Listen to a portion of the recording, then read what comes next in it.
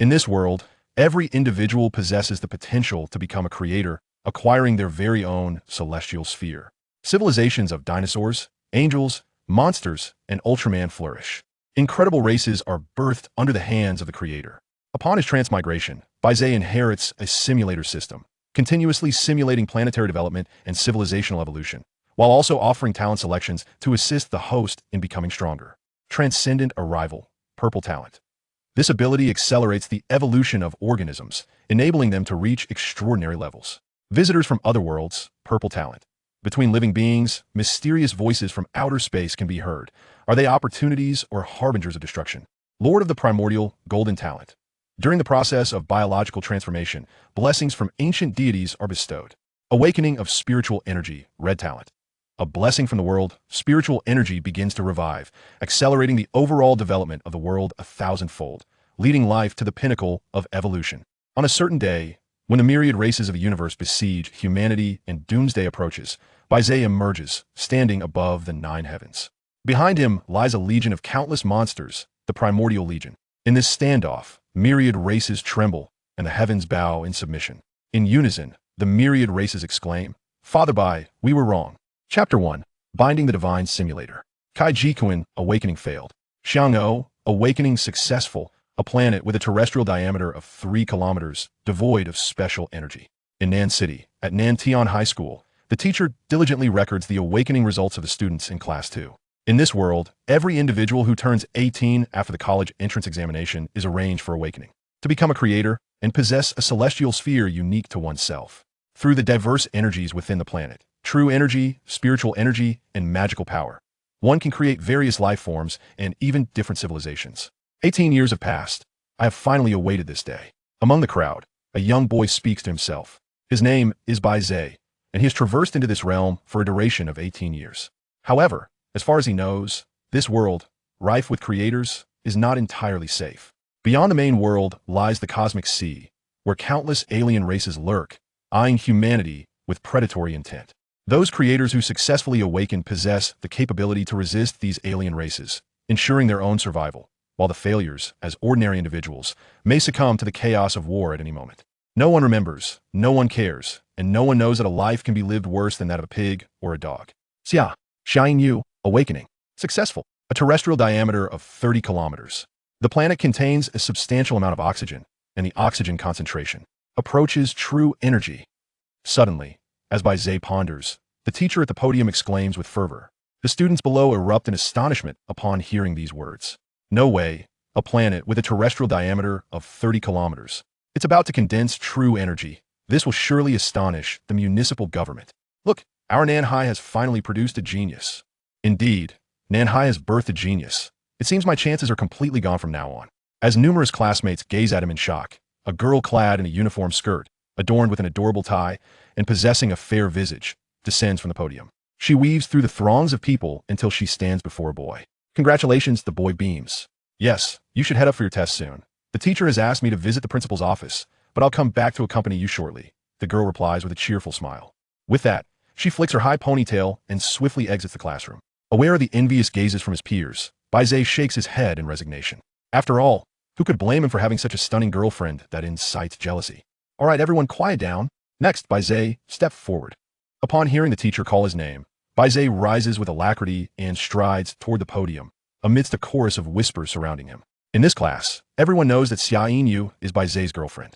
Now that Xia Yingyu has gained some notoriety, who wouldn't be curious to see what caliber her boyfriend possesses? All right, Bai Ze, place your hand on it, then close your eyes and concentrate, the teacher reminds him, gesturing toward the transparent, round stone at the center of the podium. Taking a deep breath, Bai Ze calmly closes his eyes and places his hand upon it.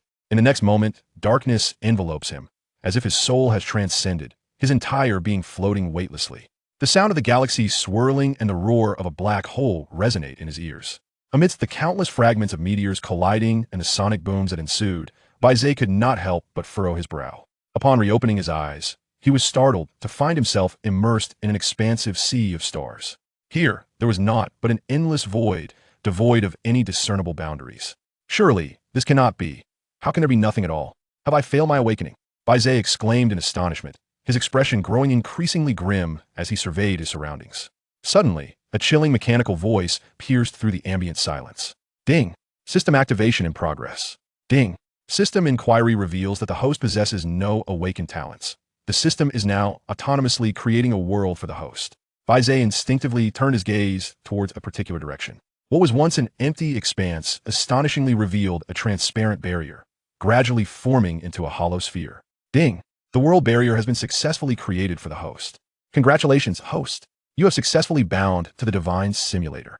This system will enable the host to simulate planetary development, forecast the trajectory of civilizations, ensuring a flawless execution and meticulous strategy, thus guaranteeing the host's ascent from nothingness to the pinnacle of the universe. Incredible! This was the sole exclamation that Bai Ze could muster at that moment. 18 years. Do you have any idea how I have spent these 18 years? The system, a staple for every traverser, had finally made its appearance.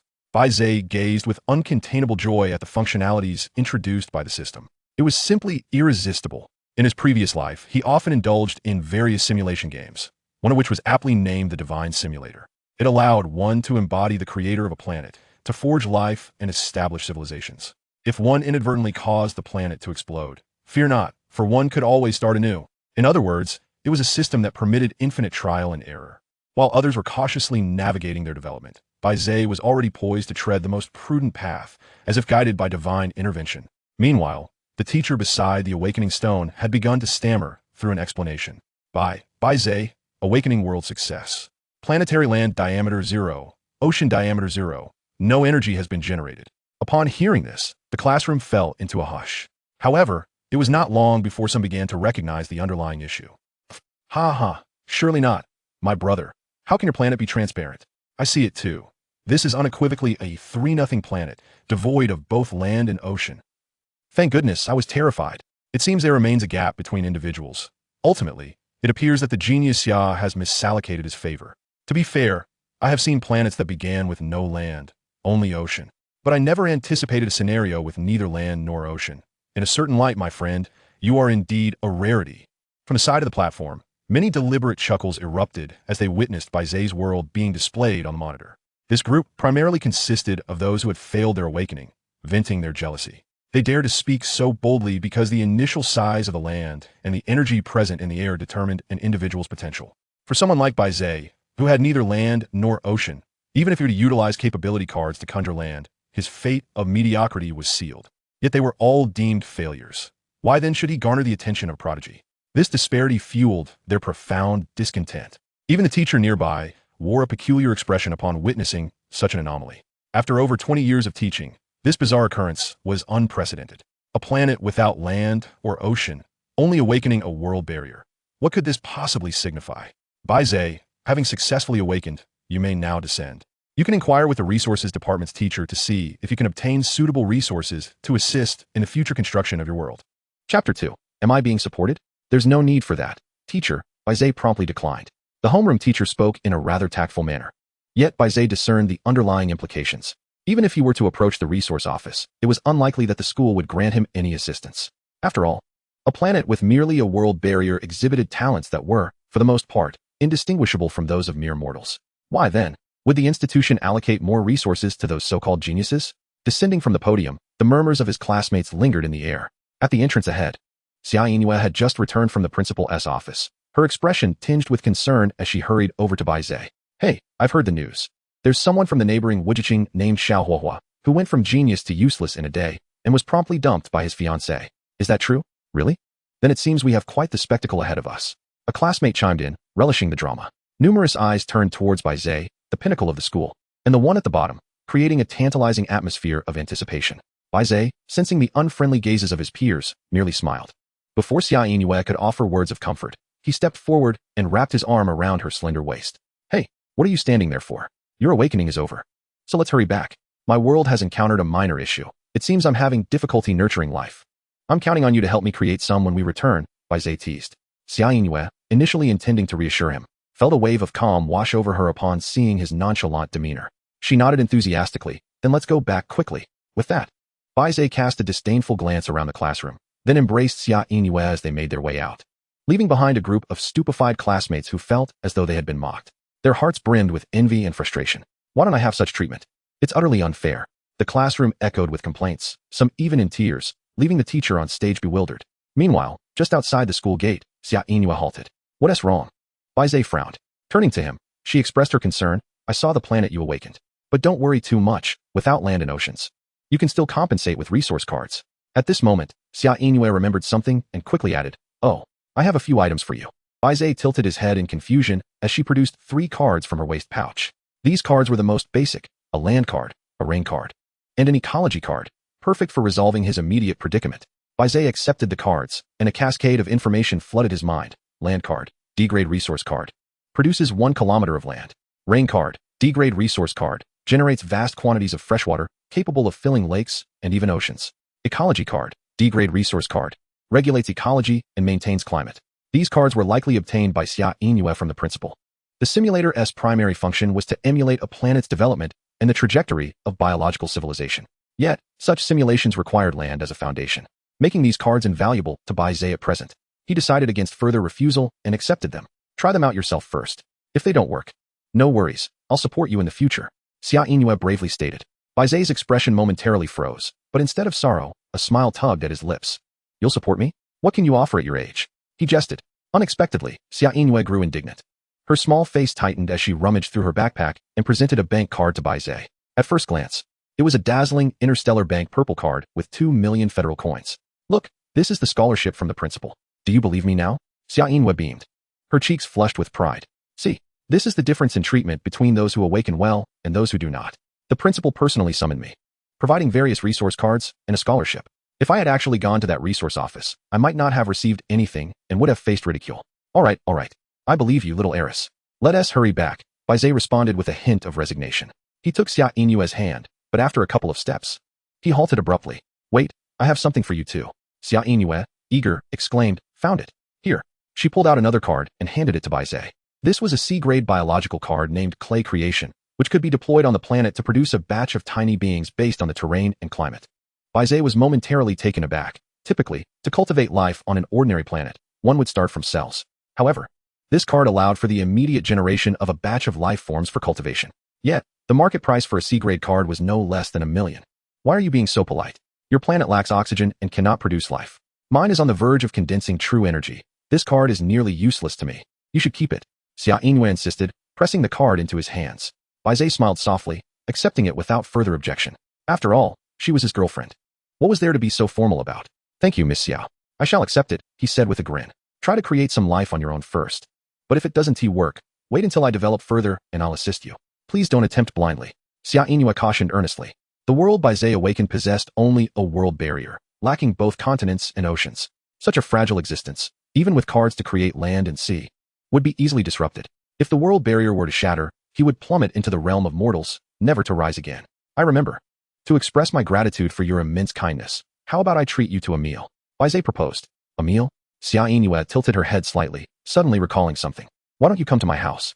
No one is home today, and you can taste my cooking, she suggested, lowering her voice. Chapter 3, The Gift of Talent. The Revival of Spiritual Energy. The two shared a bond as childhood friends, having known each other since they were very young. Bai Ze had not been in this world long when he lost both parents. Thus, he had lived with Xia Yingyue for a time, as their homes were not too far apart. However, today, Bai Ze intended to return to experiment with the system, so he had to decline. Next time, I promise I'll come to your house and try your cooking, Bai Ze assured. All right then, Xia Yingyue replied, a touch of disappointment in her voice. But remember to come back to school next week. The principal mentioned that representatives from interstellar universities will be visiting to select a student for a guaranteed admission slot. Upon hearing this, Bai Ze recalled that the homeroom teacher had mentioned it earlier. Each year around this time, representatives from various interstellar universities would visit high schools to recruit students. Some prestigious institutions would even select a student with outstanding talent and abilities for direct admission, while the rest would have to compete against one another for placement. All right, I've made a note of it. Rest assured, it's merely a reserved spot. It's nothing insurmountable, Bai Ze remarked with a shake of his head. In truth, Xia Yingyue harbored a strong desire to attend the same school as Bai Ze. However, she was acutely aware that given Bai Ze's current circumstances, such a feat was exceedingly challenging. Indeed, it appears I am not formidable enough. If I were to grow stronger, I could keep him by my side indefinitely, Xia Yingyue said, her tone tinged with an eerie undertone. Bai Ze, oblivious to her unsettling demeanor, simply took her hand, and they shared a brief lunch before hastily parting ways, each returning to their respective homes. Due to the tragic loss of his parents, Bai Ze initially resided in an orphanage. Fortunately, through his exemplary academic performance, he was assigned a modest flat by the school. Upon returning home, Bai Ze dropped his backpack and eagerly dashed into his bedroom. Sitting cross-legged on his bed, he closed his eyes and soon found himself amidst a vast sea of stars. Gazing downwards, he realized that without the translucent barrier of the world, passers-by would be utterly unaware of its existence. Sighing, Bai Ze called out, "System." Ding. The host's summons have been received. The system is now activated. As this is the host's inaugural activation of the Divine Simulator, the system presents the host with 1,000 Genesis points and a talent gift pack. A series of subtitles materialized before Bai Ze's eyes. Genesis points. What on earth are those? Bai Ze inquired. The Divine Simulator requires Genesis points for each simulation. To earn Genesis points, the host must achieve certain objectives akin to accomplishments. Upon hearing this explanation, Bai Ze nodded slowly. Although he did not fully comprehend it, he was certain that since the simulation necessitated Genesis points, it must possess significant value. Let us open the talent gift pack first. It's right in front of me. How can I resist? In an instant, a flash of red light swept across his vision. Ultimately, a neatly arranged line of subtitles appeared on the system panel. Spiritual Awakening, a red passive talent.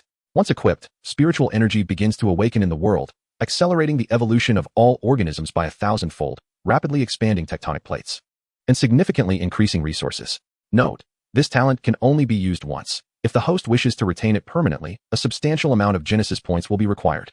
The system further elucidated that talents were categorized into white, blue, purple, gold, and red. Each time a simulation commenced, a tenfold draw would occur, allowing the selection of 3 talents to initiate the simulation.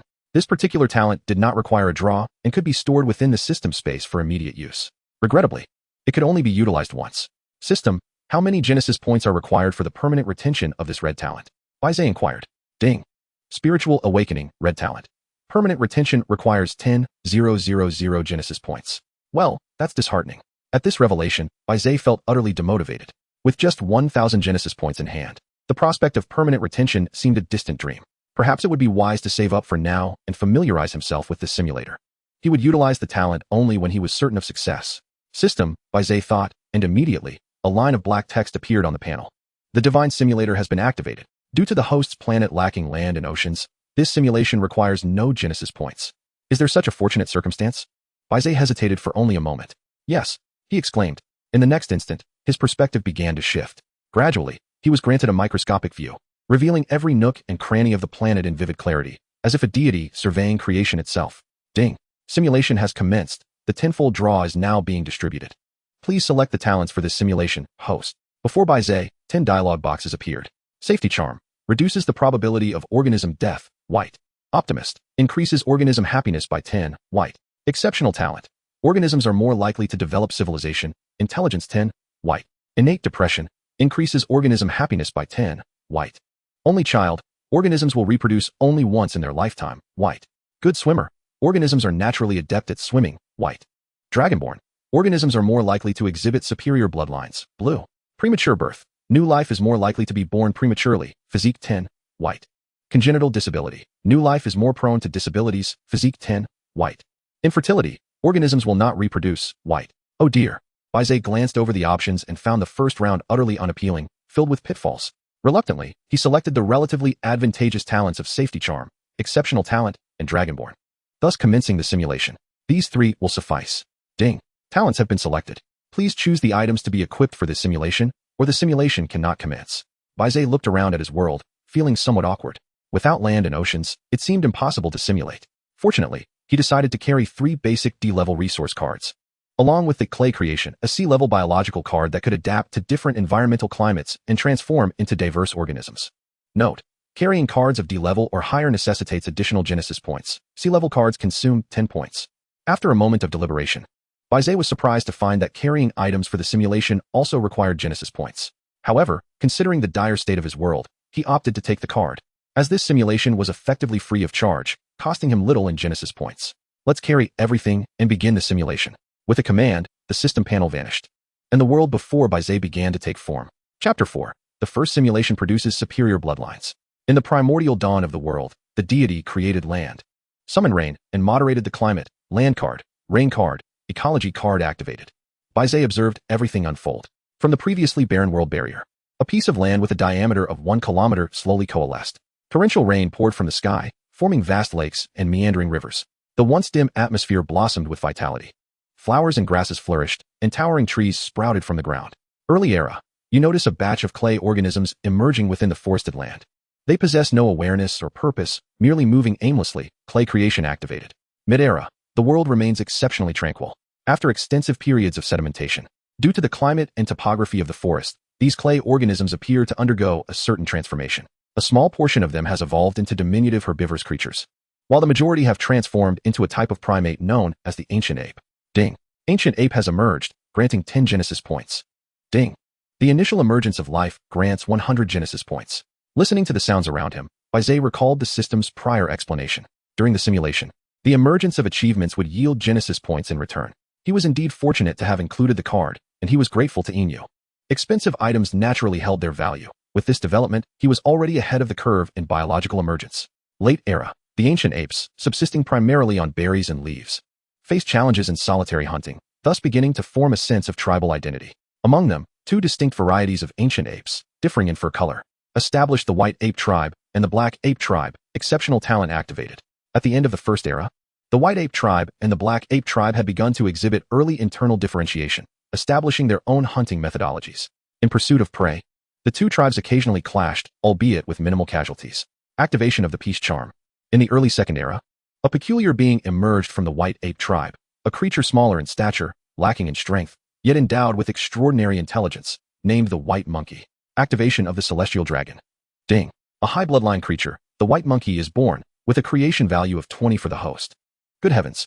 A being of high bloodline should surely surpass ordinary creatures by leaps and bounds. Bai Ze exclaimed. This heralds the dawn of civilization. Should civilization emerge on the very first day of awakening, it would undoubtedly astound that group of beings. Yet, while imagination paints a beautiful picture, reality can be unforgiving. Soon, tragedy would strike. In the mid-second era, as both tribes proliferated, the world's resources began to dwindle, leading to the near extinction of all other minor races aside from the two tribes. Consequently, in a desperate bid for the scarce resources, the white ape tribe ultimately engaged in a large-scale war with the black ape tribe. In the late second era, under the leadership of the white monkey, the white ape tribe swiftly mastered the use of weapons found in their surroundings and soon triumphed over the black ape tribe. By the end of the second era, despite defeating the black ape tribe, the white ape tribe suffered heavy losses, and the scant resources that remained were insufficient for their survival, prompting them to commence a civil war. In the early third era, the faction led by the white monkey achieved a resounding victory in the civil war. Alas, the continent had long since become desolate, rivers had run dry, and food was nearly non-existent. In the end, despite the white monkey's desperate struggles, extinction was inescapable. Thus, all life perished, and the mother planet, being too small, could not independently generate life. This simulation has ended. Upon reading the final sentence, Bai Ze felt a wave of uncertainty wash over him. Indeed, he had overestimated the situation. A world forcibly constructed from cards possesses no inherent potential, incapable even of generating life independently. It had barely entered the third era before collapsing. No wonder the educational institution was reluctant to allocate resources. In this world, according to the normal timeline of the main world, it would crumble within half a day. Investing resources here would be a sheer waste. Nevertheless, this simulation did yield a considerable amount of creation value, which could be deemed the sole joyous outcome. Ding. Simulation of creation has concluded. The host may select one species to retain. White ape race, black ape race, Jerry, bouncing. Bai Ze tilted his head slightly, gazing at the panel before him. As the system had indicated, aside from the creatures he had fashioned from clay, there was not a single native life form that had emerged. He then inquired, does the white ape race include the white monkey? Indeed, host. Upon receiving the system's confirmation, Bai Ze pondered briefly. Without further hesitation, he opted for the white ape race. After all, the white monkey was his first high bloodline creature endowed with notable intelligence. Who else could he choose if not this race? Ding. Congratulations, host. Your selection was successful. Next, the host is to temporarily solidify one talent. Note, the temporarily solidified talent will reappear in the next draw. If the host wishes to permanently solidify a talent, a substantial amount of creation value is required. Bai Ze contemplated. There was no need to do so. The first round of simulation had not yielded any commendable talents. Why waste creation value on a permanent solidification? Temporary solidification, celestial dragon, Bai Ze declared. Naturally, he would select the only blue talent available. Following this, the system presented another pop-up. Temporary talent solidification successful. This simulation has concluded. Cooldown time is 30 minutes. Reading the text before him, Bai Ze was momentarily taken aback. This mechanism has a cooldown period? He asked. For a time, the system remained silent. Oh well, since the cooldown was in effect, Bai Ze figured it was time to contemplate the next steps in his world planning. The first simulation had yielded some results, having produced a singular, somewhat intelligent life form. As for why it ultimately faced extinction, the root cause lay not in warfare, but rather in the scarcity of resources and food. There was no alternative. Bai Ze's planet had lost the ability to autonomously generate resources and life, relying solely on the few cards he possessed. With this realization, Bai Ze decided to embark on a bold endeavor. He still had clay at his disposal, and he retained the white ape tribe from his previous simulation. If he merely allowed them to proliferate on land, competing for resources and sustenance, it would merely be a struggle of cornered beasts. The remaining habitat for survival lay in the ocean. As the ocean had yet to form, it would have to be designated as a lake for the time being, Bai Ze resolved. Having survived for 18 years, he was acutely aware of the harshness of this world. Those without strength had no place to be buried, even in death. Only by striving to grow stronger could one secure a foundation for existence. Moreover, the various academies would soon commence enrollment. With Xiaoyin Yu's talents, she would undoubtedly gain admission to a prestigious interstellar university. Bai Ze had no desire to be separated from her. Thus, he must seize every moment to enhance his strength. Chapter 5. The second simulation, advancing towards the ocean. Lost in deep thought, time slipped away rapidly. Before long, a familiar chime echoed in Bai Ze's ears. Ding. The 30-minute cooldown has ended. The host may initiate the next simulation at any time. Without hesitation, Bai Ze promptly settled into a cross-legged position and closed his eyes. He allowed his consciousness to re-enter that celestial sea. This time, his primary objective was to advance into the ocean. System, commence simulation and initiate a tenfold draw. With a command issued, the system panel once again displayed 10 lines of text. After a cursory glance, excitement filled Bai Ze's eyes. Determined, he selected these 3 talents. In addition to the previously temporarily fixed celestial dragon, this time, he had acquired 2 rare and exceptional talents. Biological advancement, blue. Organisms are more likely to undergo metamorphosis, gaining new powers and forms. Extraordinary descent, purple. Accelerated evolutionary processes for organisms, facilitating the emergence of extraordinary beings. The purple level talent, linked to extraordinary life forms, promised a groundbreaking breakthrough this time. Ding. Talent selection is complete. Please choose the items to carry. All items. Bai Ze declared without hesitation. Once all selections were finalized, Bai Ze's perspective shifted once more. The world before him became vividly clear. In the primordial dawn of the world, the deities forged the land, summoned rain, and balanced the climate. Land card, rainfall card, ecology card activated. In the early first era, you have placed the white ape tribe on land and positioned the clay creation in the lake. Clay creation activated. In the mid-first era, the white apes, guided by the faint memories within their minds, began to develop through their biological instincts.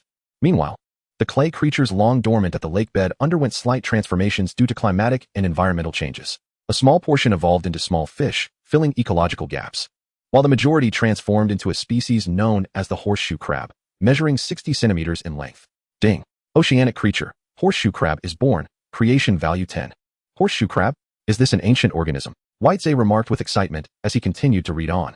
Late First Era, the horseshoe crabs, with their formidable exoskeletons, reigned supreme in the lakes, preying upon the majority of small fish as sustenance.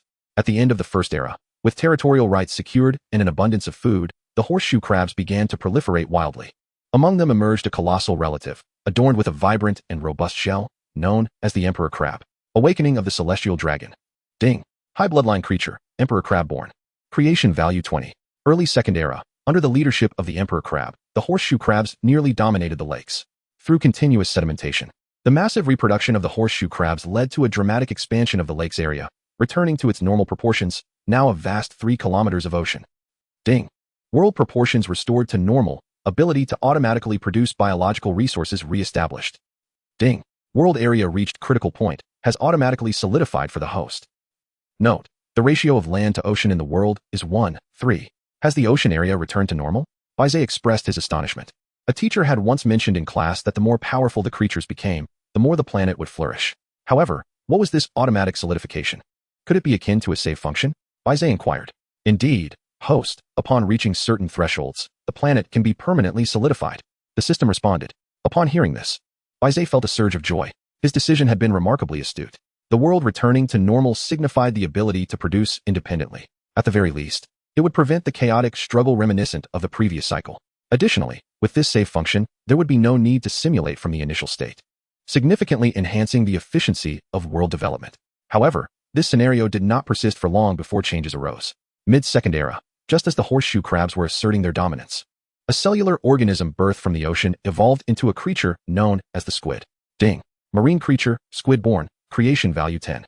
Late Second Era. The squids sought to engage in conflict with the horseshoe crabs, vying for control over the seas.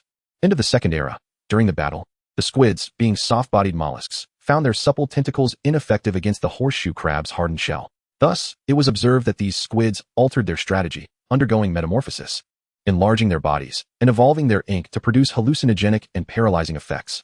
Biological advancement activated. Ding. Toxic squid born. Creation value 20. Has this transitioned from close combat to long-range tactics? Bai Ze mused. The world had regained its automatic production capacity, birthing the first indigenous species. Bai Ze remained eager to witness its future performance. Early Third Era. The toxic squids, by spraying toxic ink from their bodies, launched long-range attacks that penetrated the horseshoe crab's interiors. Their shells could withstand physical assaults, but were ineffective against this magical onslaught.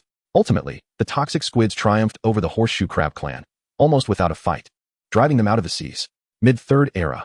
In the wake of their defeat, the horseshoe crabs resolved that since the ocean was no longer accessible, they would attempt to foray onto land to claim their exclusive territory, only to encounter the white ape tribe, unwilling to engage in further conflict. The horseshoe crabs sought to follow their leader, but the white ape tribe, brimming with martial fervor, intended to consume the horseshoe crabs en masse. Late Third Era. Faced with the threat of extinction, the horseshoe crabs had no choice but to clash with the white ape tribe once more. However, due to the absence of rival forces on land, and after nearly 3 eras of reproduction, the white ape tribe had nearly occupied the terrestrial realm. They rapidly proliferated, even mastering the use of fire and various stone tools, creating formidable weapons such as slingshots. Having previously suffered a defeat, the horseshoe crabs were already demoralized, and in their conflict with the white ape tribe, they ultimately fell short, exiting the historical stage. Bai Ze observed all of this with a sense of regret. Yet, the extinction of one species after another is an inevitable aspect of biological evolution. What astonished him was the fact that the white ape tribe, which he had not observed for a long time, had begun to utilize tools and even produced fire. Late Third Era. Because of the horseshoe crabs, the white ape tribe was the first to discover that this world also had an ocean. Their innate affinity for conflict seemed to awaken a certain genetic impulse within them. They desired not only to dominate the land, but also to conquer the seas. End of the Third Era. The advance guard of the white ape tribe ventured into the ocean, but as soon as they stepped into the shallow waters, they were rendered unconscious and drowned by a black toxin present in the sea. Chapter 6. What to do when neither this nor that is feasible. Early Fourth Era. After experiencing hardship, the white ape tribe dared not approach the enigmatic marine area, which they dubbed the Sea of Death, designating it a forbidden zone. Mid-Fourth Era. Due to the lack of conflict, both tribes began to reproduce and develop rapidly. A variety of common fruits emerged on the continent. While the oceans produced resources such as seaweed and kelp, the oxygen levels in the world surged, and the world experienced significant expansion. Ding. Land diameter exceeded 10 kilometers. Ocean expanded to 30 kilometers. Ding. The host planet's area has reached the threshold, and the system has automatically stabilized it for the host. Upon witnessing this, Bai Ze felt a wave of elation. Indeed, by expanding the oceans, the creatures gained more living space, preventing overcrowding and depletion. Bai Ze remarked with satisfaction. Now, the area of his planet had reached the level of an ordinary awakened being, capable of supporting stable development. Although it still lagged behind the prodigious talents like Xian Yu, one must recognize that they are true geniuses. Geniuses are not easily surpassed. One step at a time, gradually progressing, he would eventually surpass them. Bai Ze affirmed resolutely. Alas, such auspicious times do not last forever. Not every pinnacle can endure. Inevitably, there comes a moment of descent. Late Fourth Era. The abundant ecology spurred the birth of numerous creatures, yet it also led to chaos, particularly evident in the oceans. Many large, carnivorous shark species emerged, facing almost no natural enemies in these waters, threatening the dominance of the toxic squids and escalating the turmoil within the seas. Observing the increasing chaos in the oceans, Bai Ze felt a sense of urgency. While the world's prosperity brought forth an abundance of food resources, it also resulted in a proliferation of life forms. Accompanying this was the looming specter of large-scale conflict, which could easily spiral out of control. He hoped the arrival of the extraordinary would manifest soon. Bai Ze lamented helplessly. End of the Fourth Era. The massive sharks, due to their overwhelming size, rendered the toxic squid's toxins ineffective and under their relentless predation.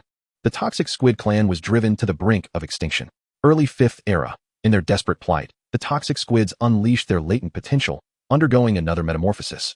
Reverting to their primordial strength, their bodies significantly enlarging, sprouting rounder tentacles and formidable suckers. Ding. Marine creature, giant squid born, creation value 30.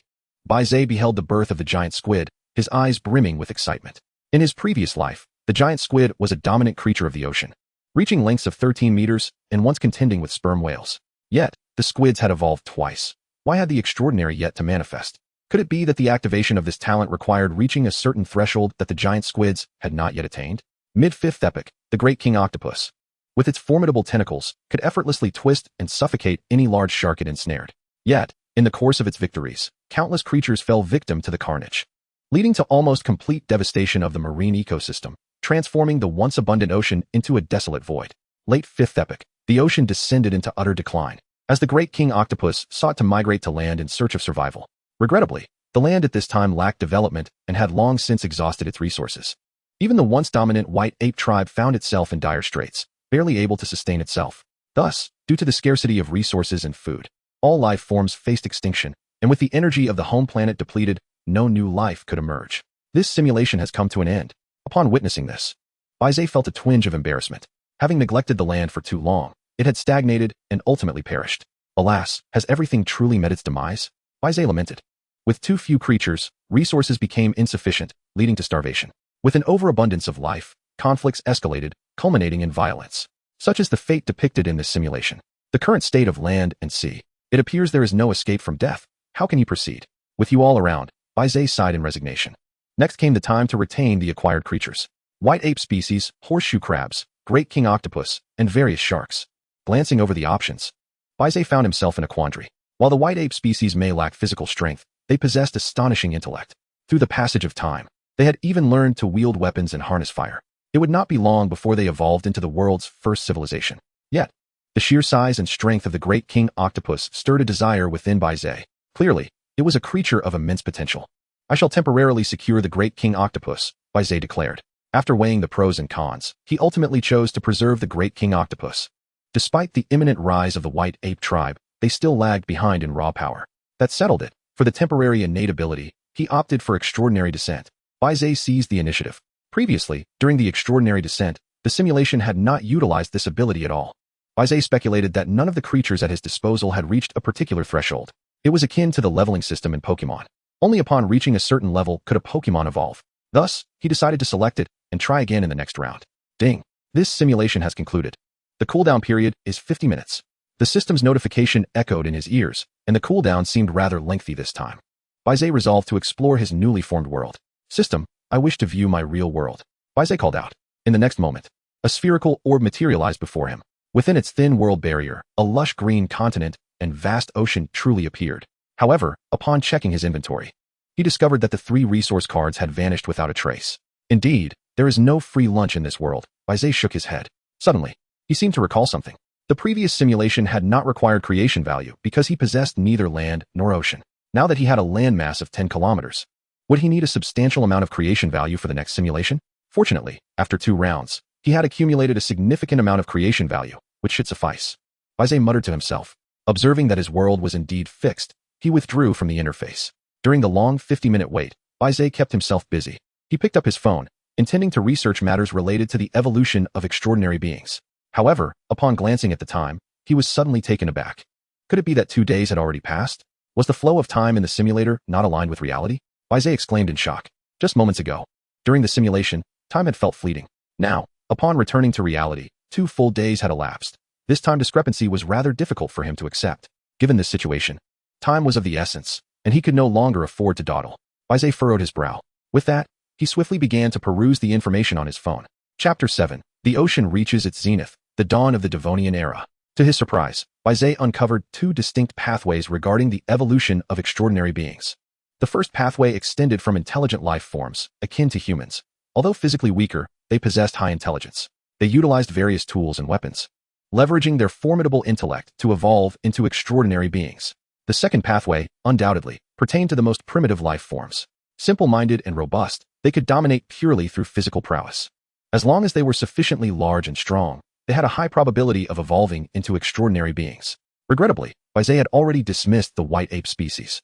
Thus, the second option was the only feasible avenue left to explore. As he continued his research, time seemed to flow swiftly. Before long, the system chimed in with an alert.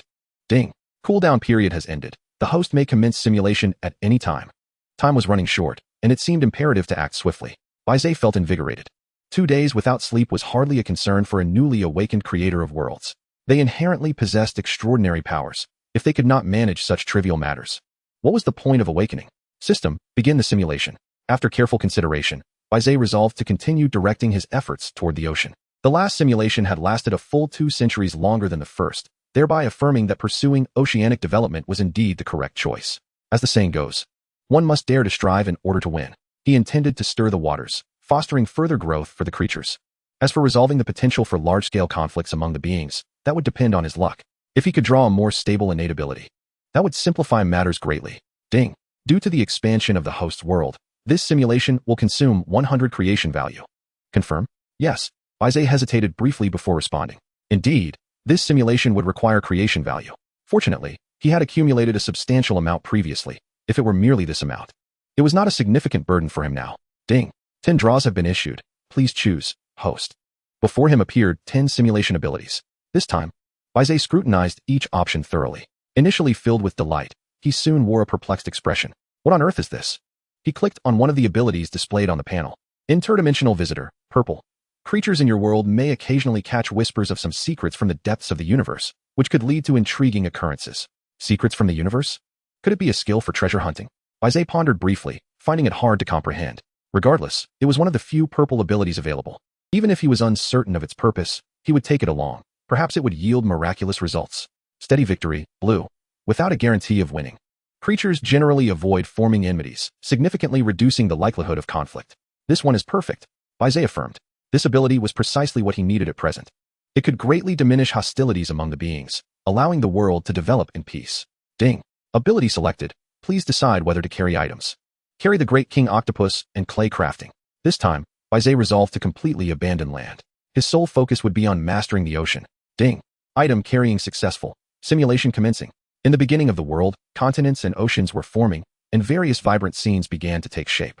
Early First Era. You cast the giant squid tribe into the ocean, where they sensed familiar currents and swiftly assimilated, ascending to become the sovereigns of the seas.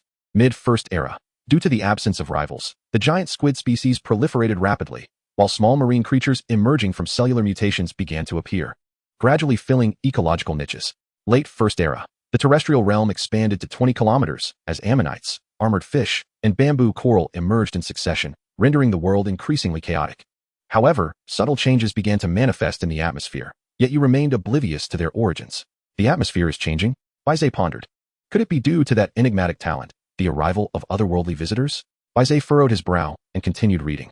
End of First Era. A pale blue mist frequently hovered in the air, obscuring the previously dense oxygen, yet you were unaware of its nature. Nevertheless, marine creatures that encountered this mist subtly exhibited signs of evolution.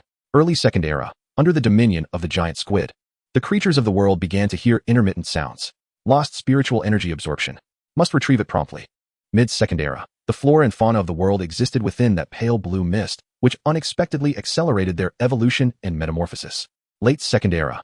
By the mere midpoint of the Second Era, a plethora of indigenous species emerged in both land and sea, with numerous ferns, gymnosperms, and abundant food resources sprouting on land. In the ocean, the number of organisms surged dramatically, with thousands of species being birthed and various large predators coming into existence, heralding a pinnacle moment for the entire world.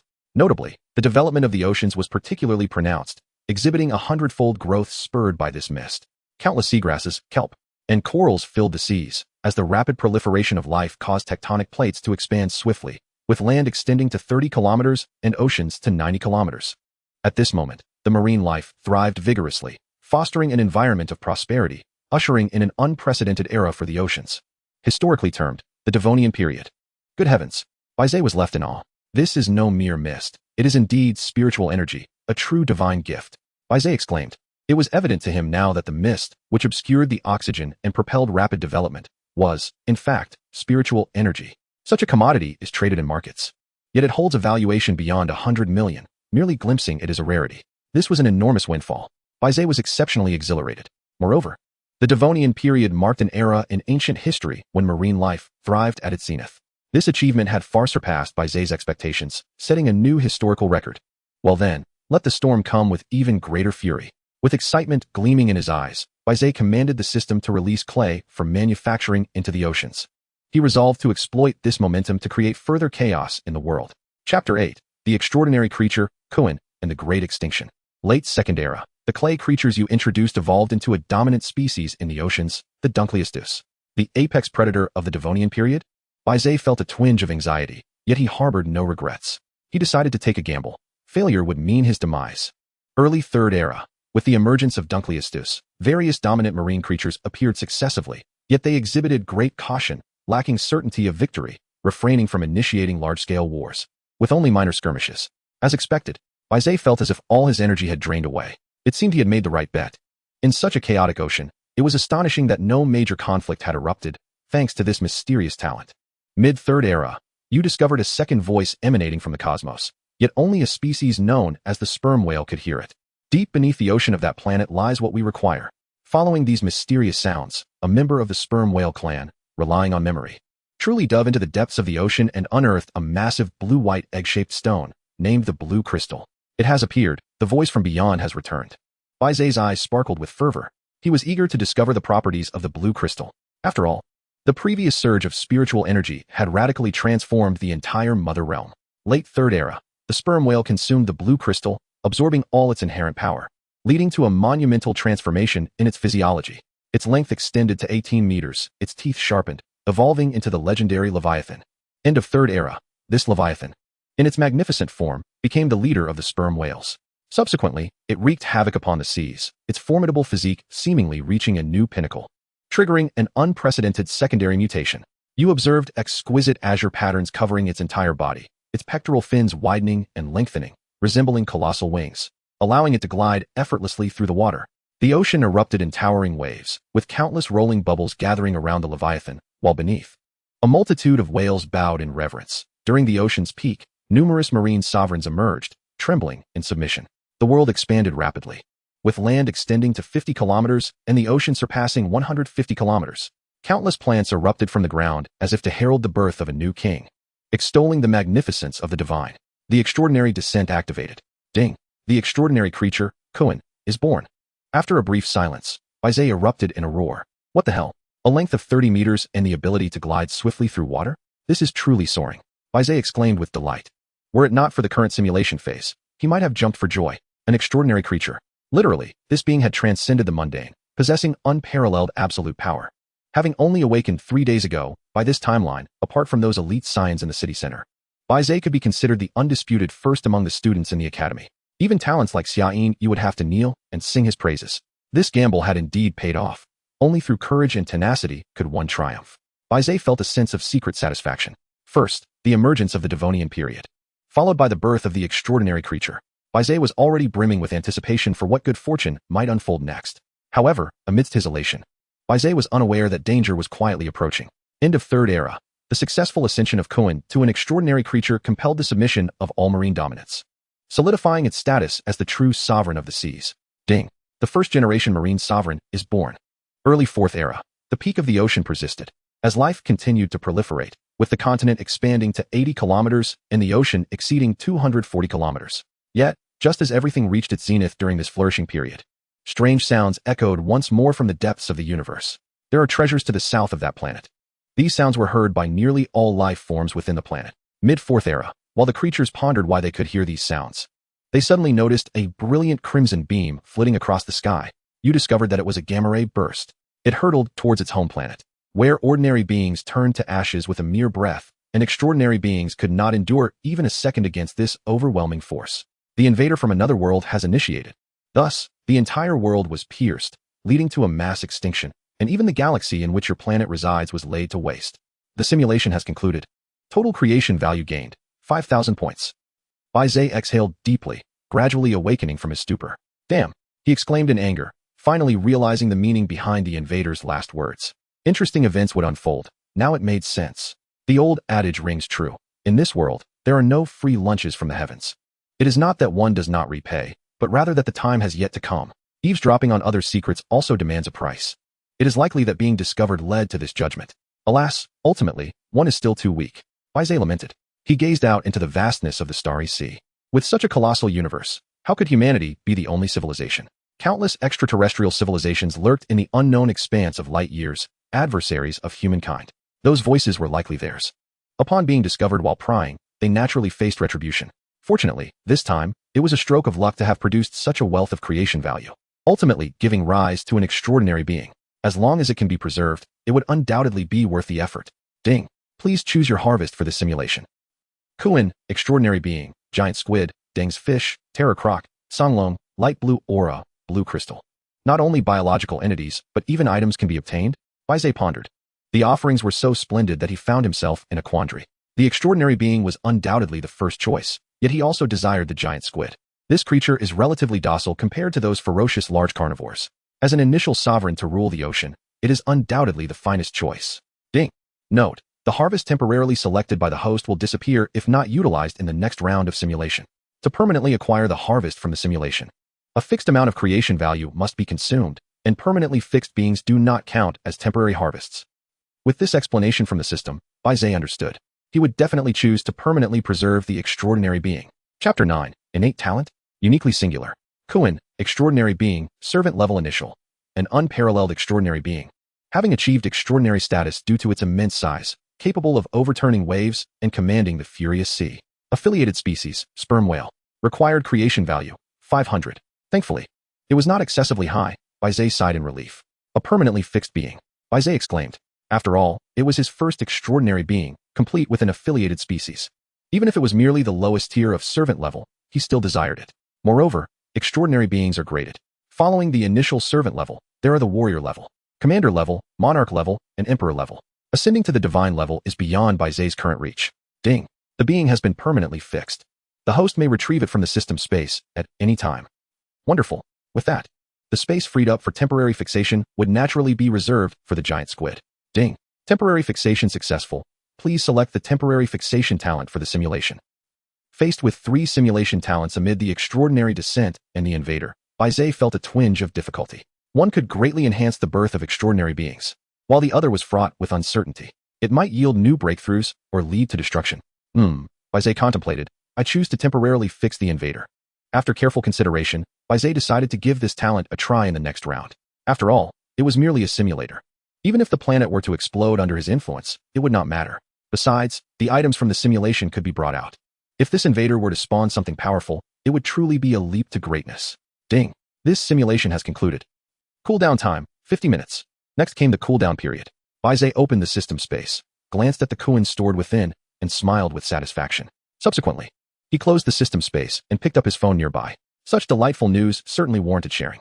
As for the recipient, Bai Ze had no other friends at school, so he could only call Xia Yinhua. Beep beep beep. Ding. Another simulation had concluded, and now it was the 3rd day at 9 in the evening. Meanwhile, Xia Yinhua was soaking in her bathtub, her head wrapped in a pure white towel, wet strands of hair cascading down, droplets of water tracing her face and rolling down her delicate collarbone. Unfortunately, the multitude of bubbles and dense mist obscured the world's exquisite scenery, rendering it unseen. Hearing her phone ring nearby, Xia Yinhua slowly picked it up and answered. Hello, Yinhua, how is the development of your world going? Bai Ze initiated the conversation. Upon hearing Bai Ze's voice, Xia Yinhua, submerged in the bathtub, sat up in delight. Bai Ze, she called softly. Hee, my world has already condensed true qi. And I've even cultivated a batch of flying creatures. Xia Yinhua responded proudly. Flying creatures? Bai Ze mused, lowering his head in thought, speculating, could it be angels? At this, Xia Yinua's face lit up with surprise, clearly indicating that Bai Ze had hit the nail on the head. How did you know they were angels? She giggled. Angels are considered a powerful race, typically only created in worlds brimming with magical energy. How could Xia Yinua's true qi world have accomplished this? Are they really angels? But how did your true qi world manage to produce them? Bai Ze asked, perplexed. On the other end, Xia Yinhua pondered, biting her lip, before replying, actually, I only discovered it this morning. My world seems capable of converting energy on its own. It was perfectly fine yesterday, but when I woke up this morning, the true qi had transformed into magical energy, and it even automatically turned the warriors I nurtured yesterday into angels. Bai Ze was left speechless. Energy transformation in a world? Could it be that what Xia Yinhua described was the innate talent that emerges at the dawn of a world's birth? Such talents are not possessed by everyone, with probabilities far lower than awakening a planet. Moreover, each innate talent is a unique existence. It is absolutely impossible for 2 identical innate talents to occur in the world. By the way, let's not dwell on that for now. How is your world developing? If things go awry, don't hesitate to call me. I'll come help you right away. Xia Yinhua urged anxiously. Hearing her tone, which suggested she wished to rush over immediately, Bai Ze quickly interjected, no need, Yinhua, I'm doing quite well here. I've already birthed some small creatures, Bai Ze replied vaguely. This time, it was Xia Yinhua who was astonished. She desperately wanted to clarify how Bai Ze's seemingly weak world managed to give birth to creatures and what kind they were. but he evaded the question. Oh, it's nothing much, just some trivial little animals, lacking any combat power, Bai Ze dismissed casually. Fine, if you won't tell me, then so be it, Xia Yinyu pouted. Somewhat sulking, but you must inform me of any developments. Don't hide anything from me. Hearing her concerned voice, Bai Ze nodded in response. I understand, don't worry. Until Bai Ze finally agreed, Xia Yinyu felt a sense of relief wash over her.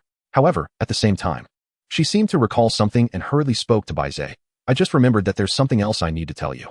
Yesterday, I received a notification from the principal stating that I have been granted an early admission spot at the prestigious Nanda University, the top university in the city. However, to avoid any perception of favoritism, the principal has requested that I visit the school once more. You should accompany me then. Upon hearing this, Bai Ze's expression momentarily froze, and he instinctively nodded. All right, I will come to your house that day, Bai Ze replied with a smile. Actually, I think it would be better if I came to find you. I have some inconvenient matters to attend to, Xia Yinyu said, lowering her voice slightly.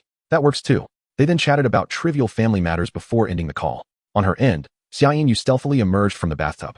Her skin a delicate shade of rosy white, glistening and alluring, possibly due to the prolonged soak.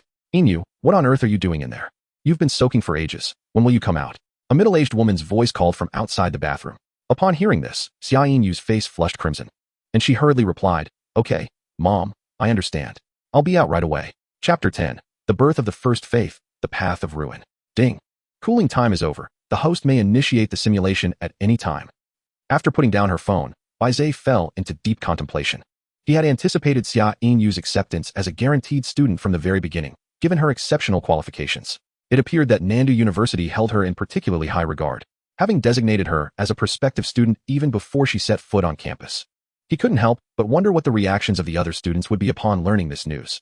Nanda University, he mused, was indeed the finest institution in the city. I must strive to grow stronger. Bai Ze sighed deeply. It all depended on Xia Yinyu's choice. With the simulator at his disposal, the university she attended was of little consequence. As long as he could accompany Xia Yinyu, that was all that mattered. All right, system.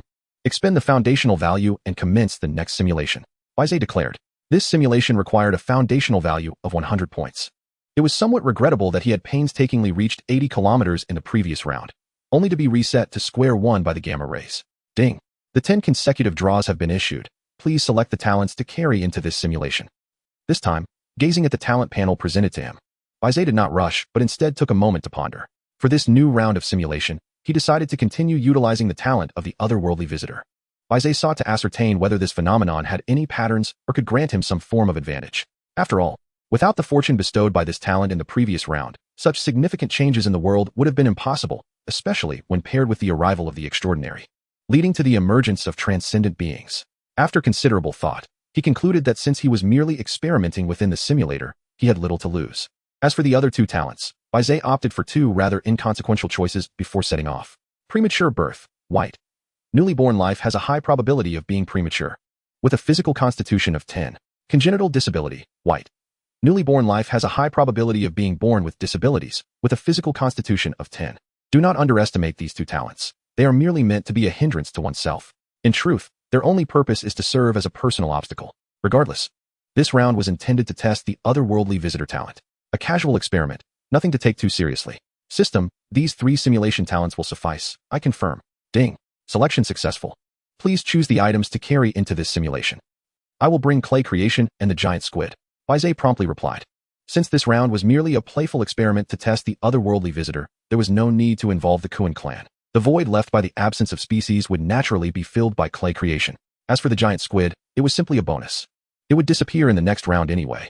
Items have been successfully selected. The simulation officially begins. In the beginning of the world, the land and oceans were beginning to flourish with various vibrant scenes. Early First Era. You have cast the giant squid into the ocean and placed the clay creation on the mainland. Clay creation activated. Mid-First Era. The giant squid has dominated the seas, while a variety of indigenous small creatures began to emerge from cellular evolution, gradually flourishing in both land and ocean. It was almost the same opening as before, Bai Ze analyzed. However, it seemed that this time, the clay creation did not take effect in the second round. What could be the reason? Late First Era. On the continent, those aimless clay creatures underwent transformations, growing forelimbs and hind legs, adopting a verdant skin tone, and developing robust muscles. Ding. The forest tiger has been born on land. Is this a tiger? Or a new species? Bai Ze stared at the screen, unable to resist commenting. This was not just any tiger. It was of a type he had never seen before, with skin that was actually green? Late First Era. The once dominant giant squid in the oceans experienced a significant number of early births during its reproductive phase. The remaining few that managed to be born normally were either missing limbs or had limbs lacking a few tentacles or suction cups. Early Second Era. A change swept across the world, accompanied by sounds from beyond the stars, as streams of pale blue mist enveloped the entire realm. The atmosphere was saturated, and biological plants absorbed the mist en masse, leading to the emergence of ferns and gymnosperms. Various creatures such as ancient apes, horseshoe crabs, and Dunn's fish began to rise to prominence in both land and sea. Yet, one could observe that even bathed in spiritual energy, their demeanor remained peculiar. They appeared lethargic, with pale complexions, and engaged in little beyond eating, unable to launch any attacks on other races. It seemed this state had persisted for quite some time, even since the cellular era. Here it comes, here it comes, here it comes, the three talents have activated. Bai Ze exclaimed with excitement. It appeared that the effect of the otherworldly visitor was likely fixed, not subject to other variations. As for the timing of activation, it was not far off. It seemed to occur roughly a century apart. He wondered if there would be any changes during the second activation. Bai Ze focused intently. Mid-Second Era. Nourished by spiritual energy, the Forest Tiger clan embarked on an evolutionary journey, most notably developing a pair of sharp fangs, acquiring the characteristics of a saber-toothed tiger. However, one would notice that even with biological evolution, they could not escape the fate of being born with missing limbs. Their physical constitution remained exceptionally weak.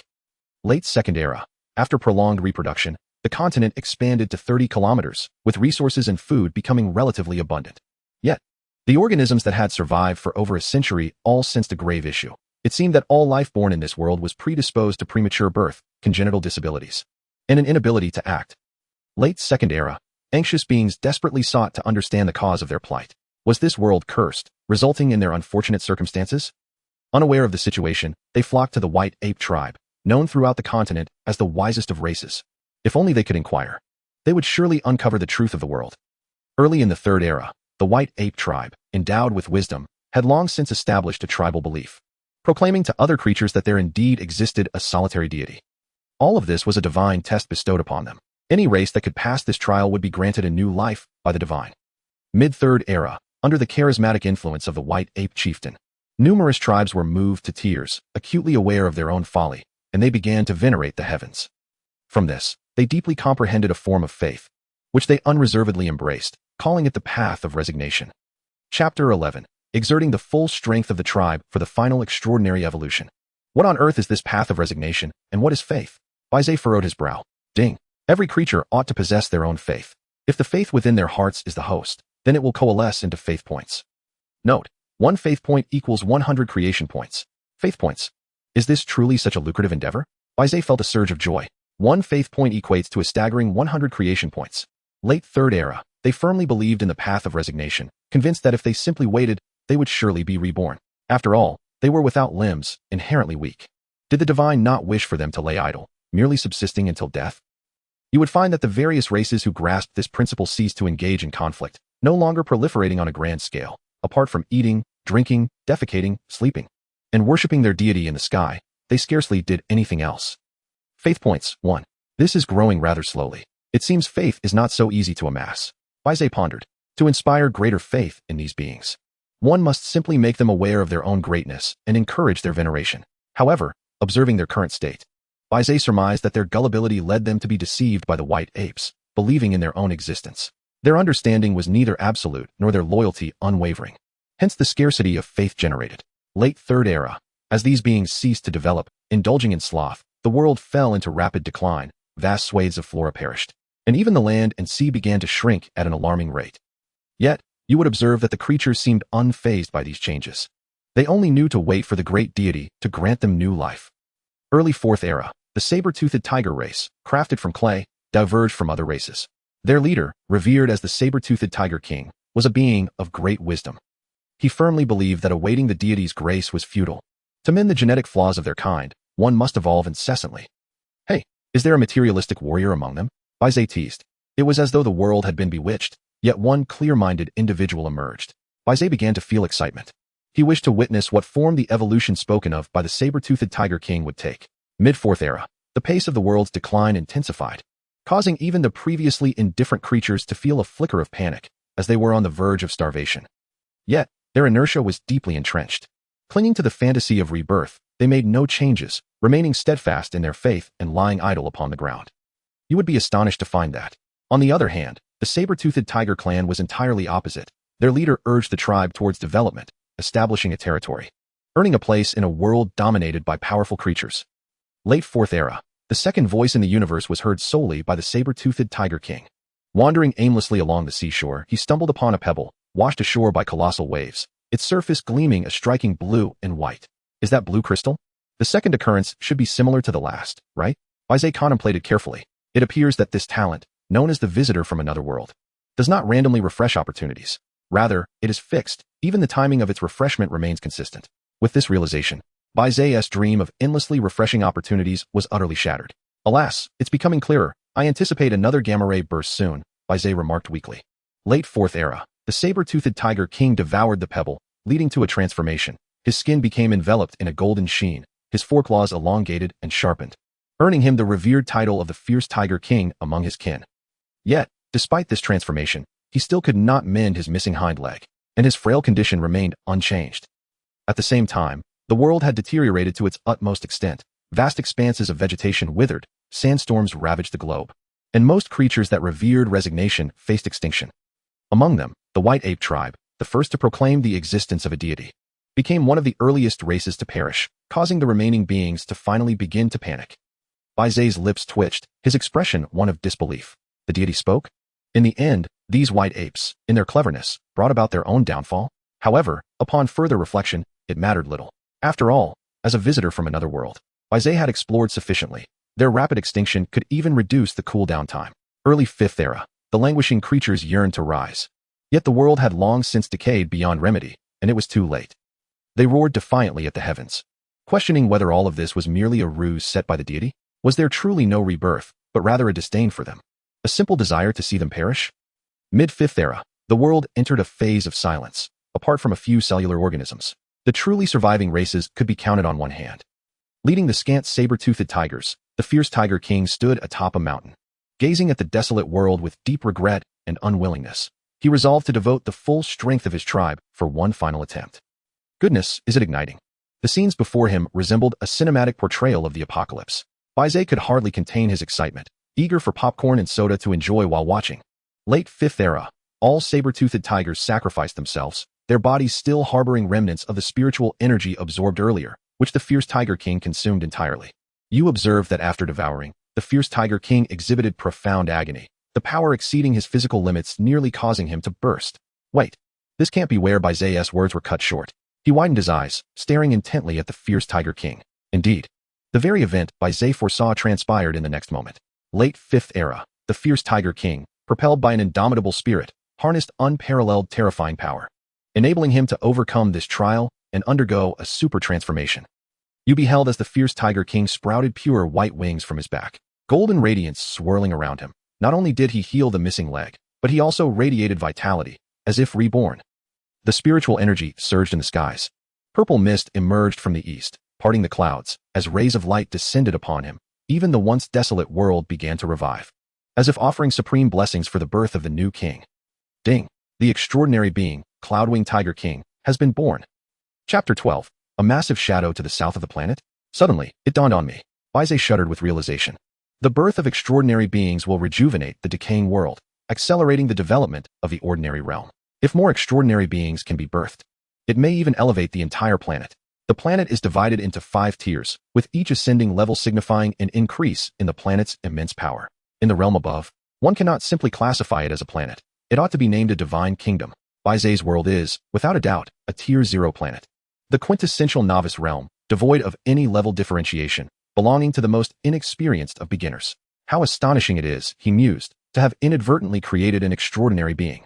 With a hint of a smile gracing his lips, he reflected on how he had merely intended to experiment, imposing a curse-like buff upon them to discern the patterns of these interdimensional visitors.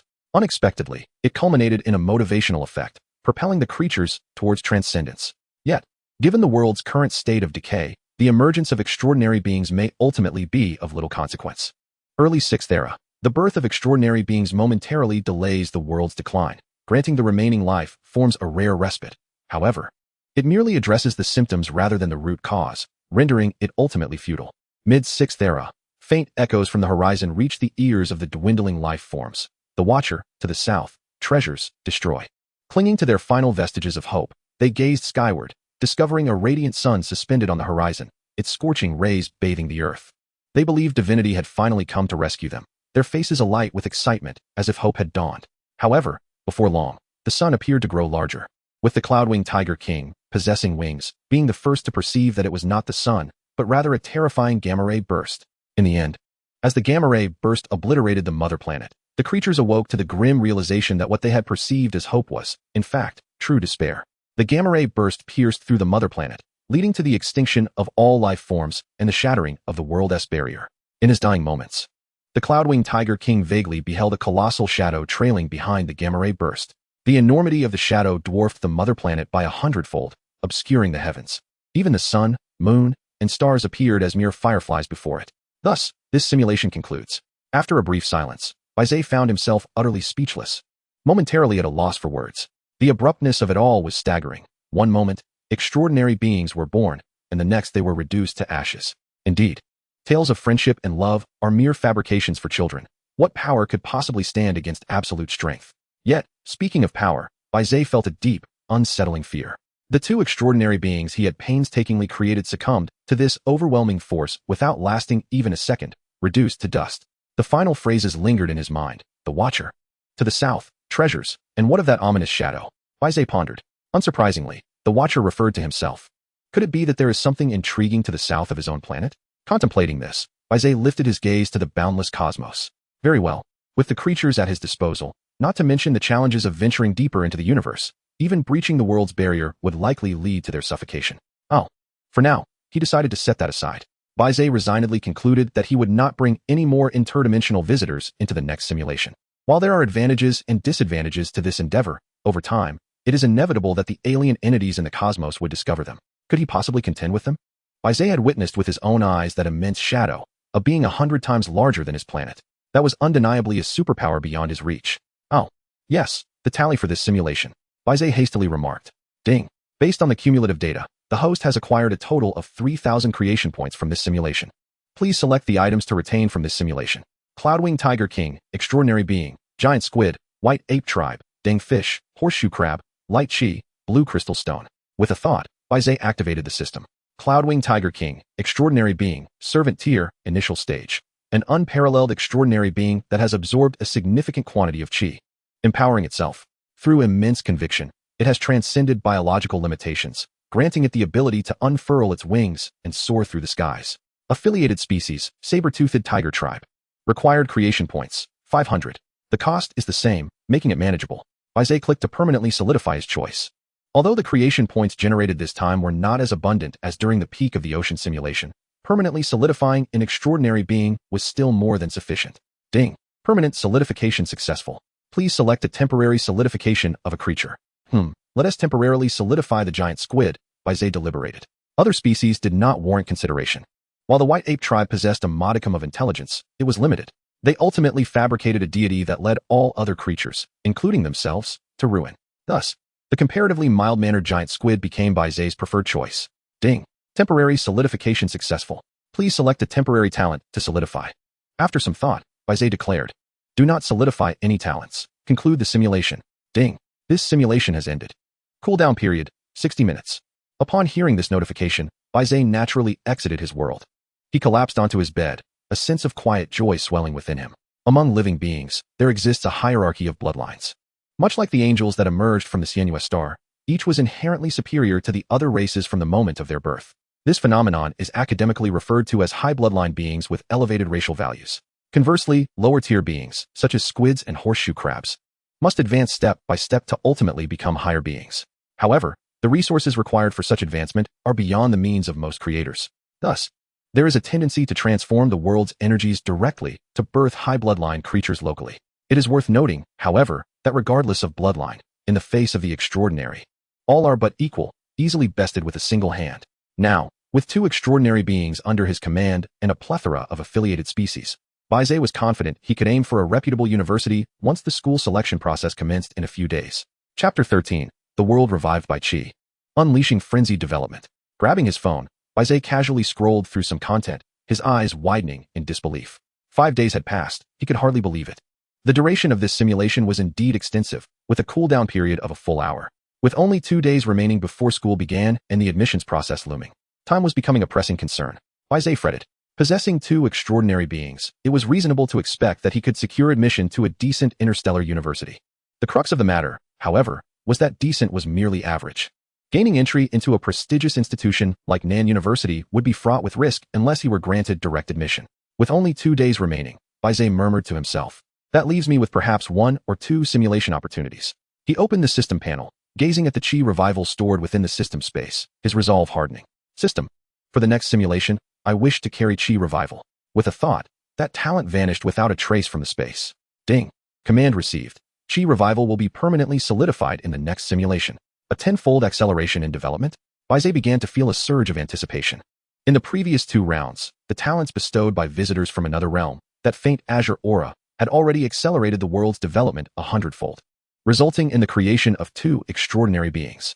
This time, with a 1000-fold acceleration in world progression, Bai Ze was confident he could reach the pinnacle. Ding.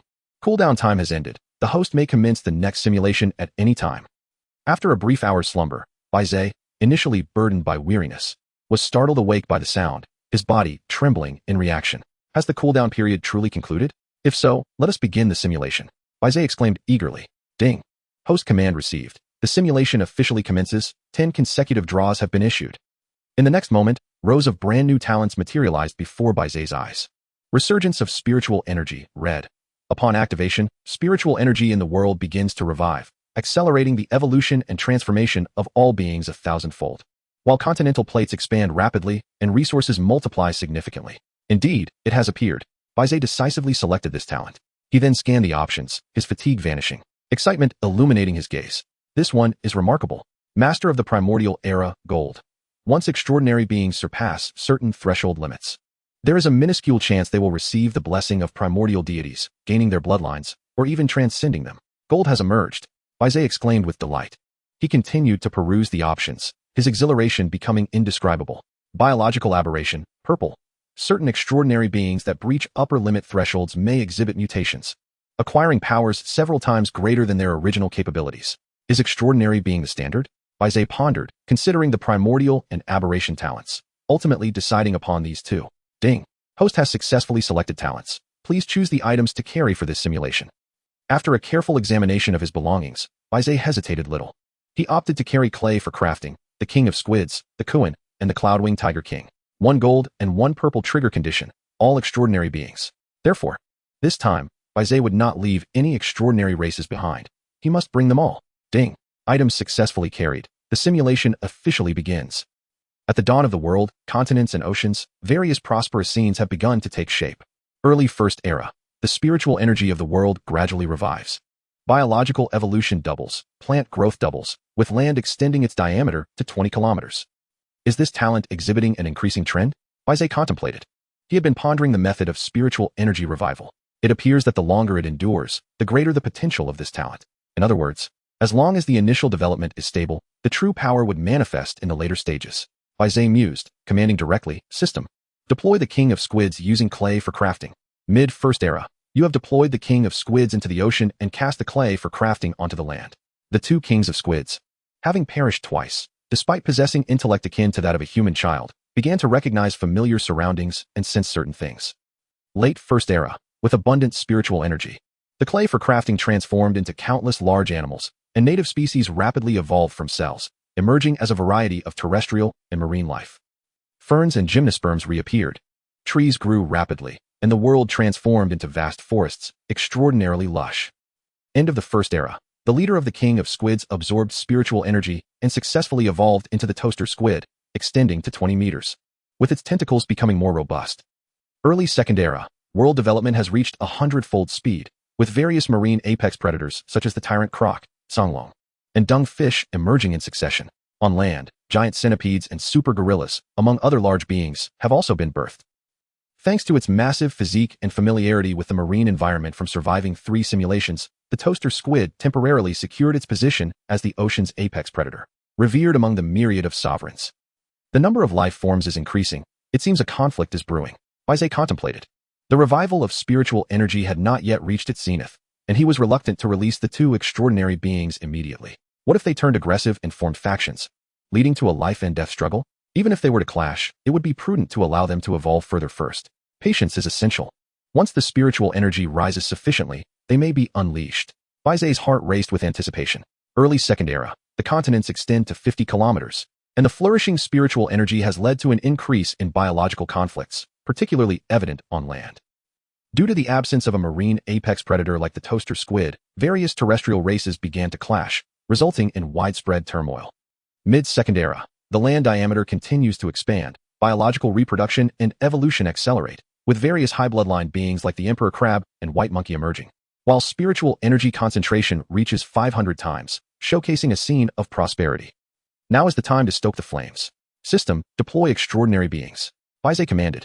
Late Second Era. The ocean surged with colossal waves, towering water columns spiraling at the heart of the sea, as a gigantic figure, akin to a celestial being, emerged alongside its kin. On land, a tempest brewed, auspicious signs descended from the heavens, as wings that obscured the sun unfurled, followed by countless kin extending to the mountain peaks. Two extraordinary life forms have been birthed here. Chapter 14. The deities from the Primordial Era. Secondary advancement under aberration activation. Late Second Era. The moment the Cloudwing Tiger King appeared, it quelled the disputes on the continent, compelling nearly all races to submit, as they revered its angelic wings despite lacking their own. In the ocean, the former apex predator, the toaster squid, felt defiant and sought to challenge this extraordinary being. Yet before it could approach, it was swept down to the ocean's depths by the surging waves, gravely injured. Thus, both ocean and land entered a phase of grand unification. Land area expanded to 100 kilometers, ocean area expanded to 300 kilometers, spiritual energy surged at a thousandfold rate, and the mother planet plunged into an unprecedented era of prosperity. Ding! The host world has reached a critical threshold, and the system has automatically stabilized the world. My goodness, this has skyrocketed, Bai Ze exclaimed with excitement. He gazed intently at the planet before him, vast expanses of greenery flourishing, towering mountains reaching for the clouds, and broadening oceans, a land diameter of 100 kilometers, and this is merely 5 days after awakening. It is likely that only a handful of newcomers could achieve such a feat within 5 days. Is this the terror of the red talent? Bai Ze was filled with exhilaration, eager to witness what would transpire next. Early Third Era. The immense spiritual energy not only enabled ordinary beings to evolve, but even the evolution of extraordinary beings accelerated a thousandfold. Mid-Third Era. Blessings descended from the primordial deities, a surge of power coursed through the Kuin's body, revealing visions from the primordial era within its mind. The sun, moon, and stars were obscured, and wherever it passed was shrouded in darkness, as radiant colors adorned its wings, resembling the fabled Kuinping. Late Third Era. Surrounded by a multitude of sperm whales, the Kuin's colossal body began to shed its skin, akin to a butterfly emerging, first unfurling a pair of wings shimmering with iridescent light, before soaring skyward like a rocket. A series of resonant cries echoed through the sky, followed by the transformation of the sperm whales on the ground, as one by one, winged birds emerged from their expansive forms, soaring alongside the Kuinping into the heavens. Ding! The warlord class extraordinary being, Kuinping, has come into existence. Ding! The sperm whale species has been affected, collectively evolving into the Dapeng bird. Ding! The extraordinary species, the Dapeng clan, has been born. The sovereign of the primordial realm has unleashed its power, transforming Kuin into Peng, thus creating Kuinping. Bai Ze quivered with excitement. The birth of Kuinping, along with its subordinate species, has triggered a mutation. The sperm whales have directly evolved into Dapeng birds. Furthermore, all these sperm whales have ascended to become extraordinary beings, evolving from mere individuals into an unprecedented extraordinary race. Early Third Era. The former oceanic overlord has departed, and the toaster squid, leading the giant squids, has devoured the remains left by Kuinping and the Dapeng birds. The giant squids under its command have evolved into toaster squids, while it itself has developed dense tentacles and acquired a formidable shell. Ding! The extraordinary being, Gitanji, has been born. The Dark Dominator, the evil god Gitanji? Bai Ze exclaimed in astonishment. The race preserved through 3 simulations has surprisingly evolved into this entity. It is not that Bai Ze looked down upon it. Possessing the titles of an evil god and dark dominator, it may not rival mythical beings, yet it wields unparalleled power. It was merely a moment of surprise for Bai Ze. However, just as he was reveling in joy, an unforeseen event transpired. Mid-Third Era. You discover that the soaring Dapeng clan seems to have realized the existence of continental plates. As the mightiest beings on their home planet, they desire not only to dominate the ocean, but also to set their ambitions on the land. Similarly, the cloud-winged tiger king, equipped with wings, has detected the unwelcome guests flying over the ocean. A confrontation ensues between the two parties, ultimately erupting into a world-altering war under the leadership of both monarchs. The inevitable has finally arrived, Bai Ze thought anxiously. Although the Kuan has acquired primordial power and transformed into Kuanping, which is already a significant gain, if they do not engage in conflict, their rapid development could lead to even greater breakthroughs. How vexing. What can be done to prevent them? Bai Ze began to fret. Meanwhile, the clash between the two sides had commenced. Late Third Era. The ocean unleashed colossal waves crashing onto the land, as the transformed Kuanping has substantially enhanced the ocean's overall combat strength. Although many creatures remain confined to the sea, they still exert a crushing trend over land creatures. The cloud-winged tiger king led numerous saber-toothed tigers, believing that with their extraordinary combat power, they could repel the enemy. Yet, to their utter disbelief, before they could even encounter the distant Kuanping, they were first pulled down by countless robust tentacles from the sky. The situation was decidedly one-sided. Bai Ze shook his head in resignation. The ocean's expanse was already 3 times that of the land, compounded by the emergence of warlord-level Kuanping and the successfully awakened Gitanji. Given these circumstances, it was to be expected. However, if this continued, the entire landmass would likely face annihilation. End of the Third Era. The cloud-winged tiger king was ruthlessly overwhelmed, witnessing his elder brother being instantaneously defeated as the land creatures gradually fell into disarray and scattered. Early Fourth Era. Just as the entire land was on the brink of defeat, waves of primordial energy surged into the body of the cloud-winged tiger king. There stood the primordial god atop the mountain peak, its black and white skin, along with a pair of pure white wings that could manifest at will, signifying its greatness and uniqueness. Ding. The warlord-class extraordinary being, the white tiger, has been born. Ding. The saber-toothed tiger species has been affected, collectively evolving into the heavenly winged tiger. Ding. The extraordinary species, the heavenly winged tiger clan, has been born. Remarkable, a second extraordinary species. Bai Ze exclaimed. This is the white tiger, one of the 4 sacred beasts, born with an initial level equivalent to Kuanping, also at the warlord level. Moreover, its subordinate species has collectively evolved into the extraordinary realm. They have even developed wings, imbued with a rich angelic bloodline, truly a high-tier being. Wait, what is this? It seems there are further changes. Bai Ze widened his eyes, his pupils filled with incredulity. You discover that just after the cloud-winged tiger king successfully transformed, its body experienced a rare occurrence of supermutation, evolving in a peculiar direction. It grew green-faced tusks, and waves of despairing malice surged forth from within, granting it a new ability, devour heaven and earth. Ding. The white tiger has completed its mutated evolution. Ding. The mid-tier warlord class being, Tao Tai, has been born. Tao Tai, one of the 4 ancient fiends? This is a product of mutated evolution, and it possesses an additional ability. Bai Ze craned his neck forward, scrutinizing the text on the system panel. A smile crept onto his lips. Even the Dragon King's son-in-law would be hard-pressed to match this. Chapter 15. The evil god Gitanji forcibly ends the simulation. Mid-Fourth Era. The mutated and evolved Tao Tai, leading numerous heavenly winged tigers, ascends into the clouds, engaging in a deadly battle with the Dapeng clan. Meanwhile, the world continues to develop rapidly, with the land's diameter expanding to 150 kilometers, and the concentration of spiritual energy reaching 2,000 times, prompting countless beings to undergo transformation amidst the chaos. Late Fourth Era. Tao Tai, now endowed with the new power of devouring, merely opens its massive maw, and countless Dapeng birds are swallowed into the black hole before it, growing ever more formidable with each battle, surpassing Kuanping by 1 tier. End of the Fourth Era. The world-class war ignited by 2 warlord-level beings has led to a decline of the planet, even with the 2,000-fold enhancement of spiritual energy. It has proven somewhat insufficient, as vast ecosystems have suffered devastation and mass extinction of life ensued. Early Fifth Era. The number of species has plummeted from 500 to 2,000. In this stalemate, the ocean side has found itself at a disadvantage. Due to the slight tier difference, Tao Tai has relentlessly advanced into the enemy's homeland. The differentiation of biological levels is an exceedingly strict matter. Not to mention the vast chasm between major tiers, even the smallest divisions are not easily crossed. However, if they continue to fight like this, the world is bound to be obliterated. Bai Ze exclaimed anxiously.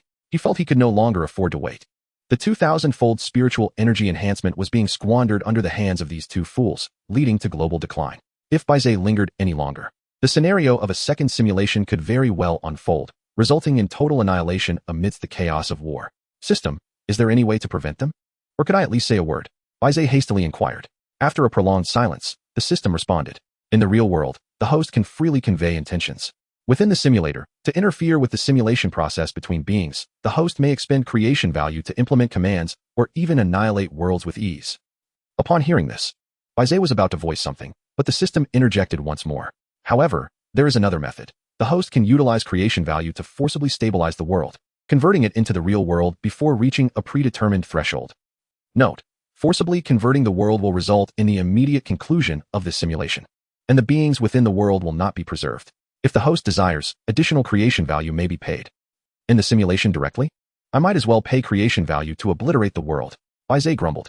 He carefully examined his world, the previously stabilized 100-kilometer world, compared to this 150-kilometer world, was not even in the same league. The root of the discrepancy lay in the fact that it had only just begun, and the concentration of spiritual energy was significantly lower. Thus, compared to the cataclysmic end of the world and the subsequent return to a fixed realm of 100 kilometers, the latter seems to present a more favorable option. Let me first examine the prices for both, Bai Ze remarked. Fixed realm, 1500 Genesis points. Note: the larger the host's world, the more Genesis points required for fixation. Issuing a divine decree or intervening will incur Genesis points based on the magnitude of the event. Upon reviewing the prices, Bai Ze found them to be rather modest, which left him in a quandary. However, the system's next message abruptly interrupted his contemplation. Ding! A special reminder for the host. The current time in the real world is 5 a.m., marking the 7th day of the host's awakening. What? 5 a.m. on the 7th day of awakening? Does that mean today is? The recent flurry of information, coupled with his earlier panic, rendered him somewhat flustered. Fortunately, the system kindly reflected the time displayed on Bai Ze's phone onto the panel.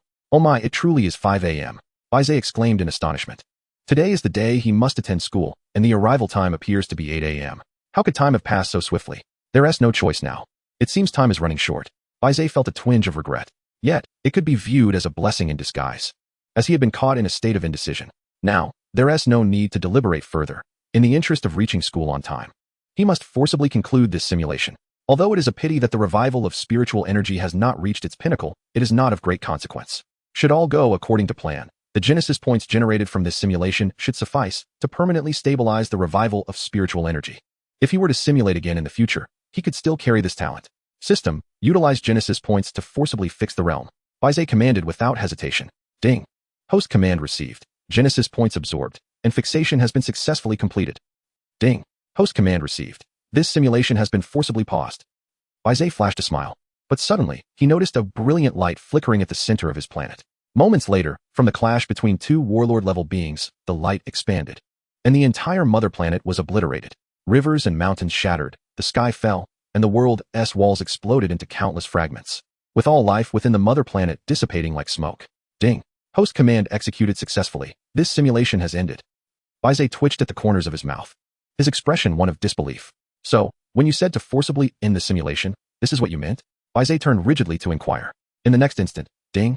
Based on all the data, the host has gained a total of 20,000 Genesis points from this simulation. Well, I forgive you. Bai Ze's eyes widened in astonishment. 20,000 Genesis points? He had never encountered such an amount in his lifetime. Permanently fixing a red talent requires only 10,000 Genesis points. And yet he had received a full 20,000 this time. Ding! This simulation has concluded. Please ensure the host retains the items obtained from this simulation. Jatangir, extraordinary being. Terror crocodile, azure dragon, Deng's fish, great white shark, horseshoe crab, ancient maru, supergiant ape, white ape race, etc. The system's voice broke through Bai Ze's stupor. He turned to see a plethora of creatures nearly filling the system's screen. Without further thought, he focused his mind. Jatangir, extraordinary being, mid-tier servant. Description: an unparalleled extraordinary being, known as the Dark God and Master of Shadows, a veteran who has survived 3 calamities. Seemingly favored by the deities, having undergone distortion through the absorption of spiritual energy and the consumption of original extraordinary shells to attain the extraordinary status. Affiliated species, Tosta squid. Required Genesis points, 700. Chapter 16. It turns out all of this is the power of the deities. So, the birth of Jatangir was also a result of distortion? Bai Ze mused aloud. System, permanently solidify Jatangir. Bai Ze commanded. Having accompanied him through 3 simulations without departing, the veteran had now ascended to an extraordinary being. Bai Ze had no reason to refuse. Moreover, it was a product of distortion, with an initial level surpassing that of the initial Kuan and Cloudwing Tiger King. Ding! Permanent solidification for the host has been successfully completed. Please temporarily select one item for temporary solidification. No need for solidification, Bai Ze promptly replied. Ding! Please select one talent for temporary solidification from the following options. Contemplating the 3 talents, Bai Ze deliberated. System, utilize Genesis points. I wish to permanently solidify the red talent, revival of spiritual energy. As he spoke, the Genesis points on his system panel dwindled rapidly. Yet the permanently solidified revival of spiritual energy emerged within the system's inventory. With this, it could be used indefinitely. Bai Ze smiled, his lips curving upward. As for the temporary retention of talents, frankly, he was uncertain which to keep. The golden talents were indeed enticing. But Bai Ze did not wish to develop in a singular direction. Thus, he directly proclaimed, I will not retain any talents. Conclude this simulation. Ding. Post command received. This simulation has ended. Cooldown time, 50 minutes. Hearing the cooldown duration, Bai Ze exited the simulation space. He glanced at his phone on the bedside table and noted that time was of the essence. With the remaining moments, he needed to swiftly manage affairs in the real world. System, open my world and deploy 3 extraordinary beings. In the next instant, Bai Ze surveyed his planet from a godlike perspective. In the expansive center of the land, the gluttonous Tautai flapped its crimson wings, accompanied by a throng of heavenly winged tigers surveying the terrain, having unmistakably materialized here. Across the ocean, Jatangir thrashed its tentacles in the deep sea, occasionally casting curious glances at its elder sibling, Kuanpung, with a perplexed expression. Who am I? Where am I? What is this place? Have I been transported? The 3 extraordinary beings shared identical thoughts, desperately seeking to understand why they had found themselves here. However, just a few steps forward, they encountered their arch-nemesis. Particularly, Kuanpung and Tautai exchanged glances, their eyes igniting with fury as if static electricity crackled between them, instinctively yearning to engage in battle once more. Ding. In the host's real world, 2 warlord-level extraordinary beings and over 200 servant-level extraordinary beings have emerged. Ding. The world has advanced, successfully entering the first tier of planets. Impressive. Bai Ze beamed with joy. The key to advancing a planet lies in the strength, abundance, and prosperity of its inhabitants. Yet, it was the presence of 2 warlord-level extraordinary beings that allowed the planet to ascend to the first tier. It appears that the advancement of this planet is no trivial matter. Suddenly, Bai Ze recalled something. He swiftly returned to his planet and with a grand gesture, summoned a radiant beam of light to envelop a specific area. Undoubtedly, that location was where the 2 warlord-level extraordinary beings were about to collide. Why can't I move my body? I can't move either. What is happening? The 2 extraordinary beings turned pale, their voices tinged with disbelief. Suspended in midair, they looked up to see a vague human figure outlined in the sky. All manner of celestial phenomena accompanied it, as if the entire mother planet were offering infinite blessings for this person's arrival. Such formidable power instantly awakened the memories of Taudai. That is a deity. It involuntarily escaped its lips. Suddenly, Taudai recalled the warnings imparted by the white ape race to the mortals. Above the heavens, deities cast their gaze upon them. Everything they experienced was merely a trial from the divine. If they could endure the test, they would be granted rebirth. Could it be that those who perished amidst the world's cataclysm could resurrect and stand here, thus embodying the so-called new life? Great deity, could you truly be the magnificent divine being? Is our revival the essence of new life? Tautai inquired without hesitation. Bai Ze, about to respond, was momentarily taken aback by the question. However, as he recalled the messages from the deity conveyed during the 4th simulation, he began to comprehend Tautai's thoughts. Indeed, this is the new life I bestow upon you. Without destruction, there can be no rebirth. Your demise was orchestrated by my own hand, with the ultimate aim of granting you new life. Bai Ze's declaration left not only Taudai, but also the other races in utter astonishment. They vividly remembered that the last time, just as the 2 sides were embroiled in battle, the entire world had suddenly fractured, and amid a blinding light, all beings were reduced to ashes. Such terrifying power, could it indeed be the work of a deity? Most astonishingly, the deity had obliterated the world, yet managed to revive them all, even reassembling their home planet. What unparalleled greatness was this? Great deity, magnificent creator, we are grateful for the new life you have bestowed upon us. At that moment, Gatanj, who had endured 3 world destructions, was the first to voice his gratitude. Even the simplest of minds could sense the infinite cycles of rebirth they had experienced. This must be what the white ape referred to as new life. Great deity, magnificent creator, we thank you for the new life you have granted us. Shortly thereafter, the other 2 leaders below began to chant praises as well.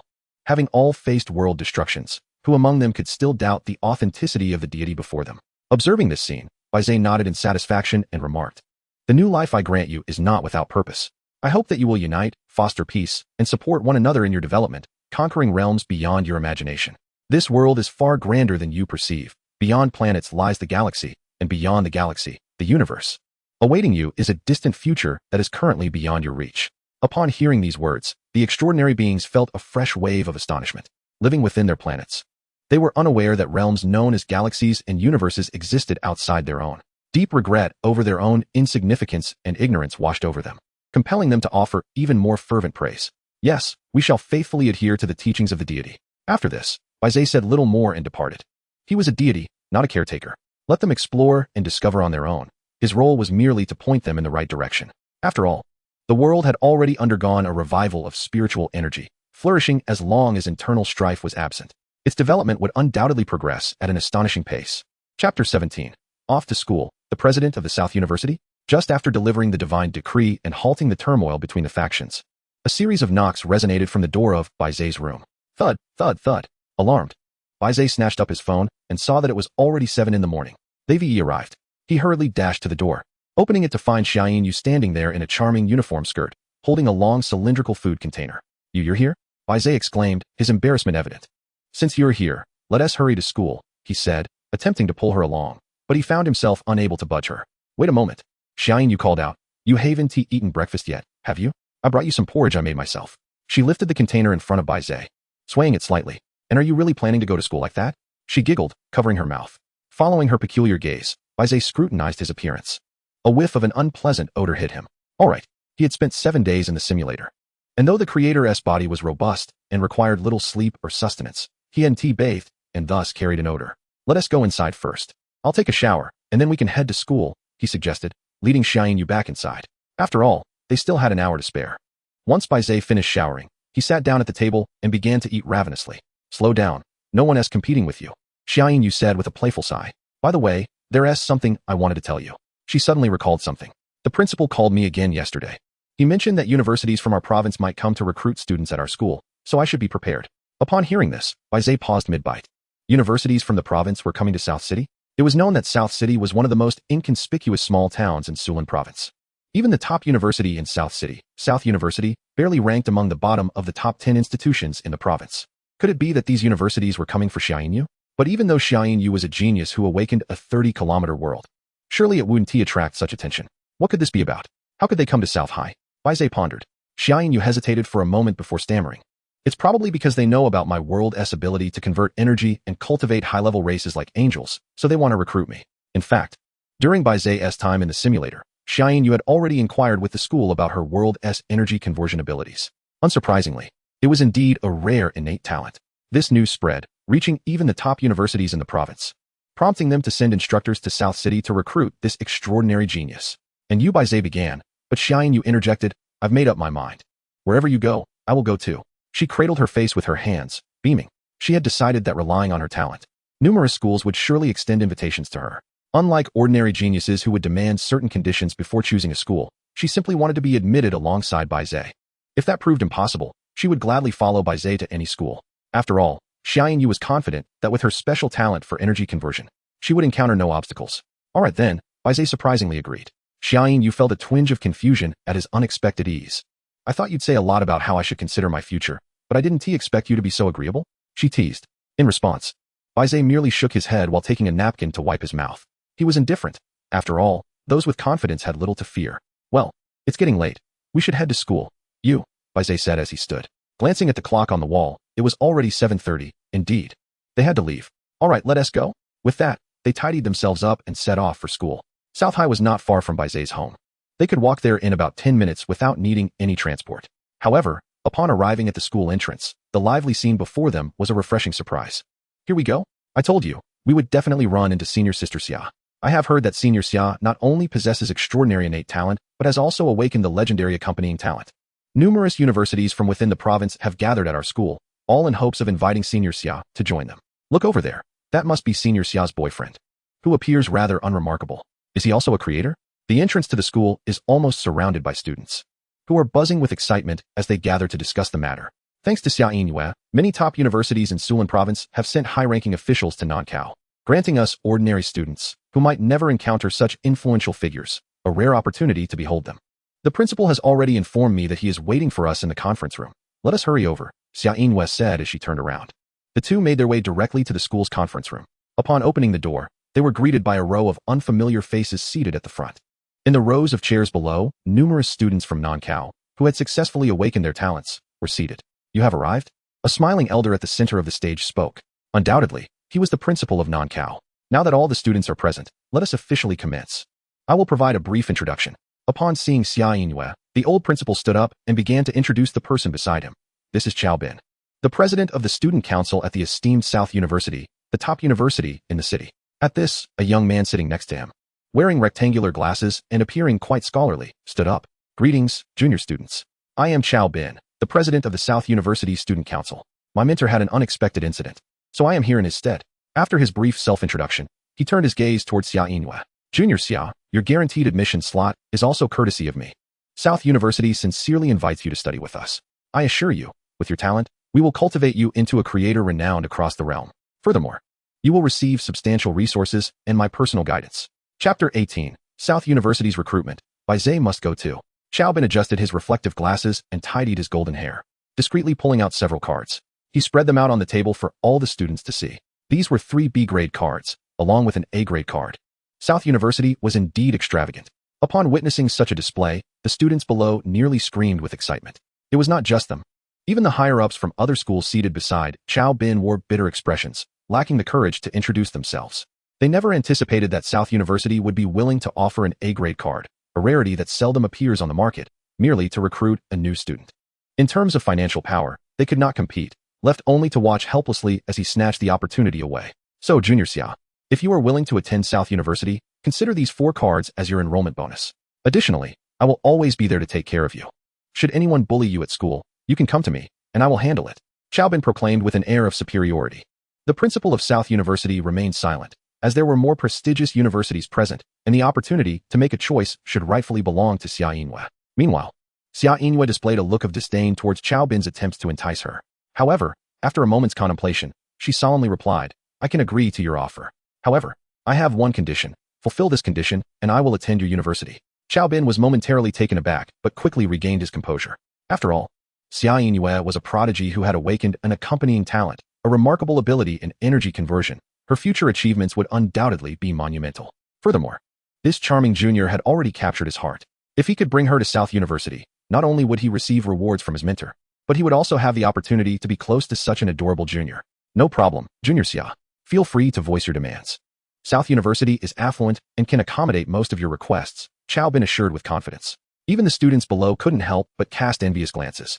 The chance to directly negotiate with the top university in the city was a once-in-a-lifetime opportunity they could only dream of.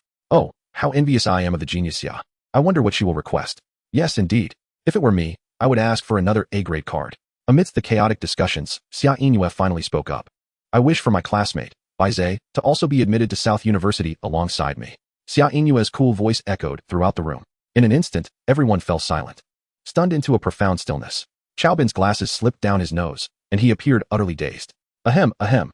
Chao Bin coughed several times to break the suffocating silence, casting a peculiar glance at Bai Ze, who stood beside Xia Yinhua. Hee, Junior Xia, South University is the premier institution in Nan City. Ranked among the top 10 in Sulan Province, it is not an establishment that just anyone can enter. May I inquire about your classmate's awakening achievements? Out of courtesy, Chao Bin made a symbolic inquiry. However, before Xia Yinhua could respond, a group of non-Cao students behind her could no longer contain themselves. Ha, senior, are you not aware? This is another legend from our non-Cao. It is said that he awakened a world resembling a planet, but there is neither land nor ocean, just an empty void. With that, laughter erupted among the students below. Bai Ze's awakened world paled in comparison to theirs, and the thought of Xia Yinhua wanting to bring him to a prestigious institution like South University stirred a deep sense of imbalance within them, compelling them to do whatever it took to sabotage this arrangement. Meanwhile, Chao Bin, upon hearing this, paused to ponder before recalling his previous visit to Nankao. He had heard whispers not only of the exceptionally gifted Xia Yinhua, but also of a boy whose awakening was equally noteworthy. It was rumored that he had awakened a planet without land or ocean, a truly bizarre phenomenon. Junior Xia, I fear your request may not be feasible. Your classmate likely does not meet our admission criteria for South University, and therefore, I cannot allow him to enroll. Chao Bin attempted to evade the issue, essentially conveying his reluctance. It would be a laughingstock to admit such a well-known oddity. The potential damage to the school's reputation was too great. However, he quickly added, but, Junior Xia, although your classmate cannot attend South University, I can assure you that I will help him find a respectable university. Would that be acceptable? Chao Bin had lowered his stance significantly, convinced that Xia Yinhua would not refuse. Yet, to his surprise, Xia Yinhua was resolute in her refusal. Then I shall forego your esteemed institution. Xia Yinhua replied sharply. Turning away, Her unwillingness prompted Chao Bin to panic. How could he let such a prized opportunity slip away? Junior Xia, as a senior, I advise you not to act impulsively. After all, you are merely classmates. Even the closest of friends should not sacrifice their own future for another, correct? Chao Bin assumed a guise of concern for her, earnestly attempting to persuade her. However, midway through his discourse, a fellow student from his school suddenly approached and whispered something in his ear. What? Chao Bin was taken aback. His gaze darted around, scanning Bai Ze once more, utterly baffled. How could this young man presume such audacity? No, Xia Xuejia, you are still quite young.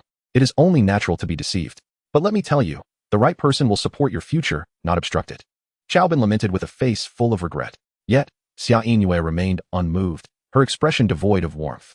Senior, Bai Ze is my boyfriend. Wherever he goes, I will follow. If he cannot gain admission to Nanda University, neither will I. Faced with Xia Yingyue's unwavering stance, Chao Bin found himself in a most awkward predicament. He felt utterly humiliated, unable to save face in front of so many students from other institutions. Chapter 19. A disheartening rejection, the commencement of interdimensional warfare. As he spoke, students from other schools began to stir with eagerness. Yet, they dared not offend Nanda by openly vying for people. Left with no other options, Chao Bin directed his efforts towards Bai Ze. Junior, you must be aware of Xia Xuejia's capabilities. Her future is as vast as mountains and rivers. Surely you wouldn't want to hinder her progress? Chao Bin stated earnestly, appearing genuinely sincere. Bai, one must possess self-awareness. You know better than I what your world is like and what heights you might achieve. Rather than face abandonment in the future, it would be wise to part ways with Xia Xuejia now, allowing both of you to find liberation. Why not seize that opportunity? As this rhetoric unfolded, the students in the back exchanged smirks, eagerly anticipating the unfolding drama. Xia Yingyue's demeanor remained frosty, and just as she was about to confront the matter, Bai Ze intervened. Senior, after all your words, are you merely disdainful of my perceived weakness? Are you afraid that my presence might tarnish Nanda's reputation? Bai Ze's unabashed inquiry left Chao Bin momentarily speechless. However, after a moment's thought, he found directness preferable, sparing himself the need for convoluted explanations. Indeed, Bai, I shall be blunt. Your strength is leagues away from our admission standards. Not only is it difficult to gain entry into Nanda, but even the most ordinary interstellar university would pose a formidable challenge for you. However, as the president of the Nanda Student Council, I possess a benevolent heart. How about this? I am willing to offer Xia Xuejia an opportunity to enroll in an ordinary interstellar university. I assure you, I will uphold my promise. It was clear from his words that he intended for Bai Ze to persuade Xia Yingyue. This reminded Bai Ze of the melodramatic cliches from his previous life, where a million was enough to sever ties with someone. Yet, he was no longer the same. A mere million could not sway him. Senior, I am quite self-aware. Since you claim my strength is insufficient for Nanda, why not engage in a contest? That would reveal my capabilities, wouldn't it? Bai Ze said, displaying a fearless demeanor. This proclamation rendered the entire assembly momentarily mute. Even the president of Nanda displayed a peculiar expression. Bai, are you jesting? What could you possibly use to compete with me? Chao Bin scoffed mockingly. Yet, without a hint of trepidation, Bai Ze stepped forward, asserting, the contest shall be an interdimensional war. Undoubtedly, interdimensional warfare entails the clash between worlds, where two creators engage in fierce combat until one concedes, or until all beings within a world are vanquished. Once commenced, it cannot be halted, regardless of circumstances. Haha. Bai Ze, with your world lacking land and ocean, what could you possibly cultivate in just 7 days? To challenge a senior to interdimensional warfare is laughable. Others chimed in, their expressions gleeful. Indeed, a single soldier from the senior could likely penetrate your world's barrier with ease. Is he under the impression that he has become so formidable, indulging in delusions of grandeur? Even Xia Yingyue felt a twinge of concern. She could not fathom Bai Ze being so reckless as to act impulsively. However, the president of the Nanda Student Council was a figure of prominence within the academy. With only 7 days of awakening, how could Bai Ze, regardless of any fortuitous encounters, hope to contend with him? If the senior is unwilling, how about you all? Bai Ze suddenly turned to address the students seated behind him. Their expressions shifted from surprise to realization. You wish to engage in interdimensional warfare with us? Excellent. You are not worthy to challenge the senior. So we shall gladly take his place and teach you a lesson. The students, eager for a chance to unleash their frustrations on Bai Ze, rose one by one. Their enthusiasm palpable. Since everyone is so spirited, allow me to take charge and arrange an interdimensional war for you. At that moment, the president of Nanda stood, his passion for encouraging student competition evident. Moreover, with the senior officials from various interstellar universities present, he wished to showcase the prowess of his students. With a press of a button, the entire conference room began to tremble. All chairs and tables receded, revealing a massive platform akin to a billiard table at its center. What is this? A battle arena within the conference room? One student exclaimed. This exclusive battleground would replicate the conflict in a comprehensive, three-dimensional manner, enabling observers to witness every detail of the confrontation. President truly understands us. Even the battle arena was prepared in advance. Bai Ze, you may choose a partner for this interdimensional warfare. The opposing students exuded confidence, aware of their varying strengths, regardless of their levels. They believed they could overpower Bai Ze and his peculiar world devoid of substance. Not necessary, Bai Ze replied, shaking his head with a fearless demeanor. Rather than one at a time, let us engage in interdimensional warfare all at once. This declaration once again hushed the room. Even Xiao Bin, who had remained silent thus far, nearly burst into laughter. To pit oneself against multiple peers at once? It was either ignorance or arrogance on Bai Ze's part. As the president of the Nanda Student Council, even he would find it challenging to take on multiple classmates simultaneously. Who gave this newly awakened individual, lacking land and oceans, such audacity? Are you serious? You wish to engage us all in interdimensional warfare? The students mocked. Suddenly, Xia Yingyue could no longer contain herself. Who said it would be a solo endeavor? I will join Bai Ze in this interdimensional warfare. The unexpected declaration from Xia Yingyue left many students astonished and somewhat apprehensive. What are you afraid of? We have numbers on our side. Bai Ze's peculiar world lacks substance. How could even the brilliant Xia be able to withstand us all? Chapter 20. The Additional Planet and Its Terrifying Expanse. The students nearby whispered amongst themselves. Everyone present was acutely aware of Xia Yinyue's extraordinary talent and the formidable race she had created. Thus, an atmosphere of trepidation enveloped them, rendering them hesitant to confront her. However, upon recalling Bai Ze's perceived ineffectiveness and their numerical superiority, their fears seemed to dissipate. Very well, as you say, the principal declared, let the dimensional war commence. The combatants from both sides took their positions on opposite ends of the arena, while Xiao Bin adjusted his spectacles, a mischievous grin spreading across his face. He believed this was for the best. In a world where might reigns supreme, one should let strength speak for itself. By allowing Xia Yinyue to engage in the dimensional war alongside Bai Ze, she might come to realize the inadequacy of her little boyfriend, perhaps leading her to reconsider her allegiances and join their university. Efforts were made to keep the news contained, ensuring that no outsiders were aware of the unfolding events. At that moment, the principal quietly conferred with a nearby teacher, equally skeptical of Xia Yinyue's chances of victory, given that in Bai Ze's realm, his presence mattered little. However, they could not allow their prodigious talent to be publicly humiliated. The repercussions could be substantial. Haha, splendid. Now, let us enter the preparation phase of the dimensional war, chuckled the old principal.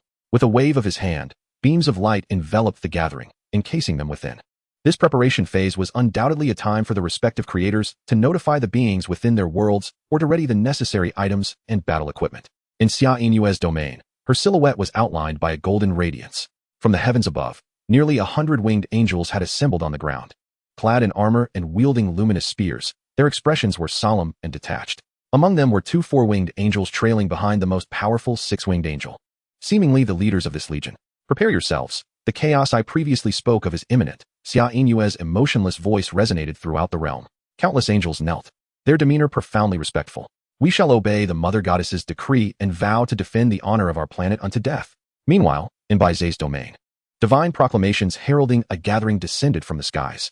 The rock tribe soared above, casting a shadow over the land, dimming their mother star in an instant. Upon the mountain peak, the gluttonous beast Tiao proudly raised its head, flanked by a multitude of sky tigers. In the depths of the ocean, swirling vortices arose. Countless tentacles entwining as Gatange and its kin emerged. Thus, the strongest 3 tribes under Bai Ze's command were assembled. We have answered the summons of the deity. We beseech the exalted creator to issue a divine command. The 3 tribes bowed, their attitudes exceedingly respectful. Soon after, a radiant light descended from the heavens. The inaugural dimensional war is about to commence. Be prepared, utilize your advantages, and cooperate to ensure our victory. Bai Ze's deep voice resonated, spreading amongst the myriad beings. In that instant, the 3 tribes were engulfed in shock and fury. The astonishment stemmed from the revelation that there existed not just their own dimension. The rage ignited from the audacity of others daring to oppose their supreme deity. We shall fight for our divine master, through thorns and brambles. We vow to safeguard the honor of our mother planet. As their morale surged, Bai Ze quietly departed his world. Simultaneously, the students from the same school had long been prepared. When both sides opened their eyes, the battle was nearly upon them. Ha ha ha.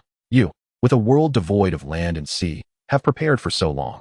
Are you not merely putting on a facade? When you see our combined army, do not be frightened. Ha ha ha.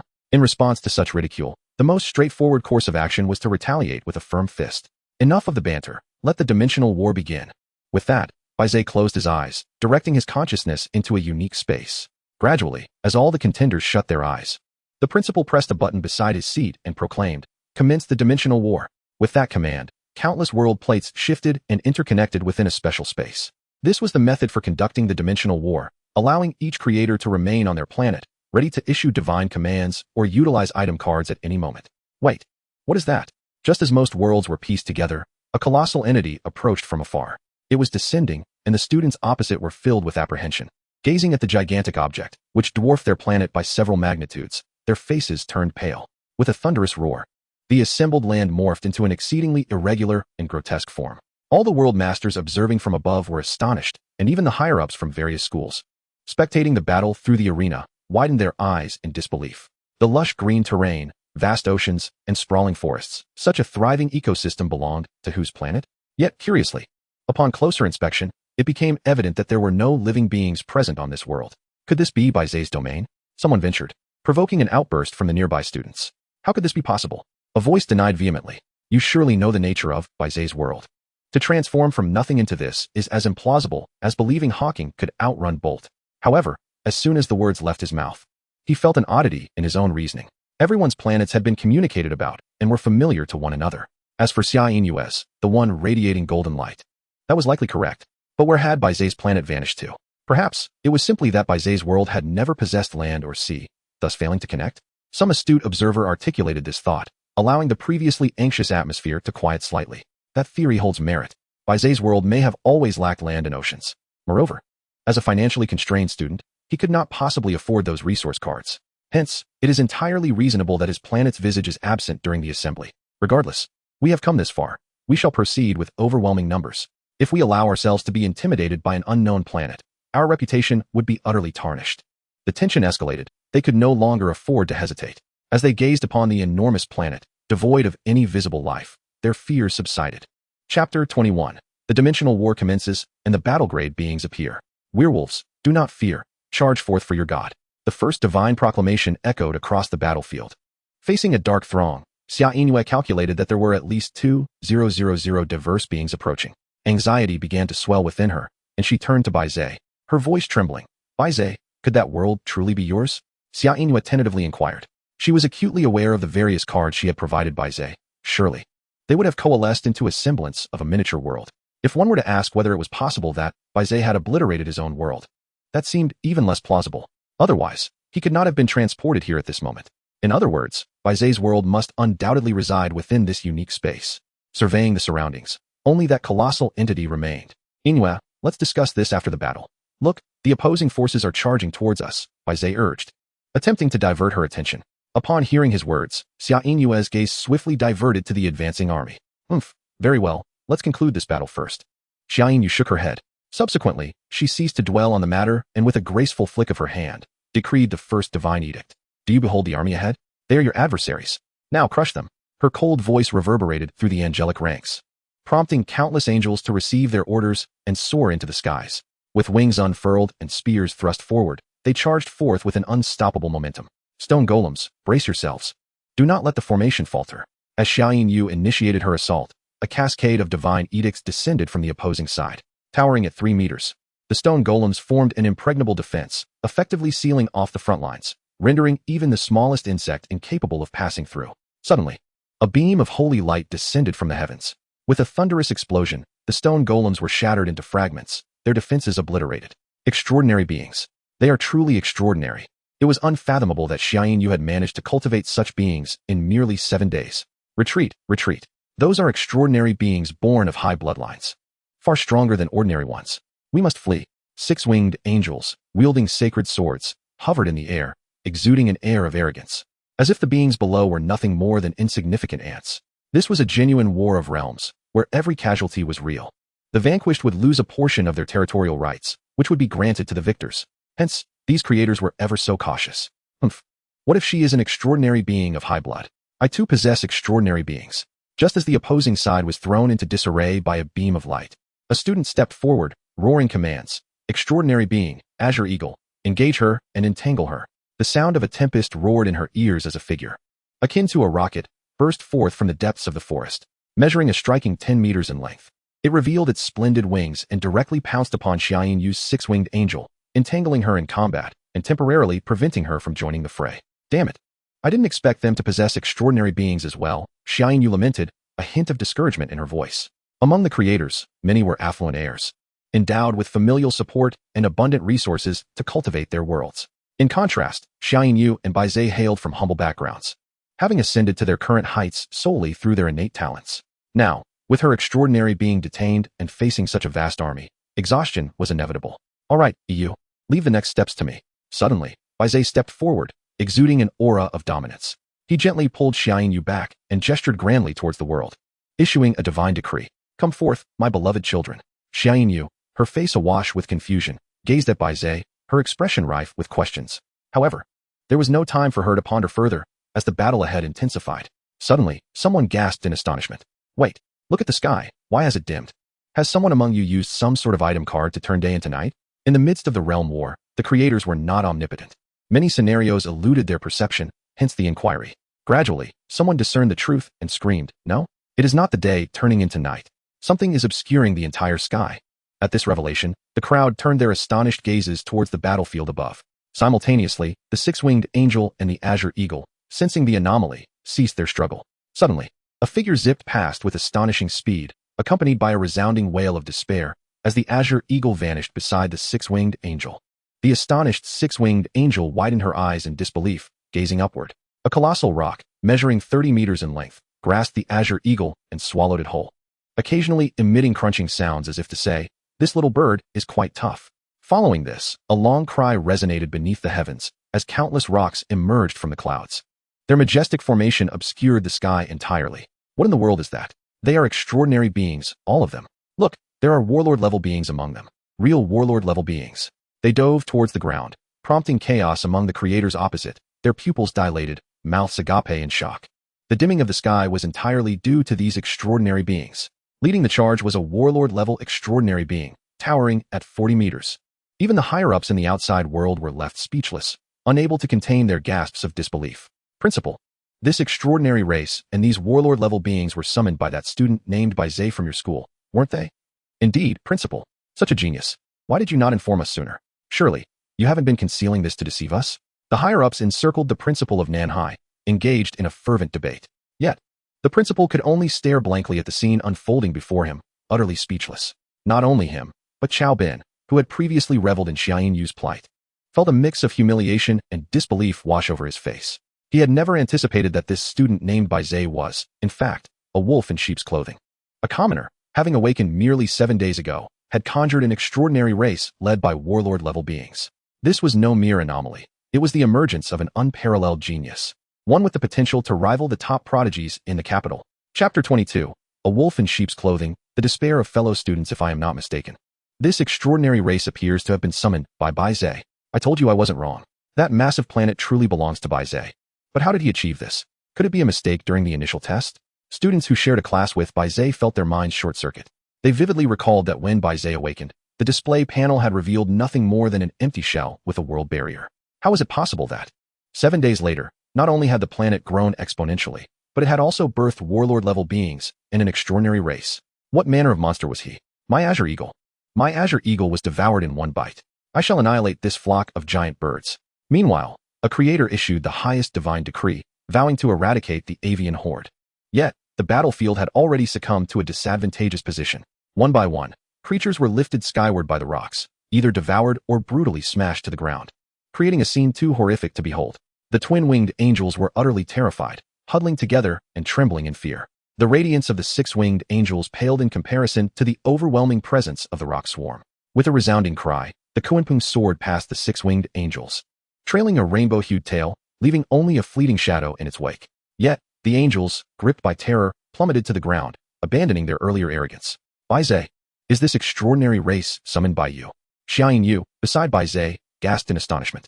Bai Ze smiled and nodded, teasingly replying, "Did you not witness me issuing the divine decree just now? Do you still doubt me?" Xiaoyu, momentarily stunned, quickly responded, I believe. But please, instruct your birds not to harass my angels. They are frightened." Bai Ze chuckled amiably. "Very well. I shall command them to conclude this swiftly." Their camaraderie was filled with laughter and warmth amidst the chaos. On the other hand, chaos reigned supreme. Numerous creators were frantically orchestrating their creations' counterattacks, desperately attempting to regain a foothold in the face of overwhelming power. They dispersed their formations, with the larger and heftier beings positioned at the forefront while ranged attackers sought refuge behind, striving to maintain their composure. Amidst the tumult, A werewolf leader received orders from the creators, assuming temporary command of their forces. Their considerable mass made them difficult for the gigantic rock to seize, an effective defensive strategy.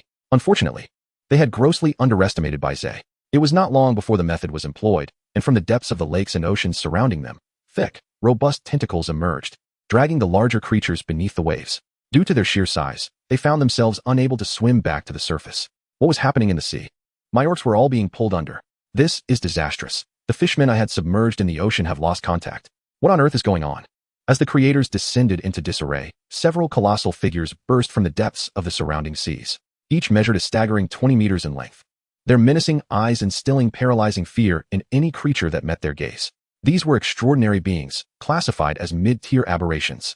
How many such formidable beings does Bai Ze possess? Why are they all so terrifying? Cursed be it, this was the very entity that devoured all my fishmen. The creators were on the brink of madness as they beheld the mid-tier aberration, Gadangir, whose tentacles writhed and claws clutched menacingly. How could they have anticipated that Bai Ze possessed such a multitude of extraordinary entities? First, the sky was obscured by the vast wings of the rock. And now the surrounding waters were besieged by these gigantic squids. Under the immense pressure of their size, the creatures at the island's center appeared as insignificant as ants. Utterly inconsequential in this conflict. Perhaps we should concede. I cannot bear to witness the annihilation of my creations. Indeed, with so many extraordinary beings, we stand no chance against Bai Ze. We must surrender swiftly. As the battlefield tilted irreversibly in one direction, fierce debates erupted among them. Yet, some remained defiant. What nonsense is this? With our numbers, how can we lose to just 2 of them? If we do, we shall become the laughingstock of the cosmos. The wealthy scion who had unleashed the hawk bellowed. His bloodshot eyes gleamed with malevolence as he declared, if they seek to eradicate us, then I shall ensure they suffer equally. With that, he summoned a card with fervor. Upon closer inspection, it was a B-grade item card, Judgment of Heaven. Its primary function was to harness the world's power and unleash a devastating beam of destruction. If you wish for my downfall, then you shall not escape unscathed, he proclaimed, activating the B-grade item card, Judgment of Heaven. At his command, the card disintegrated into a cloud of ash.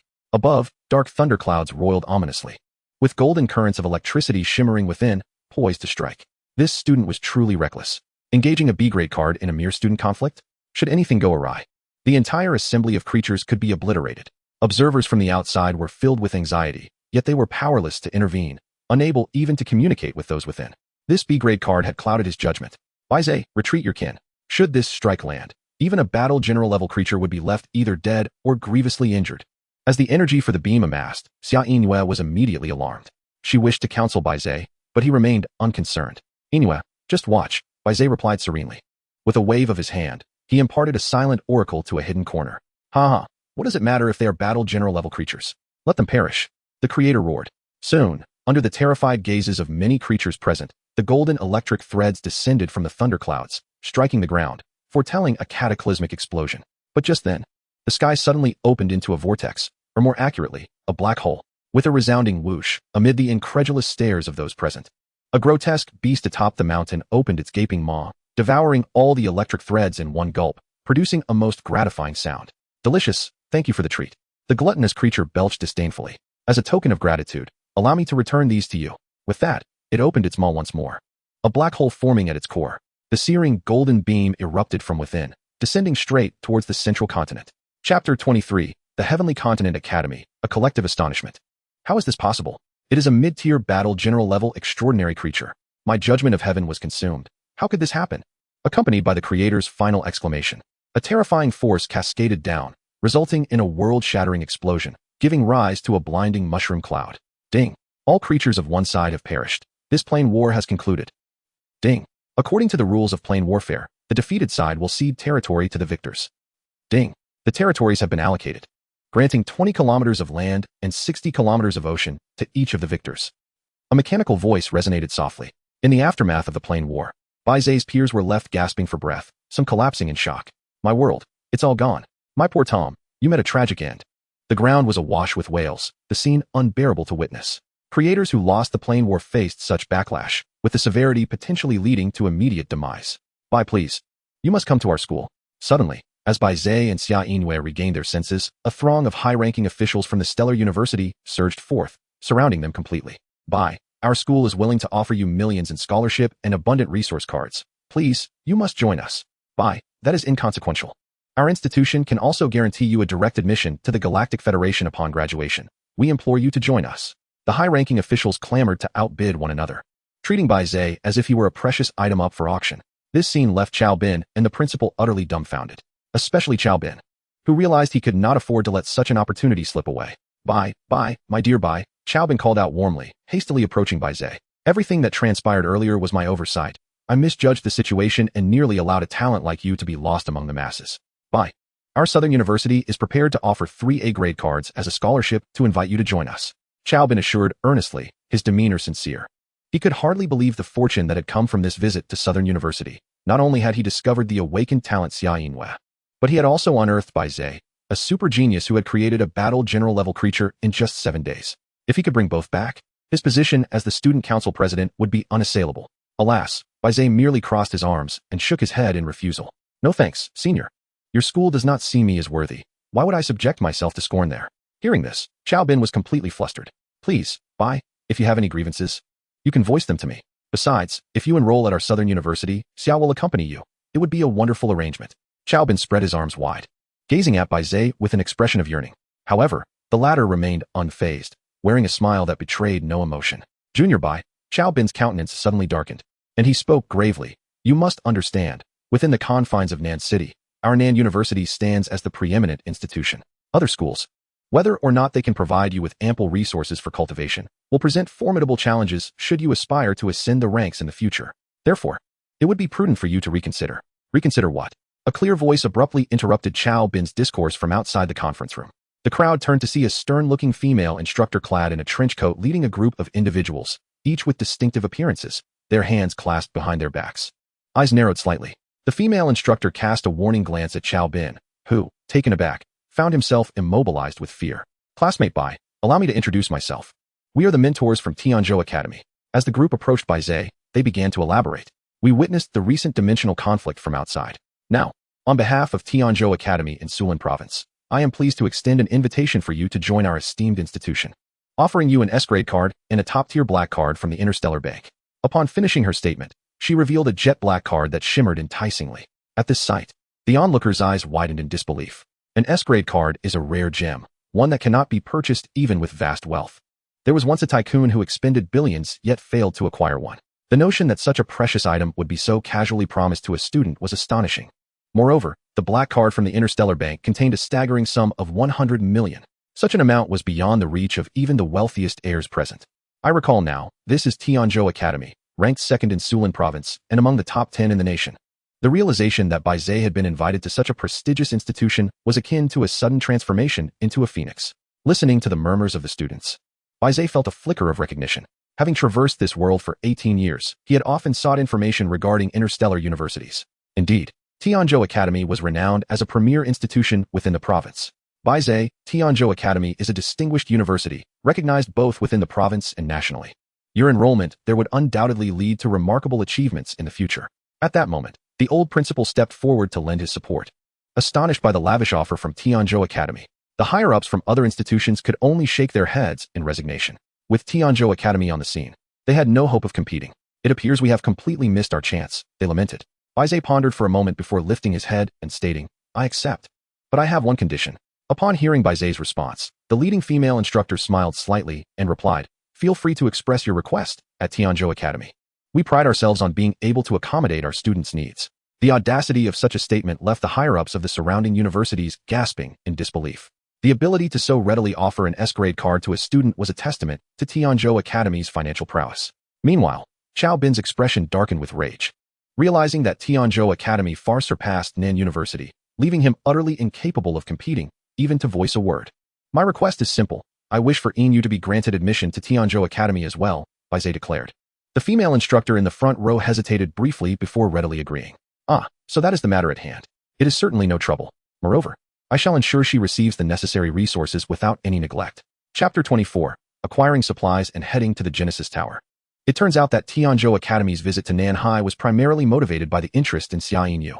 Unexpectedly, they encountered the extraordinary talent that was Bai Ze. How could they possibly refuse such promising individuals? Bai Ze, please take this black card, the female instructor insisted, pressing the card into Bai Ze's hands.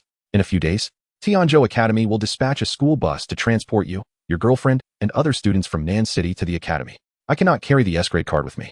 But once you arrive at the school, I will personally assist you in selecting the appropriate resources. With that, the female instructor and her colleagues prepared to depart. As they passed by Chow Bin, he hastily altered his demeanor, striving to appear obsequious.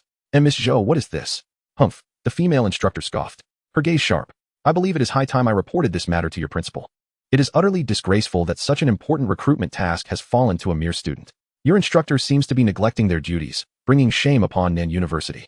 With that, she flicked her trench coat and strode away with authority, leaving a terrified Chow Bin reeling, his eyes hollow as he swayed unsteadily. We're doomed, he muttered to himself. The connections between universities were well known. Should the principal learn of his blunder in failing to recruit two such gifted talents, it would not only jeopardize his position as student council president, but could also spell trouble for his mentor in the future. Principal, since we have already chosen our school, we shall take our leave. Bai Ze stepped forward to bid farewell to the old principal. Then, amid the reluctant gazes of the crowd, he departed the school with Xia Yinyu. Throughout their journey, the two remained unusually quiet until Xia Yinyu broke the silence. Humph, Bai Ze, you nearly had me fooled. I almost thought I was going to lose. Tell me, did you already possess these extraordinary abilities when you called me? Which gave you the courage to confront them? She leaned closer, her delicate brows furrowed, regarding Bai Ze with skepticism. They paused, and Bai Ze managed an awkward smile. How could you say I was hiding this from you?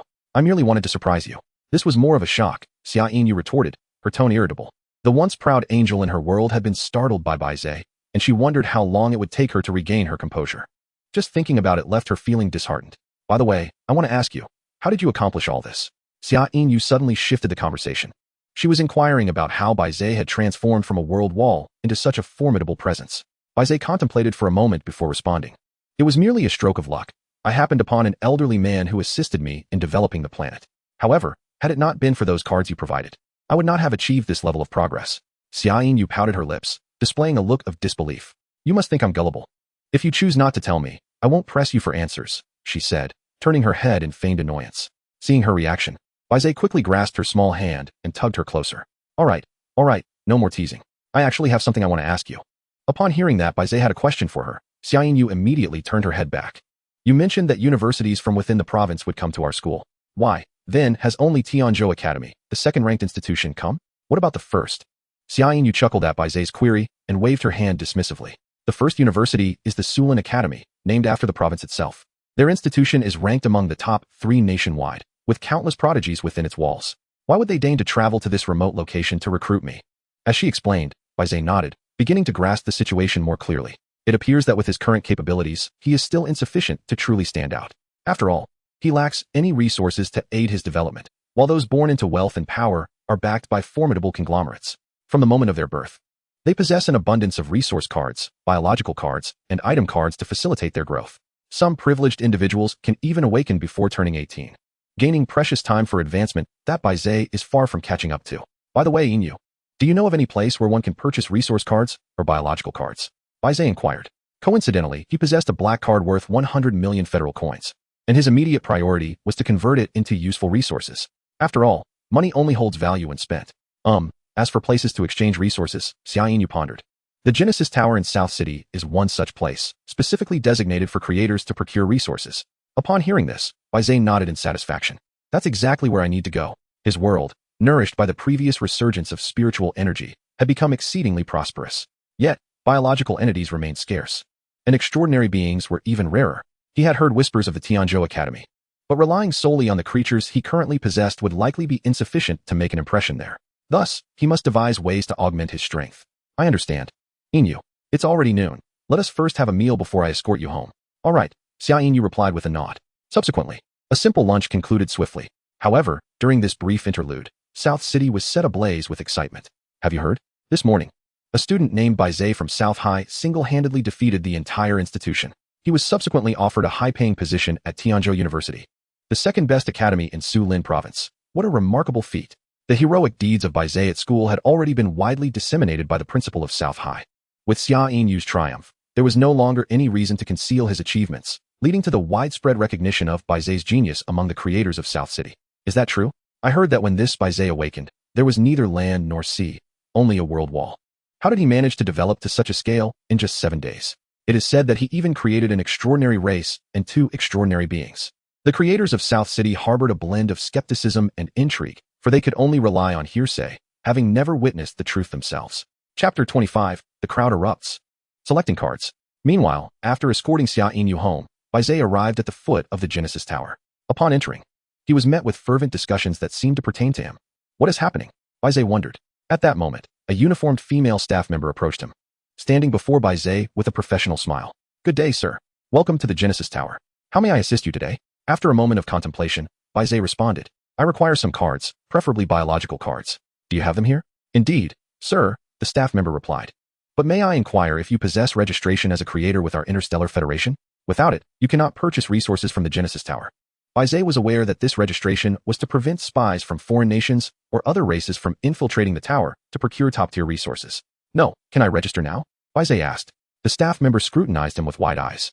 That is not an issue, but sir, are you a newly awakened creator? Our minimum requirement for registration is at least a first-tier planet. The staff member, perceiving Bai Ze's youthful appearance, assumed he was still a student. Nevertheless, Bai Ze smiled and nodded. I have indeed just awakened, but registering is hardly a problem. At this, the staff member chose not to elaborate further. Anyone with a modicum of knowledge knows that expenses at the Genesis Tower are anything but modest. Bai Ze's apparent youth and his straightforwardness in entering the establishment and making such requests led her to speculate that his identity might be more significant than it appeared. Perhaps he was the offspring of some affluent family. Very well, sir.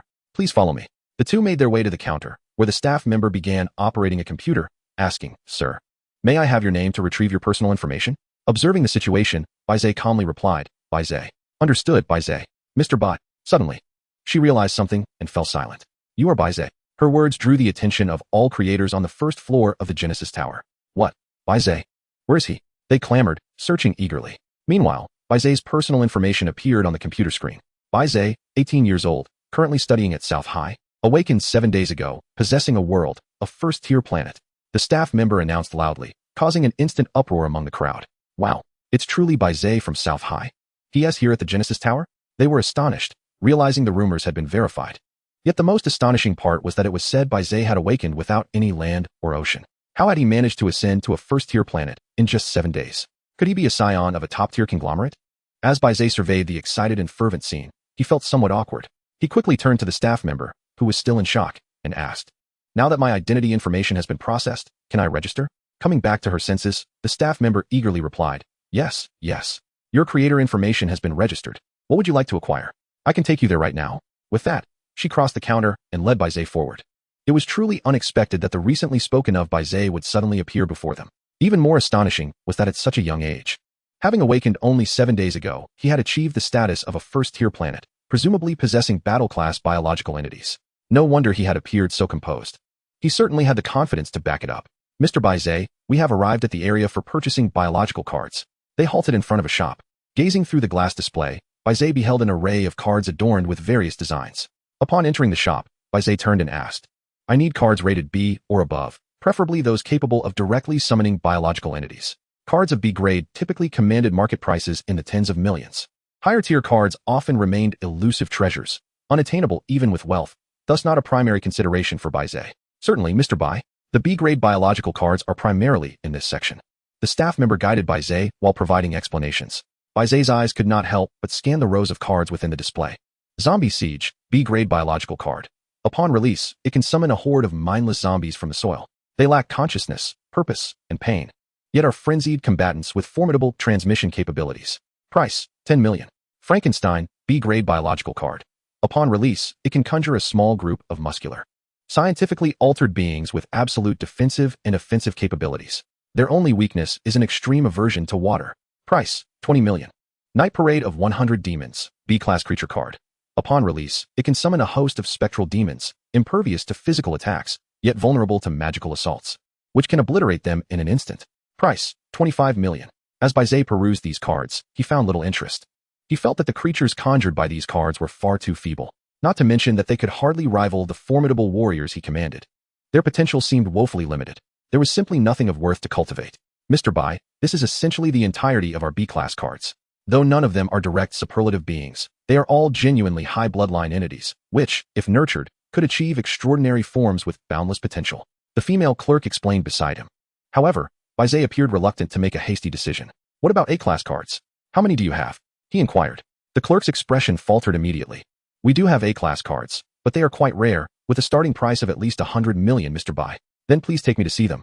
Bai Ze replied, not outright refusing. Though he couldn't afford them at present, he saw no harm in browsing. If he stumbled upon a valuable card, he could always seize an opportunity to earn some money and acquire it. Otherwise, he would rather not waste his time on the B-class cards, no matter how inexpensive.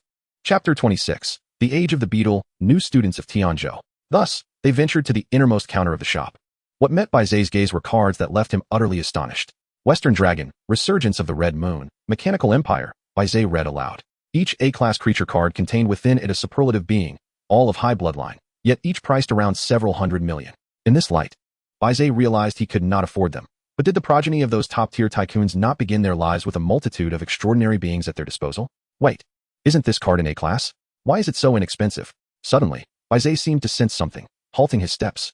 Age of the Beetle, A-class creature card. Upon release, a multitude of gigantic beetles sweep across the world, possessing hard armor and robust wings, and containing within them a superlative being, the Beetle Lord. Price, 80 million. Ah, sir, this card is indeed an A-class, the clerk replied slowly, but these gigantic beetles are not of a high bloodline, and they are pests, capable of devastating planetary ecosystems. Generally, affluent planetary lords would not choose such creatures, which is why the price has plummeted to this extent. Listening to the clerk's explanation, Bai Ze pondered briefly. Suddenly, a colossal figure loomed in his mind, standing tall upon the continent. A cosmic behemoth? He murmured, and in that instant, he conceived a plan to cultivate this creature effectively. I'll take this card, Bai Ze stated emphatically. The clerk was momentarily taken aback and quickly attempted to dissuade him. Sir, perhaps you should reconsider. If funds are insufficient, I can help reserve some cards for you. The Age of the Beetle is quite renowned among creators. A second-tier creator once used it, but within just 3 days, his world was devoured completely, with massive casualties among the creatures, leaving him in a state of despair, having produced a rare talent in the southern city. No one wished for such a tragedy to occur. Yet Bai Ze remained undeterred, his face brimming with confidence. Devastating the ecosystem? Nonsense. I possess a world of revitalized spiritual energy and exponential development. Even if they were to feast, they would not consume all, and perhaps they might even perish from overindulgence. Thus, he paid little heed to her warnings. My mind is made up. I will take this card. How do I proceed with payment? Bai Ze inquired with a light-hearted smile. Seeing his resolve, the clerk, recognizing her inability to change his mind, relented. Ah, this is our Genesis Tower's store. You can simply swipe your card at the counter. With that, she retrieved the card from its glass case and led Bai Ze to the counter. This card should suffice. Bai Ze produced a black card. At first glance, the clerk appeared astonished. The top-tier black card of the Star Federation, worth a staggering 100 million Federation coins. It seemed the rumors were indeed true. Bai Ze had been recruited to Tianzhou Academy at a high price. Unfortunately, he had chosen this card. That will do, sir. After receiving the black card, she swiped it on the nearby machine. Instantly, the announcement echoed through the first floor. Ding. A-class creature card. Age of the Beetle transaction completed. 80 million deducted from Federation currency. What? Age of the Beetle? Is there really a creator daring enough to purchase this card? Is he courting death? As Bai Ze exited the store, clutching the Age of the Beetle, he found himself the focus of scrutiny from a circle of creators. So it's him, who exchanged for the Age of the Beetle. While he may be a genius, such arrogance is excessive. This card once decimated the world of a second-tier creator. All right. Let's disperse. Youthful recklessness always comes with consequences. It appears that the rare talent from Southern City is destined to fall. The onlookers gradually scattered, while Bai Ze's expression remained largely unchanged. It was natural for others to remain unaware. After all, if his circumstances were made known, their expressions would surely darken 1,000-fold. A cosmic behemoth? He hurriedly made his way back to his humble abode. However, he had scarcely taken a few steps when his phone rang. Ding ding ding. Bai Ze hastily answered the call, and on the other end, he heard the voice of Xia Yinhua. Bai Ze, are you home yet? She asked with a playful giggle. Yes, I've just returned from Genesis Tower, Bai Ze replied. On the other end, Xia Yinhua was sprawled on her bed, clad in bear-patterned pajamas, her delicate feet swinging in the air. After a moment's thought, she continued. Did you find a card you liked at Genesis Tower? As Bai Ze walked towards his bedroom, he chuckled wryly. I bought an A-class card, the Age of the Beetle, mainly because I couldn't afford the others. Upon hearing this, Xia Yinhua sat up straight in surprise. The Age of the Beetle? That card is quite infamous. I've heard it once ravaged the ecosystem of a second-tier planet. You should be cautious. Listening to Xia Yinhua's concerned tone, Bai Ze could only shake his head helplessly. Why did that sound so familiar? Was this card truly that well-known? Even Xia Yinhua was aware of it. All right, Yinhua, I will be careful. Oh, by the way, Teacher Zhou contacted me earlier. She gave me 3 A-class cards and a scholarship. Additionally, she added me to a new student group, which includes all students who were admitted to Tianzhou Academy this year. Not just from Southern City, but also from several surrounding cities. I'll go take a shower now. Check if you received any messages on your phone. With that, the call ended, leaving Bai Ze puzzled as he opened his QQ chat. Glancing through, he noticed that he had been added by someone named Teacher Zhou and had inexplicably been included in a group. New students of Tianzhou? Was that the group name? Just as Bai Ze contemplated this, his phone vibrated again. Oh, another newcomer has joined? It seems this cohort has quite a few competitors. So many have gained admission to Tianzhou Academy. As a flurry of messages flooded the screen, someone noticed a change in the remarks associated with Bai Ze. Bai Ze, that name rings a bell. Isn't he the exceptional genius from Nan City? Rumor has it that this morning, he single-handedly defeated the entire school. Being accepted at a premium by Tianzhou?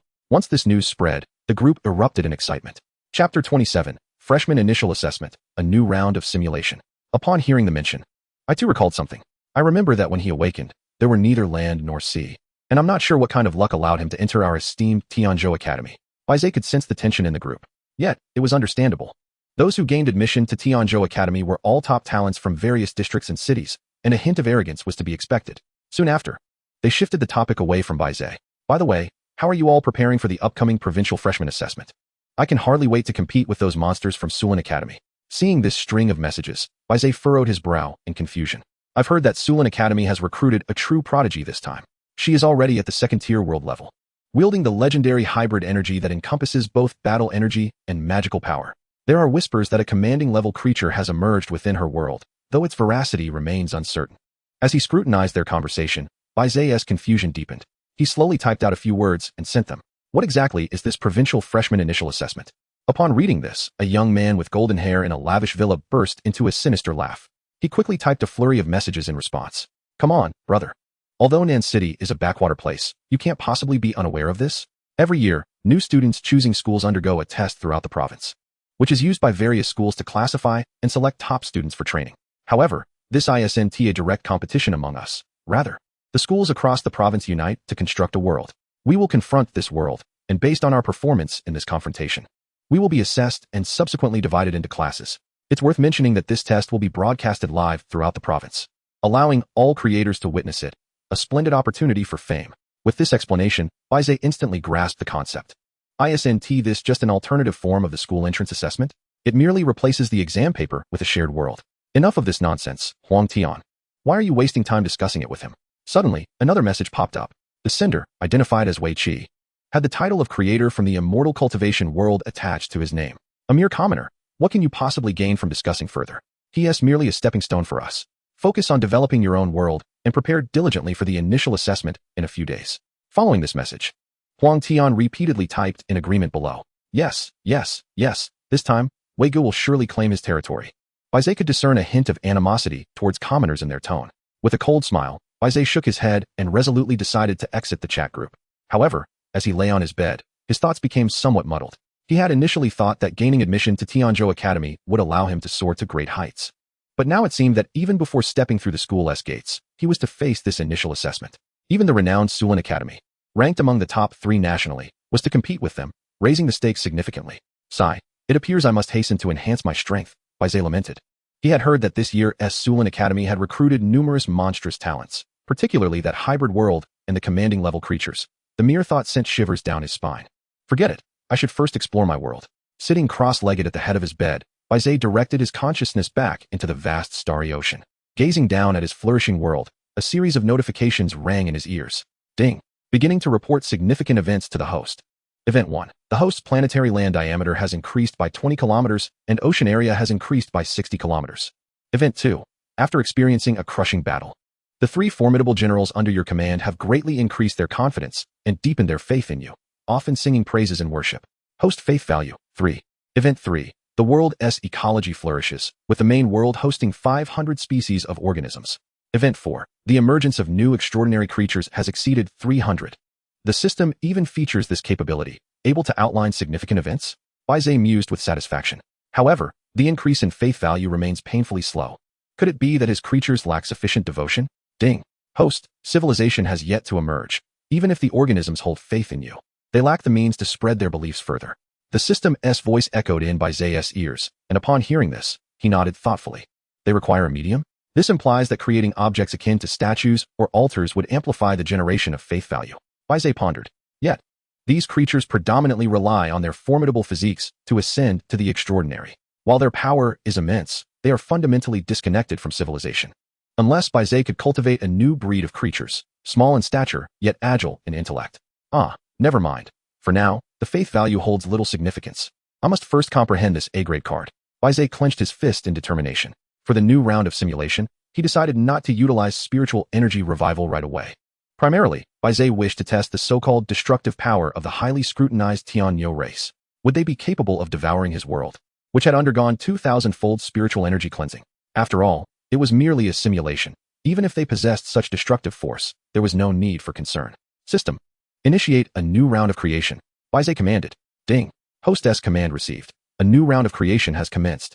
This simulation requires 1,700 creation points. Confirm? Yes. Bai Ze replied without hesitation.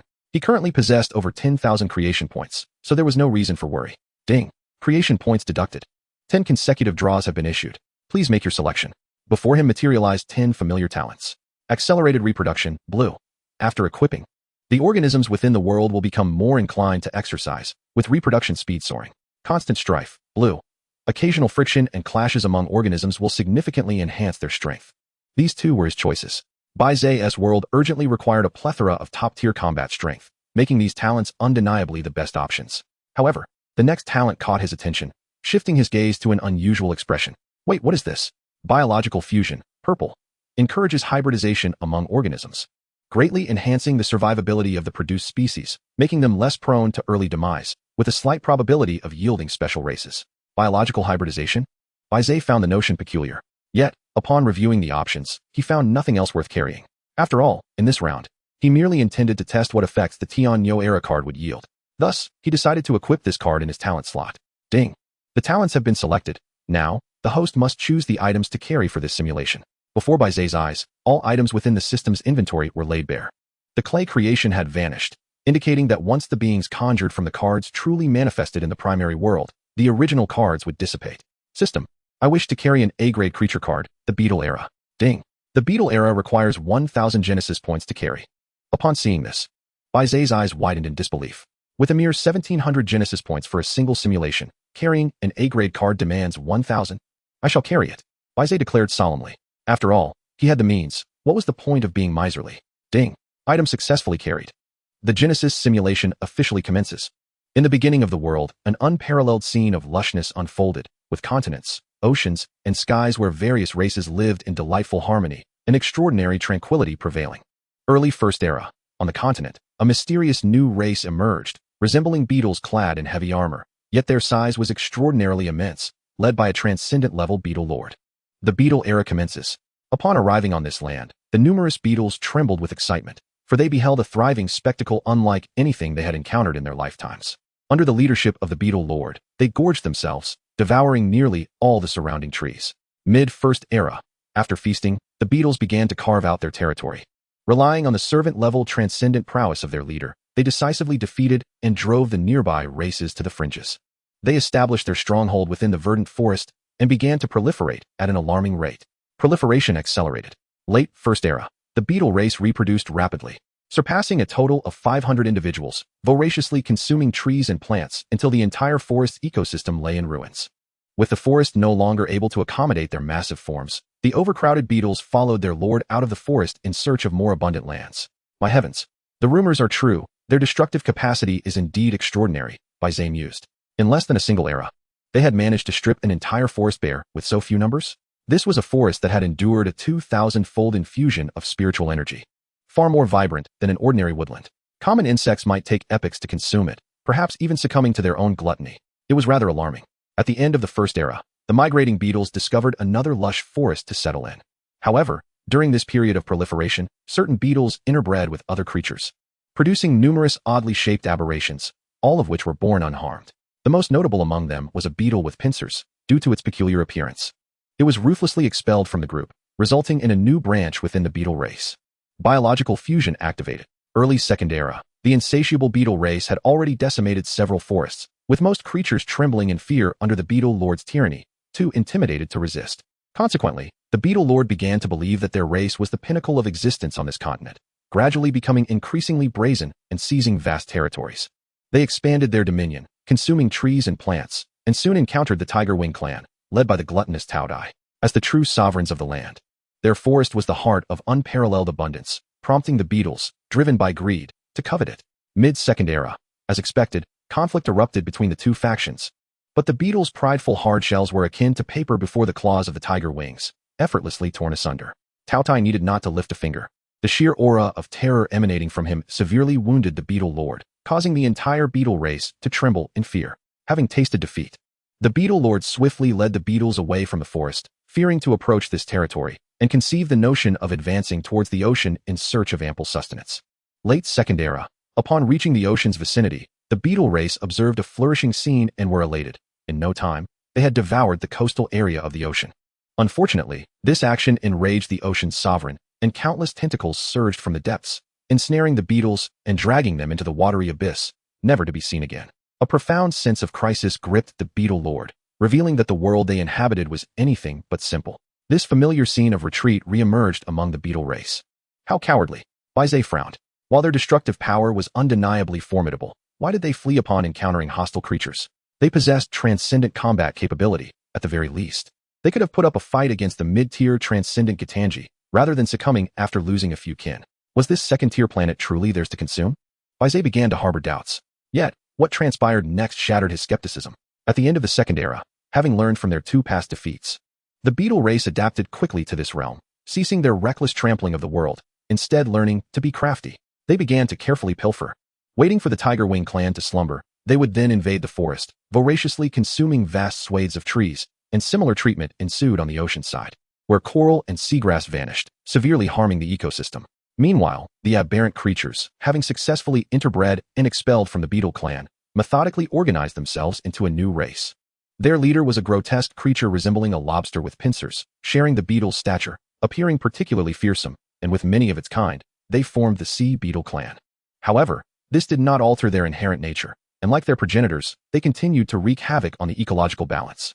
Chapter 29. The rapidly proliferating beetles devour the world. Early Third Era. The sea beetle clan, being hybrids, possessed diminutive forms, resulting in diminished destructive capacity. Yet, under the influence of their mutated lineage, many sea beetles ceased to crawl on four legs and learned to walk upright, albeit with great difficulty. Nevertheless, they succeeded. Moreover, unlike their ancestral beetles, these sea beetles exhibited heightened intelligence. Although they lacked the presence of transcendent beings, they mastered the use of stone tools and fire, posing a significant threat to neighboring creatures. Mid-Third Era. Continued frictions arose among the creatures, with their strength steadily increasing. The beetle race, as insects, reproduced at a pace hundreds of times that of other races, with their population exceeding 2,000, while the sea beetle clan surpassed 1,000 individuals. Conflict ensues, however. With the burgeoning numbers of both races, resources became increasingly inadequate to satiate their appetites. Vast expanses of ocean and land were ravaged, and the world began to exhibit signs of decay for the first time. The soaring rock clan in the skies paid no heed to the beetles' actions. Yet Tautai and Gitanji could not remain indifferent. In their wrath, they issued a decree of extermination against the two clans, vowing to annihilate them. Late Third Era. A multitude of beetles, along with the sea beetles, faced extermination, awakening a sense of crisis within the beetle lord, who humbly sought out the leader of the sea beetles to apologize, yearning for both clans to set aside their grievances and unite against external threats. Amidst the global scrutiny of this matter, the leader of the sea beetles was deeply moved and readily agreed to the beetle lord's proposal, initiating a campaign to enlighten their less astute kin on the utilization of tools. Early Fourth Era. Following their alliance, the combined might of the two clans surged, leveraging the unparalleled reproductive capabilities of insects, leading to exponential increases in their numbers, outpacing any attempts at control. With the newfound ability to use tools, the two clans even collaboratively devised primitive bows and arrows, rendering many races unable to approach them, thus accelerating their reproduction, with their total numbers surpassing 5,000. This is about to explode. Bai Ze wiped the sweat from his brow. He had forgotten that the reproductive capacity of insects was several hundred times that of other species. With the innate ability to accelerate reproduction, not only would other races reproduce more quickly, but even the beetle clan would experience an increase. As their numbers compounded, the prospect of extermination became futile. The disparity in quantity was staggering. Could it be that they relied on sheer numbers to obliterate that second-tier world? A sudden insight struck Bai Ze. He continued reading, eager to validate his hypothesis. Mid-Fourth Era. The world lay in ruins, and where the beetles passed, not a blade of grass could survive. They blotted out the sun as if the apocalypse had descended, devouring the very celestial bodies themselves. The terrestrial diameter of the world began to regress to 100 kilometers, and the oceans shrank to 300 kilometers, with vast swathes of life perishing under the beetles' onslaught, reducing biodiversity to merely 200 species. Late Fourth Era. Realizing they could not eradicate the beetles, and witnessing the extensive devastation, the Rock clan finally took action. Regrettably, the current alliance of beetles had surpassed 10,000 in number. Even with the superior aerial advantage of just over 100 rock birds, complete annihilation was unattainable. Early Fifth Era. For the first time, 3 races endowed with extraordinary abilities united to launch an offensive against the beetles. A colossal army of the Transcendent advanced forth. With the inclusion of the Tautai and the Kuanpung, the beetle clan was halved. Blood rain fell from the sky, scorched earth lay in heaps, and the oceans turned crimson, as if the world itself wept. However, amidst the chaos, plants and creatures perished in droves, the land became barren, unable to foster new life, and the terrestrial diameter shrank to 50 kilometers. In this constricted space, food resources dwindled, leading to a desperate struggle for survival among the creatures. Even the extraordinary beings found themselves unable to save themselves. Ultimately, this culminated in the decline of the mother planet's energy, plunging the world into silence, resulting in the complete extinction of life. Simulation complete. Indeed, pests are pests, and they are formidable. Upon reading this, Bai Ze could not help but exclaim, just as he had suspected. Ordinary insects are small in stature. Even if they are gluttonous and reproduce abundantly, it is of little consequence. However, the beetles could reach lengths of 5 to 10 meters, coupled with their rapid reproduction. It is not out of the realm of possibility for them to obliterate a second-tier world. Bai Ze pondered. After this round, he had gleaned a clearer understanding of the destructive potential of the beetle clan. If he wished to harness them, his little planet would surely be doomed. He must facilitate the revival of spiritual energy. However, these beetles could not be deployed immediately. Otherwise, before the spiritual energy could manifest, they would have already laid waste to the world, rendering it useless. Ding. Based on all the data, the host has acquired 2,000 creation points from this simulation. Not bad. Now on to the next step. Ding. Please select items to retain from this simulation. Beetle race. See beetle race. Bear Big, Bear 2, King Gigi. Note, if the host chooses to retain either the beetles or sea beetles, the beetle era in their possession will cease to exist. 2 entities of the same origin cannot coexist in the world. Bai Ze nodded. He had anticipated this. However, from the outset, he had no intention of selecting the beetle clan, as their numbers were simply too vast. The beetles produced from the beetle era would number around 100. Neither too few nor too many, just sufficient for his needs. I will not retain any items, Bai Ze declared. Ding. Please select 1 talent to retain. Bai Ze scanned the options and found the concept of biological fusion intriguing.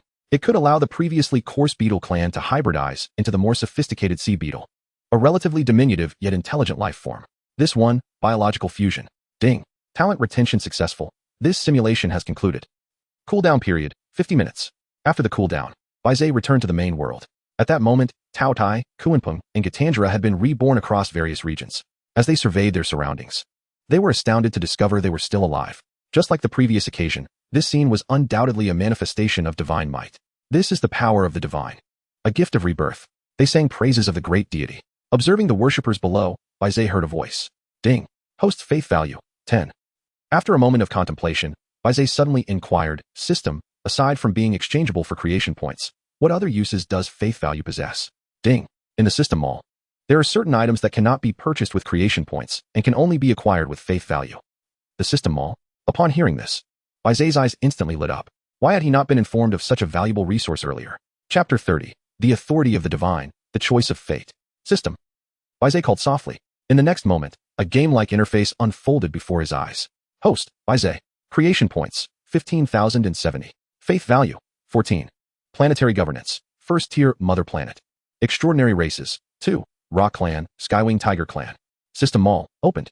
After browsing briefly, he indeed spotted the prominent letters spelling System mall. System. Open the mall. Instantly, the system interface transformed, showcasing a plethora of items before Bai Ze. Upon a cursory glance, he was taken aback. Guardian planet. A planet that revolves around a star, significantly reducing damage from incoming meteors to your planet, and allowing you to command creatures to reside here, alleviating the pressure on the mother planet. Price, 10,000 faith value. Impressive, they even sell planets? One could essentially purchase an entire planet if they had the funds. However, regrettably, Bai Ze lacked the necessary wealth. 10,000 faith value was merely a tantalizing dream. Wait, what is this? Suddenly, Bai Ze's eyes sparkled with excitement as he discovered something intriguing. Authority of the Divine, a permanent skill that, once equipped, allows the host to issue divine decrees to creatures without expending any creation points in each simulation, even enabling adjustments to their developmental trajectories. Price: 10,000 creation points. Such a remarkable item. Why was it not mentioned sooner? Bai Ze exclaimed in delight. The system had been withholding such information from him.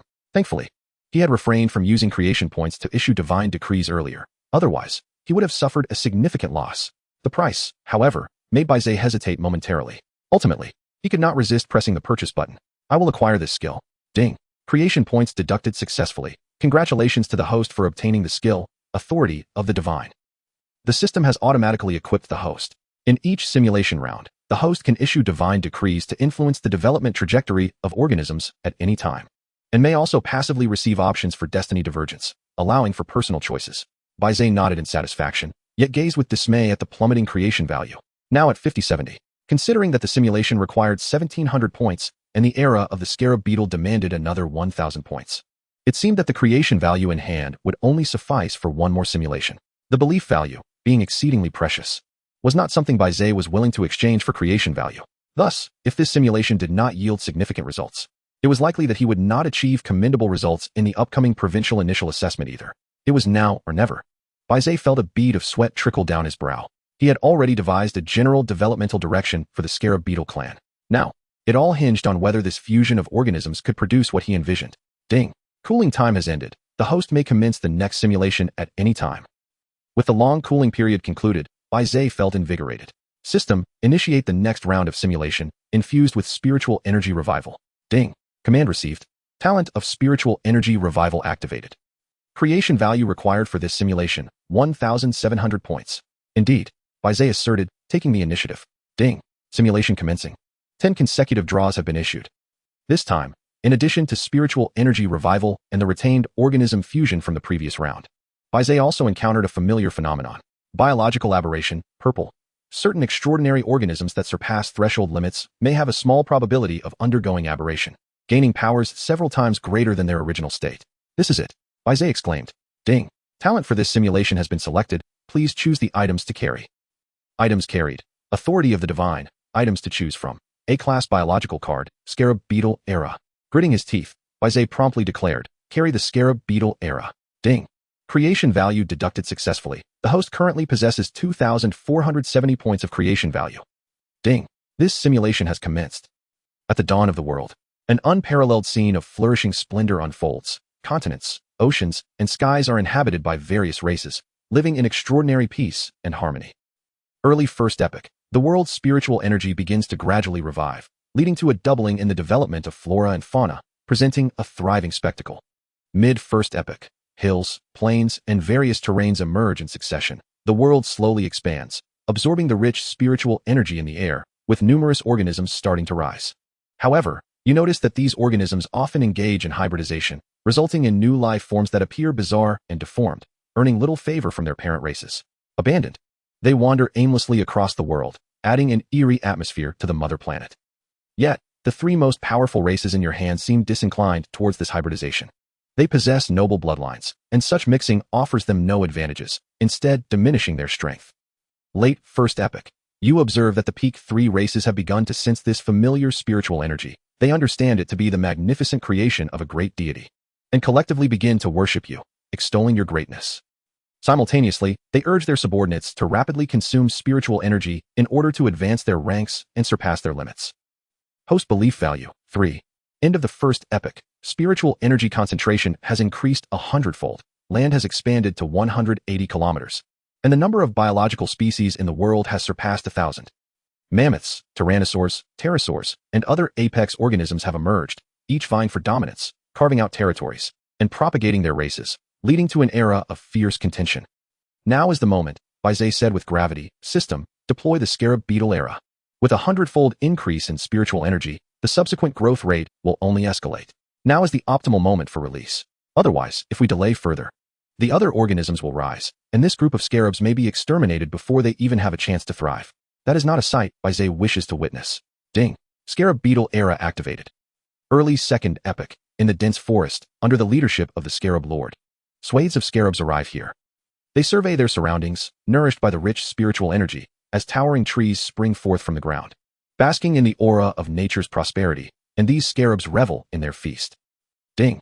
System notification. The host, adorned with the authority of the divine, has activated the point of destiny divergence. Please make your choice. Option 1. Allow the scarabs to develop freely. Do as you please, even if you consume the world. It is of no concern to me. Option 2. Issue a divine decree, encouraging the scarabs to hybridize with other races, creating more powerful offspring. Chapter 31. Biological hybridization. The cosmic dinosaur Jiden is born. Suddenly, two options appeared before Bai Ze. After a moment's reflection, this must be the destiny divergence previously mentioned by the system. Without a doubt, the second option was the one to choose. Bai Ze's goal this time was to create an ultimate life form that possessed both intelligence and strength. Ordinary organisms either excelled in intellect or boasted overwhelming power. Yet both were ultimately flawed. Only those beings that harmoniously combined wisdom and might could rightfully be deemed the ultimate life form. I choose option 2. Bai Ze declared without hesitation. Ding. Selection successful. Mid-second epoch. Your silhouette manifests within the scarab race, delivering a divine decree to them. You inform them of the harsh realities of this world, guiding them towards a developmental path that must not solely exalt strength, but also encompass sufficient wisdom. Only by achieving both can they survive in this land. Upon receiving the divine decree, the scarab race becomes aware of your existence for the first time. The scarab lord, overjoyed, leads many scarabs in worship, vowing to live up to the expectations of the deity. Host belief value 1. Late second epoch. Spiritual energy has increased to 500-fold. Under the leadership of the scarab lord, the scarab race continues to dominate, benefiting from a steady influx of spiritual energy, which greatly slows the devastation of the world. However, during the reproductive process, the scarab lord struggles to comprehend the meaning of wisdom. They possess robust physiques and ample strength, yet this also renders them disinclined to engage their minds, lacking in wisdom. End of second epoch. By a stroke of luck, the scarab lord discovers the offspring birth from the hybridization of other races, presenting an opportunity that sparks a moment of clarity. If only they could hybridize with a highly intelligent species, would not the resulting offspring possess the so-called wisdom?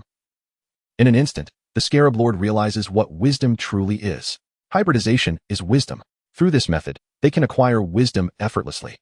Bai Ze couldn't help but chuckle. Although the objective had been achieved, their reasoning was indeed rather peculiar.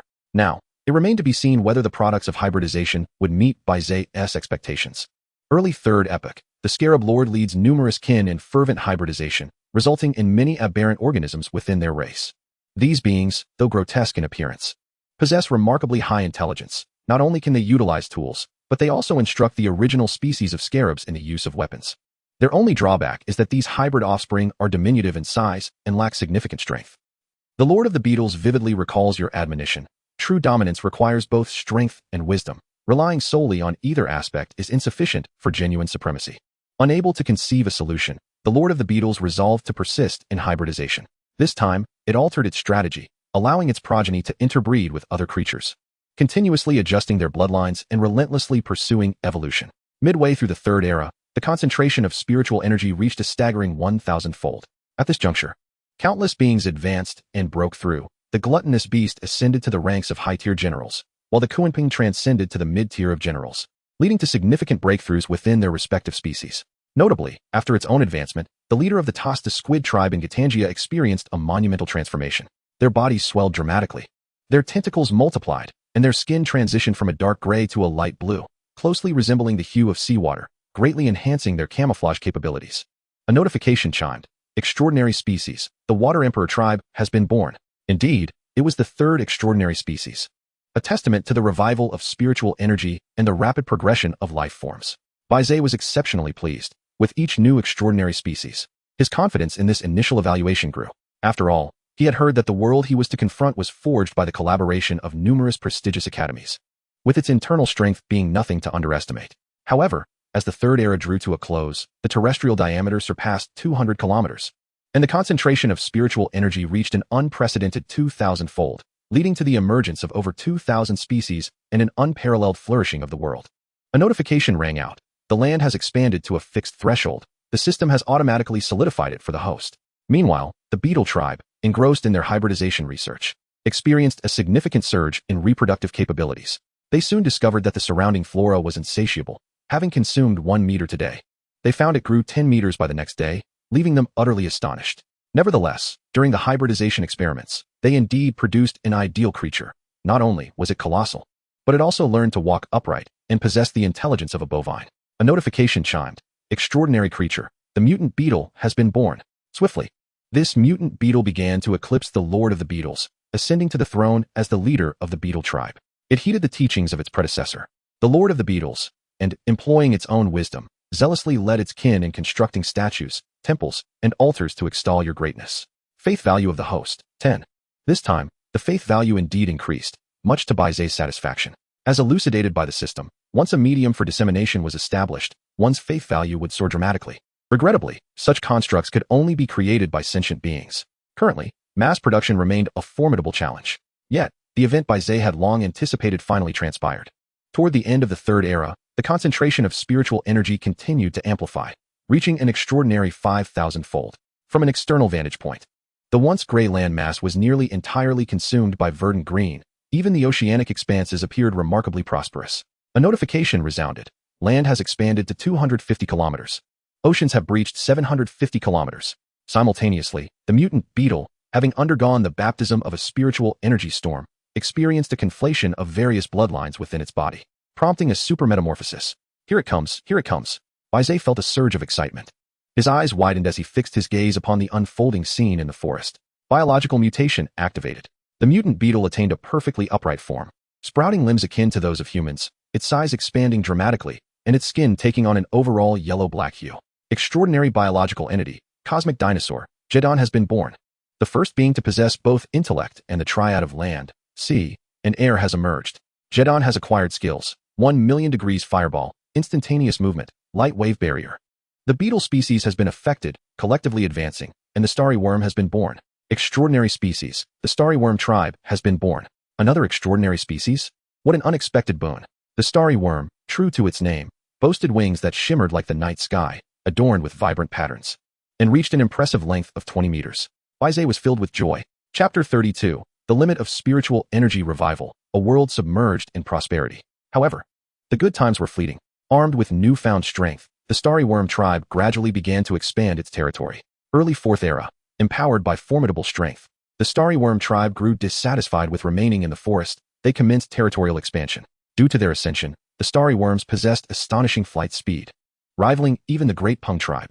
In this era of fierce competition, they swiftly cleared a domain uniquely their own. Alas, a mountain cannot accommodate two tigers, and during their territorial sweep, the starry worm tribe encountered the heavenly winged tiger tribe.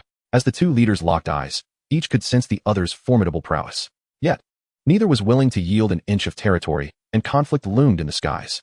The heavenly winged tigers, having advanced alongside the gluttonous beast, held an edge in brute strength, capable of suppressing the starry worms.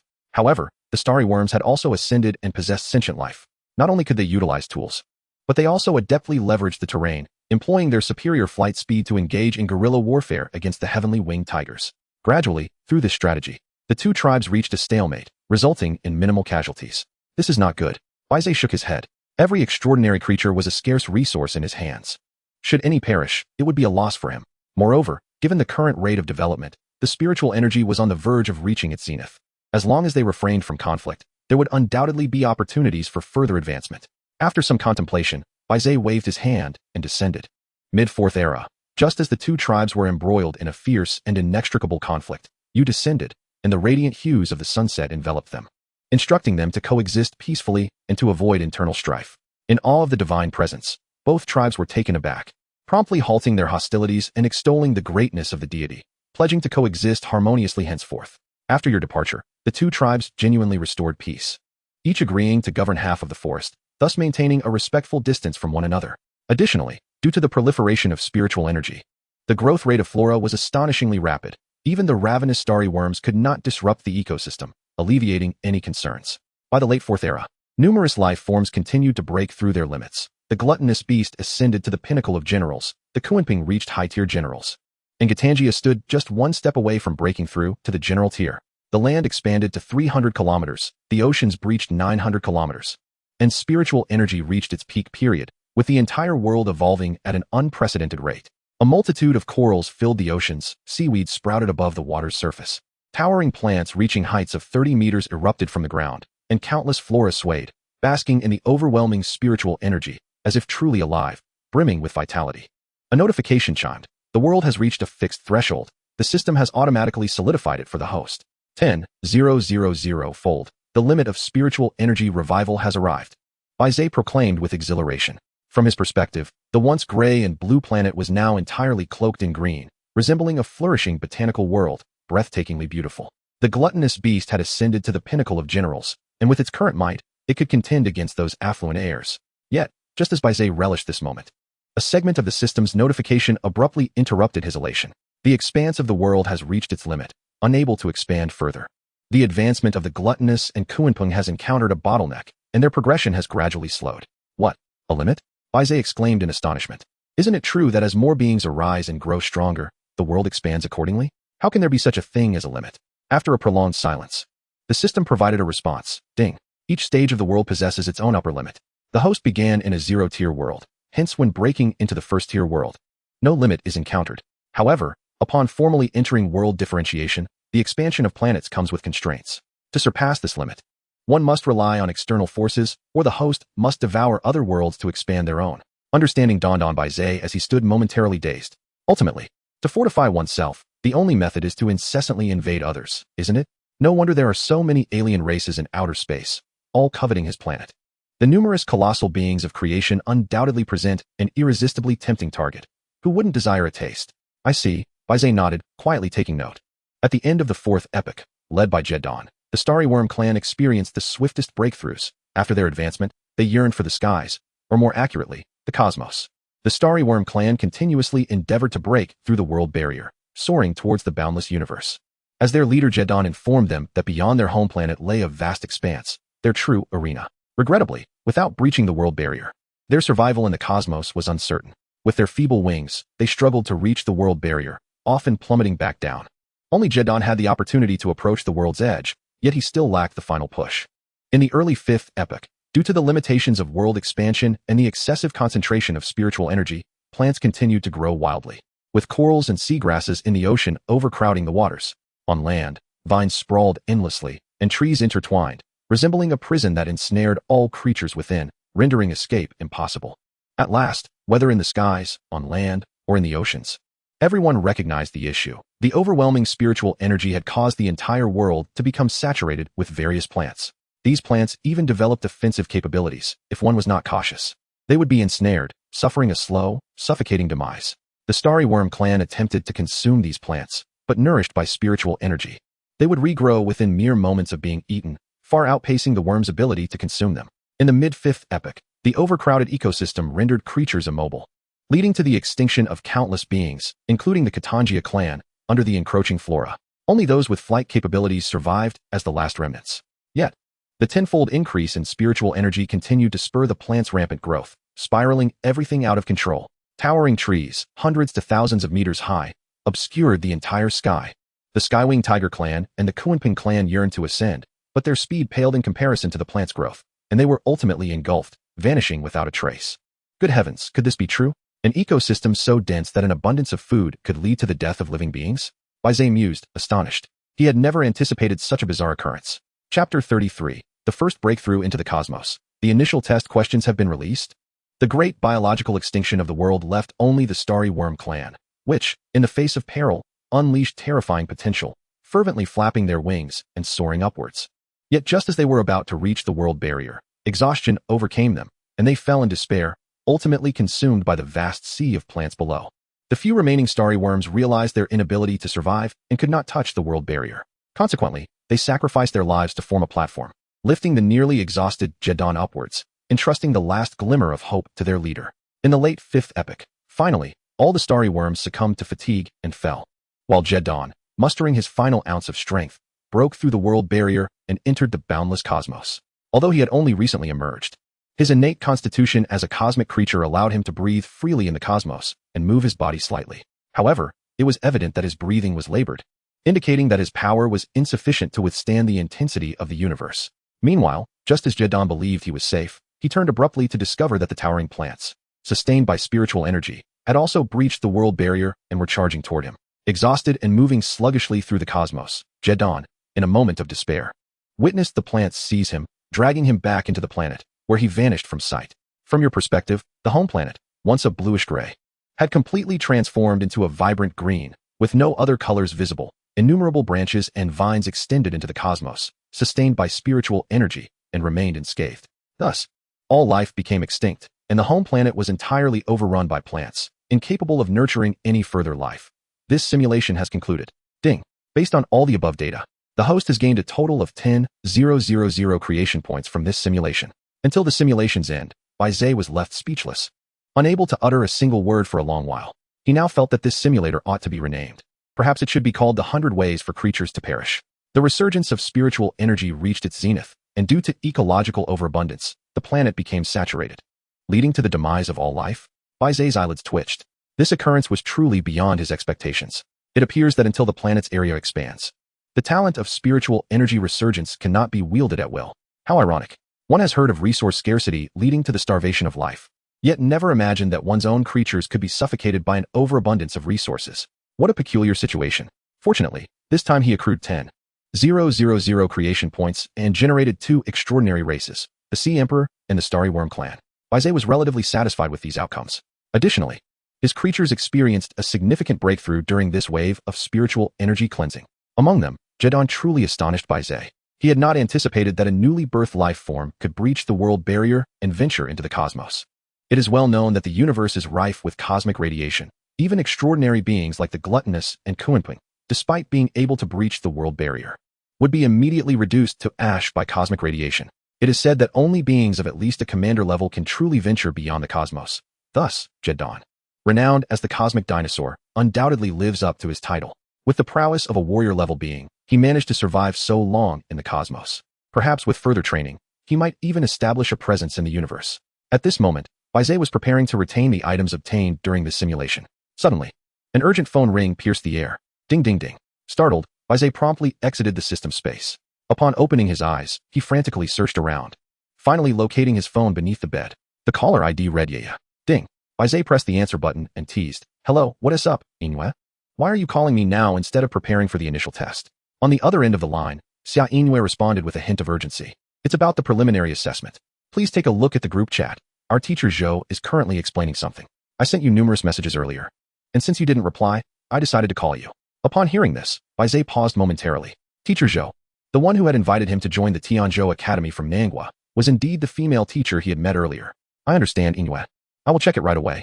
With that, Bai Ze ended the call, momentarily setting aside the matters concerning the system, and opened the group chat.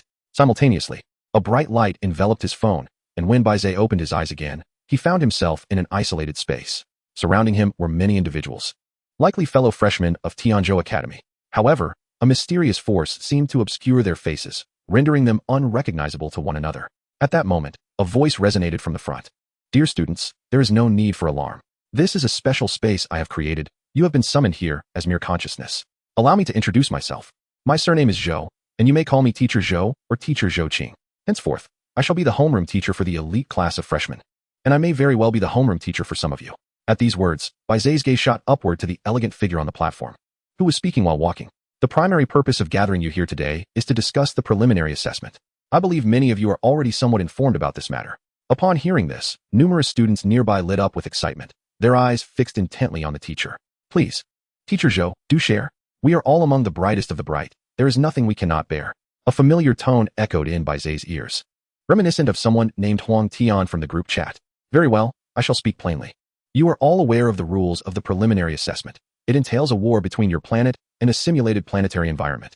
Surrendering or having all beings of one side perish will be deemed a failure.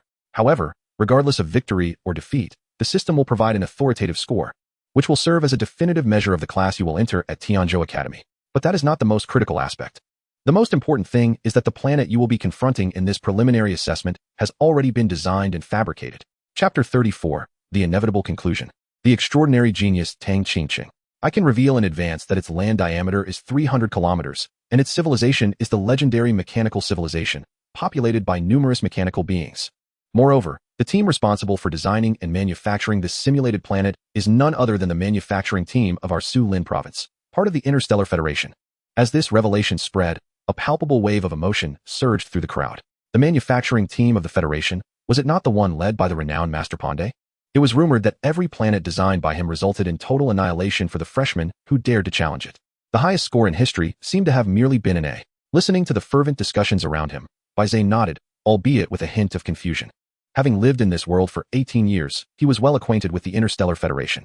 He understood that there were numerous teams within it, and the manufacturing team was primarily responsible for creating advanced equipment and simulated planets. As for what a simulated planet entailed, it was essentially a technological marvel, a fabricated world designed to test students' combat abilities through simulated warfare, ensuring no real casualties would occur. Indeed, it is the Master Pandey you remember. This preliminary assessment planet has been crafted by him, and he will be watching your live broadcasts. In just 2 days, the preliminary assessment would commence. At that time, I will pull you into an isolated space. Once the assessment concludes, the school bus from Tianzhou will arrive to transport you to the academy. With her arms crossed and her face obscured from view, the teacher's tone carried a hint of melancholy. It seemed she was lost in thought, ultimately sighing and saying a few reluctant words. In these 2 days, prepare well. Remember, your opponents are not just those beside you, but also the freshmen from Su Lin Academy and other parts of the province. I'll let you in on a secret. Su Lin Academy has recruited several promising talents this year, including Tang Qingqing from the Tang family. Her world has already advanced to a second-tier realm, and she has summoned commanding-level beings. To be born in the same era as her is destined to be your misfortune. However, do not overly pressure yourselves, just give it your all. After all, this is merely the beginning. And I do not expect you to claim the top spot in the province. That would be unrealistic. With that, the female teacher let out a gentle sigh, her figure fading like a mirage. Below, the atmosphere erupted into chaos as the students reacted vehemently. What? Tang Qingqing from the Tang family. I knew it. Su Lin Academy has recruited an unparalleled prodigy. It's her after all. Rumors had it that Tang Qingqing was a direct descendant of the Tang family in Su Lin province. Since awakening her planetary abilities, she had crushed every genius at Su Lin Heavy High School with her extraordinary talents, and no one had ever managed to push her to unleash her strongest being. Thus, she had secured the only guaranteed admission slot to Su Lin Academy, bestowed with terrifying titles, Celestial Beauty, Unyielding Empress, and Once in a Millennium Top Talent. As Bai Ze observed the fervent discussions erupting around him, he squinted slightly. What was happening? Just moments ago, everyone had been brimming with pride. Yet now they seemed deflated at the mere mention of her name. Who exactly was she? Suddenly, as the crowd sank into despair, a defiant voice rang out. What does it matter how strong Tang Qingqing is? Don't just speak words that elevate her while diminishing our spirits. Let us see who truly possesses the skills during the assessment. Bai Ze surmised that it must be Wei Qi speaking. However, his words seemed to have little impact. Oh, forget it. Such talk is meaningless. Claiming the top spot in the province and achieving fame has no bearing on us. Teacher Zhou mentioned that Tang Qingqing is the creator of a second-tier planet, commanding beings of leadership level. Who among us here possesses such power at this age? The outcome is already predetermined. The top spot in the province is essentially assured. Nothing can change that. There is no point in competing. Let us just leave. As he watched a throng of students disperse, Bai Ze took a moment to gather himself and gently closed his eyes, returning to reality. At that moment, his phone rang again. It was Xia Yinue calling back. Ding ding ding. Bai Ze pressed the answer button, and Xia Yinue's voice came through. Bai Ze, did you hear what Teacher Zhou just said? After a brief moment of contemplation, Bai Ze replied, I heard everything. What is up, Yinue? I just wanted to remind you that the preliminary assessment is in 2 days. Don't push yourself too hard. There is no need for us to compete. Let us aim to enter an elite class together. Hearing Xia Yinue's concerned tone, Bai Ze understood her worries. She was likely apprehensive that he might become overly ambitious and end up harming himself in a bid to rival those from Su Lin Academy. Alright, I understand, Yinue. You should focus on developing your world too. Don't let yourself fall short of even entering the elite class. Bai Ze teased. On the other end, Xia Yinue let out a light huff and said, Fine, I'll get to it right now. See you in 2 days. After hanging up, Bai Ze glanced at the time on his phone. After 2 rounds of simulations, 3 days have passed since I returned home. There remains only enough time for one more simulation at most. One must strive for success, for one can only ascertain outcomes through endeavor. A faint smile graced Bai Ze's lips. He was not inclined to let the province-wide joint assessment of new students conclude so hastily. Even if not for the sake of fame, considerations for future development were paramount. After all, the higher one ascends, the more resources and support from various factions one can garner. For a commoner student like Bai Ze, devoid of connections and backing, this moment represented his sole opportunity. Commander-level creatures? Bai Ze murmured. Beep. The current simulation has concluded. Please select the items acquired during this simulation. Jeton, extraordinary creature, Tyrannosaurus rex. Pterosaur, Triceratops, woolly mammoth. Jeton, extraordinary creature, mid-tier commander. Description, an unparalleled extraordinary life form, born from the fusion of myriad bloodlines, achieving an extraordinary physique through distortion, possessing a plethora of formidable skills, and capable of surviving for a time in the cosmos. Affiliated species, starry insectoid. Required Genesis points, 2000. Note, if the host chooses to retain Jeton, the current era of the longhorn beetle will vanish. It is impossible for two identical origin life forms to exist in the world. Chapter 35. Marching towards the cosmos, aiming to break through limits. The system's reminders reappeared before Bai Ze, seemingly alerting him to something of significance. He was acutely aware of Jetton's potential as an ultimate life form born from the amalgamation of multiple bloodlines. Yet, he pondered, even if it possessed such formidable capabilities, could it withstand the upcoming preliminary assessment? Not to mention the terrifying commander-level creatures they spoke of, even that simulated planet produced by the Ponderstar craftsman, rumored to be insurmountable, posed an inevitable challenge. Thus, it was insufficient. Choosing Jetton would effectively cement the limits of that species, rendering any further breakthroughs within a short time frame utterly unrealistic. However, retaining the original Longhorn Beetle era would afford countless opportunities for future advancements. Thus, there was but one course of action. System, I choose not to retain any items. Beep. Host command received. No items will be retained. Please select a temporary talent to solidify. The revival of spiritual energy was a constant. There was no need for deliberation. Between biological fusion and biological distortion, Bai Ze opted for biological fusion, not for any other reason, but due to its inherent unpredictability. Beep. Temporary talent solidification successful. The current simulation has concluded. Cooling period, 50 minutes. Bai Ze inhaled deeply, collapsing onto his bed, and began to contemplate his future plans. In truth, during the previous round of simulations, a vague idea had begun to crystallize in his mind. The Longhorn Beetle from the first simulation appeared to have the potential to create the extraordinary life form Bai Ze so fervently desired. However, the talent of biological fusion was still too weak. If only he could possess a more advanced talent. System, does the marketplace offer any talents for simulation purchase? Bai Ze inquired. He currently possessed 12 for 170 Genesis points, and if he could permanently solidify another talent, akin to the revival of spiritual energy, it would be more than sufficient. Beep. No. Host. Talents can only be obtained through drawing and cannot be purchased. However, there are talent upgrade cards available in the marketplace that can elevate a talent by one tier. Talent upgrade card. Utilizing this card will upgrade one temporary or permanently solidified talent by one tier, with a maximum application on golden talents. Price, 2,000 Genesis points. Note, if applied to a temporarily solidified talent, the effect will dissipate should the host choose to relinquish it. This item is excellent. Its effects are quite comparable. Bai Ze thought with satisfaction. That's the one. System, purchase this card. As Bai Ze's thoughts coalesced, beep. Genesis points deducted successfully. Talent upgrade card has been automatically placed in the host system backpack. This is perfect.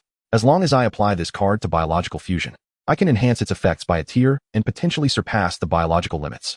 Now, Bai Ze needed to contemplate how to ensure the survival of the Longhorn Beetle species in this world. After all, he had witnessed how the revival of spiritual energy could proliferate to an overwhelming extent. It could even propel itself beyond the cosmos, which was truly extraordinary. Yet, without moderation, the Longhorn Beetle's insatiable consumption would be too great a burden for the world to bear. What to do? Just as Bai Ze felt an overwhelming anxiety, an epiphany struck him. Beyond the cosmos, he exclaimed, suddenly enlightened. If land cannot sustain them, then why not develop in the universe? Jetton, unlike other species, was a cosmic behemoth, inherently capable of adapting to the cosmos. Therefore, its affiliated species, the starry insectoid, must possess some degree of that potential. Coupled with the upgrade card in his possession, if he could elevate them further before venturing into the universe, perhaps this dilemma could be resolved. Currently, the landmass of the mother planet spans 300 kilometers. A world that has endured 10,000-fold spiritual energy cleansing should withstand the initial onslaught of the Longhorn Beetle species. This implies that as long as Jetton can be sent into the cosmos before the planet's resources are entirely depleted, the ultimate annihilation can be averted. This flawless strategy gradually crystallized in Bai Ze's mind. He understood precisely what needed to be done. Beep. Cooling period has ended. The host may commence a new simulation at any time. In deep contemplation, time flowed swiftly. Bai Ze sprang from his bed, his expression resolute. System. Initiate the new round of simulation. Beep. Due to the expansion of the host's planetary area, this simulation will require 3,000 Genesis points. Unexpectedly, it demands such a hefty sum. Bai Ze hesitated momentarily before declaring, yes. Beep. The simulation begins. 10 consecutive draws have been issued. Bai Ze stared blankly at the system panel. Without hesitation, he commanded, System, utilize the talent upgrade card to elevate the talent, biological fusion. Beep. Talent upgrade card successfully utilized. Biological fusion has ascended to golden talent. Extraordinary assembly, golden. Greatly encourages biological hybridization, with nearly 100% survival rate for newly produced species, which are not only embraced by their kin, but also possess a high probability of merging into numerous unique races. The attributes surged significantly. Bai Ze was overjoyed. However, he soon discovered something that made his expression even more elated. Extraordinary assembly, golden. accompanied by an active skill under the host's control. It can elevate the bloodline and talent of a life form produced through hybridization to their utmost potential, resulting in a super metamorphosis. This talent actually comes with an active skill. Bai Ze could hardly contain his excitement. Most ordinary simulation talents were predominantly passive. Only a select few talents featured active skills. This truly felt like a windfall. Excellent. Now on to the next. Bai Ze perused the offerings once more. Cosmic ecology, purple. Life forms are more inclined to traverse the cosmos, significantly enhancing their survival capabilities within space, even allowing for extensive movement in the universe. This is precisely what Bai Ze requires at this moment. There was another talent. Though it appeared modest, its practicality was exceedingly high, especially for a species as voracious as the longhorn beetle. Prolonged satiety, blue, increases the satiety of life forms, allowing them to survive for extended periods without consuming large quantities of food. These three will suffice, Bai Ze concluded. Beep. The selection of talents has been successfully completed. Please, host, choose the items to carry for this simulation. Items already carried. Authority of the divine. Items available for carrying. Grade a biological card. Era of the beetle. Carrying the era of the beetle. Ding. The deduction of creation value was successful, and the host has successfully carried the item. Ding. The simulation is officially underway. Chapter 36. The enormous cocoon, an unprecedented era of distortion. At the dawn of creation, the planet flourished to its zenith, resembling the descent of Eden, resplendent and vibrant, teeming with life as creatures basked in the morning sun, joyfully surging forth. Early First Era, led by the extraordinary triad, nearly 500 races have emerged on the continent, among which the beetle race originated in the forest, commanded by their leader, the beetle lord. Alas, with the cancellation of preservation, the remnants of my previous memories have vanished, and it seems I must start anew, Bai Ze thought with a hint of resignation. He gazed down upon the planet, his consciousness intertwining with it. Mid-First Era, you suddenly descended among the beetle race, leaving them trembling in fear, lacking even the courage to lift their heads and meet your gaze. You directly informed them that you are the deity governing this world, the very creator of their existence, and that your purpose in creating them was to cultivate, through hybridization, the ultimate life form you envisioned. Moreover, you provided them with a specific biological model, a developmental goal, and instructed them that they may freely consume the local flora, but must cultivate the beings you desire. Upon learning the truth, the beetle race appeared exceptionally invigorated, proud to be the children of the divine, and pledged to fulfill your will, promising to create beings that would satisfy their Father God. Ding. Host faith value, 1. Time is of the essence, the onus is now on them. With little time to spare, Bai Ze eschewed training the beetle's intellect and plainly stated their objectives. He also needed to devise a means to manage the other creatures. Otherwise, like the previous round, they would face collective annihilation without his intervention, halting their developmental trajectory altogether. Late First Era, following your edict, the beetle race eagerly began experimenting with hybridization, resulting in countless new species, all readily embraced by their kin. This trend proliferated, spreading from 10 to 100, until the majority of beings in the world became aware of it, with some exaggerating the phenomenon, prompting many to imitate and commence their own hybridization activities. The commotion was so significant that even the extraordinary triad learned of your will. They revered the great deity, commanding their subordinate races to engage in hybridization with weaker species. However, it seemed that due to their excessively potent bloodlines, the resulting aberrant offspring were remarkably feeble, leading the extraordinary triad to abandon this reckless endeavor. End of the First Era. As all races embraced hybridization, the world birthed myriad beings of diverse forms and bizarre appearances, adding an element of the uncanny to the realm. You noticed that even the very air of the world underwent subtle changes amidst this trend. Simultaneously, the beetle race, due to their rampant reproduction, saw the surrounding forests begin to decline. However, their satiety levels appeared to have improved, rendering them less urgently in need of sustenance. Long-term satiety activated. Additionally, a fortuitous event occurred. They indeed managed to cultivate a variant of the beetle with pincers and the ability to walk upright, reminiscent of the former sea beetle. The time has come to adjust the bloodlines and genes. This pincered aberrant beetle, the sea beetle, is not yet perfect. It has garnered intelligence but still possesses physical flaws, failing to meet Bai Ze standards. Only through continuous adjustments, akin to the previous round, can a true superlife form be birthed. Early Second Era. Due to the excessive number of aberrant beings, the oxygen in the world became polluted, transforming into a peculiar gray gas, making it exceedingly difficult for ordinary life forms to survive in such an environment. Yet, you discovered that the more impure the bloodline and the more chaotic the genes of the hybrid aberrants, the more they thrived in this atmosphere, even finding that this gas could enhance their abilities. Mid-Second Era. With the aid of this essence, the Beetle Lord continued to pursue hybridization experiments. Ever mindful of your admonition regarding the ultimate life form, which should possess a pair of symbolic large pincers. Under the banner of the divine, the beetle lord attracted countless races from across the world, who eagerly sent their kin to partake in hybrid experiments, as they revered the deity and honored their father god, wishing to contribute in whatever small way they could. Late Second Era, after hundreds of failed hybridization attempts, a semi-finished product emerged, blending the bloodlines of over 100 species, showcasing countless genetic strands, finally presenting itself before the beetle lord. It was a colossal cocoon, enveloped in a grayish miasma, within which flickered a pair of yellow, crystal-like eyes, extending numerous tendrils, as if undergoing metamorphosis. Into the Second Era, this enormous cocoon exhibited an insatiable appetite, capable of devouring both plants and creatures entirely, leading to substantial ecological destruction. Yet, the beetle lord remained unfazed, fully aware that this being was the nascent form depicted by the deity, though it appeared to require the essence of other beings to ascend. This resulted in the denizens of the world being perpetually melancholic, lacking vitality.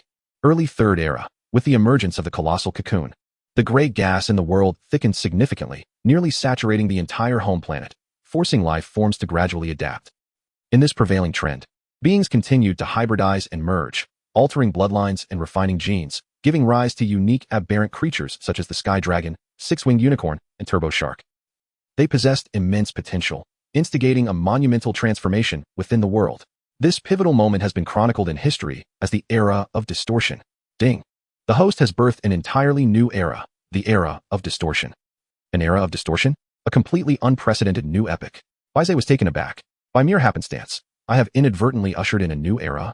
It is worth noting that historically recorded eras, such as the Devonian and the Cretaceous, lack novelty, merely signifying a peak. The era I have forged undoubtedly shatters historical precedents, establishing an entirely new record. If this were to be disseminated, it would likely incite widespread reporting throughout the province. The wheels of time have begun to turn. Next, I must forge the leaders of this epic. Let me observe what potential this cocoon harbors. Bai Ze felt a pang of anxiety for them, his gaze unwavering upon his planet. Chapter 37. Seeking aid from the extraordinary triad, the birth of the ultimate life form. Mid-Third Era, the colossal cocoon, through the consumption of other beings' essence, continued to grow stronger, its internal bloodlines boiling with fervor, restlessly stirring. However, by this time, the world's ecology had suffered significant degradation, with vast numbers of creatures beginning to starve. Fortunately, their periods of satiety were prolonged, preventing extreme hardship. Late Third Era, the being within the colossal cocoon had evolved into a rudimentary form, yet the beetle lord discovered that due to flaws in the bloodline and genes, it could not break free from its shell. What bloodline is it lacking? In a world where myriad species intertwine their bloodlines, with their genetic chains largely intact, the lord of the longhorn beetles found himself pondering a perplexing mystery. By sheer happenstance, he encountered an extraordinary creature, adorned with numerous tentacles and possessing formidable devouring capabilities. The lord recognized it as a hybrid anomaly birthed from the most dominant clan of the ocean, the Sea Emperor lineage. Regrettably, its strength was alarmingly feeble, barely surpassing that of a juvenile Sea Emperor. Towards the twilight of the Third Era, this aberrant being sparked an epiphany within the lord. What the colossal cocoon lacked was the essence of the most enigmatic and transcendent triad of species in this world. These were the three mysterious factions, too formidable for him to dare provoke, who, it was rumored, had ceased interbreeding long ago due to the nobility of their bloodlines, resulting in their heritage not being passed down into the cocoon. After much contemplation, the lord resolved, for the sake of the divine plan, to venture into the territory of the transcendent triad and beseech their leader for a single drop of pure blood, despite the inherent risks. With this unwavering determination, he caught the attention of Bai Ze, who, satisfied with the lord's resolve, decided to bestow a divine decree upon the three factions, urging them to extend their assistance. In the early Fourth Era, Bai Ze descended upon the Great Rock Clan, the Celestial Winged Tiger Clan, and the Sea Emperor Clan, elucidating his plan and requesting their support for the forthcoming lord of the Longhorn Beetles. The three factions bowed in reverence, adhering to the divine mandate, and expressed their profound admiration for the wisdom of the deity, preparing a drop of pure blood in advance. By the Mid-Fourth Era, the lord, trembling with apprehension, arrived at the territory of the Celestial Winged Tiger Clan. He anticipated a challenging encounter, yet to his astonishment, he was promptly presented with a drop of pure blood and swiftly dismissed. The same occurred with the Sea Emperor Clan and the haughty Great Rock Clan soaring above, leaving the lord both astonished and in awe of the deity's grandeur. He realized this was surely the work of the great Father God, who had not abandoned him. As the world's energy waned, the lord finally returned to his domain, bearing the pure blood of the transcendent triad. Elated at the sight of the restless cocoon, he deposited 3 vials of potent blood inside. As the gray mist thickened in the air, the the cocoon reacted dramatically. It was on the brink of emergence, and Bai Ze, beads of sweat forming on his brow, shared in the Lord's anxious anticipation. This was the ultimate being, cultivated with the divine might of the world. And failure would mean the end of all hope for resurgence. As the cocoon absorbed the pure blood, it began to unravel, revealing scythe-like tentacles emerging. Accompanied by the gleaming of a yellow crystal at its chest, its colossal form rising within the forest. A battle-grade extraordinary being, the Super Geddon larva, was born. It acquired skills such as the 1 trillion degree fireball, wave beam, and absolute defense. The longhorn beetle race was influenced, collectively advancing into the starry worms, while the extraordinary race of starry worms came into existence. Witnessing the emergence of the Super Geddon larva, Bai Ze's heart swelled with joy. Yet he understood that this alone would not suffice to secure a foothold in the forthcoming trials. He resolved to ignite the divine birth even further. With a sweeping gesture, he commanded, "System, activate the extraordinary assembly skill, target the Super Geddon larva." The system acknowledged the command, initiating the unique active skill of extraordinary assembly. As the world gradually rejuvenated in the early 5th era, a divine force descended upon the Super Geddon larva, compelling its myriad genetic bloodlines to intertwine once more, birthing an unprecedented second assembly. A silvery luminescence enveloped its vast body, as the world bestowed infinite blessings, propelling its surging bloodlines to their zenith. The Super Geddon larva assimilated the strengths of all beings, representing the celestial, terrestrial, and marine triad, its bloodlines continuously mingling and reconfiguring, ultimately transforming into a novel energy. Under the awed gaze of myriad beings, the dual cocoon formed of white light began to part. A pair of clawed hands, crystalline and yellow, emerged, unfurling colossal wings reminiscent of a kunping, presenting a perfectly upright humanoid figure before all. Gathering the strengths of myriad beings, the divine being of the world is forged. Thus, the ultimate life form, an embodiment of terror and despair, governing the laws of the universe, the complete Hypageddon was born. With new skills such as Dark Fireball, Absolute Barrier, Instantaneous Movement, and Abyssal Breath, the starry worm race was influenced, collectively advancing into meteor worms, while the Lord of the Longhorn Beetles transcended into a battle-grade extraordinary being. The Cosmic Worm Emperor. Bai Ze's gaze fixated on the screen, an involuntary exclamation escaping his lips. Perfect. This single word encapsulated all his exhilaration. The undisputed ultimate life form, amalgamating the strengths of many, had attained the full power of land, sea, and sky. Despite the trials endured, Bai Ze had succeeded in his endeavor. He surveyed the scene, recognizing that while his current level barely reached the pinnacle of battle grade, the Hypageddon had only just emerged, its potential far exceeding such limitations. With the power of its myriad bloodlines, its true strength defied classification. It was not beyond the realm of possibility to challenge a commander-level being. Chapter 38. Soaring into the cosmos, the initial test awaits. Now that the Hypageddon had manifested, the next step was to propel it into the cosmos. Otherwise, this unenhanced sphere would soon face annihilation at the hands of the meteor worms. The outcome would either be starvation or conflict over resources, a most unwise predicament. By the mid-5th era, the Hypageddon, as a highly intelligent being, remained unfazed by its continuous evolution or the unfamiliar environment. Instead, it quickly adapted and commanded the meteor worms. The Cosmic Worm Emperor volunteered to serve as the Hypageddon's guard, leading an army of thousands of meteor worms. Moreover, these meteor worms, having advanced, unlocked a new mode of attack. They could launch themselves like meteors directly at their foes, generating tremendous impact and explosion. In this mode of direct flight, their speed surpassed even that of the Great Rock, though the drawback was the significant energy expenditure, necessitating ample sustenance to sustain their vigor. As momentous events unfolded in the world, the leaders of the 3 extraordinary races finally arrived on the scene. During the cultivation of the Hypageddon, the transcendent triad had not remained idle. They too had made slight breakthroughs, with the Gitangia demonstrating the most notable advancement, achieving battle grade for the first time. Thus, the most powerful beings of the mother planet converged for the first time. From the formidable presence of Hypageddon, the 3 leaders sensed an absolute power, particularly the glutton, who, despite being a peak-level war general of its kind, dared not engage in a confrontation lightly. At the moment of this stalemate, you appeared, a humanoid silhouette illuminating the heavens. In an instant, upon witnessing your arrival, the 3 extraordinary leaders bowed in submission. Hypageddon, endowed with remarkable wisdom and guided by the remnants of its ancestral consciousness, recognized you as its progenitor deity, thus adopting a semblance of a half-kneeling posture. Pleased by their reverence, you commenced issuing divine decrees, outlining the territories for the 3 clans. The sky would be governed by the Great Pung clan, the land by the Heavenly Winged Tiger clan, and the oceans by the Sea Emperor clan. You commanded them to abolish all internal strife, to collaborate in their development, thereby fostering a world of enhanced prosperity and splendor. As for Hypageddon and the Meteor Worm clan, you entrusted them with a daunting task, to venture beyond the confines of the universe, ideally establishing a presence in the cosmos, even flying southward towards the mother planet. The disputes of lesser beings could be left to them, as such conflicts would encourage their growth. The extraordinary beings possessed terrifying power. Pitting them against one another would be counterproductive, potentially leading to the devastation of their home planet. Thus, it was preferable for them to develop steadily and produce numerous offspring, enabling them to conquer more continents and ultimately ascend to the pinnacle of the cosmos.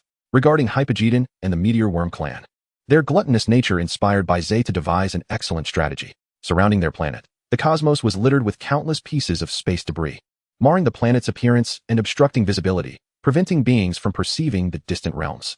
By sending them into space to clear this debris, not only would they eliminate their ecologically destructive habits, but they would also enhance the surroundings of their planet, achieving a mutually beneficial outcome.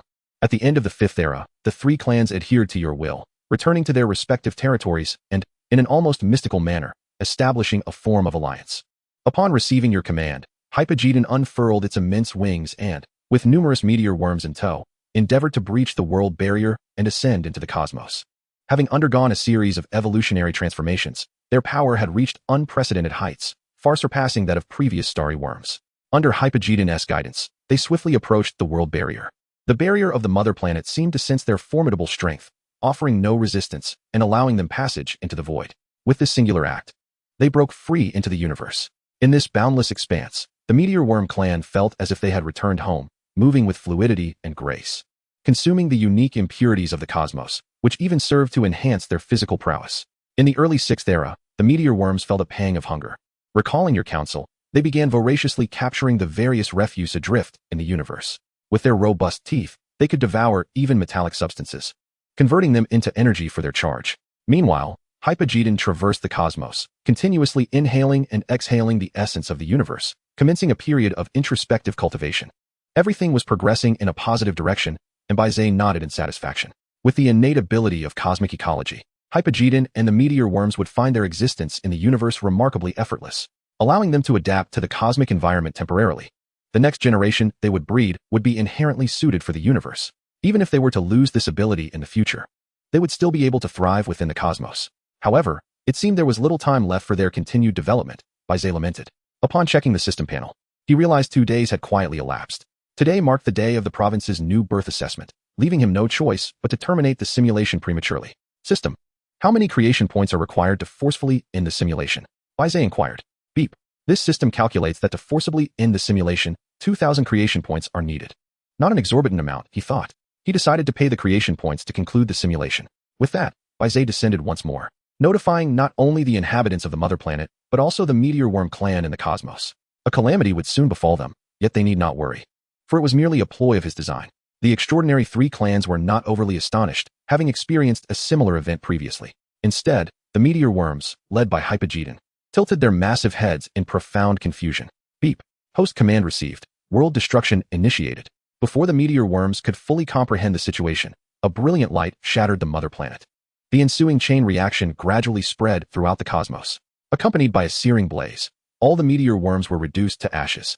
Remarkably, under this inferno, Hypogeddon revealed its absolute might, launching dark fireballs and sustaining its resistance for nearly 10 seconds before being consumed by the residual force of destruction.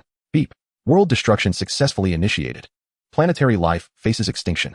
This simulation has concluded. Chapter 39, Commanding Action, The Outside World Aflame. Beep. Based on the aggregated data, the host has garnered a total of 20,000 creation points from this simulation. 20,000 points? Astonishingly, it matched the previous outcome. Bai Ze was taken aback. It was worth noting that the last time he received 20,000 creation points, it was bolstered by the revival of spiritual energy, resulting in the emergence of 2 extraordinary races and 3 leaders of extraordinary beings. This indicated that Hypogeddon's potential was indeed vast. Its continuous evolution alone rivaled the transformative events of previous simulations involving numerous beings. However, preserving it would likely come at a steep cost. Beep. Please proceed to reserve the temporarily acquired items. Hypogeddon, Extraordinary Life, Sky Dragon, Six-Winged Unicorn, Turbo Shark, Tentacle Slime. Hypogeddon, Extraordinary Creature, Peak War General. Description: an unparalleled extraordinary being. It embodies the essence of over 100 bloodline genes, amalgamating the finest attributes, a supreme life form evolved by divine hands, capable of transcending the cosmos and achieving feats beyond the reach of other beings. Affiliated War General, Universal Worm Emperor, Extraordinary Being, Initial Level War General. Affiliated Race, Meteor Worm, Extraordinary Being, Intermediate Level Servant. Required Creation Points, 10,000 points. What a hefty sum. Bai Ze winced inwardly. Yet, the thought of Hypogeddon being a superlative ace crafted by his own hands eased his discomfort. After all, this race not only included War General level beings, but also thousands of servant level beings. System, cancel the temporary reservation and permanently retain the extraordinary being, Hypogeddon. Beep. Host command received. Creation points deducted successfully. Congratulations, host, on acquiring the extraordinary being, Hypogeddon. Beep. Please, host, temporarily solidify one of the following abilities. Bai Ze contemplated for a moment, ultimately deciding to preserve the cosmic ecology for potential future use. Temporarily solidify cosmic ecology and conclude this simulation. Beep. Temporary solidification successful. Simulation concluded. Cooling period, 60 minutes. During the cooling period, Bai Ze returned to the main world. He gazed upon his exceedingly flourishing planet, feeling a deep sense of contentment. Unbeknownst to him, the other extraordinary 3 clans had united, and the total number of extraordinary beings had surpassed 1,000. Alongside the Meteor Worm clan, Bai Ze now possessed 2,000 extraordinary beings. Despite being the lowest tier of servants, this new assessment of the first-year students has fortified his confidence considerably. Very well. Summon the creature, Hypogeddon, Bai Ze commanded. In an instant, a glimmer of starlight from his system backpack soared towards the mother planet. Hypogeddon, enveloped in a radiant aura, emerged alongside its kin. Surveying its surroundings, the familiar scenery allowed it to instantly recognize that this was indeed the mother planet. From the last words left by Bai Ze, Hypogeddon seemed to grasp the situation immediately. Highly intelligent beings react swiftly, Bai Ze jested. With a grand flourish of his hand, his silhouette was reflected in the sky. The extraordinary 3 races within the planet quickly assembled, and Hypogeddon, sensing his arrival, adopted an exceedingly respectful posture. Praise the great deity. Honor the magnificent Father God. Ding. Host's belief value, 3. Observing the entities below, Bai Ze spoke with an air of immense authority. You have some time left. Prepare yourselves thoroughly and adjust your states to their utmost potential. Soon, we shall engage in a dimensional war with a planet of comparable size, whose strength must not be underestimated. Bai Ze's declaration left the beings below in astonishment. The gluttonous entity, Tao-Tai, was the first to raise its head and inquire. Great Father God, may I ask what level of planet we are to battle? Bai Ze pondered briefly before replying. It is a flourishing mechanical civilization. The species within remain unclear. Yet, you need not worry, for I shall stand with you. His final words ignited a fervor throughout the assembly. To dedicate ourselves to the great Father God is our unshakable duty. We willingly offer ourselves to glorify the magnificent deity. There is nothing that boosts the morale of soldiers more than the personal presence of their leader. Moreover, this was merely a simulated war. One that would not result in actual fatalities, but rather serve to test the biological limits of the students. Ultimately, Bai Ze redirected his focus towards the new generation of Hypogeddon and the Meteor Worm clan, assuring them, do not be afraid. The annihilation you just witnessed was but an illusion I cast. Utilize your bodily advantages to strive for breakthroughs beyond the cosmos. Upon hearing this, Hypogeddon immediately bowed its head, earnestly adhering to the will of the Father God with a resonant electromagnetic voice. Following a series of instructions, Bai Ze dissipated his form. However, Hypogeddon, having validated its beliefs, was exceedingly exhilarated, its admiration for Bai Ze reaching unparalleled heights, beyond fulfilling Bai Ze's directives and attempting to transcend the cosmic limits. It fervently urged its subordinates to construct grand statues, altars, and temples in honor of the deity. Ding. Host belief value, 10. That should suffice. Bai Ze remarked with satisfaction. The feeling of having everything managed is truly delightful. Subsequently, Bai Ze exited the system and returned to the realm of reality. Meanwhile, outside, the atmosphere had become tumultuous. Major corporations' large screens, promotional advertisements, and television channels broadcasted news concerning the initial assessment of the new students across the province. Many creators eagerly anticipated the event. Among the students, the scores from the initial assessment determined class placements and reputations. In the eyes of this crowd, it signified who would achieve greater accomplishments in the future and who could be courted or befriended, especially in this round of provincial assessments. The overall caliber far surpassed previous years, producing several prodigies akin to Tang Qingqing, leaving them impatient to witness the newcomers' contest. It's about to begin. It's about to begin. Who do you think will claim the top spot this year? I believe Zhao Jinzhu from Su Lin Academy has considerable potential. It is rumored that he has produced numerous iron puppets on the metallic planet. Your choice is lacking. I would argue that Xiao Huahua from the neighboring Wuji city, who got into Canaan Academy, is formidable. It said he has raised a giant python. What are you all discussing? Isn't it already predetermined this year? Don't you know that the little princess of the Tang family is also present? What? The little princess Tang Qingqing is here too? Then the top spot has been decided from the start. How terrifying.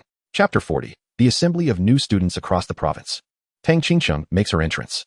Within the creation towers of various districts, numerous creators began speculating about the rankings, with many parents of students present as well.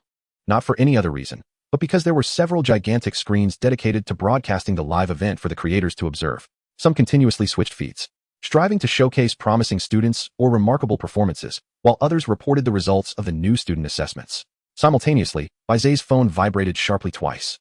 Upon opening the new student group chat, a link sent by teacher Zhou Qing appeared prominently, displaying the words New Student Initial Assessment Track.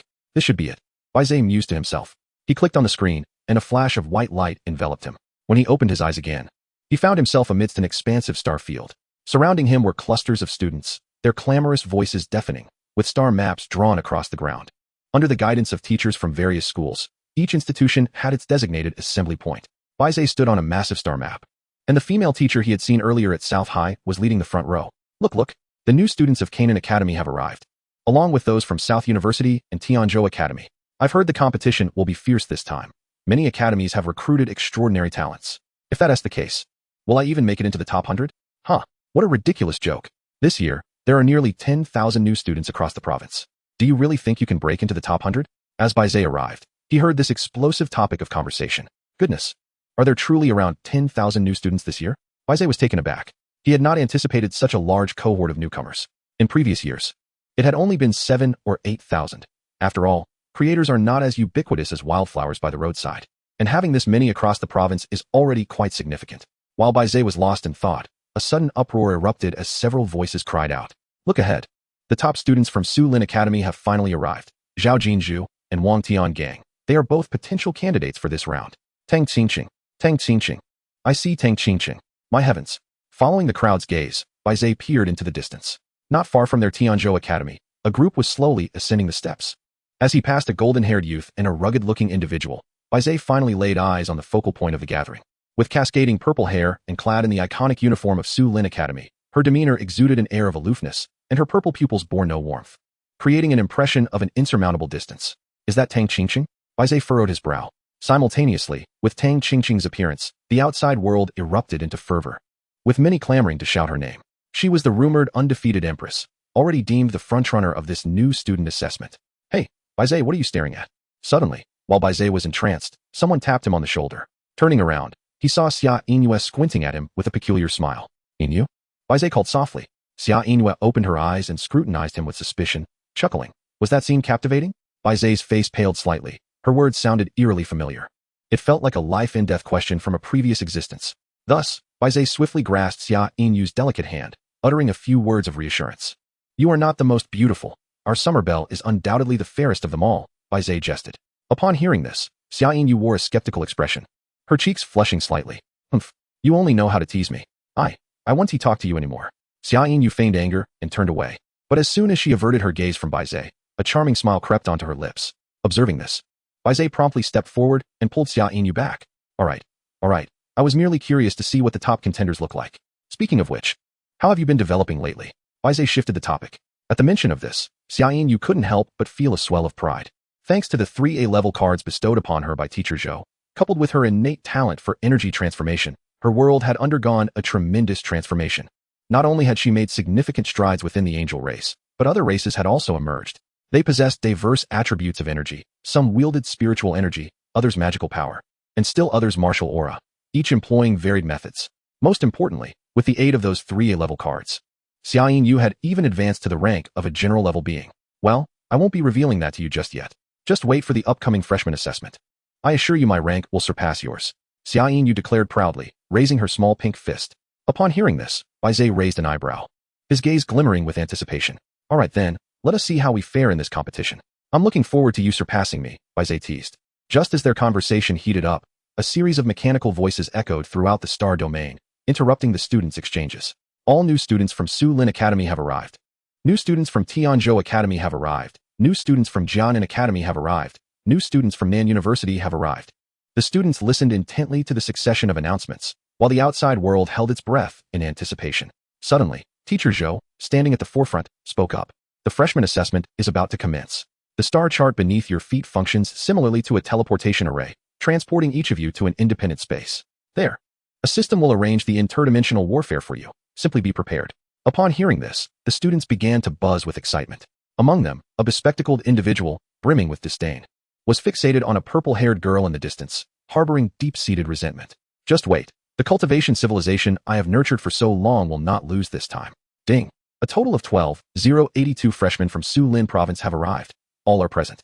The simulation planet is now activated, and the freshman preliminary test officially begins. Teleportation is initiating. At that moment, a beam of light enveloped everyone present, isolating them from one another. As the light dissipated, the students vanished from sight. Inyu.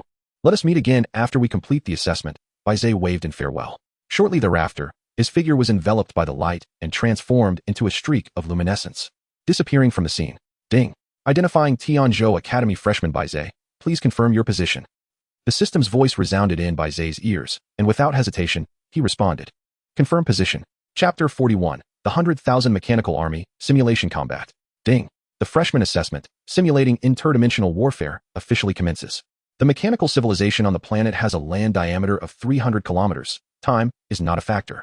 The assessment will conclude once one side's beings are eradicated, or one side voluntarily surrenders. In the next moment, beneath Bai Ze's feet, his planet began to drift towards an opposing planet. The moment they made contact, the world barriers merged, causing the lands and oceans of both planets to connect. More accurately, the other side resembled a scorched earth and nuclear wasteland. Goodness. This mechanical civilization is rather unsettling. Bai Ze's pupils widened in disbelief. Upon witnessing the mechanical planet, he found it hard to accept. The atmosphere was thick with various dust particles and harmful substances, shrouding everything in a dense fog. Beneath this haze, Bai Ze could see countless mechanical octopuses emerging from the ruins, their single crimson eye whirling. Towering mechanical fortresses, torrents of steel, and walls of copper and iron, along with mechanical birds soaring through the air, undoubtedly represented an overwhelming force. By my grandmother, no wonder it said that no one can pass. Is the questioner a sadist? A glance reveals there are nearly 100,000 mechanical beings. It's a sea of them. How on earth am I supposed to fight this? Bai Ze's lips twitched. Although there were a few non-superior beings present, it was still an army of 100,000. He had barely 2,000 extraordinary beings at his disposal. No matter how talented one was, victory seemed impossible. Just as Bai Ze was consumed by distress, the prompt sounded in his ear once more. Ding. Confirming identity of test taker Bai Ze, initial information is being distributed. The mechanical planet is divided into multiple cities. At the center of the planet, in the city of Tianshu, there exists a central nervous system that controls all biological actions, preliminarily assessed as a high-level general. Report complete. What? A central nervous system controlling biological actions? Does that mean if I destroy it, all the creatures here will become incapacitated? Bai Ze inquired. Ding. Examinee may consider it thus. Ah, I see. Bai Ze's eyes lit up. If that were the case, he merely needed to muster all his strength, charge into the center, and destroy the central nervous system to pass the assessment, right? A high-level general being shouldn't pose a significant challenge for him at this moment. Meanwhile, in the previously mentioned preparation room, under the starry sky, teachers from various academies sat beneath a large screen, observing their students' performances as if watching a movie. Among them was a scruffy, bespectacled middle-aged man with a somewhat greasy appearance, who wore a strange smile. Pengda, could you divulge what challenges you've designed for this planet? Even if not all 100,000 mechanical beings are at the superior level, no newcomer should be able to pass. Yet you've offered them a glimmer of hope. What does this mean? Is it really that simple? Beside him, Teacher Zhou from Tianzhou Academy inquired with a stern expression. The greasy middle-aged man chuckled ominously, his gaze glued to the screen. Teacher Zhou, you needn't worry. The planet I designed is not so simple that students can pass effortlessly. Upon uttering this, a flicker of excitement danced in his eyes, sending chills down the spines of those present. Simultaneously, as all the freshmen across the province pressed the confirmation button, the massive screens in the creation towers across various districts lit up, signifying the official commencement of the provincial freshman assessment. Ding. This system has detected that the host is engaged in interdimensional warfare. Ding. Activating simulation capabilities. The host may spend creation points to simulate the interdimensional warfare. Bai Ze was once again astonished by the voice of his system. What? Even interdimensional warfare can be simulated? Bai Ze immediately inquired. Indeed, host. The system replied. Upon learning of this capability, Bai Ze felt a surge of excitement. Although it was a simulated war and beings would not truly perish, once all were deemed dead, the results would be determined. If he could use the simulator to scout ahead and devise a flawless strategy, perhaps he could achieve an unprecedented score. However, it felt somewhat like cheating. Ahem. System. Initiate the simulation. Bai Ze hastily commanded. Ding. Simulating interdimensional warfare. The required creation points for this simulation are 3,000. 3,000 points is nothing, Bai Ze murmured. System. Deduct the creation points and commence the simulation. Ding! The payment for the Genesis value has been successfully completed, and this simulation officially commences. A series of 10 consecutive draws have been granted. Please, host. Select the war talents you wish to carry into this simulation. To think that a simulation of interdimensional warfare would also allow for the selection of talents. This brings great joy to Bai Ze. He surveyed the options before him, all of which were unfamiliar, making the choice rather challenging. After some deliberation, he made his selections from the array of talents presented. Holy Light Blessing, Blue. A one-time active skill that can instantly grant all living beings a substantial healing, along with a collective enhancement of strength, diminished pain perception, and a surge in fighting spirit. Fire Rain Barrage, Blue. A one-time active skill that unleashes a torrential downpour of fire upon a designated area, incinerating any creatures caught within. Desperate Struggle, Purple. A one-time active skill that can be cast upon any single opponent, instantly empowering the target to break through their limits, resulting in a dramatic increase in combat prowess, albeit at the cost of their life post-activation. The first skill serves as a formidable support in battle, enhancing sustainability, making it quite advantageous. The second skill, while modest, is undoubtedly practical. As for the third skill, it will undoubtedly become a trump card in Bai Ze's arsenal, a final resort should circumstances become dire. Thus, he finalized his choices with certainty. Ding. Talent confirmation successful. Ding. The system has detected that the host possesses no excess items for transport. Thus, the authority of the divine has been automatically bestowed upon the host. Ding. The simulation officially begins. As the system's voice faded, Bai Ze's extraordinary army had fully assembled beneath him. With a grand gesture, he elevated himself into the air. Before them lay their adversaries. However, fret not. With my divine support, your demise shall not be true death.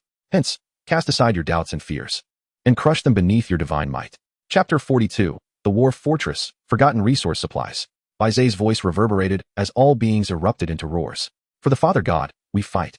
Unashamed of death, conquer them, for the glory of the divine. Amidst the fervent battle cries, a formidable legion of 2,000 extraordinary beings surged forward.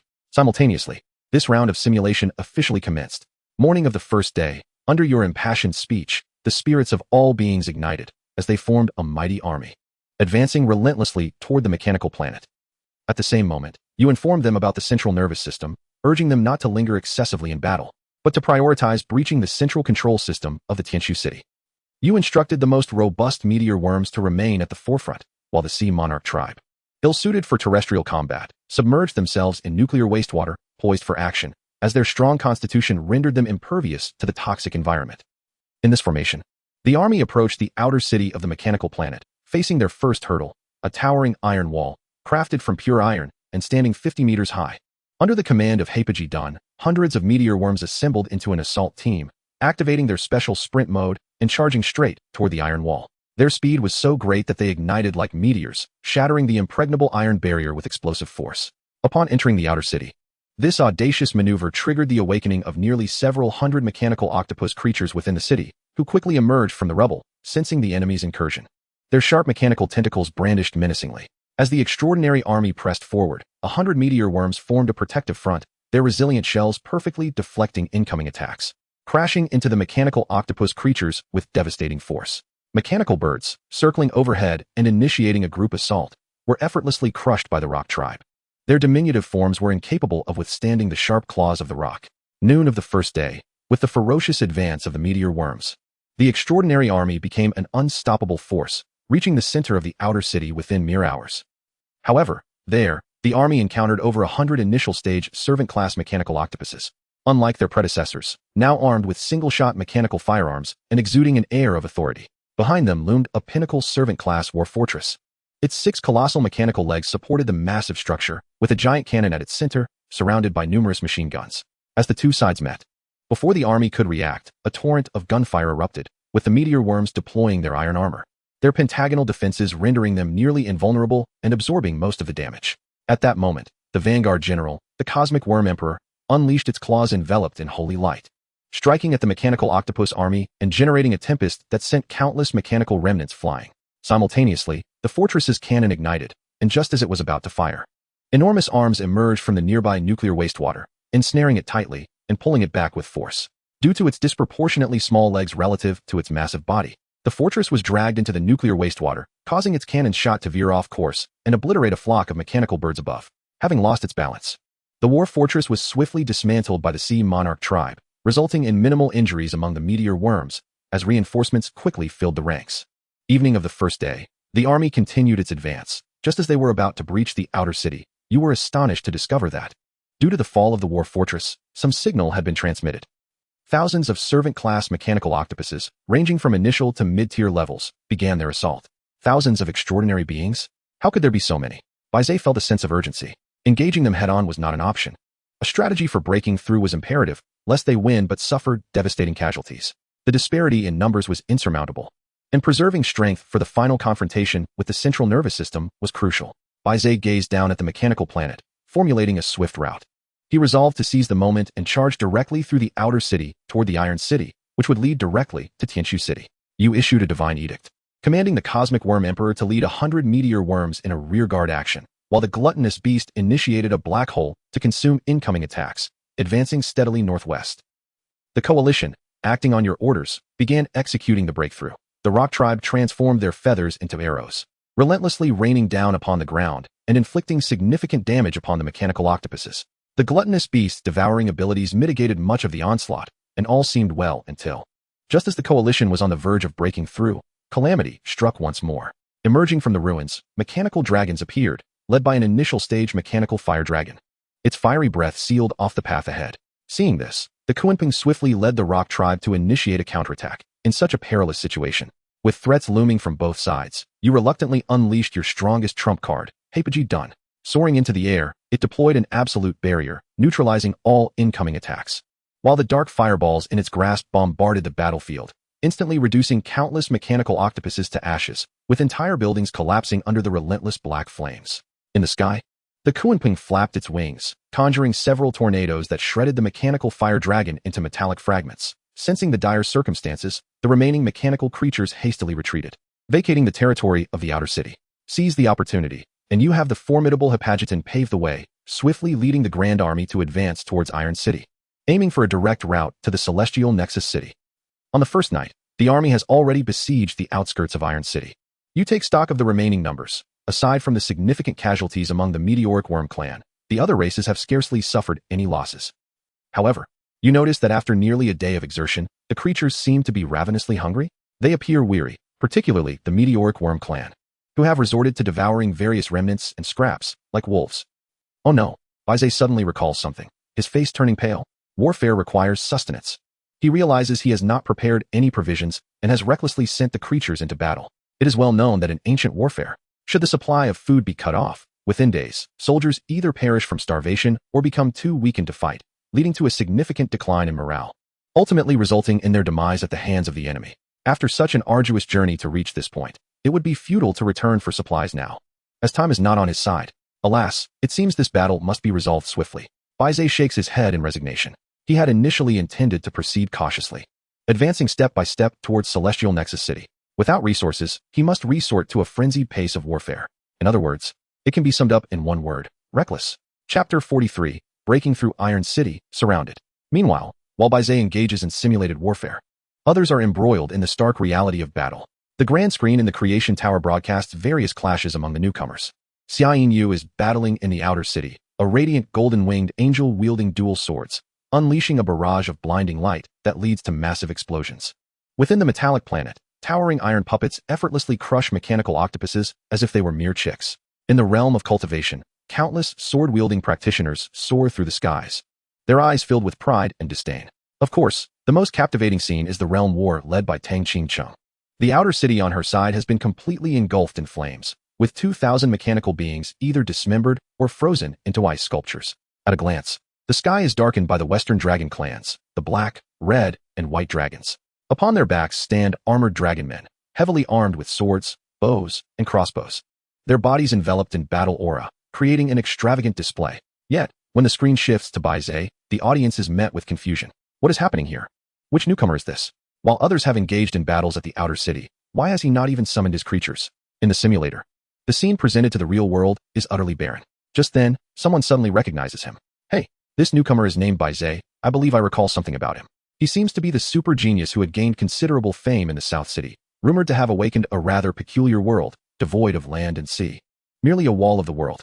I wonder what he did to ultimately be accepted into the Tianzhou Academy. So it's him. I remember he hails from a common background.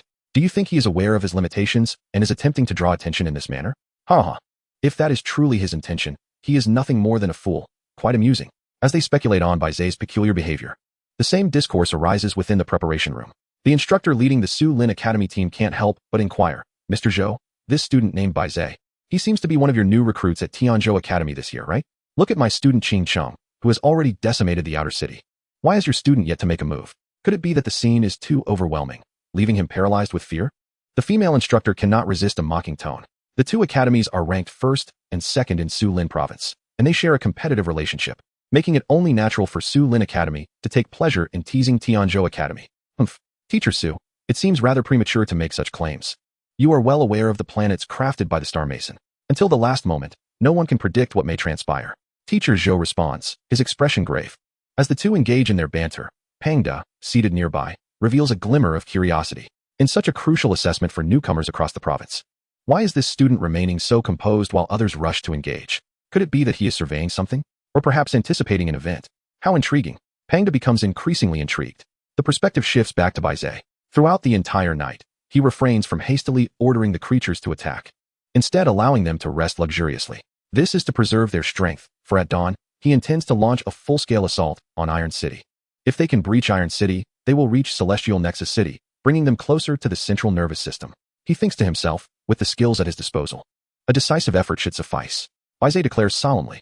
As the night deepens, the creatures, burdened by hunger, drift into slumber. You ensure they rest well, preparing for tomorrow's advance on Iron City, where a full-scale assault will commence. However, you notice that once all the creatures have succumbed to sleep, mechanical crows occasionally soar overhead, their crimson eyes seemingly conveying some intelligence regarding the multitude of creatures below. The following morning, as the first rays of sunlight cast upon the earth, the creatures begin to awaken one by one, swiftly regrouping under their leader's command, fully rejuvenated. And an unstoppable army is reborn.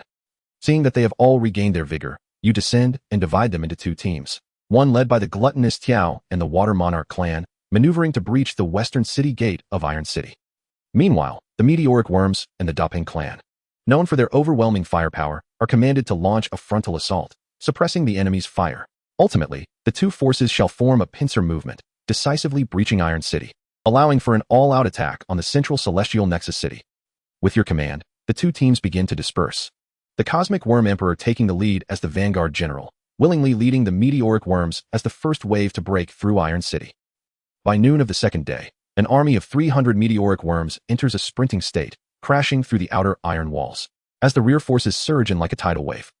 The defensive system of Iron City is activated, and numerous war fortresses awaken, from which a horde of self-destructive creatures, resembling humanoid figures with round bombs atop their heads, emerge through small openings. These self-destructive creatures initiate suicide attacks, detonating upon nearing your Meteoric Worms. Caught off guard, your vanguard suffers significant losses, and even the Cosmic Worm Emperor sustains severe injuries.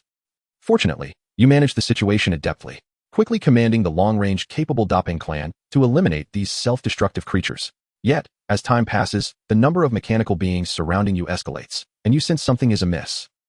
From all directions, thousands of mechanical beasts surge forth, their appearances fierce and brutal, poised to strike.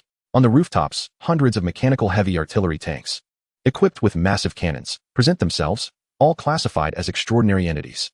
Leading them is a mid-tier war fortress of a war general, boasting 10 legs and an array of cannon ports, its size double that of a typical war fortress. You realize you are surrounded. Gazing skyward, you scrutinize the mechanical crows circling above, and it dawns on you what is transpiring. Those crows serve a surveillance purpose. This is undoubtedly the handiwork of an intelligent life form. You can surmise that every movement of the Grand Army is under the vigilant observation of that central control system. The outer city was merely a probe. Here lies its true military strength. Chapter 44, 2,000 defeat 5,000, arriving at the Celestial Hub City. Just as you contemplated your next move, the enemy launched an assault. Thousands of extraordinary mechanical beasts roared, charging forth with ferocity, a relentless tide of steel, unstoppable in its advance. In a moment of desperation, you swiftly mobilized the Meteoric Insect Army to retaliate, a clash of iron walls reverberating through the air as the flames of war ignited in the Steel City. Hypergodon struck first, engaging in a fierce struggle with the war fortress. Utilizing its teleportation ability and formidable defensive barriers, it adeptly neutralized the enemy's onslaught, absorbing attacks and returning them with vengeance. Meanwhile, Kuanping led the Rock Clan, diving from the heavens to dismantle the heavy mechanical artillery atop the skyscrapers. Though many rocks perished in the process, sustaining significant losses, the enemy's numbers were overwhelming, and gradually your forces found themselves at a disadvantage. With no other option, you finally unleashed your power. The clouds churned ominously, flames igniting the heavens, and soon a torrential rain of fire descended from above. Under this indiscriminate bombardment, thousands of mechanical beasts were engulfed in flames. Despite the meteoric insects' hard exoskeletons, they too were consumed by the inferno, resulting in considerable casualties. The blaze raged on, a relentless inferno turning the Steel City into a veritable hell on Earth. The fiery rain continued to pour. What is this madness? This fiery deluge is indiscriminate. Bai Ze was momentarily stunned. He had assumed this skill would function like those in the games he played in his previous life, automatically avoiding allies. Who would have thought it was an indiscriminate attack, hitting even his own meteoric insects? The mechanical beasts suffered over 1,000 casualties, yet his own army of meteoric insects was halved. Fortunately, after the relentless firestorm, the reinforcements he had anticipated finally arrived. Just as both sides were locked in a stalemate and his forces found themselves at a disadvantage, the Taodai and the Jatanger clans arrived. Due to the Steel City's army concentrating at the main gate, the defenses at the western gate were weak and easily breached by the two clans. They executed a pincer strategy, with Jatanger extending its massive tentacles to ensnare the war fortress unawares, while Hypergodon conjured dark fireballs, launching them relentlessly and inflicting severe damage. On the other side, Taotai led the Tiani Tiger army into battle, and the once invulnerable mechanical beast army began to crumble under the onslaught of the diving Tiani Tigers. Through a near-sacrificial effort, the Rock clan obliterated all heavy mechanical artillery at a grave cost. Amidst the chaos, the meteoric insects suffered losses exceeding 70%. The Cosmic Insect Emperor, having charged in first, sustained grave injuries and ultimately succumbed, falling upon the chaotic battlefield. The death of his general filled Hypergodon with unbridled fury. In a fit of rage, it conjured a shadowy doppelganger, unleashing torrents of black fireballs and beams from its arms, ruthlessly obliterating the mechanical fortress. The following night, the biological entities in the Steel City were nearly extinguished, and the army pressed forward, almost breaching the Steel City. You had led 2,000 allied forces to decisively defeat nearly 5,000. However, upon counting the numbers, you found that your own casualties had surpassed half, leaving only around 1,000, with the Rock clan plummeting from over 300 to a mere 100, and the meteoric insects suffering 70% losses. Furthermore, lacking food supplies and having endured a brutal battle, the condition of all biological entities had plummeted to critical levels, their strength severely diminished, and even walking became a challenge.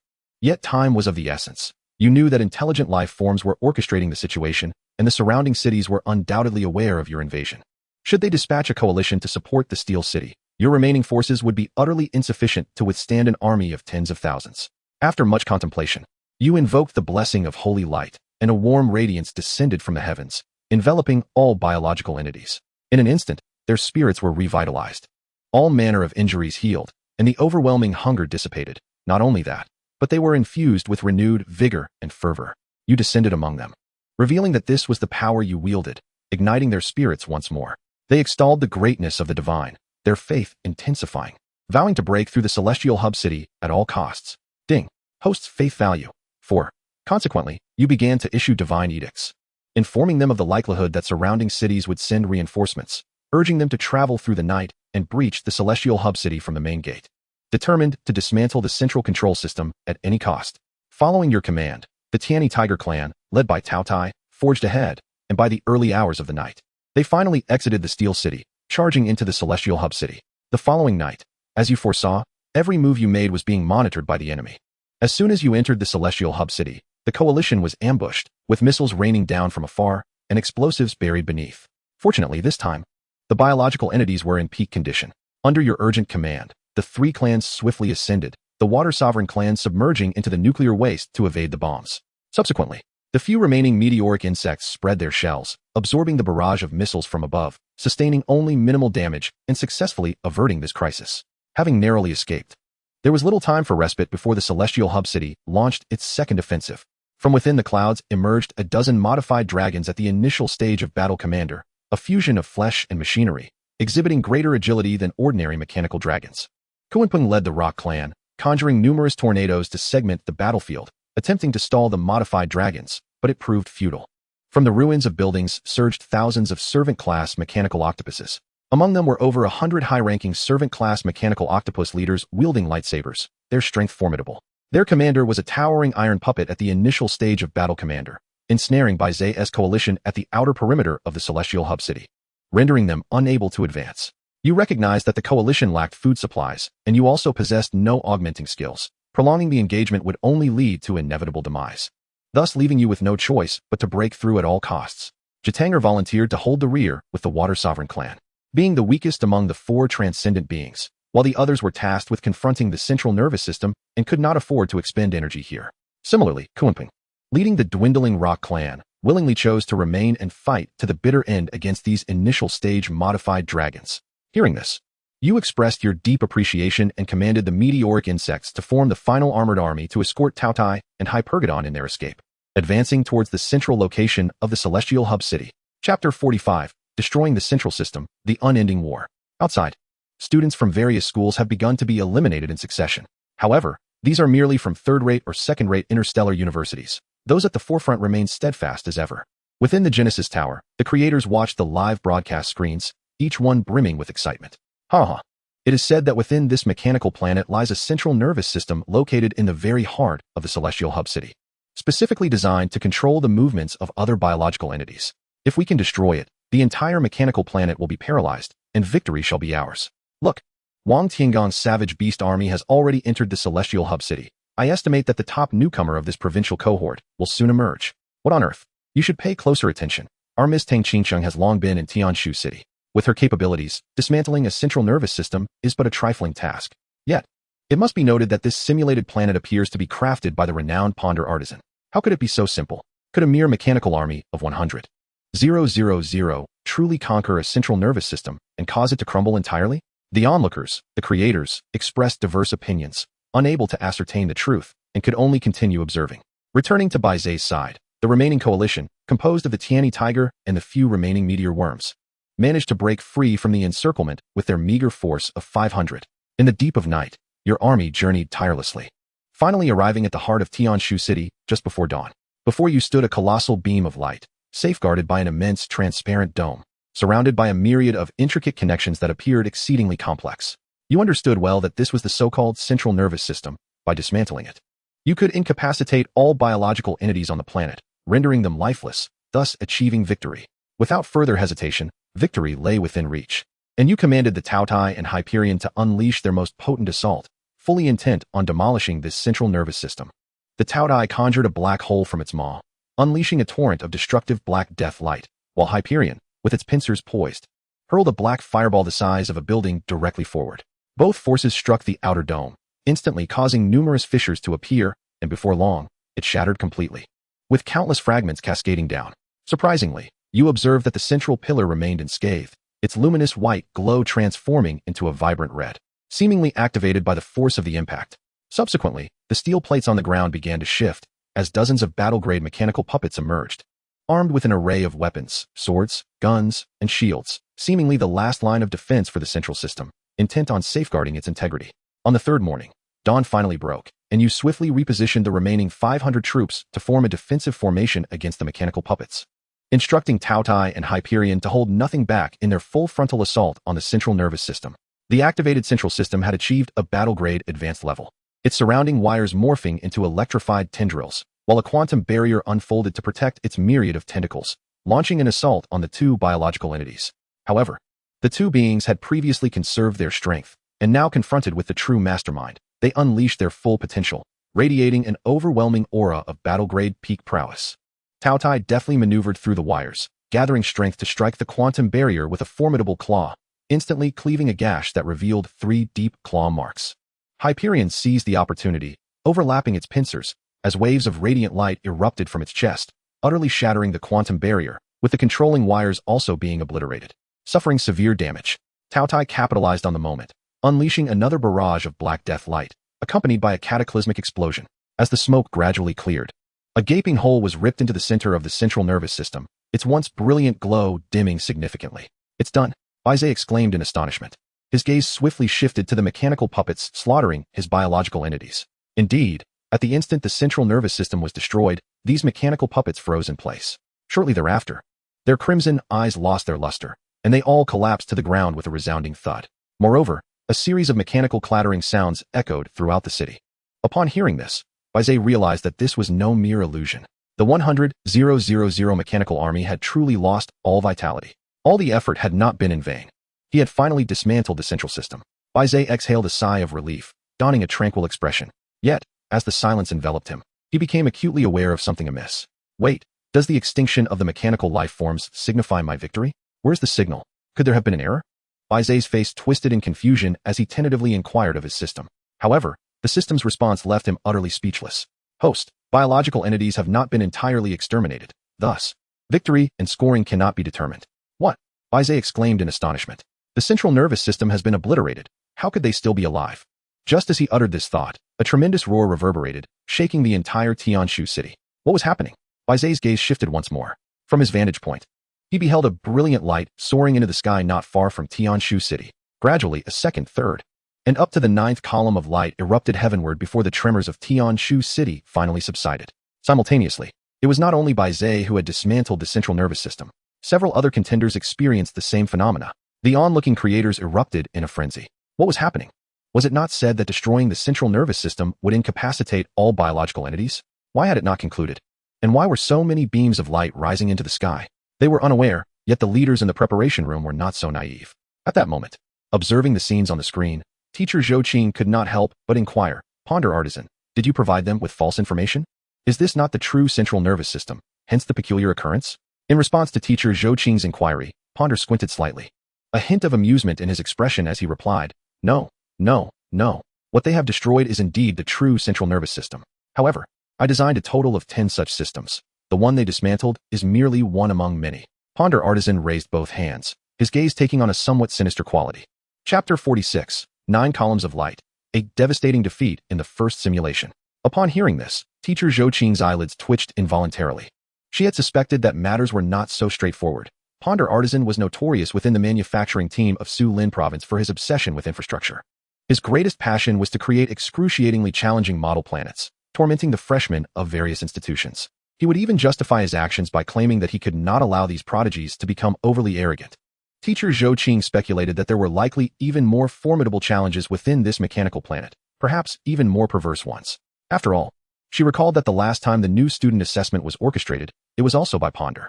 He had devised a planet named the Misty Forest, which appeared simple at first glance, yet all the student's biological entities became hopelessly lost within. After much effort, when a student finally reached the end, nearly all of his creatures had perished. To his astonishment, he was informed that it was merely an illusion of mist, and he had to start anew. The student, terrified, surrendered immediately, leaving her utterly speechless. Well, Teacher Zhou Qing, let us continue to observe. The best is yet to come. Ponder chuckled enigmatically. On Bai Ze's side, he finally comprehended the situation. This aura, without a doubt, was identical to that of the central nervous system he had just obliterated. Could it be that there are 9 more such central nervous systems? Bai Ze pondered in disbelief.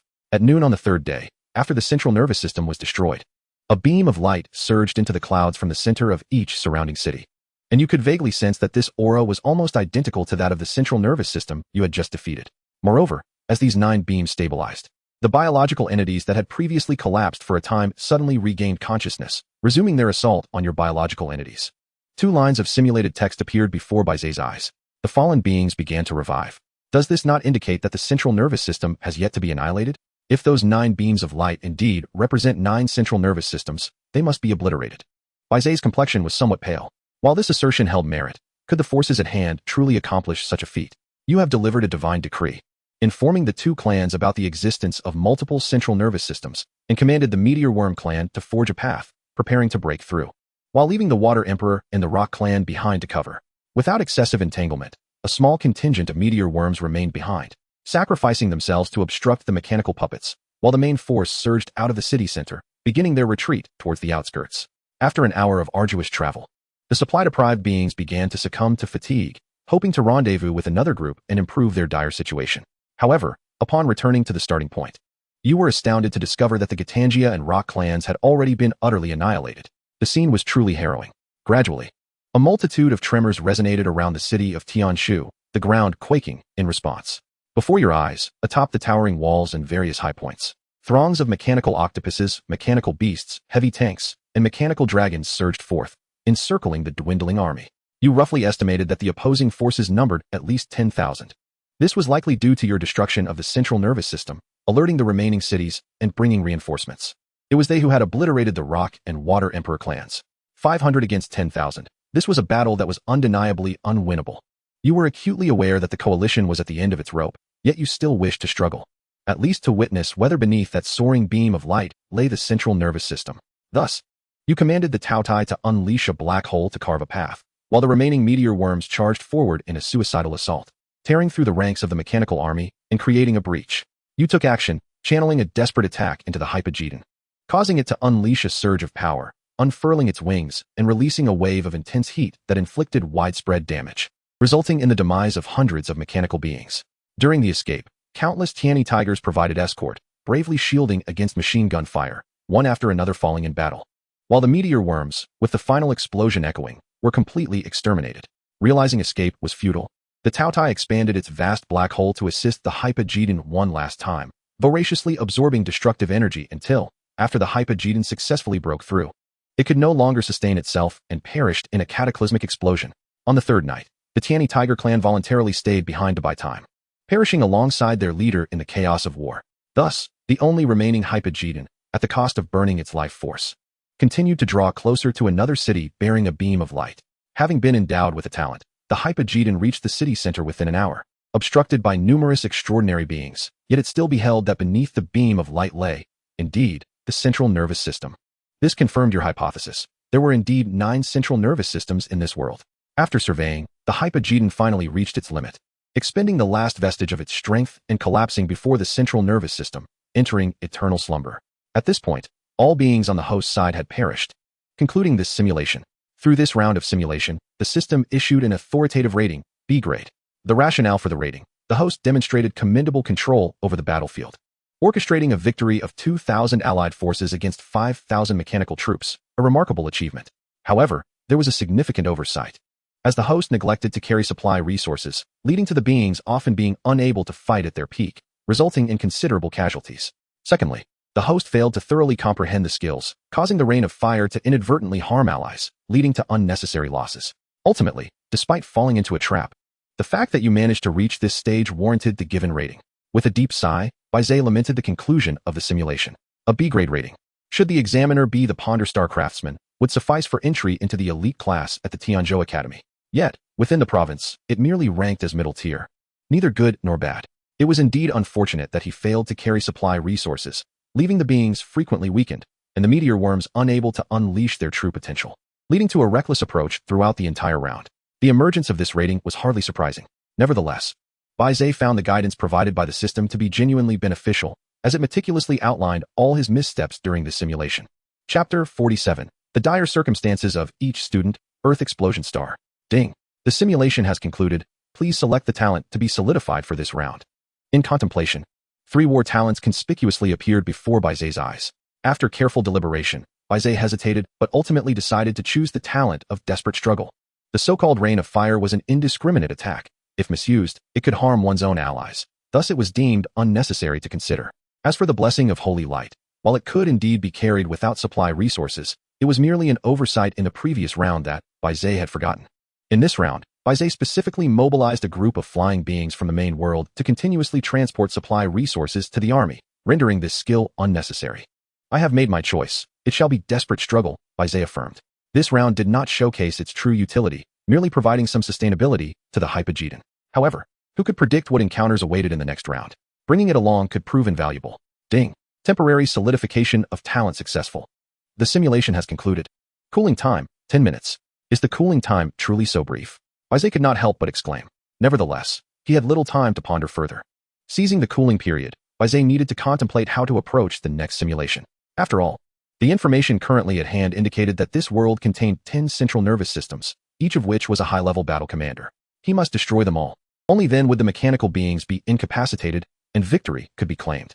However, he must not attract too much attention, lest he end up surrounded and annihilated by the coalition forces that would come to support from each city, just as in the previous round. What should be done? In the midst of deep contemplation, the other students gradually triggered those 9 beams of light. Beneath the beams, a dividing line seemed to have formed, as a multitude of students began to be eliminated, leaving only the remaining seed candidates of this cohort still standing. Moving to Xia Yinyu's side, her situation was also far from optimistic. Unlike Bai Ze, she had resources and supplies, and her strategy was notably stable. Although she had not achieved any remarkable feats along the way, the beings at her command had survived in greater numbers.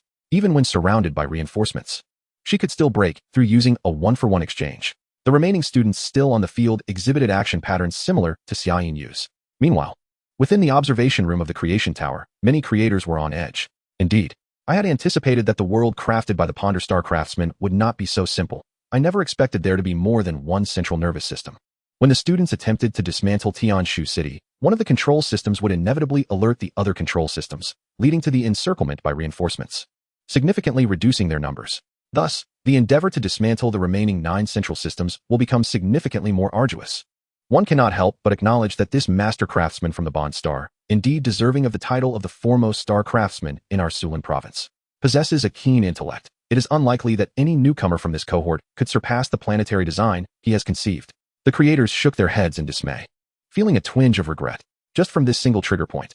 Those newcomers who failed to manage their numbers in the early stages have already been overwhelmed by the supporting forces. The surviving newcomers will also suffer substantial losses, rendering any chance of a comeback exceedingly slim. It is truly unexpected, Professor Su, that your prized student, Tang Qingcheng, has also found herself encircled by the supporting army.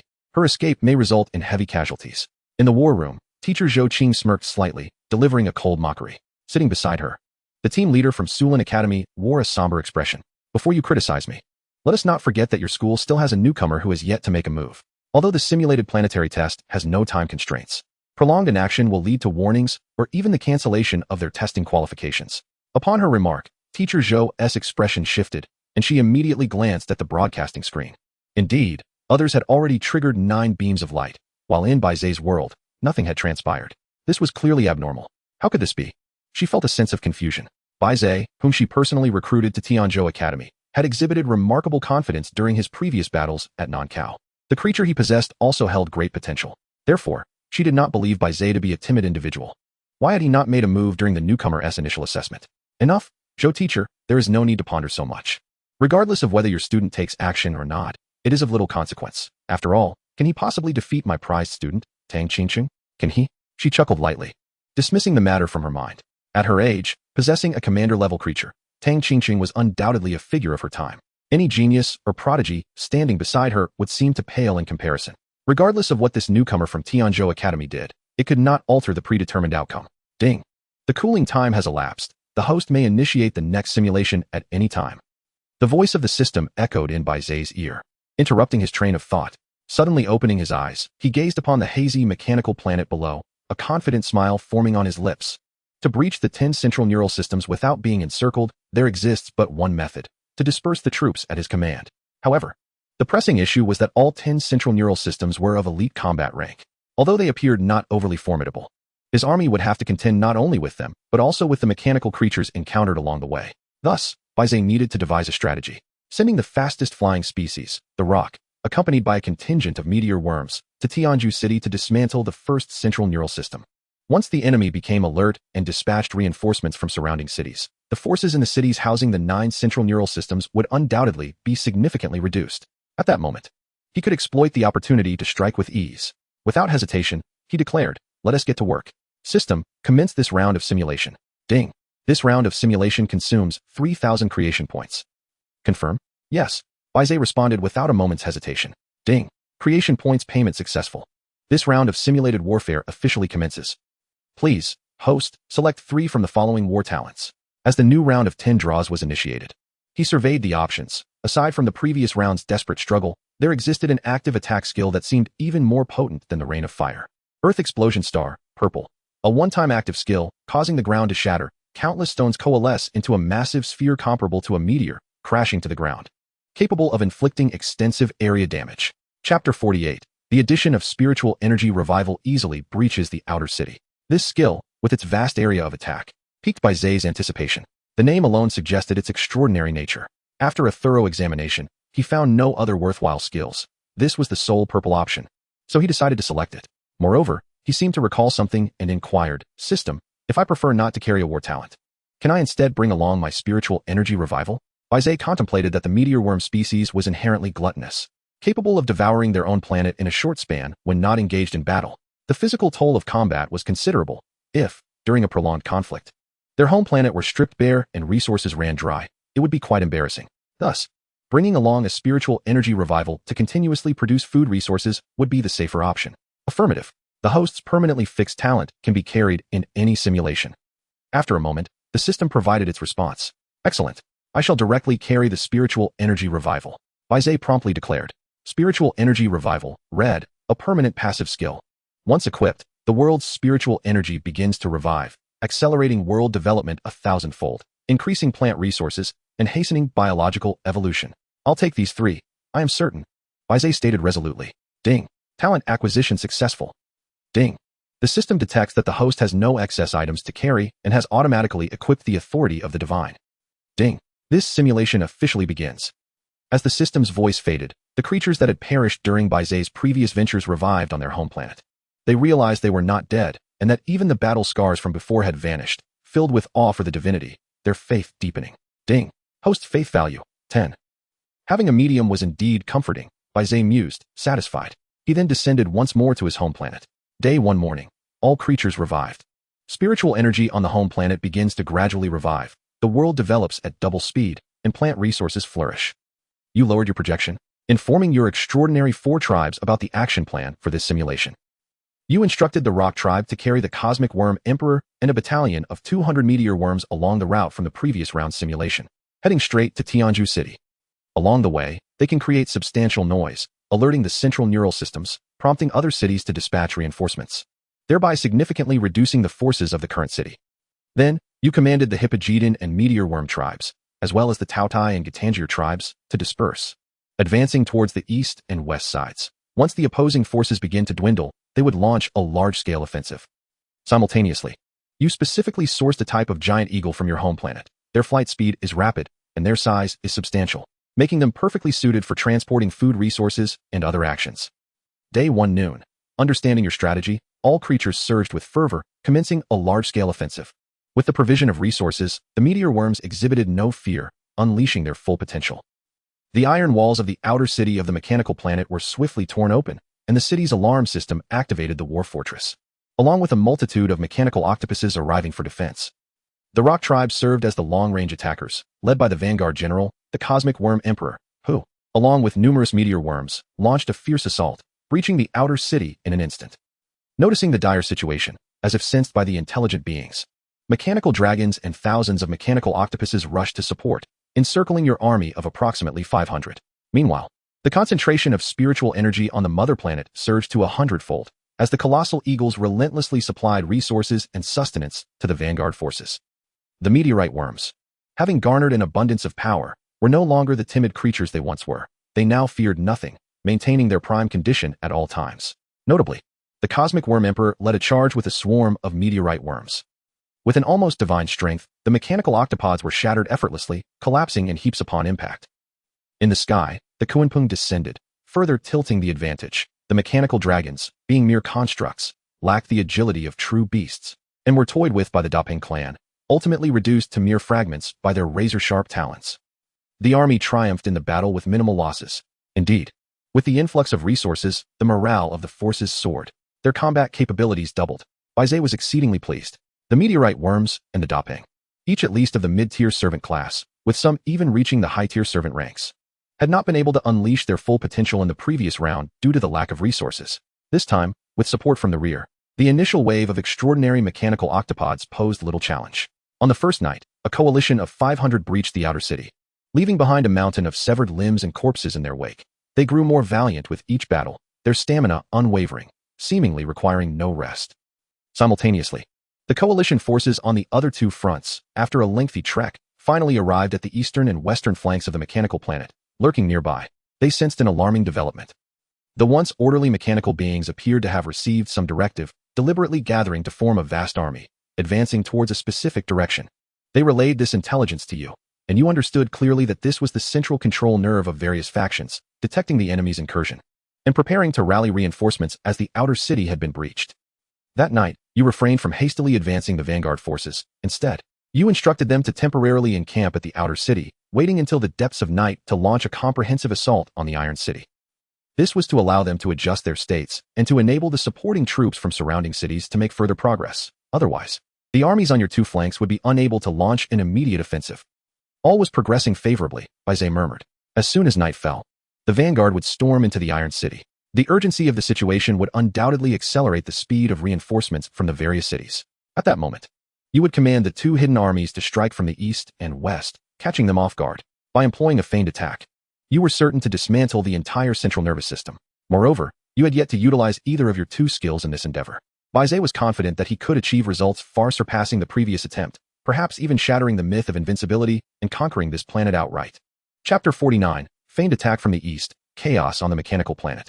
In the depths of the first night, the spiritual energy of the mother planet escalated to 500 times, with resources becoming even more abundant. The well-rested meteorite worms, under the cloak of night, surged past the outer city to launch a full-scale assault on the Iron City.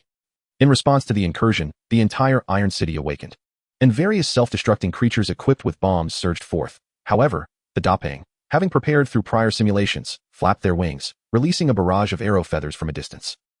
Before the self-destructing creatures could close in on the army, they were all obliterated. The coalition did not linger, they pressed forward, only to encounter a formidable array of war fortresses, mechanical beasts, and heavy tanks, among other extraordinary beings, standing in their way. Their total number reached 5,000, forming an unyielding tide of steel, tenfold the numbers of the coalition, blocking their path. Yet the coalition did not choose to retreat. Instead, they clashed head-on with the 5,000-strong army, displaying an unstoppable force, and despite being at a disadvantage, they fought valiantly to the last breath.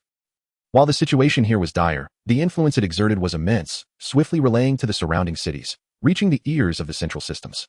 As you anticipated, the various cities hastened their support for the coalition at the Iron City, moving further away from their main city. Instead, they began to encircle Tianshu City. Seizing the opportunity, you promptly issued orders for Hepajidon, Taotai, and Jiatangji's armies to cease waiting and launch an immediate offensive. Upon receiving the command, the three factions held nothing back. From the western city, 800 meteorite worms appeared as if propelled like missiles, directly shattering the iron walls that obstructed their path. Then, the army surged forward, and the remaining creatures within the city had not yet reacted before they were crushed into fragments beneath the heavy armor of the meteorite worms. Meanwhile, from the eastern city, 300 Tiani tigers descended from the sky. Like airborne soldiers, their sudden assault left the remaining defenders of the eastern city utterly unprepared, tearing them apart.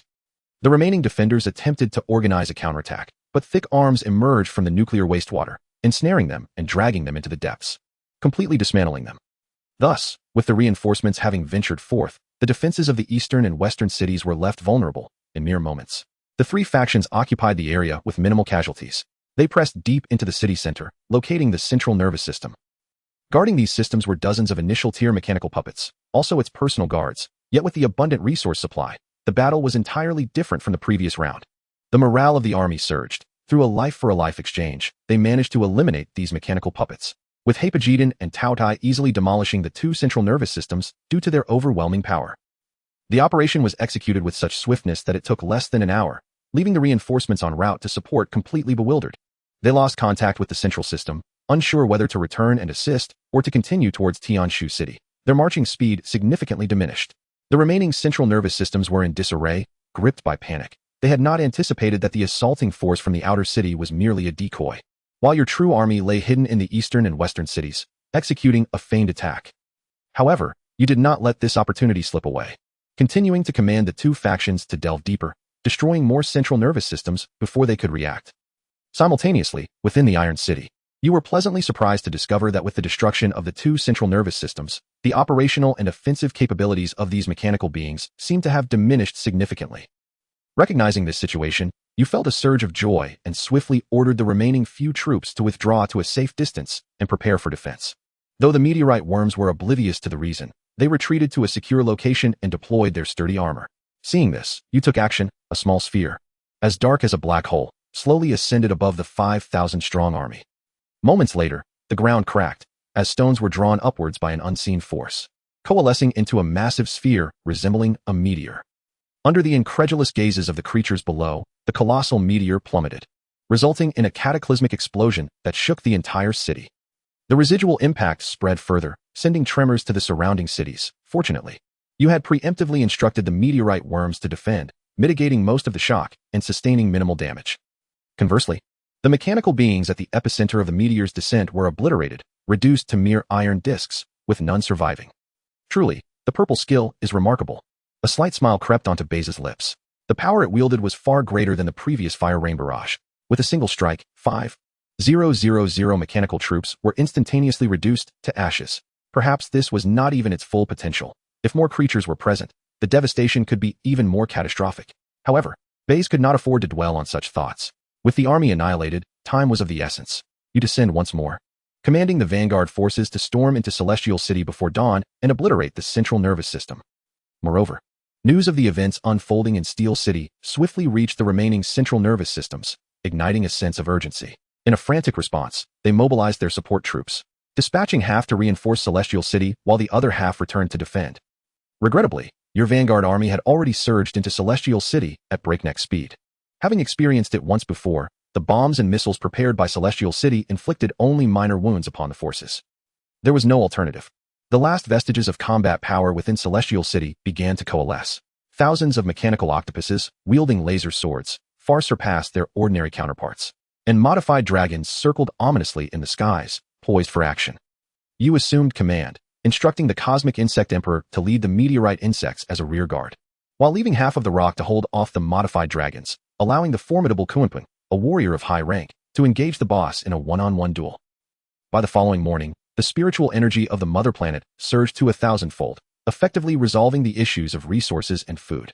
Even the voracious meteorite insects could not consume all these plants. During the bloody battle in Celestial City, two armies that had breached from the east and west had traversed half the mechanical planet. Though the overall casualties were significant, they systematically leveled several cities and even dismantled multiple central nervous systems. As the controlling systems dwindled, the movements of the mechanical creatures began to slow, unable to pursue the two armies with sustained resources, plunging the entire mechanical planet into chaos and disarray.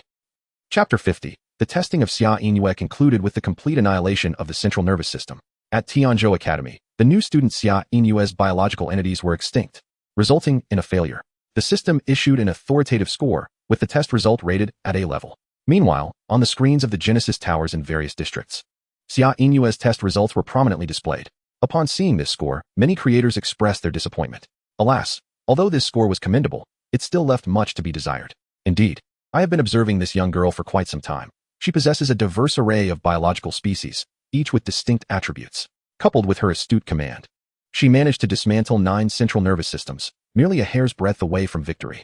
Such a pity, she is still too young, unable to manage the number of her creatures effectively, ultimately falling victim to encirclement, leaving only regrets in her defeat.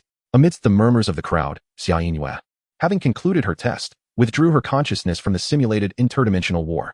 Stepping out, she sighed softly, her beautiful face betraying her disappointment. Alas, it was so close. Xia Inue felt dejected, yet when she raised her head, she was astonished to find herself in a peculiar space. This was not reality. It was a circular arena filled with eliminated students, and upon counting, there were already over 90%. Could it be that so many had been eliminated? Xia Inue gaped in disbelief. Scanning the surroundings, she noted several enormous screens suspended at the center, continuously broadcasting the battles of the students. If I am not mistaken, this must be the temporary viewing chamber for the eliminated students. They could only watch the battles until all students had completed their tests. Out of more than 10,000, it seemed fewer than 1,000 remained. Xia Inue took note of the number of candidates displayed in the lower left corner of the screen. In truth, her score was quite commendable. This evaluation mechanism was based on the overall combat situation. Surviving longer did not necessarily equate to a higher score.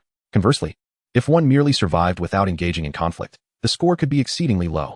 Of course, achieving victory in any form would guarantee an overwhelming score over the defeated.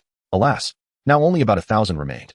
To date, it seemed the highest score was merely a level. Among the eliminated students in the viewing area, many sighed in dismay. Indeed, this cohort was exceptionally strong. Moreover, several seed candidates had yet to conclude their simulations. I surmise that when they emerge, this score will likely be surpassed. By the way, at such an hour, why has Bai Ze from Tianzhou Academy not yet commenced the interdimensional war? Who knows? Why concern ourselves with him? He is merely a minor character, a mere footnote in our Tang goddess's journey. The voices of the new students continued to echo in her ears. Yet, it was the last remark that Xia Inue heard particularly clearly. She shook off her thoughts, eagerly scanning the large screens for Bai Ze's figure. At last, during one of the brief pauses in the broadcast, she spotted Bai Ze engaged in the interdimensional war. His world appeared serene. There was no movement from the mechanical planet across from him, and not a single creature had been summoned on his side. What on earth is happening? What is Bai Ze up to? Xia Inue pondered anxiously. She gazed at Bai Ze's world with concern, softly murmuring his name, Bai Ze. While she called his name, his situation was, in fact, quite optimistic. He had only lost half of his biological entities and had already destroyed a multitude of central nervous systems. Aside from the one in Celestial City, there were also 2 other dispersed central systems. Throughout the journey, Bai Ze had instructed both teams to remain vigilant for any hidden central nervous systems in the surrounding cities, to avoid further ambushes. By now, it was confirmed beyond doubt that there were indeed only 10 central nervous systems. If he could dismantle them all, this interdimensional war would come to a close. As the sun rose, basking in its light, the Kunpeng finally entered the heart of Celestial City, triggering the protective mechanisms of the central system as usual. At that moment, the remaining rock came into play. They launched a pincer attack, fearlessly clashing with the mechanical puppets, while the Kunpeng engaged the boss, launching a relentless barrage against the central nervous system. One by one, it severed the wires, its sharp feathers flying like arrows, and after several exchanges, the central system was pierced, creating several gaping holes. However, just as Celestial City teetered on the brink of collapse, the previously dispersed support troops finally arrived, engaging in a fierce struggle with the meteorite insects and the Cosmic Insect Emperor on the outskirts of Celestial City. Caught off guard, the Cosmic Insect Emperor found itself with no path of retreat, ultimately sacrificing nearly 200 meteorite insects and half of the rock, all perishing in battle to buy precious time for the Kunpeng inside. The inevitable had finally arrived. Bai Ze felt a surge of tension.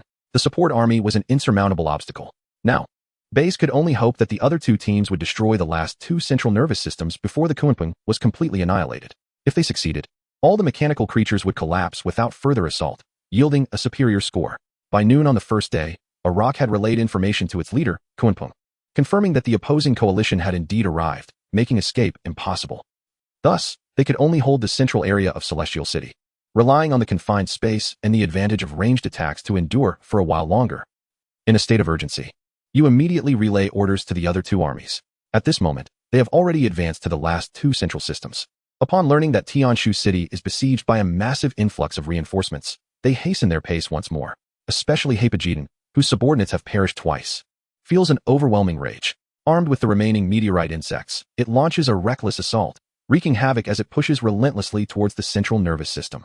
Meanwhile, as evening approaches, the heart of Tianshu City is breached by a multitude of supporting troops. The dwindling number of Dapengs falls one after another, while the remaining Kunpengs struggle to hold on. Just when they believe their survival is hopeless, the last two central nervous systems finally succumb at the hands of Hapajidon and Taodai, causing all mechanical beings in the world to come to an abrupt halt. Thus, all 10 central nervous systems are annihilated. Chapter 51. Shock and Awe. Mechanical Godzilla awakens. At last, Bai speaks, his voice weary, managing to utter, finally. It has all been destroyed. This time, there should be no more unforeseen events, right? Bai gazes down upon the mechanical planet, where countless beings lie sprawled in various positions upon the ground, their once fierce crimson lights extinguished. Indeed, they must be dead. Holding a sense of vigilance, Bai tightens his expression, waiting a moment to hear the system's judgment. Yet this time, much like the last, the system remains silent, offering no news. What could this mean? Is my victory not yet secured? This should not be the case. With all 10 central nervous systems destroyed and the beings fallen, could there possibly be any survivors? Amid Bai Ze's questions, the system suddenly provides an answer. Ding! World biological entities have not yet perished, hence a determination of victory or defeat cannot be made. Almost identical lines. Bai Ze's pupils widen in disbelief as he casts his gaze downward once more. Suddenly, 10 pure white pillars of light shoot skyward from the world. Bai Ze gasps in astonishment, unable to comprehend. What are these light pillars? Where are they coming from? Undeniably, the positions emitting the light pillars correspond to the locations of the 10 central nervous systems. Could it be that these central nervous systems are not entirely extinguished? No. Wait. A realization dawns upon Bai Ze as he suddenly exclaims, they are converging towards a single point.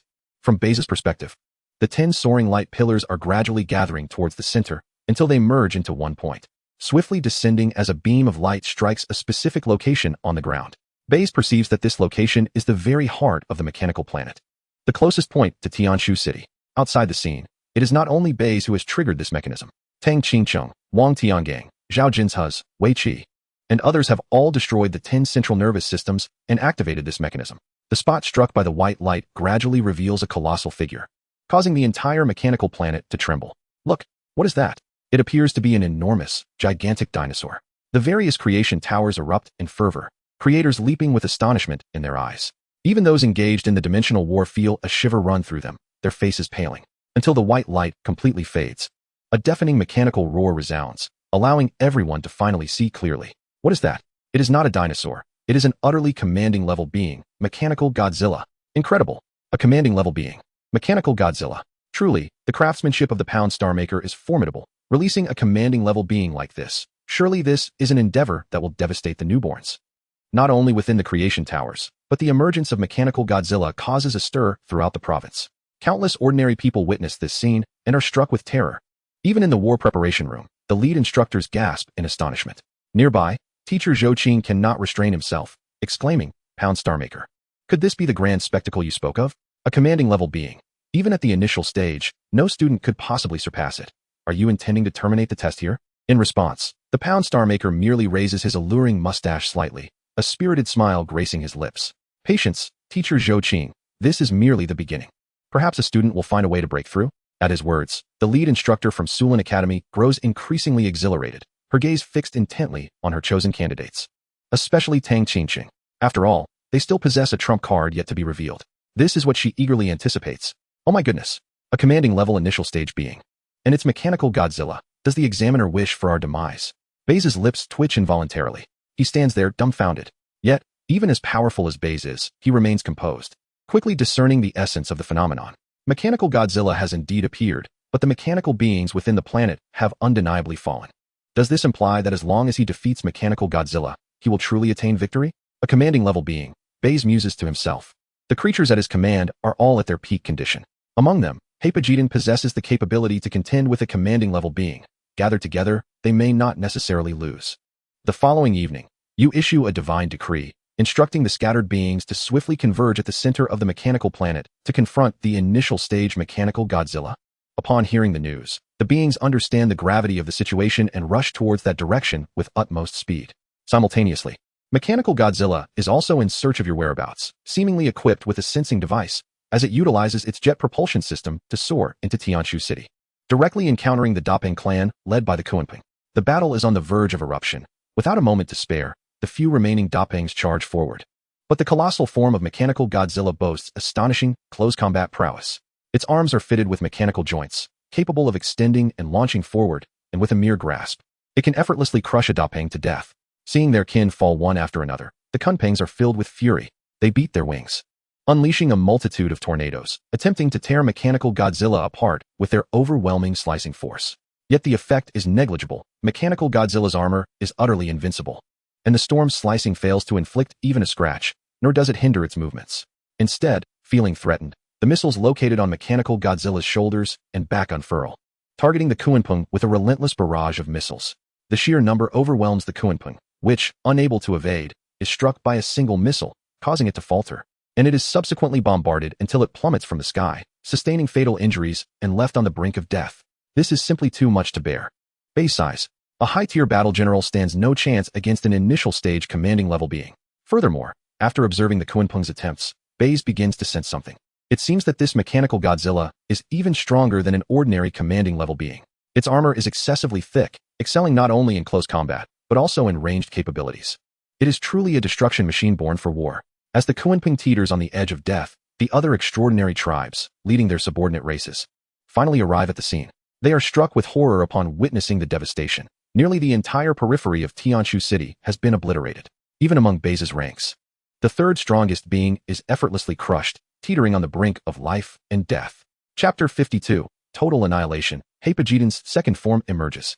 The complete annihilation of the Dapeng clan fills the remaining beings with grief and fury. The celestial meteor worm, endowed with the ability to soar through the skies, has forged an alliance with the winged tiger, launching a grand offensive. However, the mechanical Godzilla was already prepared. It opened its massive maw and unleashed a brilliant scarlet beam, a skill even mightier than its atomic breath, known as proton whale. Any creature caught in the path of this beam was instantly reduced to ash. Sensing the dire predicament, the gluttonous beast opened its cavernous jaws, summoning a colossal black hole before it, relentlessly absorbing the beam to avert disaster for its forces. Alas, this formidable power was far beyond what the gluttonous beast could withstand. In mere seconds, it trembled violently before erupting in a cataclysmic explosion, sending the gluttonous beast hurtling miles away, crashing through numerous buildings and suffering severe injuries. Realizing the gravity of the situation, Hyperion deftly swung its pincers, dispersing 5 Sphia light bombs for a counterattack. The two forces clashed, but Hyperion found itself at a distinct disadvantage, struggling to maintain its ground. Fortunately, Gatangier, accompanied by the Water Emperor clan, swiftly submerged and launched a surprise attack from the rear, ensnaring the mechanical Godzilla with its tendrils, temporarily halting its movements and silencing the proton whale. Witnessing this scene filled you with urgency. You hastily commanded the Sea Emperor clan to retreat. Confused, they were too late to respond. The mechanical Godzilla's tail transformed from a folded state into a powerful drill, swinging with destructive force that pierced through the majority of the Sea Emperor ranks behind it. Even Gitangier, renowned for its formidable defenses, suffered a grievous wound, rolling away in a weakened state. Frustrated, Bai Ze felt a deep sense of unwillingness. This mechanical Godzilla appeared nearly invulnerable, presenting no weaknesses whether approached from the front or ambushed from behind, and even his strongest biological allies had been grievously wounded. Was this the terrifying essence of a commanding-level creature? The insurmountable chasm spoken of in legends. Helplessly, Bai Ze cast a glance at the last remaining skill in his possession and then at Hyperion, the one in the best condition on the battlefield. He resolved to take a gamble, bestowing this skill upon Hyperion for a final desperate attempt. System, apply the skill to Hyperion for a last stand. Bai Ze commanded fiercely. Ding. Host command received. Skill successfully applied. A divine force descended from the heavens, enveloping the severely wounded Hyperion, invigorating it as if it had been administered a powerful stimulant. Its state soared to new heights, emanating an aura of annihilation that left the mechanical Godzilla in awe. Upon receiving this power for the second time, Hyperion instinctively understood the situation without awaiting further orders.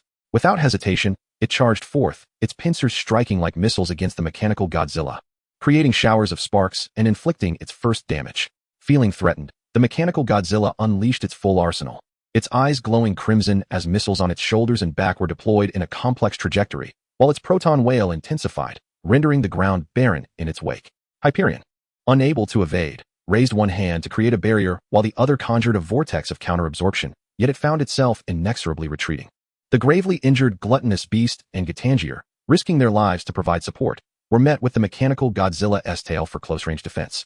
While its missiles could alter their flight paths, the Sea Emperor clan and the Winged Tiger clan were obliterated in the onslaught. In a bid to share the burden, both leaders instinctively stepped forward, their bodies colliding with the destructive beam, ultimately falling as they lay on the brink of death.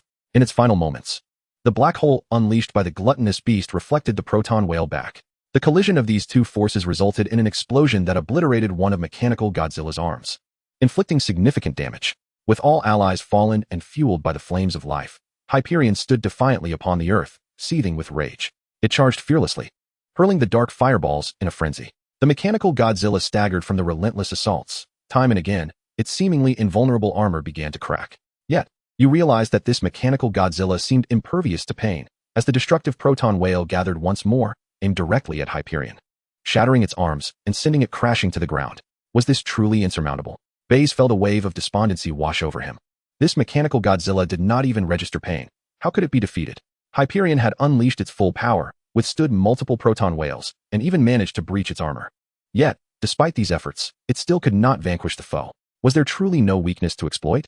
Bai Ze's thoughts grew heavy. He was on the verge of surrender, but Hyperion was not ready to give in. With life nearly extinguished, Hyperion summoned an indomitable will and rose once more, its once dormant bloodlines surging with vitality. In this critical moment of crisis, it began to reconstitute and fuse anew, enveloped in a radiant white light, especially around its hands, which were morphing in the glow. What was this phenomenon? Bai Ze gasped, his eyes widening as the power of the bloodline was activated once more at such a crucial juncture. The half-destroyed mechanical Godzilla sensed the shift and opened its maw wide, particles swirling towards it. A beam of pure energy surged forth. And just as Bai Ze thought all was lost, he suddenly heard a system notification chime in his ear. Ding! Hyperion is undergoing metamorphosis. Ding! Hyperion has completed its metamorphosis, attaining a new form. Hyperion, Reaper Scythe form. The Reaper Hyperion is born. Ding! The Reaper Hyperion has gained enhanced piercing capabilities, dealing increased damage to all armor. Ding! Hyperion is about to advance. Host creation value is at 1000. About to advance. Could it be breaking through to commanding level? Bai Ze felt a surge of excitement. He was nearly on the brink of leaping for joy at the unfolding scene on the planet. As the white light gradually receded, Hyperion emerged in a stunning new form, its once claw-like crystalline arms transformed into razor-sharp dual blades resembling scythes, surrounded by flames, poised for ascension. When faced with the approaching red beam, the Reaper Hyperion displayed no signs of fear. Its scythe-like arms swiftly swept through the air, launching two arcs of yellow light. In a direct strike, it cleaved through the mechanical Godzilla's proton wail, resulting in a violent explosion. Next, the Reaper Hyperion did not allow the mechanical Godzilla a moment's respite. Darting in close beside it, the blades moved with such speed that only afterimages remained, amidst the thunderous clamor. Their overwhelming piercing force severed the missile launch systems on both sides of mechanical Godzilla's shoulders. As a result, the mechanical Godzilla's offensive capabilities were significantly diminished, and it attempted to retaliate with the drill on its tail, aiming to pierce the Reaper Hyperion at close range. However, with a swift teleportation, the Reaper Hyperion reappeared behind mechanical Godzilla, unleashing two arcs of yellow light that even severed the mechanical Godzilla's tail. Finally realizing the severity of the situation, the mechanical Godzilla hastily activated its thrusters to create distance, opening its maw to gather the proton whale once again, preparing to launch an assault on the Reaper Hyperion. Yet, the Reaper Hyperion's speed surpassed its own. In an instant, it ascended into the air, and two incredibly destructive scythes plunged deep into the mechanical Godzilla's interior, erupting in a blaze of fire and lightning.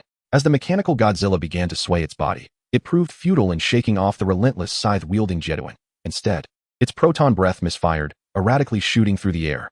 Indeed, there lies a chance, Bai Ze analyzed, noting that the transformed Hyper-Jedouin possessed remarkable penetrative power, capable of effortlessly piercing even the armor of a commander-level creature. Riding this momentum, it seemed highly probable that Hyper-Jedouin's scythe form could achieve a breakthrough, truly ascending to commander level. At that moment, it would be nothing short of a one-sided annihilation of the opponent. A slight effort was all that was needed. Yet beads of sweat began to form on Bai Ze's forehead. Alas, dreams and reality often diverge. Ascending to commander level was not as straightforward as it appeared. The following night, amidst the vast, inky darkness, two colossal shadows engaged in a fierce struggle, while countless mechanical parts rained down from above the clouds. The mechanical Godzilla was nearly incapacitated, having sustained severe damage, with torrents of electricity coursing through its body, rendering the scene almost unbearable to witness. Yet you found yourself inexplicably pleased, for it was the scythe-wielding Jedouin that had inflicted this destruction. Just as you believed that Jedouin was destined to triumph over mechanical Godzilla, an unexpected turn of events unfolded. A surge of crimson light erupted from mechanical Godzilla, and you sensed the ominous implications. You barely had time to warn Jedouin to evade when it was already too late.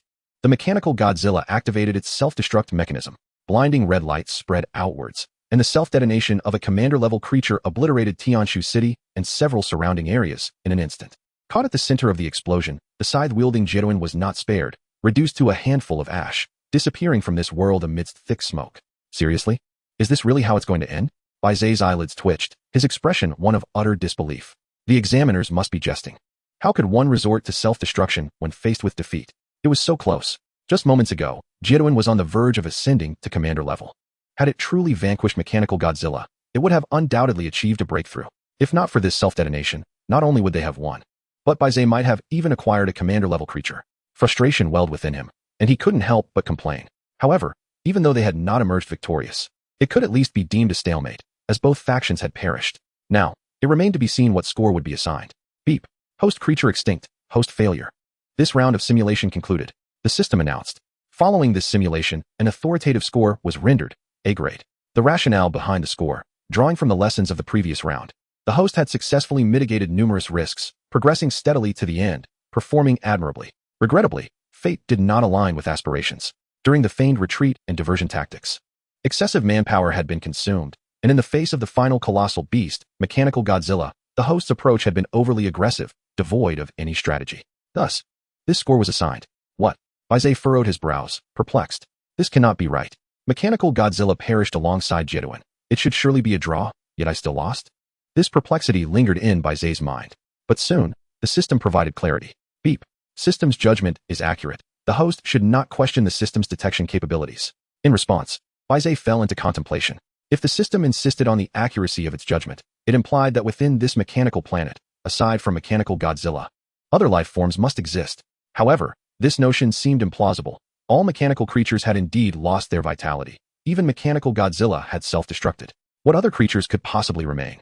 Bai Ze was confounded, especially considering the residual power from Godzilla's explosion had nearly leveled all surrounding cities. Even if there were surviving mechanical beings, how could they have escaped the devastation? Sighing deeply, Bai Ze decided to set aside these thoughts for now. Ultimately, as long as he maintained a sufficient number of creatures at his disposal, he had no reason to fear any monstrous adversary. Preserving more life forms remained his singular objective. Nevertheless, he acknowledged the system's assessment. Indeed, during his dispersal of forces and feigned maneuvers, he had neglected to oversee 3 locations. As a result, he lost nearly half of his forces in the guerrilla combat. When confronting mechanical Godzilla, the creature's lack of discernible weakness rendered a cautious approach unfeasible.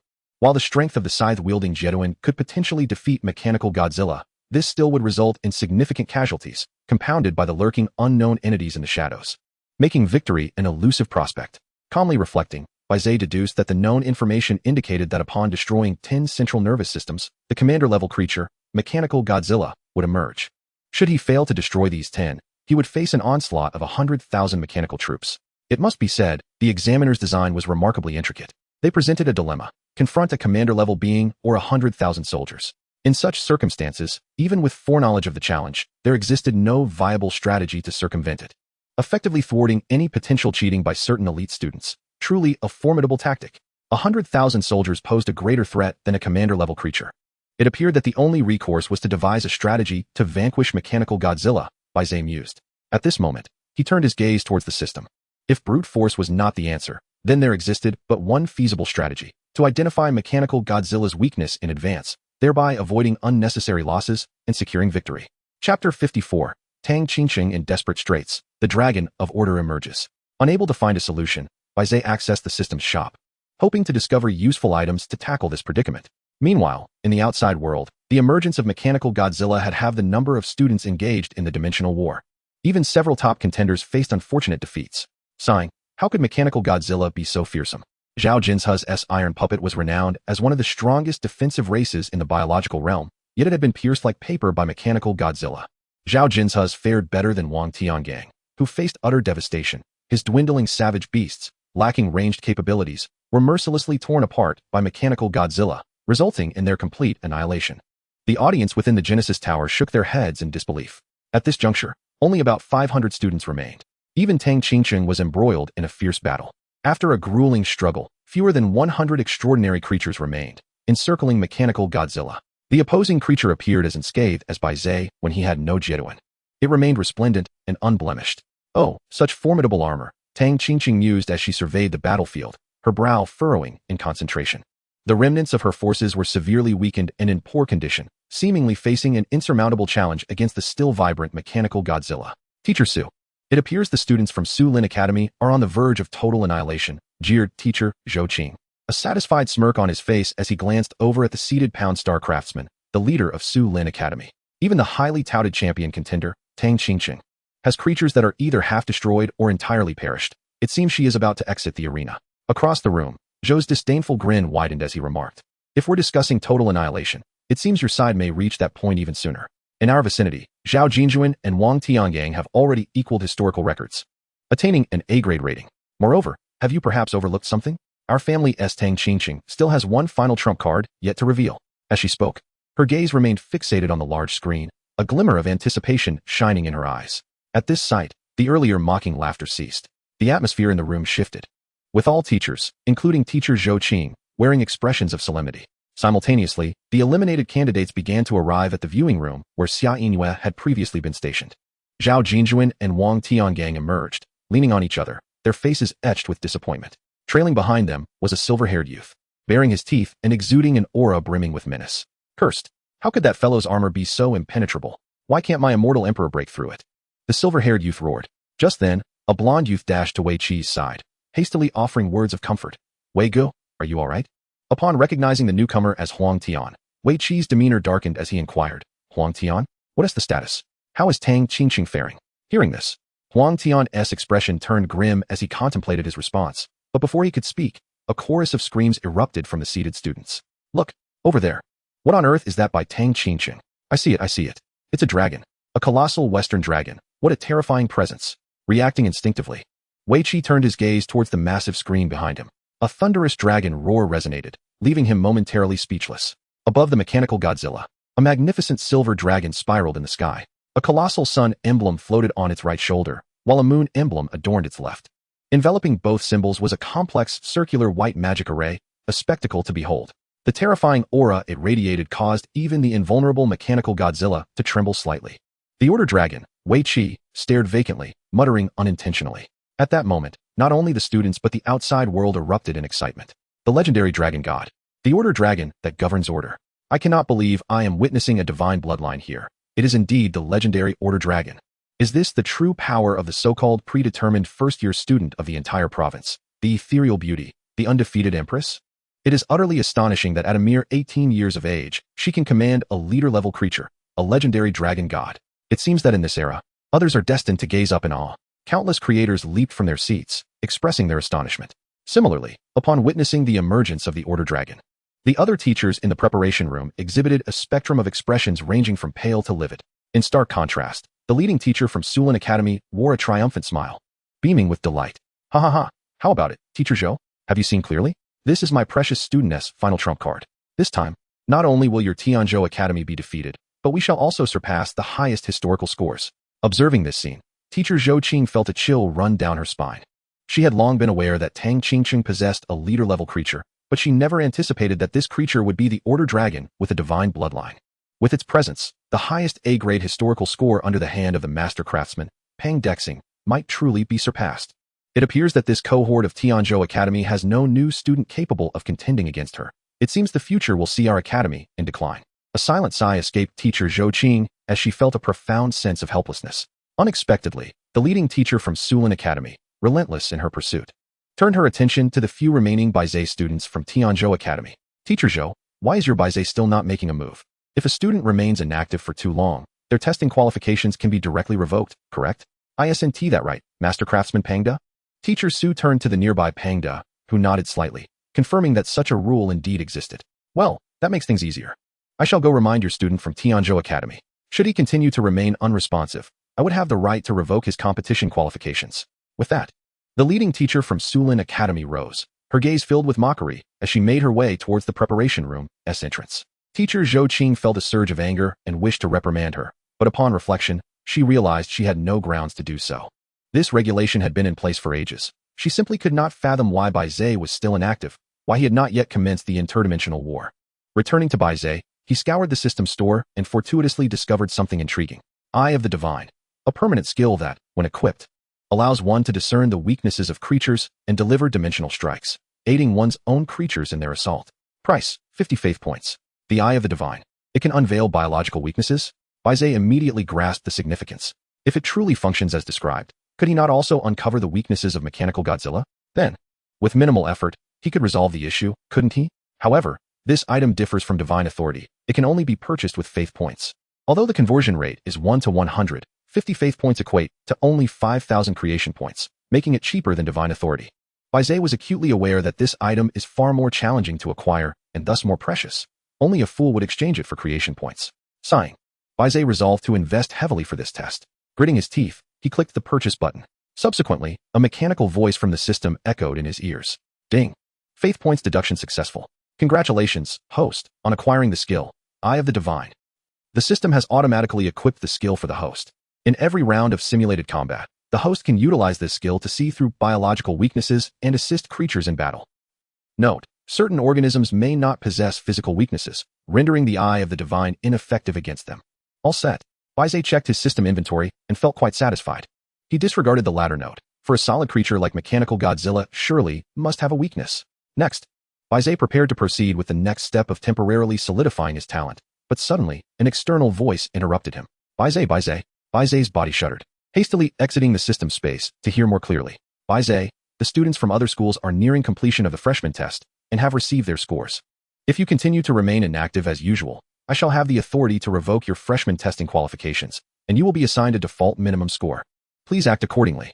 Upon hearing these words, Bai Ze furrowed his brow. Could it really be so? Reflecting carefully, he realized that during his simulation, the external world indeed appeared blank. The voice he just heard was likely a warning from the outside teachers. If he continued to abstain from genuine action, he might truly face disqualification from the test. It seemed he had no choice. The simulation had to come to an abrupt end. It was time to officially engage in the interdimensional war. Ding. Please select one talent to temporarily solidify from the following options. The system's prompt resonated in his ears as Bai Ze cast a brief glance at the options. The revival of spiritual energy does not factor into this equation. Thus only the earth-shattering star and the option to fight to the death remain viable. However, since the next round will not involve any simulations, what purpose do the current choices serve? By the way, system, can this war talent be permanently solidified using creation points? Bai Ze inquired. Shortly thereafter, the system provided a response. Ding. Yes, host. However, once the war talent is solidified, it will no longer be a talent. Rather, it will transform into a prop card. Once the host uses the prop card, it will be irrevocably consumed, unless another opportunity arises to acquire it again. A prop card, you say? That sounds even better. Bai Ze mused, recalling an earlier encounter at South High. During a battle against a creator who had successfully awakened alongside the entire school, a wealthy heir had utilized such a prop card. Most importantly, this particular prop card was explicitly labeled for use during interdimensional warfare. Excellent. System, I wish to permanently solidify the war talent, Earth-Shattering Star. Earth-Shattering Star, B-grade prop card. A one-time active skill. Upon activation, the ground fractures, and countless stones coalesce into a colossal sphere akin to a meteor, crashing down to inflict damage over a vast area. Required creation points, 1,000. A one-time skill costing 1,000 creation points is rather steep. Bai Ze shook his head. Nevertheless, just moments ago, he devised a strategy to counter the enemy's reinforcements, in which this talent was indispensable. Therefore, regardless of the cost, Bai Ze must acquire it. System, permanently solidify this talent. Bai Ze commanded. Ding. Creation points successfully deducted. The Earth-Shattering Star has been permanently solidified into a B-grade prop card for the host. Bai Ze silently closed his eyes, his consciousness completely detached from the simulator. Gazing at the vast and serene land, Bai Ze resolutely made up his mind. Simultaneously, in the observation room, a remark from teacher Su drew numerous eyes back to Bai Ze. Moreover, with the majority of students being eliminated from the test, the broadcast could frequently return to Bai Ze. Xia Yingyue also heard the teacher's earlier words, her gaze fixated on Bai Ze's world, filled with concern. Bai Ze, what on earth are you doing? Why haven't you made a move? Xia Yingyue clasped her hands over her chest, her delicate face betraying her anxiety. Just then, voices nearby began discussing Bai Ze. Wei Ge, this appears to be the kid we talked about in the group chat earlier. The one I told you about. The newcomer Bai Ze, who started with neither land nor ocean. Turning, he spotted Huang Tian, with his golden hair. Arms crossed in disdain as he chatted with a silver-haired youth. I remember him. Just an ordinary person, really, lacking in psychological resilience. He probably hails from that small place in South City, and is too nervous to act in such a grand setting. Wei Qi said, hands in pockets, shaking his head, his tone dripping with contempt. Upon hearing this, Xia Yingyue felt displeased. She was about to step forward to argue when suddenly a shout erupted from the front row. Look, that newcomer Bai Ze seems to have moved. Indeed, his world is changing. It appears the growth rate of plants is accelerating. What is happening? Following the crowd's gaze, Bai Ze's world showcased various plants visibly growing at an astonishing rate, rekindling hope in Xia Yinyue's eyes. Ding. 1,000 creation points successfully deducted. Passive S-grade prop card. Revival of spiritual energy activated. As formidable as Bai Ze was, he swiftly exploited a loophole in the system. Since war talents could be transformed into prop cards using creation points, then ordinary simulation talents could undoubtedly be as well. Chapter 56. Bai Ze awakens, insects and dragons. After all, backup supplies must never run dry. Otherwise, given the devouring capability of the meteoric worms, sustaining their large-scale battles would be untenable. All right, come forth, my children. Bai Ze called out. His resonant voice echoed through the provincial television screens, reaching the ears of many. Instantly, the sky depicted on the screen darkened, as a giant rock passed overhead, obscuring the sun. Leading the charge, a Kuanping adorned in vibrant rays appeared at the forefront, emanating an unmistakably high-tier general's aura. Yes, it is indeed a high-tier general. This kid possesses a high-tier, general-level creature. How is this possible? Could he be stronger than I am? No, wait. Look over there. There's something else. In the observation room, the creators who had previously looked down on Bai Ze were now utterly astonished. Their attention shifted to another area of the ocean, where countless writhing tentacles emerged, and above, a group of winged heavenly tigers soared, their leader. A green-faced creature with menacing fangs and enormous crimson wings that seemed capable of swallowing the sun's last rays, was particularly terrifying. Upon witnessing this scene, the creators in the observation room stammered, completely at a loss for words. That is the aura of a peak general. Undoubtedly a peak general. This power could rival the two prodigies they had previously mentioned, Zhao Jinju and Wang Tiangang. However, before they could catch their breath, an even more shocking wave arrived. A shadow, swift as lightning, darted across the screen. Upon closer inspection, thousands of vibrantly colored meteoric worms swirled together, forming a massive tornado at the surface of the sea. At the center of the vortex stood their leader, Hapagidon, ascending slowly into view. A bizarre electromagnetic sound resonated as the ominous aura surrounding it spread forth, causing countless plants and trees to wither upon contact. In the next moment, the remaining students in the observation room could no longer contain themselves. Some leaped up in shock. What kind of monster is this? Such a terrifying aura. This creature's presence indicates an impending breakthrough to the commander tier. Who is this kid? I've never heard of him before. Seeing this, both Wei Qi and Huang Tian were left dumbfounded. Especially Wei Qi, who felt his face flush as if he had been slapped, his expression mortified. In contrast, Xia Yingyue, witnessing the emergence of Bai Ze's creatures, was filled with joy. She recognized that these beautifully colored, diverse worms were none other than the celestial beetle era that Bai Ze had chosen earlier. They evolved from the most primitive celestial beetles. Bai Ze had truly succeeded. Meanwhile, Outside, at the South City Creation Tower, the observing creators began to recall. One stood up first, trembling uncontrollably, exclaiming, I remember. I remember. These large worms seem to have evolved from celestial beetles. They are the celestial beetle era that Bai Ze purchased earlier. Indeed. It must be that celestial beetle era.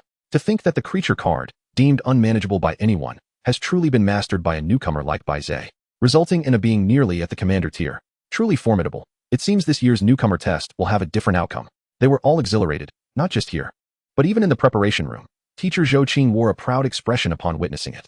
The aura radiating from Haepajiden was a clear sign of an impending breakthrough to the commander tier.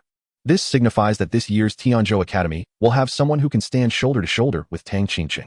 Who would have thought that Bai Ze was so deeply concealed? When he was at South High, he had merely 3 initial tier general level creatures. It is astounding how he managed to elevate his creatures so rapidly within just 5 days, birthing a monster on the verge of a commander tier breakthrough. Zhou Qing's lips curled upward as he provocatively cast a glance at Teacher Su, who appeared utterly dazed. Her complexion darkened to an extreme. She initially sought to awaken Bai Ze, believing he had never encountered grand spectacles and might be too intimidated to act.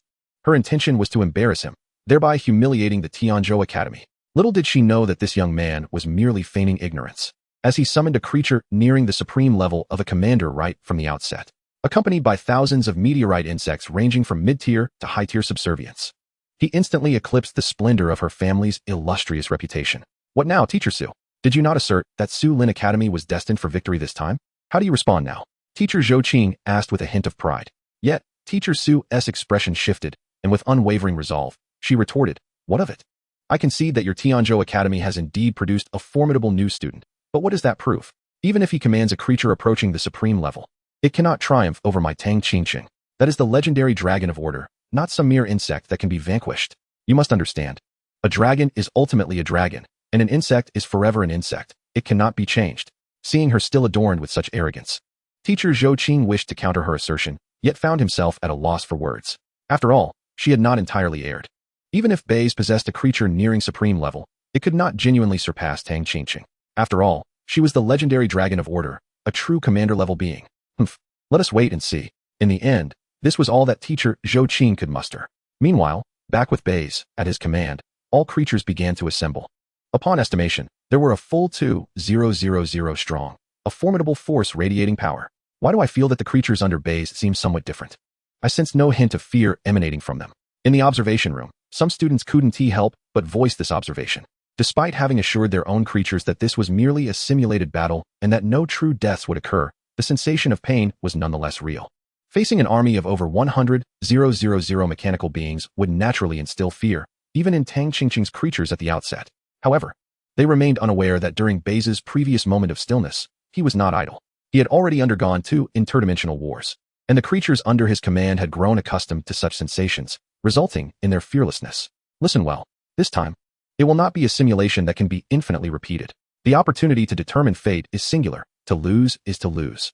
To win is to win. Everyone must be fully alert. Chapter 57. The Real War, the Peculiar Bai Ze. With a wave of his hand, Bai Ze's resonant command echoed. Immediately, the creatures within the arena began to roar and bellow, the atmosphere reaching a boiling point. To fight for the divine, to die without regret. For the Father God, crush all that is worthless. For the honor of the planet, for the victory of the Father God. Ding. Host faith value. 4. This was a genuine interdimensional war. Thus the opportunity was indeed singular. From the previous 2 simulated battles, Bai Ze had deduced a critical issue. He had too few creatures at his disposal to breach the army, simultaneously destroy 10 central nervous systems, and confront the final mechanical Godzilla was quite the daunting task. Moreover, he would need to fend off reinforcements sent from various cities, a challenge he could not evade. Thus, the only solution was to consolidate them and annihilate from a single point. The Haepajiden led the meteorite insect clan westward toward the mechanical planet. Taotai and Jiatianji led their subordinates eastward. Kuanpeng was to enter through the foremost outer city, adhering to the planned route. However, this time, create chaos as if possessed, and then converge upon the heart of the mechanical planet. A series of divine decrees descended, and although the creatures were unaware of the reasoning, they understood their Father God as supreme wisdom. As long as they followed their Father God, they would surely not err. Thus, with a series of sonic booms, the Grand Army launched its charge. The 3 contingents acted separately, with the Dapeng clan hiding within the clouds, while the Sea Emperor clan swiftly submerged underwater, assisting the Tiani Tiger. Yet, this scene left the students in the observation room baffled. What was Bai Ze's strategy? How could he direct his creatures to act independently? Theoretically, upon receiving intelligence, shouldn't he command his creatures to storm straight into the outer city, breach the Iron Fortress, and then penetrate the central city to dismantle the nervous systems? That would be the swiftest route. Could it be that Bai Ze had foreknowledge of the testing content, prompting such a strategy? Their expressions revealed deep uncertainty, leading them to question whether Bai Ze had indeed anticipated the test content. However, it was not long before a cacophony of explosions erupted on the screen. At first glance, the eastern and western cities, along with the outer city's iron walls, had been completely breached. The mechanical beings stationed within the three cities were awakened and activated, beginning to resist the invasion of Bai Ze's army. A horde of mechanical octopuses and mechanical beasts surged forth, launching wave after wave of assaults against the Grand Army. The western city was engulfed in relentless black flames, reminiscent of hellfire, incinerating all. The eastern city was nearly devoured whole. A massive vortex in the sky seemed capable of swallowing the sun. And the outer city fared no better, as the feathers of the Dapeng shot forth, more densely than missiles. Beneath the celestial canopy lay only remnants and feathered arrows. The outermost perimeter of the mechanical planet was the weakest in defense, posing the best opportunity for a breakthrough. However, once these three locations were conquered, it would undoubtedly provoke alarm and invite encirclement by reinforcements. Bai Ze mused aloud, analyzing, I surmised correctly, as the three outer cities were reduced to rubble. Their internal 10 central nervous systems were exchanging electromagnetic signals, whispering amongst themselves. The outer city, along with the eastern and western cities, had been conquered at a rapid pace. There's no need to rush. Our numerical advantage will surely crush them. Quickly deploy mechanical crows to scout their precise marching formations. Then we shall mobilize the forces from each city to organize a support army, encircling them and catching them like fish in a barrel. Waves of electromagnetic sounds circulated between the 10 central nervous systems. In the sky, clusters of mechanical crows soared, their crimson eyes swiveling, seemingly documenting everything. Witnessing this scene, Bai Ze was not apprehensive. Rather, he was filled with exhilaration. He immediately dispatched orders to all three fronts. Hapajidon, Taotai, and Kuanping, heed my command. Lead your forces to engage in guerrilla tactics with the pursuing mechanical legions, gradually encircling towards the heart of the mechanical planet. Jaitanji and the Sea Emperor clan were to provide support underwater, avoiding large-scale conflict as best as possible. With Bai Ze's decree, the four great clans responded in unison. We abide by the Father God's will. We abide by the Father God's will. We shall commence our actions. Consequently, the army that had breached the three outer cities did not continue towards the central nervous systems. Instead, they adopted a circular marching formation, gradually converging until they reached their target rendezvous at the heart of the mechanical planet. Simultaneously, the support troops within the mechanical planet began to assemble, totaling over 5,000 mechanical beings on each side. A dense array of forces, particularly well-equipped, with war fortresses at the forefront, began to push through. On Bai Ze's side, they engaged in strategic pulling tactics, bolstered by a continuous stream of resource supplies, rendering his army increasingly formidable, showing no signs of fatigue. Especially with Hapajidon leading the charge. Their marching speed was exceptionally rapid, leaving the reinforcements far behind. As Bai Ze surveyed the scene, he discovered that the spiritual energy within his home planet had surged to a remarkable thousandfold, sufficiently potent to sustain this highly efficient march. However, to the observing students outside, the spectacle was dizzying, leaving even Xia Yingyue in a state of perplexity. She could not fathom Bai Ze's intentions. At this juncture, having already breached the outer three cities, should they not be targeting the central nervous system? Why was his army not advancing but instead retreating and engaging in guerrilla tactics? From a numerical standpoint, this strategy seemed destined for attrition, an utterly unprofitable endeavor. Bai Ze, what on earth are you thinking? Xia Yingyue stammered. As time passed, the number of students remaining within the province dwindled to fewer than 100. Throughout this period, the focus of the camera remained fixed on Bai Ze and Tang Qingqing. Tang Qingqing's side was reaching a crescendo. The mechanical Godzilla had been reduced to a semi-damaged state, its once impenetrable shell marred by numerous fissures, countless mechanical components strewn across the ground. In the sky, the Order Dragon's gaze mirrored that of its creator, imperious and proud. The scorched craters and rifts wrought by destructive beams were all it's doing. While the situation could not be deemed entirely one-sided, it had indeed succeeded in suppressing the mechanical Godzilla. As the conclusion loomed, Tang Qingqing mused, surely, no one can reach this point now? Her tone was devoid of warmth. With her serene and impassive eyes fixed on the unfolding drama below, she issued another divine decree. At that moment, a pure white beam of light burst forth from the Order Dragon's mouth, aimed directly at the mechanical Godzilla. Chapter 58, arriving at the center. The judgment from the Earth-exploding star. A blinding white light filled the screen, and within the command room, Teacher Su beamed with pride. It's almost over. This is the Order Dragon's judgment. The mechanical Godzilla cannot withstand it for much longer. Yet, she pondered the actions of Bai Ze from Tianzhou Academy. What is he doing? Instead of seizing the moment to dismantle the central system, He is drawing closer to the world's core under the encirclement of the supporting army. Is he digging his own grave? Her mocking words reached teacher Zhou Qing, who regarded her coolly without response. Instead, she stared intently at the screen, silently concerned for Bai Ze. In contrast, the once frivolous expression of the artisan, Pang Dexing, gradually turned grave as he fixated on the large screen displaying Bai Ze's actions, his demeanor increasingly serious. At this moment, the cities of Tianshu and Steel City, closest to the center, dispatched 7,000 to 8,000 reinforcements to encircle the enemy. This was due to the mechanical crows having scouted in advance. Apart from the 3 invading armies, Bai Ze's side had no hidden troops left. This assurance emboldened them to mobilize all their forces for support. Approximately 20,000 mechanical troops? You truly are willing to invest heavily this time. Bai Ze grinned nervously at the magnificent scene unfolding on the ground. But this was for the best. The more that came, the more I would slay. Bai Ze furrowed his brow, the weight of his breath increasing. Soon, a plethora of obstructive mechanical forces appeared before the joint army. Mechanical fortresses, strongholds, and flying dragons emerged one after another, faced with the ferocious firepower. The 3 allied teams opted not to engage in a head-on battle, but rather to break through at the cost of sacrifices. In their hearts, they had long dismissed the fear of death, their singular goal remaining, to reach the center of the mechanical planet. Remember your objective, fear not death, and charge forth behind my lead. For the Father God, we sacrifice ourselves without regret. With a roar from the Taotai, the spirit of the Tiani tigers soared high. Sonic booms sliced through the air, leaving beautiful arcs in their wake, though some Tiani tigers plummeted to their demise. The Sea Emperor clan, too, was filled with fervor, their swimming speed breaking through all limits. Witnessing these scenes, not only the students and teachers, but all creators across the province turned their attention to Bai Ze, momentarily forgetting the very act of breathing. Bai Ze, too, felt an intense anxiety within. Just a little further, they were almost there. Just wait a bit longer. Just a bit longer. As he surveyed the battlefield, the 3 allied armies, amidst relentless waves of encirclement, were on the verge of converging at the planet's center. However, the reinforcements gathered by the mechanical planet had completely sealed off the perimeter, a dark, oppressive mass stretching infinitely. Even the sky dimmed, as if the sun itself feared their brilliance and sought refuge. Thus, Bai Ze's 3 armies found themselves encircled, with no retreat and no hope for survival. It's over. It's over. Bai Ze has squandered a winning hand. I truly do not know what he is playing at. Indeed, with 20,000 mechanical troops encircling him, no matter how extraordinary his abilities, this time he was utterly doomed. Outside, the spectators among the students exchanged mocking remarks. Just then, the 3 armies within the world finally converged. Each team was followed by thousands of mechanical allies, forming an impregnable wall as they surged towards Bai Ze like a torrent. Bai Ze's gaze darkened, his lips curving into a subtle smile. Now is the time. With a grand wave of his hand, a series of resounding decrees resonated among the 3 armies.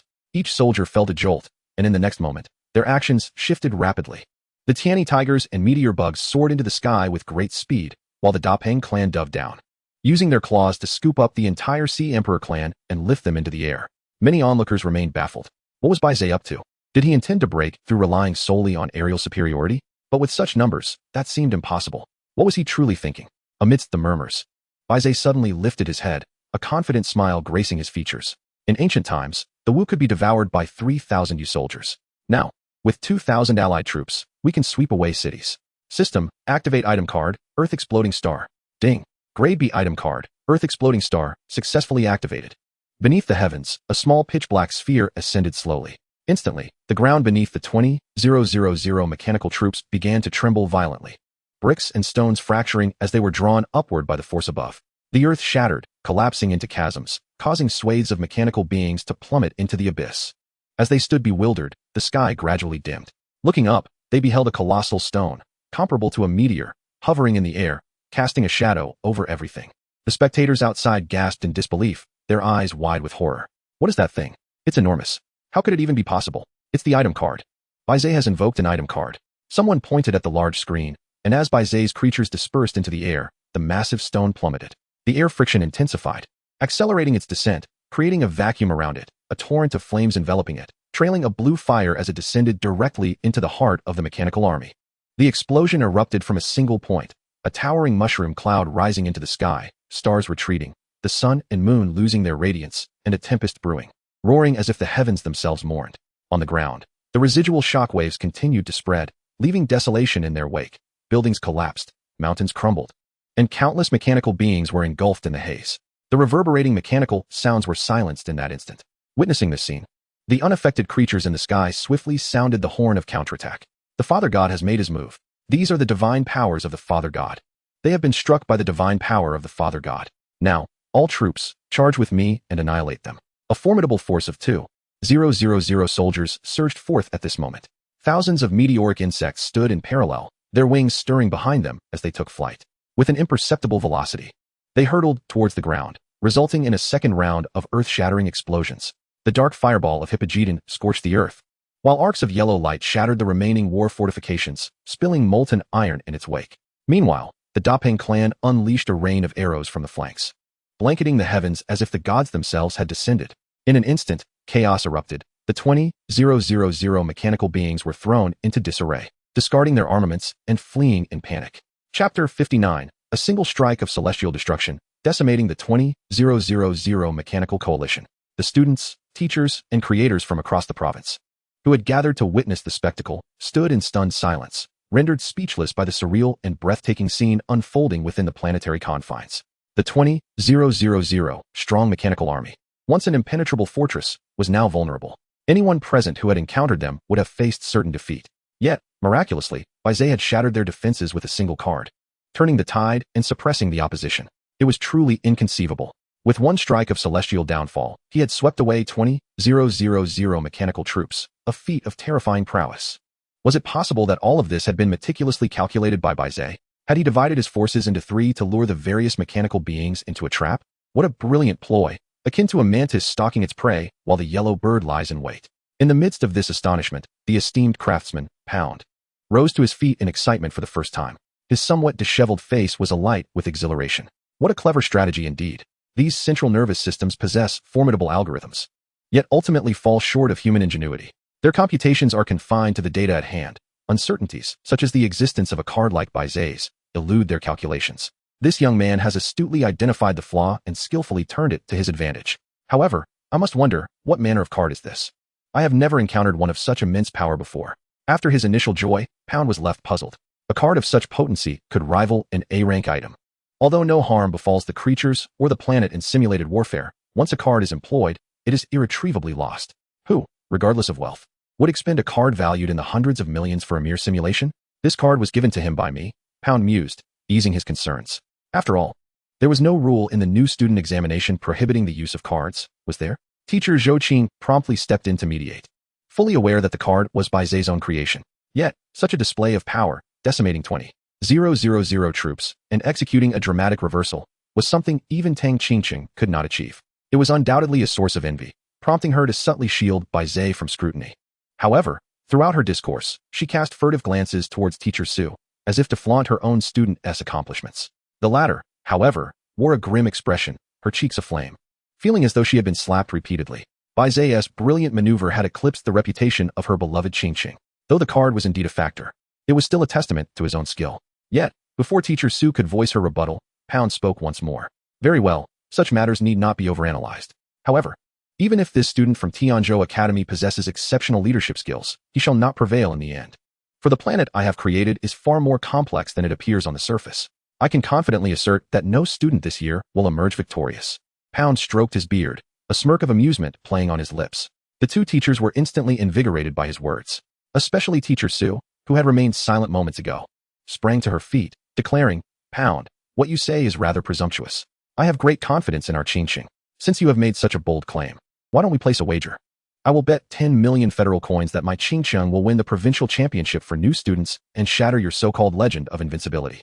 With that, she deftly produced a card and placed it before them, casting a challenging glance at Teacher Zhou Qing. What say you, Teacher Zhou? Dare you join us in a wager? Or do you believe your Bai Ze cannot surpass my Qingqing and reach the final stages? Upon hearing this, Teacher Zhou's expression soured. She recognized the provocation for what it was, a deliberate attempt to undermine her credibility. Yet, she was not one to back down. Very well. I shall also wager 10 million federal coins, betting that our Bai Ze will achieve every accolade you claim. Teacher Zhou retorted, producing an identical card and placing it alongside Sue's. The atmosphere became charged with tension as both parties faced off. At this juncture, Pound interjected, Since the stakes have been raised, I too wish to partake. Here is a black card containing 100 million federal coins. Let it serve as my wager.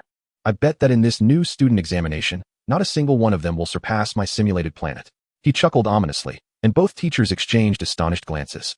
Was he truly willing to stake such a fortune, tossing out 100 million federal coins? Did he possess knowledge of some insurmountable obstacle within the simulation that bolstered his confidence so? Nonetheless, once words are spoken, they cannot be retracted. With matters thus set, they could only trust in their own students. Ding! The degree of spiritual recovery has reached 2,000 times. Resource supply is surging dramatically. Returning to Bai Ze, his face radiated delight.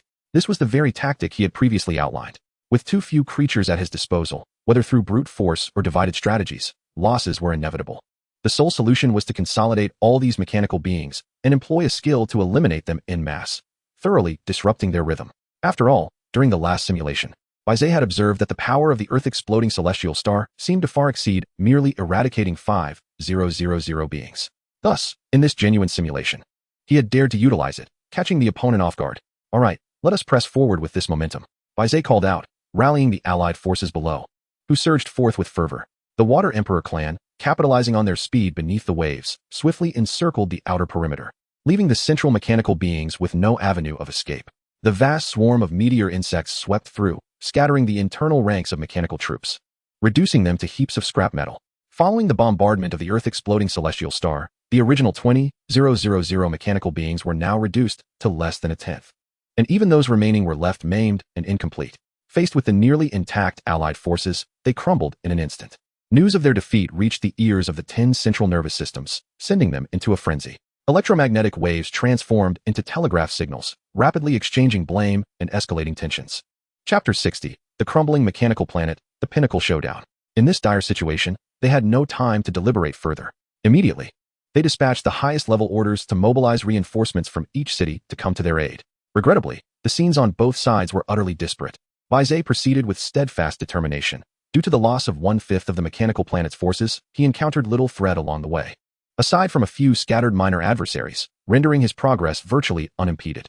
Notably, the central city of Tianshu, closest to the heart of the planet, was swiftly dismantled by the rapidly flying Depeng clan, leaving its central systems utterly isolated. From a high vantage point, or the outside world, the entire mechanical planet appeared to have been cleaved open along a triangular path connecting the outer city to the eastern and western cities as the Grand Army surged forward. Unstoppable. In a race against time, before nightfall, the Meteor Worm and Depeng clans, leading the charge, advanced towards the location of the central nervous systems, intent on obliterating them entirely.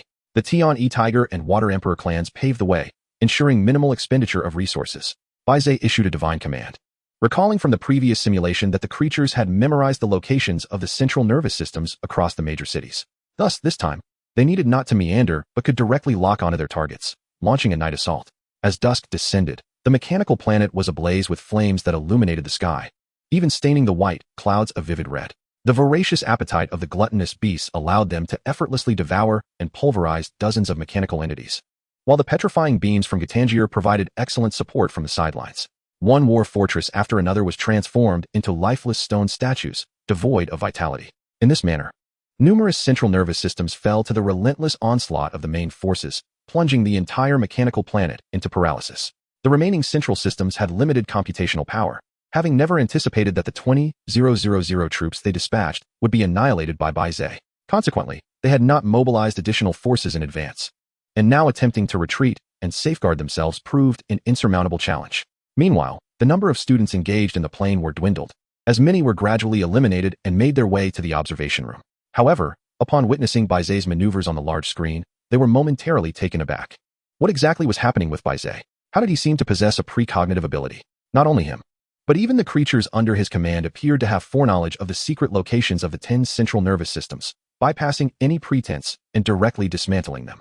Could it be that Bai Ze was some hidden scion of wealth who had, through connections, learned the examination's questions ahead of time? Contemplating this, many students who had previously been unable to discern Bai Ze's capabilities now turned pale, gripped by a profound fear of him. If their speculation held any truth, it would certainly explain much. During the freshman assessment, there had been instances of affluent heirs utilizing prop cards, yet the highest tier achieved was merely B-level. The prop card that Bai Ze had just employed bore A-level potency, a privilege only afforded to the most elite scions of conglomerates. Why did it seem that this individual was privy to everything? How had he achieved such prowess? Among the crowd, only one silver-haired youth, Wei Qi, displayed an unmistakable defiance. As the heir of a major financial empire, he clearly recognized that Bai Ze was a genuine commoner, unable to be the concealed wealthy heir that others suggested. The crux of the matter, however, lay in how this commoner had acquired a prop card of such immense power. Had he perhaps stumbled upon some extraordinary fortune? Was he able to perceive the hidden life forms within the mechanical planet? As Wei Qi grappled with these perplexities, Bai Ze's coalition swiftly breached and seized control of the major cities. The last 3 locations saw one central system riddled with arrows, in a state of disrepair, gradually fading from its crimson glow. Another was half petrified while the other half bore deep claw marks. Nearby, mechanical puppets lay ravaged into mere scraps of iron, all perished. At Hypogeddon, the final central system, thrumming with electric tendrils, continued its valiant resistance, unaware that its last bastion was being utterly obliterated by the meteor worms. The cosmic insect emperor, with singular might, annihilated 3 mechanical puppets with ease. Finally, it was over. Bai Ze let out a long, relieved sigh before commanding sharply, "Now, deliver the fatal blow." His voice, devoid of warmth, resonated through the air. Hypogeddon trembled, its colossal pincers mercilessly grasping the opponent's tendrils. Yet the surging electric currents failed to inflict even the slightest harm. Meanwhile, a beam of yellow light emanated from Hypogeddon's chest, shooting forth with precision and crashing into the heart of the central system, piercing through to create a gaping skull-like cavity. The scarlet glow gradually dimmed, ultimately vanishing completely, signifying the obliteration of all life forms within the mechanical planet at that moment. Thud, thud, thud. The sound of machinery crashing to the ground echoed, unmistakably heralding the complete destruction of the central systems. Ding. The spiritual energy of the mother planet has surged to 5,000 times, with all biological entities exhibiting exceptional vitality, capable of sustained combat. At present, with 10 central nervous systems annihilated, the mechanical planet lay in utter silence. Yet, Bai Ze was acutely aware that the true challenge lay ahead. Fortunately, his decisive actions had reduced his force's casualties to a mere quarter. This time, Bai Ze was confident he could successfully navigate past the mechanical Godzilla. Alas, after enduring so much, only to be slain in one blow by the mechanical Godzilla. He lamented his inadequacy. Indeed, that mechanical Godzilla was terrifying. He had sustained no injuries at all. The students at the teleportation entrance emerged, faces etched with distress.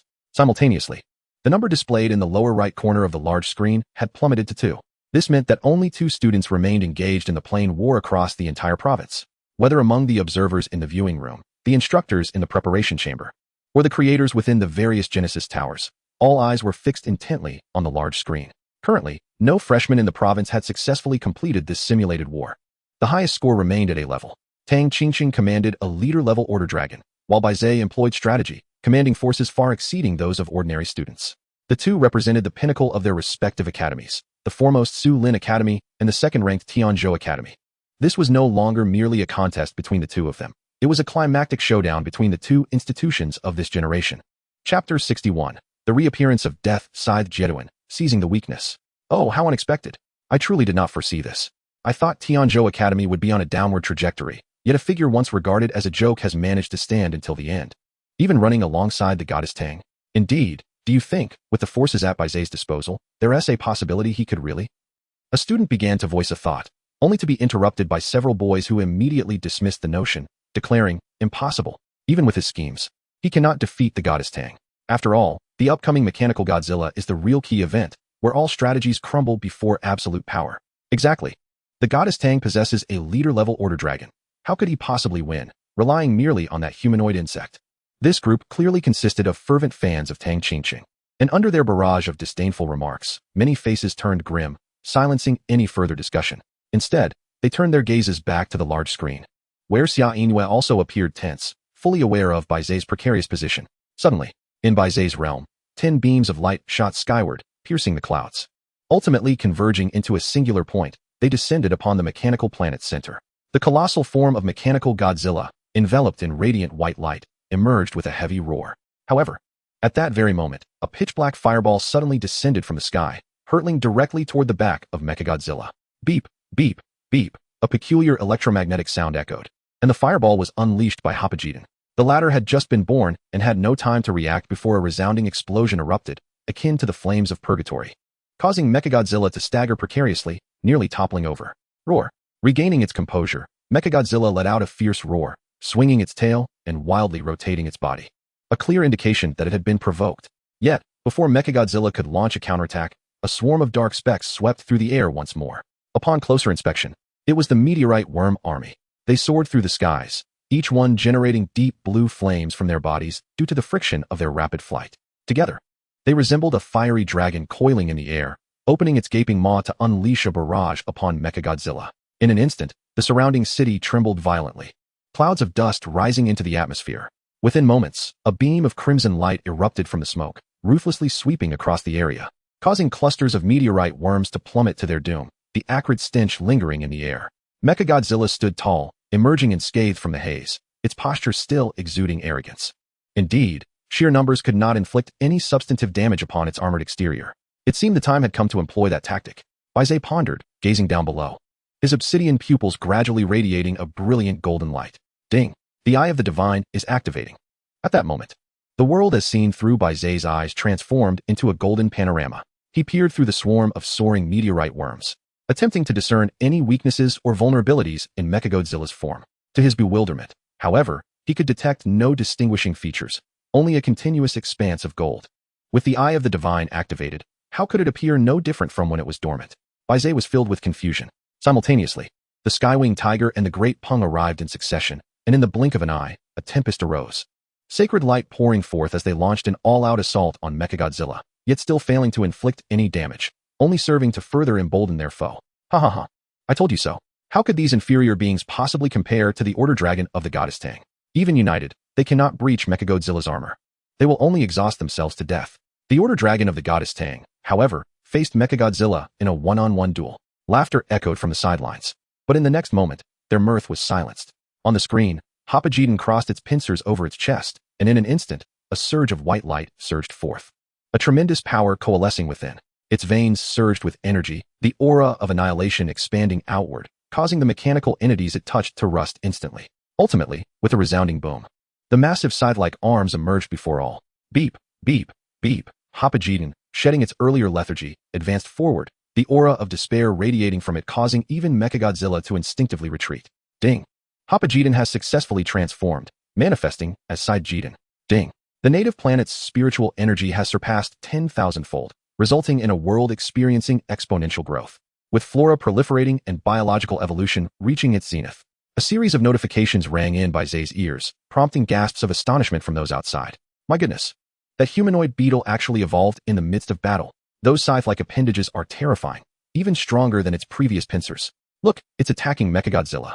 On the screen, the transformed Saijiden swiftly teleported behind Mechagodzilla, bringing its blades down upon its back, creating a shower of sparks as a mournful cry echoed, the first wound inflicted upon Mechagodzilla. Regaining its composure, it opened its massive maw, preparing to unleash a proton scream in retaliation. Wait, Bai Ze seems to have noticed something. At that moment, as Mechagodzilla opened its gaping mouth, a hint of crimson flickered in Bai Ze's all-golden vision. Its mouth, Bai Ze exclaimed immediately. Just then, the proton scream was unleashed, catching Saijiden off guard, forcing it to raise its arms in defense, resulting in a retreat. It took the combined efforts of multiple leaders to barely withstand this crisis. With little time to catch their breath, Bai Ze, having identified the enemy's weakness, swiftly issued orders. The mouth. Mechagodzilla's mouth is its Achilles heel. Concentrated attacks there can deliver a fatal blow. These words ignited the previously despondent atmosphere among the creatures below. It is the will of our Father God. He has shown us the way. Following his command, let us attack that metallic fiend's mouth with all our might. Without waiting for Bai Ze to say more, the various leaders sprang into action, devising strategic plans. To force Mechagodzilla to open its mouth, they would need it to unleash its proton scream, meaning a number of volunteers would have to sacrifice themselves to withstand the onslaught before launching their assault on its weakness. At that moment, the Cosmic Worm Emperor stepped forward, volunteering to lead half the meteorite worms in a desperate charge, forming a suicide squad to bait the enemy. The counteroffensive had begun. Chapter 62. The weakness is destroyed. Tang Qingcheng is about to conclude the simulation. Meanwhile, a fresh batch of resource supplies arrived from the rear. With these supplies, the meteorite worms seemed to gain boundless stamina, their bodies appearing even more robust. Organized, they launched themselves mercilessly toward Mechagodzilla. Recognizing their reckless determination, Mechagodzilla seemed to sense something amiss. It refrained from using its proton scream again, instead immediately raising the missiles along its shoulders and back, unleashing a torrential downpour of fire that obliterated large swathes of meteorite worms. The ferocity of its firepower was such that even the Cosmic Worm Emperor could not approach. In the midst of the desperate situation facing the Suicide Squad, a massive lake of nuclear waste behind Mechagodzilla began to churn violently, countless colossal tentacles reaching forth. They ensnared Mechagodzilla's limbs, head, body, and even its tail, preventing it from launching its missiles. Seizing the opportunity, the Cosmic Worm Emperor charged ahead, leading 500 meteorite worms, swiftly closing in on Mechagodzilla, attacking its mouth with their sharp claws in a bid to pry it open. Although their efforts failed to inflict any substantial damage upon Mechagodzilla, they succeeded in aggravating it immensely. With a powerful swipe of its elongated tail, it broke free from the tentacle's grasp and swiftly formed a drill, severing a multitude of the Water Emperor's tentacles, regaining its freedom. Roar! Mechagodzilla bellowed, its body covered in meteorite worms, attempting to shake them off. Unfortunately for it, Bai Ze's forces were not about to grant it that opportunity. The long-anticipated Gitanjira emerged from hiding, its writhing tentacles binding Mechagodzilla, while its free tentacles pressed forcefully against its mouth, striving to pry it open. The Great Pung clan, led by Kuanpung, also joined in, providing aerial support as their sharp claws adeptly seized Mechagodzilla's arms, firmly restraining it and limiting its movements. The towering Mechagodzilla stood nearly engulfed by Bai Ze's creatures, its eyes the only visible feature, albeit a haunting sight. Yet, in the next moment, those eyes began to glow red. It was cornered, struggling fiercely, and suddenly opened its enormous maw, unleashing a concentrated beam of crimson light. The intense heat forced all creatures to retreat, those caught off guard instantly reduced to charred remains. Yet, upon witnessing this, Bai Ze was not disheartened but rather filled with elation. He quickly commanded Tiao and Sai Jiden to take action. The opportunity has arrived. Strike now? At the sound of a command, the voracious beast surged forward, accompanied by the celestial winged tiger that unfurled its majestic wings. In an instant, radiant beams of sanctity cascaded down, enveloping the voracious creature in a torrent of formidable energy. This was the collective skill of the celestial winged tiger clan, a technique that temporarily bestowed its strength upon its leader. With a thunderous roar, the voracious beast unleashed its fully charged energy, opening its maw wide to emit a swirling beam of destructive black and white light. This beam collided with the piercing shriek of mechanical Godzilla, creating a sensational shockwave that reverberated throughout the arena. What audacity! To confront mechanical Godzilla head-on? What kind of energy dares to oppose the proton screech of mechanical Godzilla and remain unyielding? This is truly terrifying. I never anticipated that the creature under Bai Ze's command could possess such extraordinary potential. The crowd gasped, their eyes widening in astonishment at the ensuing spectacle. Suddenly, the Reaper-like Jeton transformed into a fleeting shadow, reappearing beside mechanical Godzilla, splitting into two forms. Its scythe-like arms glimmered with a yellow light as it thrust a radiant slash directly into the maw of mechanical Godzilla. Sparks erupted as the beam splintered, obliterating nearby buildings and iron structures in its wake. Bai Ze clearly observed the cannon aperture within mechanical Godzilla's mouth. Undoubtedly, that was the key to unleashing the proton screech. Without a moment's hesitation, Bai Ze relayed this crucial information to Jeton. Realizing the urgency, Jeton and its doppelganger charged forward, bracing against the onslaught of the voracious beast's black and white beam while simultaneously pressing the attack against mechanical Godzilla. Overwhelmed, mechanical Godzilla was finally toppled, crashing heavily into the toxic lake of nuclear waste behind it. Its metallic jaws cracked open, releasing plumes of acrid black smoke that polluted the surrounding air. Outside the arena, as spectators witnessed mechanical Godzilla's catastrophic downfall, countless creators and students erupted in exclamations of astonishment. Huh, what did I tell you? This year's provincial freshman assessment truly holds unexpected turns. The scoring system is contingent upon the battle's outcome, if we are to speak candidly. The casualties and victories on Bai Ze's side surpass those of Goddess Tang. Could it be that our Tianzhou Academy finally has a chance to claim first place? In the observation room, Wang Tiangang and Zhao Jinshuz from Sulan Academy noted the scene of mechanical Godzilla's defeat with grave expressions, silently etching Bai Ze's name into their memory. In Sulan province, they were the epitome of genius, typically unimpressed by others, dismissing even the current Tianzhou Academy from their competitive consideration.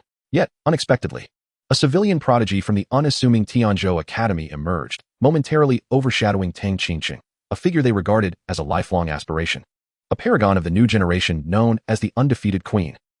What is there for Tianzhou Academy to be proud of? Have you forgotten? The comparative scoring is the concern of the defeated. The rules of the simulated interdimensional warfare dictate that if both sides achieve victory, the one who does so more swiftly claims true victory. Our Sulan Academy's Goddess Tang is on the verge of concluding her battle. As these words were spoken, the atmosphere in the arena shifted to one of palpable tension. It seemed indeed to be the case. The defeated would be ranked by their scores, while the victors would be assessed by their completion time. Look over at Tang Qingqing. It appears she is nearing the end.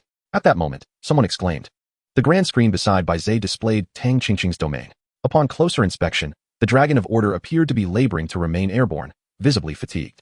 Meanwhile, on the ground, mechanical Godzilla was reduced to a mere half of its former self, sprawled upon the earth, electric currents coursing through its body, with a solitary crimson eye losing its glimmer. A feeble electromagnetic sound emanated as Tang Qingqing's delicate face bore an expression of relief. Taking a deep breath, she commanded the Dragon of Order, "It's all over. Deliver the final blow." Chapter 63. The birth of the provincial champion? The final hidden creature. The dragon of order opened its maw, conjuring a pentagram-shaped array that coalesced a pure white radiance. Then, under the watchful eyes of the entire province, it unleashed a powerful blast directed at mechanical Godzilla. In an instant, the sound of metal melting and being crushed echoed as shattered limbs and debris erupted from the smoke. When the dragon of order ceased its onslaught, the lifeless, dilapidated form of mechanical Godzilla was revealed to the spectators. In the end, it had not even resorted to self-detonation. It simply ceased to exist. It's done. It's done. Goddess Tang has triumphed. With mechanical Godzilla's life extinguished, all creatures within the mechanical planet were obliterated. This meant that Goddess Tang had won. Tang Qingcheng was the provincial champion, and the title still belonged to Sulan Academy. In the observation room, students from Sulan Academy erupted in jubilation. Not only them. At the very moment mechanical Godzilla collapsed, a wave of excitement swept across the entire province. The creators shouted, celebrating in unison, overwhelmed with elation. However, the atmosphere among Tianzhou Academy's students remained icy and tense. There was no denying that Tang Qingcheng was an extraordinary talent, while Bai Ze was still entangled in battle. She had effortlessly vanquished mechanical Godzilla. The leader-class creature bearing a divine bloodline, the Dragon of Order, had sustained hardly any damage. Ha ha ha. Teacher Zhou, did you see that? I told you, insects can never triumph over dragons. No matter how clever or skilled that Bai Ze from Tianzhou Academy may be. Can he truly contend with a divine bloodline? Can he rival the leader-class Dragon of Order? Ultimately, he fell beneath the might of Mai Qingcheng. Upon witnessing the scenes displayed on the grand screen, teacher Zhou Qing could only let out a silent sigh, offering no response. Bai Ze's accomplishments thus far were commendable. As long as he could defeat mechanical Godzilla, he would at least secure the position of provincial second, preventing Tianzhou Academy from falling into obscurity. Unfortunately, one could only lament that encountering such an extraordinary talent as Tang Qingcheng in this era was both a tragic and lamentable circumstance. At last, it was over. Gazing down upon the vast expanse of land, Tang Qingcheng's once anxious heart finally found solace. She awaited the system's verdict with bated breath. Yet, after a considerable time had passed, the province's populace remained somewhat calm, but the announcement of the system's judgment was still absent. What was happening? Tang Qingcheng had undoubtedly defeated mechanical Godzilla. Why had the victory declaration not yet been proclaimed? Could it be that mechanical Godzilla has not been completely vanquished? This thought surfaced. Yet it seemed implausible. Creators within the various Genesis towers displayed expressions of confusion. Similarly, the teachers in the preparation room were equally perplexed. The simulated warfare for this freshman assessment had been orchestrated by the master artisan Pound. Thus, the likelihood of a system bug was virtually non-existent. This meant that if the system had not malfunctioned, it could only imply that there were still creatures alive within the planet. Master artisan Pound. What is the meaning of this? Mai Qingcheng has clearly defeated mechanical Godzilla, and all creatures on the planet are dead. Why has the result not been announced? Is there some fault in the system you created? As Tang Qingcheng's mentor, Teacher Su was the first to voice her concerns to the master artisan. However, when she turned to face Pound, she was taken aback to see his expression growing increasingly sinister, his visage becoming a mask of terror. Cackling laughter echoed ominously. It is not the system that has malfunctioned, but rather that life has not yet been completely extinguished, Pound remarked enigmatically. Upon hearing this, the teachers in the preparation room were taken aback. Life has not been eradicated, but the mechanical Godzilla is already a sovereign-level creature. Could there possibly be something even stronger? Suddenly, before they could process this revelation, the world where Tang Qingcheng resided began to tremble. Boom, boom. Wait, why is the world where Qingcheng is located starting to shake? What is happening? Teacher Su exclaimed in disbelief, staring intently at the large screen. The creators within the Genesis Tower also witnessed this scene, with some gasping in shock. Look at Tang Qingcheng's world, it's actually quaking. The simulated war had not concluded. It seemed something was about to emerge. Meanwhile, within the simulated battlefield, Tang Qingcheng wore a bewildered expression. Her beautiful eyes roamed the surroundings, horrified to discover that, with wave after wave of tremors, buildings were collapsing, and the nuclear waste in the sea was surging forth. The scorched earth and yellow sand were gradually fading, and even the dust and particles that had once filled the air seemed to be drawn away by some unseen force, collectively drifting in one direction. What is happening? Why has the simulation not ended? Tang Qingcheng asked anxiously. She quickly issued a divine edict, commanding the few remaining creatures to leap up and maintain a state of heightened alert. Sensing something amiss, Tang Qingcheng did not remain idle. She began to swiftly adjust her perspective. She sought to ascertain what other life forms existed on this planet that had been overlooked. However, as her viewpoint shifted and magnified, she could no longer maintain her composure. Her previously calm eyes widened with shock, terror, and panic, revealing her profound astonishment. Outside, those observing Tang Qingcheng's perspective on the large screen saw her expression, and some creators nearly stumbled, pointing at the screen, their bodies trembling uncontrollably. What is that? A colossal sphere. It has transformed into a creature. No, it should be said that this mechanical planet itself is a gigantic organism. The screen displayed the entire mechanical planet continuing to shake, tilting to one side. From Tang Qingqing's perspective, the mechanical planet extended short appendages toward the cosmos. Below, numerous missile launchers and laser emitters were being deployed. Suddenly, a strange electromagnetic sound erupted, deafening and earth-shattering. In the preparation room, the teachers witnessing this scene were left in a stupor. Teacher Su could not suppress a gulp, turning to the side to ask Pound in a daze, Is this what you referred to as the ultimate trump card? Upon hearing this, Pound's smile grew increasingly sinister, his body trembling with excitement. He then stood up, raising his arms in triumph. Indeed, this is the legendary perfect life form I have created. It is the final boss of this simulation, the Endbringer number 1. Chapter 64. The Rain of Fire Covering the Heavens, Tang Qingqing's Regrettable Defeat. Observing the scene, the other teachers furrowed their brows, while Teacher Su's lips twitched involuntarily. Pound the Star Artisan, is this not a bit excessive? This entity already possesses the peak standard of a sovereign-level creature. Moreover, with its enormous size, it could at least rival a typical monarch-level being. Such a creature is beyond what these new students can contend with. Are you intending for them to be annihilated? Teacher Su turned to Pound, who remained unfazed. From his demeanor, she understood that she was indeed correct. This creature, comparable to a monarch-level being, undoubtedly posed an advanced challenge. The objective was to ensure the complete obliteration of all students. How infuriating! No wonder this old man was so confident. Meanwhile, within Tang Qingqing's world, as she remained in a state of confusion, the sky suddenly turned a deep crimson. She instinctively thought it was dawn, the light of the rising sun casting its glow upon the earth. However, when she looked up, her pupils constricted, and her face turned pale. That was no sunrise. It was a barrage of missiles. Countless missiles, densely packed and ominously dark, numbering nearly 10,000, illuminating the heavens, igniting the clouds. The entire dark world was bathed in this cataclysmic glow. With no time to ponder, Tang Qingqing quickly issued a divine command for the few remaining dragons to unleash flames and frost, forming a defensive wall in an attempt to withstand this onslaught. Yet, against such overwhelming power, all efforts were utterly futile. As the missiles struck, the resulting brilliance consumed the screen displaying Tang Qingqing's world, leaving behind only her silhouette, which was swallowed by the afterglow. Gone, completely gone. A creature as formidable as a planet. How could one hope to combat it? Even the goddess Tang could not survive such overwhelming force. Would she ultimately fail to break the record? The students outside, their emotions stirred, expressed profound discontent at this sudden turn of events. A creature of planetary proportions, exuding the aura of a peak sovereign-level being. Such power could easily rival that of a monarch. Throughout Blue Star's long history, no matter how prodigious or brilliant an individual, who could possibly defeat a creature of monarch-level status at such a young age? At least in their understanding, no one could achieve this. Absolutely no one. Wait. Look at the screen again. It seems Tang Qingqing is not finished yet. A voice called out, pulling everyone from their despondent mood. On the screen, as the radiance dissipated, the ground was left pockmarked, vast craters appearing before the spectators. The remaining 100 dragons that Tang Qingqing had were now nowhere to be seen, clearly obliterated by the explosions. Yet astonishingly, a massive figure still remained. The Dragon of Order. It is the Dragon of Order. It has survived. Truly, the strongest creature in Tang Qingqing's arsenal had withstood such a terrifying explosion. The audience outside erupted in joy, as if hope had been rekindled. At that moment, the Dragon of Order continued to flap its wings, soaring in the air. However, its aura was alarmingly diminished, its body riddled with wounds, its wings battered. Clearly having reached its limits just to survive the explosion. Dragon of Order, unleash the judgment of order, attack the ground. Tang Qingqing gritted her teeth. She was determined to struggle one last time. Upon receiving the command, the Dragon of Order surged with adrenaline, desperately flapping its wings to ascend. It extended its claws and opened its mouth, conjuring a star-shaped magic array, a brilliant white light gathering in its center, poised to unleash its fury. Boom. Suddenly, before the Dragon of Order could strike, several transparent lasers shot in from the side, piercing through its massive body. With the Dragon of Order's final, anguished cry, the curtain slowly fell. The spectators outside wore expressions of shock. The remnants of their earlier joy had vanished entirely. Ding. New student of Su Lin Academy. Tang Qingqing has concluded the simulated war. Tang Qingqing's biological assessment. Extinct, simulation realm war failure. Through comprehensive data, the system provides an authoritative evaluation score, S-Class.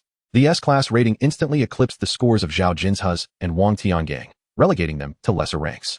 Alas, even though the goddess Tang ultimately suffered defeat, this score has undeniably set a new historical record for the new student simulated wars in Su Lin province. Indeed, it is to be expected. For it is a creature of monarchic caliber. To lose is no disgrace, indeed, no disgrace at all. In the observation area, the students shook their heads while offering themselves some solace. Moments later, At the teleportation entrance, Tang Qingqing emerged, her expression tinged with reluctance. With her head bowed, she let out a silent sigh. Yet, upon lifting her gaze, she realized that her fellow students were not focused on her, but rather fixated on the grand screen. At this hour, could there still be participants engaged in the simulated war? A look of confusion crossed Tang Qingqing's face. Not far away, upon seeing Tang Qingqing emerge, a girl from her school rushed over. "Qingqing, you've come out," she greeted enthusiastically. However, upon approaching Tang Qingqing, she was met with an immediate inquiry. "Xiao, what is happening? Is it possible that there are still others who have not concluded their simulated battles?" During the simulation, individuals possess a sense of awareness. Tang Qingqing was acutely aware that her march had been steady, and she had reached the final adversary. The duration of her simulation should have been among the latest in the province for new students. The girl opposite her furrowed her brow in contemplation before quickly responding, "Yes. You have no idea. This year at Tianzhou Academy, a potential contender has emerged. Currently, you are the only new student still engaged in the dimensional war. Look at the grand screen." The girl pointed to the expansive screen suspended from the ceiling, and following her gaze, Tang Qingqing beheld the world of Bai Ze for the first time. Witnessing the severely damaged mechanical Godzilla lying helplessly in nuclear wastewater, along with Bai Ze commanding nearly 1,000 creatures, Tang Qingqing was struck with profound astonishment. It was truly remarkable that this year's Tianzhou Academy had produced such a promising student. Historically, Tianzhou Academy had always been overshadowed by Sulan Academy, a fact known to all.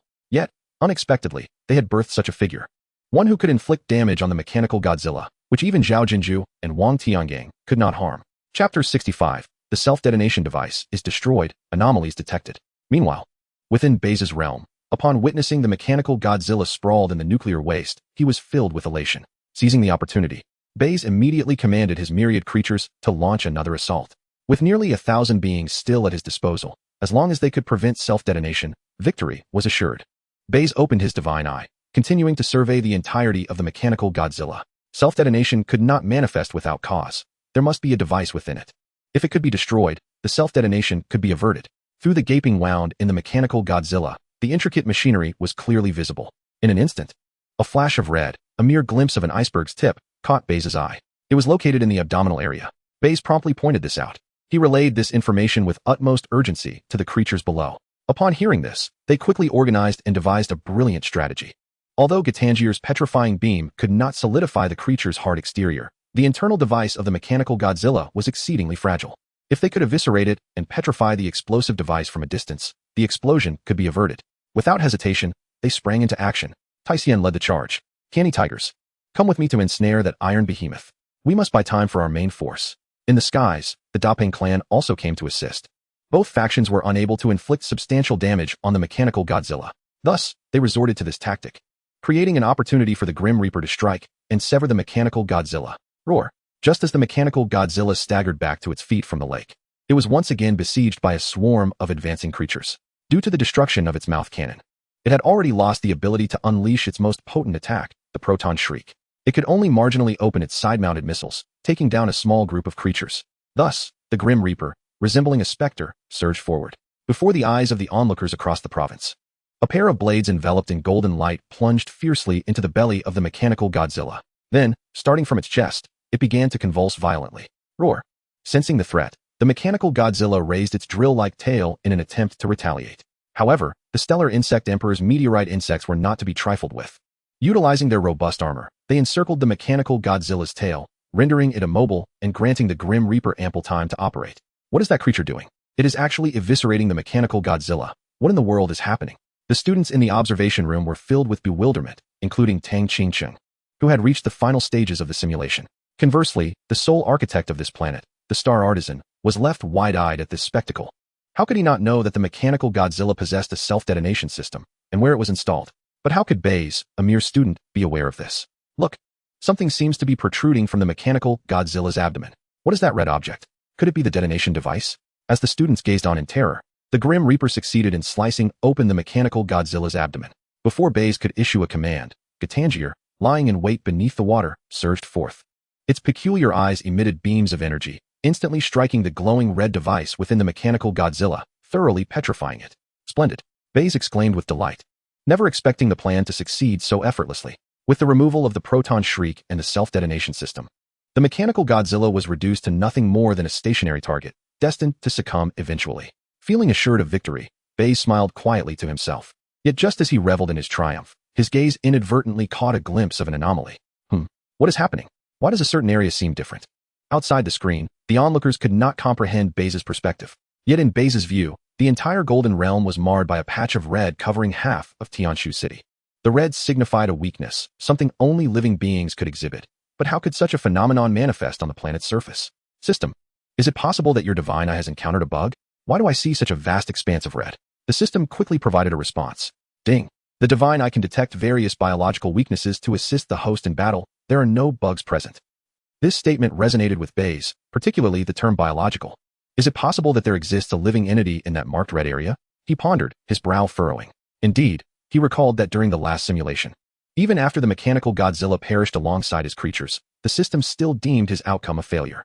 This indicated that it was highly probable that one or more life forms remained undestroyed on this planet. Could it be? Ding. You are indeed correct, host.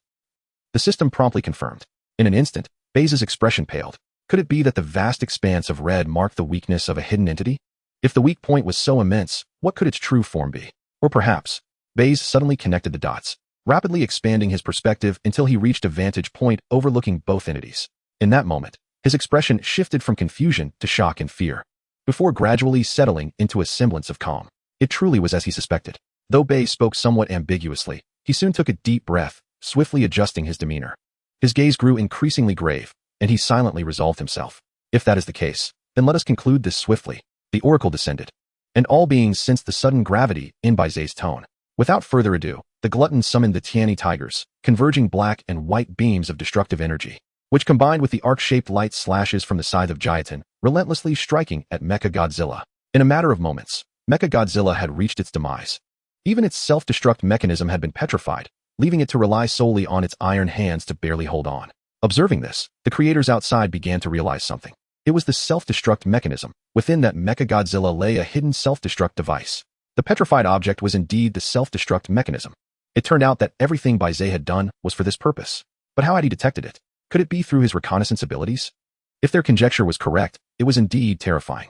Such a young individual possessed such remarkable reconnaissance skills, capable of seeing through the hidden layers of events. Chapter 66. The Only One, the Endbringer activates. In the midst of their astonishment, a thunderous explosion reverberated through the heavens, and Mecha Godzilla's defenses were utterly breached. Subsequently, countless mechanical gears, parts, screws, and steel plates erupted from the smoke of the explosion. The audience outside could hardly contain their excitement, fixated on the large screen to see the fate of Mecha Godzilla. As the smoke cleared, a mangled heap of iron, riddled with holes, lay before them. It was dead. Mecha Godzilla was dead. Bai Ze had defeated it. This was splendid news. For Bai Ze's victory over Mecha Godzilla meant that he had surpassed Zhao Jinju and Wang Tiangang of Sulan Academy, ranking at least second in the entire province. With the remaining 700 to 800 creatures at his command, he might even have a chance to contend with Tang Qingqing.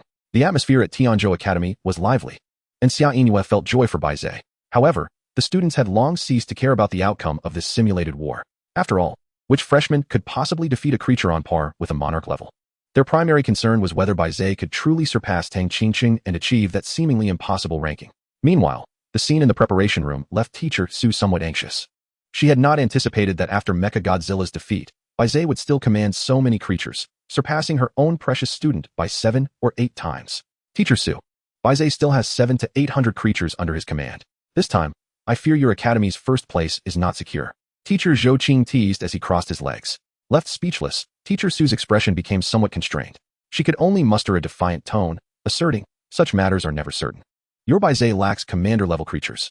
Against the forthcoming Endbringer, whether he can survive the first wave of explosions is another matter entirely.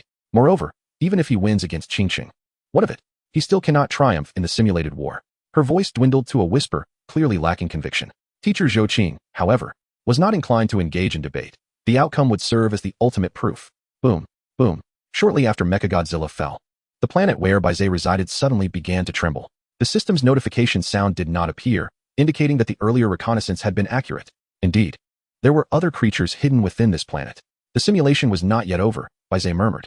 He swiftly issued commands to the creatures beneath him. The remaining races were to ascend to the skies and prepare for battle. The Daping clan was to bring the Water Emperor clan up as well.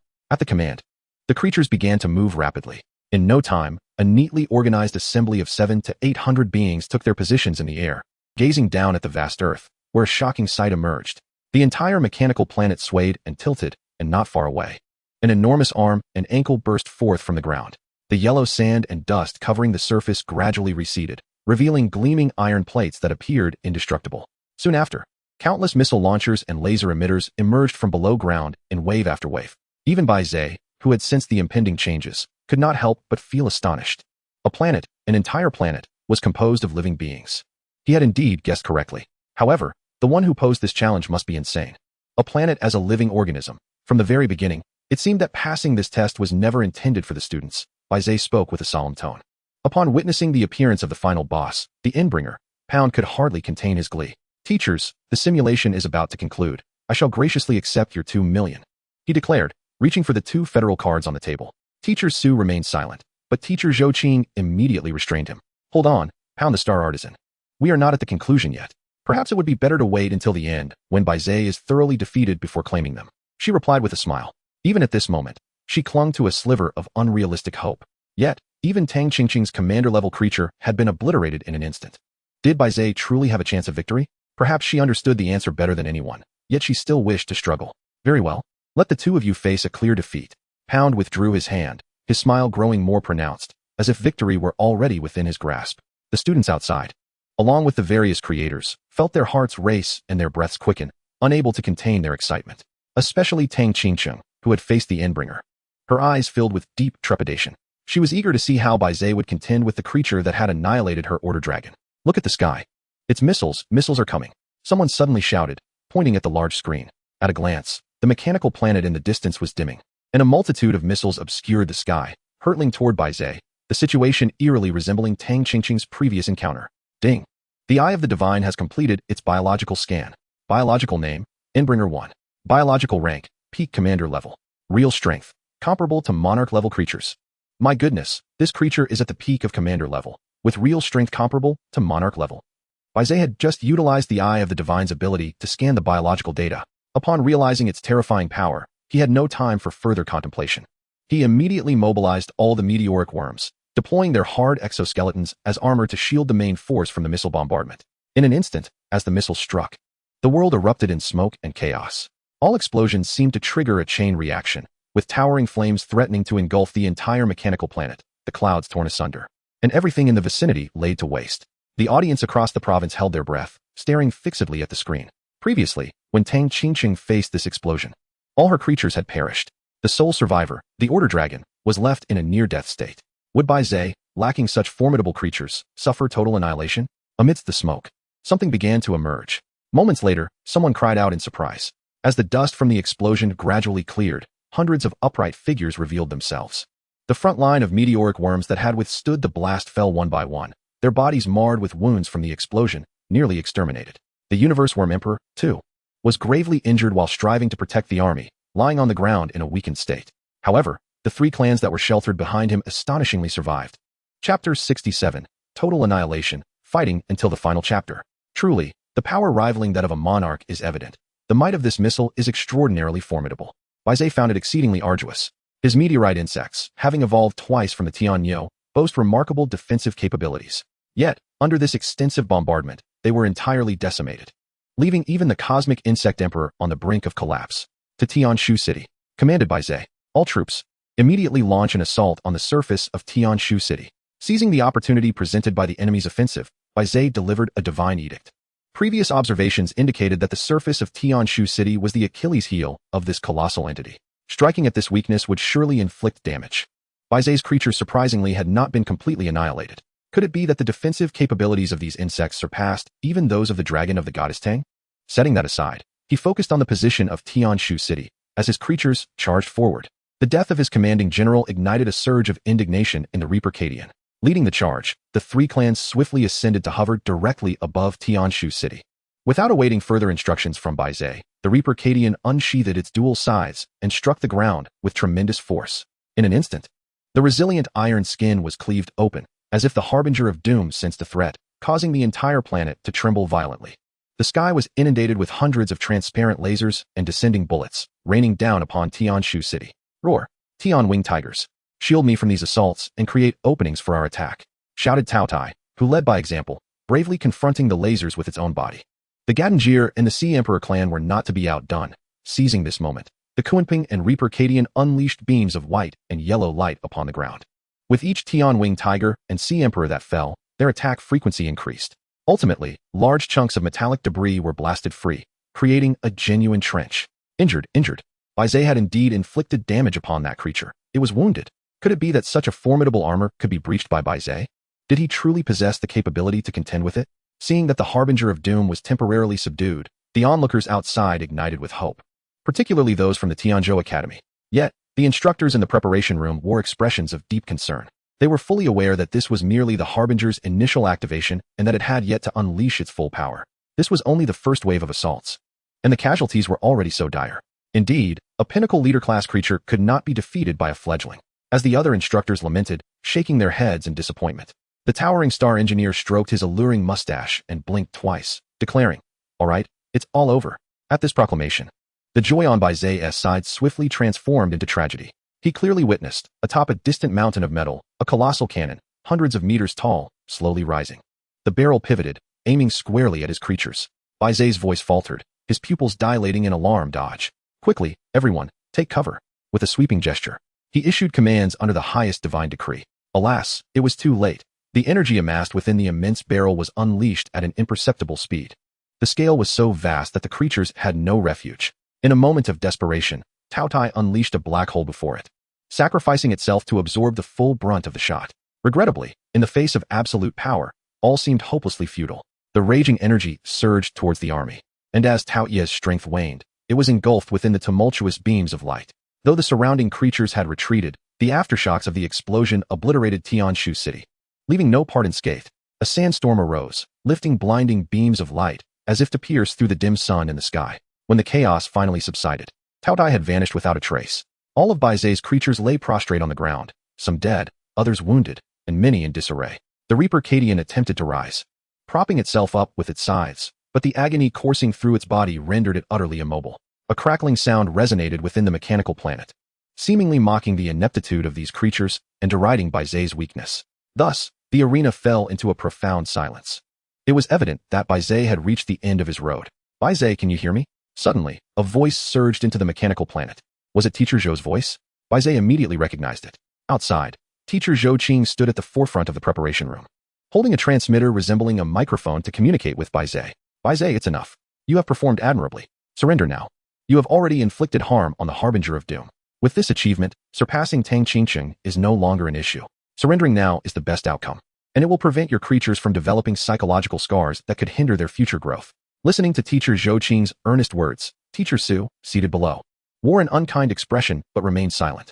One strike of celestial descent had obliterated an army of 20,000, swiftly dismantling 10 crucial neural systems. It had also perfectly subdued the mechanical Godzilla and even inflicted damage upon the final Harbinger. Although reluctant to admit it, Bai Ze had indeed surpassed Tang Qingqing. Surrender?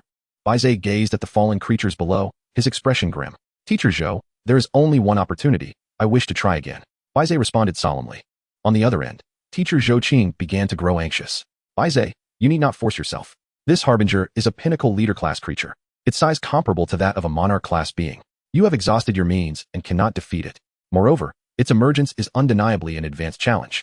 Defeating mechanical Godzilla is already a victory. There is truly no need for more." Before Teacher Zhou Qing could finish her admonishment, she abruptly ceased. To be precise, Bai Ze had actively requested the system to sever their connection. He lowered his head, remaining silent, his expression darkening. Outside, the entire province fell silent, all holding their breath for Bai Ze. But suddenly, a shift in the scene drew the attention of observant students. "Wait, something amiss. Look over there, Bai Ze's planet." His planet appeared to be engulfed by a green substance, nearly filled to capacity. What on earth was that? The thunderous roar reverberated, capturing the gazes of everyone present. In an instant, the system's voice echoed incessantly in their ears. "Warning! Warning! Warning! Host planet's development is overly dense. Plant life has exceeded critical limits." Chapter 68. The final card, channeling the world's energy for spirit revival. At this moment, a subtle smile crept across Bai Ze's lips. A foe deemed unbeatable? I cannot comprehend. With that, Bai Ze raised his head, his face radiating confidence. Once the spirit revival reaches its zenith, the flora will engulf the entire planet, extending into the cosmos and launching indiscriminate assaults. This implies that not only my creatures, but yours will also be under attack, correct? The spirit revival is the final trump card Bai Ze has retained. Since this is a simulated war, Even if the planet is obliterated, no harm will come to him, which emboldened him to undertake such a daring maneuver. Little did he expect, it would indeed prove useful in the end. In the external world, the creators were in a frenzy, their movements animated and their expressions agitated. It was the plants. Those verdant entities were all plants. But how could such a profusion of vegetation suddenly emerge in Bai Ze's realm? Moments ago, their attention had been captivated by the battleground between the mechanical planets.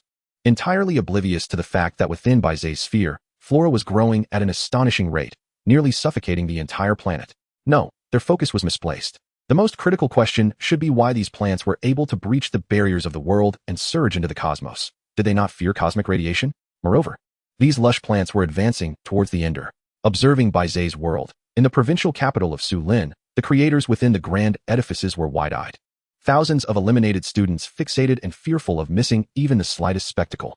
The teachers in the war room shared the same fervor, with many rising from their seats in excitement. The master craftsman Pang De looked utterly bewildered, his mouth agape in astonishment. What was the meaning of these plants? Bai Ze's planet was overflowing, and life itself was being crushed under their relentless growth. These plants seemed to launch indiscriminate assaults, now targeting the Ender. The grand screens across the province displayed the scene at maximum capacity, providing a cosmic perspective of the competition between the two planets. Countless vines, branches, and wooden tendrils erupted from Bai Ze's world, surging madly towards the mechanical planet. The latter, sensing danger, unleashed a barrage of thousands of missiles, commencing a devastating counterattack against the plants. Yet, it was futile, utterly ineffective. What on earth were these plants? Their regenerative abilities were frightfully potent. Struck by missiles, they would seemingly sever, only to regrow in the next instant, multiplying exponentially. How was this possible? The onslaught was relentless, as if these were all orchestrated by Bai Ze. The students watched in shock, their teeth chattering, eyes filled with fervor. The plants continued their advance, the surge of spiritual energy reviving them at a rate far exceeding the destruction wrought by their opponents. Eventually, the plants encircled the Ender, wrapping around it in relentless coils. Bai Ze gazed at the verdant canopy above him, his smile growing ever more pronounced. The ultimate annihilation, revived by tenfold spiritual energy, was his last-ditch effort, and he would not allow it to fail. Outside, Pang De could clearly discern that these plants were Bai Ze's masterpieces. His expression darkened, teeth clenched, he muttered, "Cunning maneuver. Attempting to ensnare my Ender with such tactics. This will not suffice." With a thunderous voice, he commanded, activating all systems of the gargantuan Ender, unleashing its full arsenal. Countless missiles, laser beams, shells, and energy blasts erupted from the planet, illuminating the cosmos with a cataclysmic brilliance, mercilessly obliterating the plants. The sheer might transformed the world into a tapestry of red and green, flames raging fiercely enough to illuminate the night sky, truly magnificent. Yet, under the tenfold revival of spiritual energy, the growth rate was simply too rapid. The rampant plants did not cease, obscuring the heavens and devouring the sun and moon. Relentlessly burrowing into the mechanical planet, they ensnared it tightly, rendering the entire planet immobile. Even with full firepower, it ultimately proved futile. Ha! At that moment, teacher Zhou Qing could not restrain her laughter. She shifted her gaze towards Pang De, her face radiating relief. What do you think, Master Craftsman Pang? I warned you. Until the final moment, no one can predict the outcome. These plants enveloping both planets are all Bai Ze's creations, and your Ender is now thoroughly ensnared. The atmosphere shifted. As Pang De felt a surge of anxiety, he leapt to the forefront of the grand screen, only to discover that the plants continued to multiply, tightening their grip. The Ender's mechanical shell was being crushed to the brink of collapse, with the risk of imminent explosion looming. Teacher Zhou Qing, you must remember. The creatures of that student also exist within the mechanical planet. If the mechanical planet falls, they too shall perish, resulting in a mutual destruction. At this, teacher Zhou Qing calmly shook her head. Master Craftsman Pang, are you so anxious that you've forgotten something? The rules of simulated combat dictate that the side whose creatures perish first will be deemed the loser. If the Ender dies before Bai Ze's creatures, then Bai Ze shall emerge victorious. Outside, cheers, shouts, and roars erupted throughout the province. The creators across various cities and districts sang in jubilation, overwhelmed with awe and excitement. For the ultimate boss was on the verge of defeat, and the undefeated legend of Sulin province would be shattered today. They were destined to be the final witnesses. Impossible. Master Craftsman Pang immediately retorted. The planet I created cannot be defeated by mere newborns. I refuse to believe it. He waved his hand in frustration. Turning his gaze back to the two planets, his countenance darkened as he mused. Does this boy aim for mutual destruction? Very well. I shall grant him that. After all, I have one last trump card hidden within the mechanical planet. That would be the fabled self-destruct system. His booming voice echoed, rendering the entire war room silent. Teacher Zhou Qing's expression swiftly changed, her eyes widening in disbelief as she regarded Pang De. A self-destruct mechanism? On a creature of supreme command level, akin to a monarch-level being, there exists a self-destruct device? Has Master Craftsman Pang lost his mind? Is this truly necessary for a mere freshman test? Moreover, the trigger mechanism for this self-destruct device was designed to activate when the Ender faced life-threatening injuries, resulting in a cataclysmic explosion that would obliterate everything in its vicinity. At that moment, Pangda appeared somewhat deranged, brimming with excitement. Undoubtedly, the self-destruct of a being comparable to a monarch-level creature could potentially unleash a blow rivaling the mid to high tiers of monarch-level power. Under such an explosion, Bai Ze's creations would undoubtedly perish. Were they destined to reach the end only to establish a draw? Teacher Zhou Qing felt a twinge of dissatisfaction, as did Bai Ze. Chapter 69. The world explodes, the final victor. Look, the Ender is flashing with red light. That thing resembles a self-destruct system. The onlookers gasped in disbelief. At that moment, Tang Qingqing stepped forward, her brows furrowed as she confirmed, there is no doubt. The area glowing red should house a massive self-destruct device. As the legitimate daughter of the Tang family, Tang Qingqing had seen and learned much since childhood. She was familiar with such explosive devices. As for why she had not detected the self-destruct system on the mechanical Godzilla, it was because her own Order Dragon was too powerful, not even granting the mechanical Godzilla a chance to reveal its self-destruct system before it was dispatched. However, her words sent shockwaves through the crowd, and the students turned pale. If even the young lady of the Tang family asserted that this was a self-destruct system, it could not possibly be wrong. How frustrating. If this monster truly self-destructs, then it will result in mutual destruction, and we still cannot claim victory. The students shared Bai Ze's frustration. They had come so far, layer upon layer of strategy, steady progress, and the sudden onslaught of plants had nearly shattered the undefeated legend of Su Lin province that had stood for so many years. Must it all end so abruptly? Meanwhile, the crimson glow continued to expand within the planet, and Bai Ze recognized the gravity of the situation. Could it be that the Ender harbored a self-destruct system within? The heart of the examiner is truly merciless. Bai Ze furrowed his brow. Simultaneously, the remaining creatures on the Endbringer began desperately trying to rise. They incessantly attempted to overcome their physical limits. Alas, in the end, one by one, the creatures succumbed to exhaustion and collapsed, including Gatange and Kuenping, who had exhausted all their means yet still could not stand. Observing the creeping vegetation within the mechanical planet, despair washed over their faces, their eyes filled with hopelessness. Only the highest-ranked death scythe, Jedon, resolutely chose to persist. Each time it fell, it would rise again. And with indomitable will, a surge of heat enveloped its body, invigorating it with strength. The terrifying aura that erupted caused its exoskeleton to gleam even more brilliantly, rendering it extraordinarily formidable. Bai Ze immediately recognized that, akin to the previous simulation, Deathside Jedon was striving to break through sheer determination. Look at Bai Ze's humanoid insect creature. Its skin had turned a vibrant red, radiating with shimmering light. This spectacle heralded a potential breakthrough to the commander level. Commander level? Are you implying that Bai Ze's creature is on the verge of transcending to the commander level, thus presenting a glimmer of hope for survival? A beacon of hope surged once more, stirring a cacophony across the province. At last, under the anxious gazes of countless creators, Hapagedon was enveloped in a white light, colossal power coalescing within, transcending all comprehension in its advancement. Simultaneously, the Endbringer reached its breaking point, and the self-destruction system was officially activated. Pangda, ecstatic, raised both hands and exclaimed, "It's over. It's all over. The explosion will annihilate everything. Let us go for a mutual destruction." Gradually, a faint glow began to spread from within the Endbringer, the explosion on the verge of ignition. The hardened iron shell began to fracture, blinding flames erupting from within. The ground trembling, tsunamis crashing, the sky collapsing, presenting an apocalyptic scene within the entire mechanical planet. Outside, an overwhelming brilliance surged forth, utterly obliterating the mechanical planet. In an instant, temperatures soared to billions of degrees Celsius, incinerating all surrounding vegetation. The reverberating aftermath illuminated the boundless darkness of the universe for a brief moment. The dazzling Milky Way dimmed in its presence. Bai Ze's planet, overtaken by vegetation, was the closest to the Endbringer.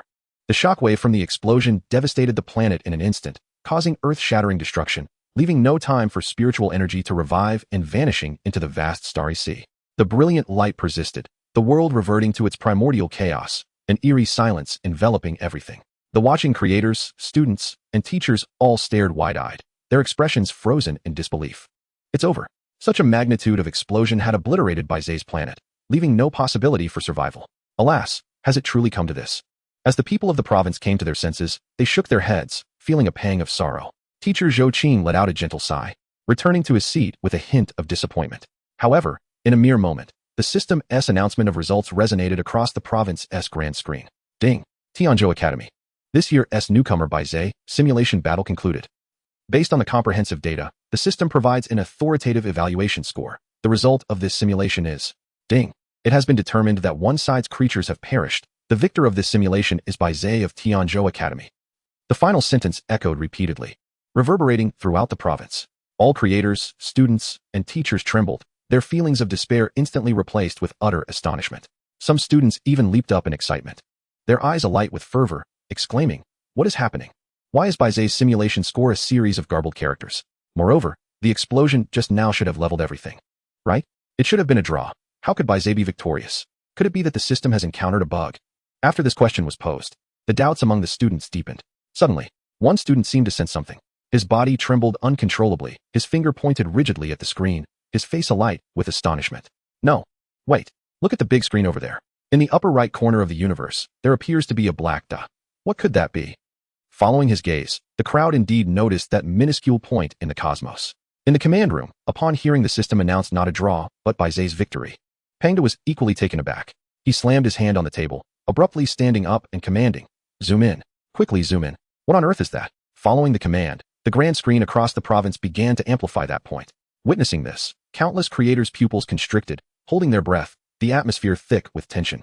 As the world fell silent, simultaneously, as the electronic screen gradually magnified, an odd electromagnetic sound echoed throughout the universe. Beep beep beep, Jiduin. Chapter 70, Hapajidin. Standing tall in the cosmos, crowned as king. In an instant, the entire venue erupted. Holy cow, it's that enormous humanoid insect. It's still alive. Moreover, it has transcended to the commander level. Its aura even surpasses that of the Order Dragon. Wait a moment. I understand the theory, but how can it survive in the universe? Isn't it impossible for organisms to breathe in space? Additionally, the cosmic radiation hasn't harmed it? At this moment, the students were so shocked that their words stumbled, their tones laced with tremors. Theoretically, only creatures of at least commander level can venture into space. After all, one cannot breathe in the cosmos, and the intense cosmic radiation is fiery.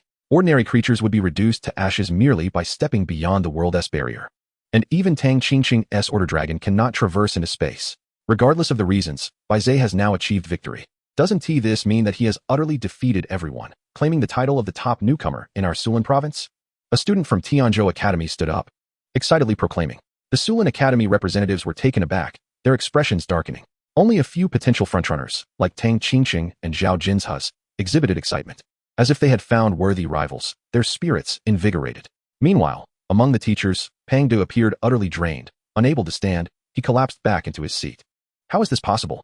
This humanoid insect has managed to escape into space, evading the Endbringer's self-destruction. Unbelievable, utterly unfathomable. No amount of calculations could have prepared Pangda for the revelation that Bai Ze possessed a creature capable of traversing the cosmos. All his other creatures had perished in the aftermath of the explosion, while only Hapajidin, leveraging its unique ability, fled into space and survived. Bai Ze's series of maneuvers completely redefined Pangda's perception of newcomers. Sighing deeply, Pangda expressed a sense of resignation, stating, "Well, I'm getting old. Perhaps it is time for retirement. This defeat shall close this chapter, and it may not be such a bad thing." He rose, shaking his head as he turned and walked toward the exit, ultimately leaving in a state of melancholy. The remaining teachers were left in a state of astonishment or elation, with teacher Zhou Qing unable to suppress a smile, his heart filled with exhilaration. Young yet possessing such remarkable strategy and prowess, decimating legions, dismantling strongholds, vanquishing colossal beasts, and ultimately securing victory with an ingenious move. This cohort is destined for greatness. Teachers from various institutions expressed their admiration, gazing at Bai Ze on the screen with envious eyes, wishing to claim him as their own student. Teacher Su's expression was one of bewilderment, her heart filled with an overwhelming sense of astonishment at the results, her mouth agape in disbelief. Meanwhile, the grand screen illuminated with the jubilant voices of countless creators across the province, all extolling the name of Bai Ze. Various enterprises and towering buildings displayed news of Bai Ze's triumph as the top performer in the province. Moreover, numerous factions were discreetly mobilizing their networks, eagerly seeking to forge connections with Bai Ze, hoping to befriend him or even recruit him. In Sulin province, the atmosphere was electric, bustling with fervor as if the populace were venerating the emergence of a new king, ready to crown him with the supreme diadem. Teacher Zhou Qing could no longer remain seated. She promptly rose, intent on making her way to the observation room where the students were gathered. She wished to meet Bai Ze, to welcome this miraculous new monarch, the valiant champion who had brought honor to the Tianzhou Academy. However, as she was about to leave, teacher Zhou Qing suddenly recalled something. With a soft smile, She turned her head to glance at the dazed Teacher Sue behind her. Teacher Sue, I trust you have witnessed the final outcome. I wish to convey that, sometimes, even a worm can triumph over a dragon. With that, Teacher Zhou Qing turned dramatically, leaving behind a flustered Teacher Sue, who was left to swallow her grievances in silence. At that moment, Bai Ze, having concluded the simulation, emerged from the portal. The instant he stepped out, he was besieged by a throng of students. Bai Ze, I'm your fan now. You shall be my belief from this day forth. Bai Ze, do you remember me? I am Cuihua, your former neighbor. You once said you would marry me. Step aside. Cuihua, I am still blooming. Do not attempt to cozy up to my elder brother. What elder brother? He is clearly my elder brother. In an instant, Bai Ze found himself surrounded, feeling as though he could scarcely breathe amid the crush of eager admirers. Wait. Just then, a cool little hand reached through the crowd, grasping Bai Ze and pulling him away. After a hurried dash away from the throng, they finally paused for breath. Looking up, Bai Ze saw Xia Yinue beaming at him. Yinue, you are out too? Bai Ze remarked. Xia Yinue pouted playfully, teasing. Well, that's obvious. Who else could come out later than you, the grand champion? Upon hearing this, Bai Ze was filled with a rueful smile. Luck. Just luck. Nothing worth mentioning. Skeptical, Xia Yinue raised an eyebrow. Who would believe your nonsense? You are just teasing me. I should never have made that bet on our performance. You've left me with psychological scars. She puffed her cheeks adorably. As they conversed, a voice from nearby silenced the crowd instantly. Bai Ze, Teacher Zhou Qing called out, immediately capturing Bai Ze's attention. Teacher Zhou, you have arrived. Bai Ze greeted her with a bright smile. Seeing this, Teacher Zhou stepped closer, gently patting Bai Ze's shoulder, her eyes filled with pride. You have performed admirably. I must admit, I underestimated you before. For this, I apologize and thank you for bringing honor to the Tianzhou Academy, defeating Tang Qingqing and shattering the undefeated legend. Bai Ze had significantly repressed Su Lin Academy this time. Such an unprecedented feat deserved to be recorded in the annals of Su Lin Province, eternally commemorating this moment of glory. Being a student of Tianzhou Academy is no remarkable feat for me. Moreover, even if I weren't a student, I would still aim for this championship, wouldn't I? Chapter 71, The Path Ahead, Returning to Reality. Upon hearing this, Teacher Zhou Qing chuckled wryly. You certainly do not shy away from honesty, but that is for the best. She earnestly patted Bai Ze again and continued, soon. The school bus from Tianzhou Academy will arrive. I will be waiting for you there, and once you arrive, I shall present you with the promised S-class card. After explaining a series of matters, Teacher Zhou Qing turned to leave, but paused to impart a few final words. Bai Ze, the road ahead is long. You possess extraordinary talent and exceptional skills. I do not wish to delve into how you acquired these abilities. I merely wish to convey that being the top freshman in the province is merely the first step in your life.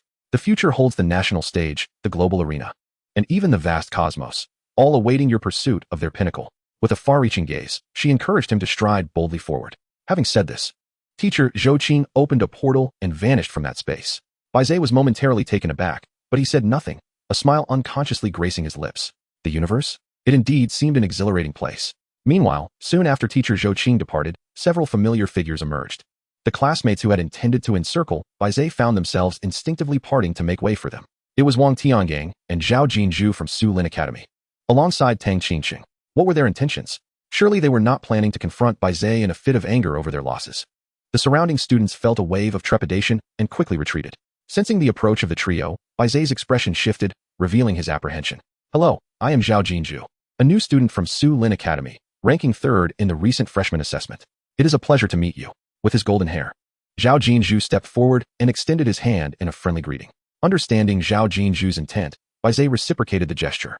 Hello, he replied warmly. Your performance was commendable, and I look forward to the opportunity to compete against you. I will strive to catch up and surpass you. With that, Zhao Jinzhu's form dissipated, much like Teacher Zhou Qing, as he smiled and vanished from view. Next, Wang Tiangang stepped forward, his demeanor robust as he extended his hand. Greetings, I am Wang Tiangang, a new student from Su Lin Academy, also ranking third in the freshman simulation. It is a pleasure to meet you. I hope to face you in battle one day. After a handshake, he too transformed into a shadow, departing the observation room. Lastly, Tang Qingqing approached, extending her delicate hand. I know you. You are the rumored champion of this freshman assessment, the undefeated goddess known for her celestial beauty. Bai Ze immediately recalled her and extended his hand in a symbolic gesture. However, Tang Qingqing shook her head with a light laugh. Not anymore. There is no undefeated anymore. Just the embellishments of my classmates. Besides, you have claimed the championship in this round, haven't you? Rather than displaying anger over her defeat, she seemed somewhat pleased. I watched your previous battles. They were exhilarating.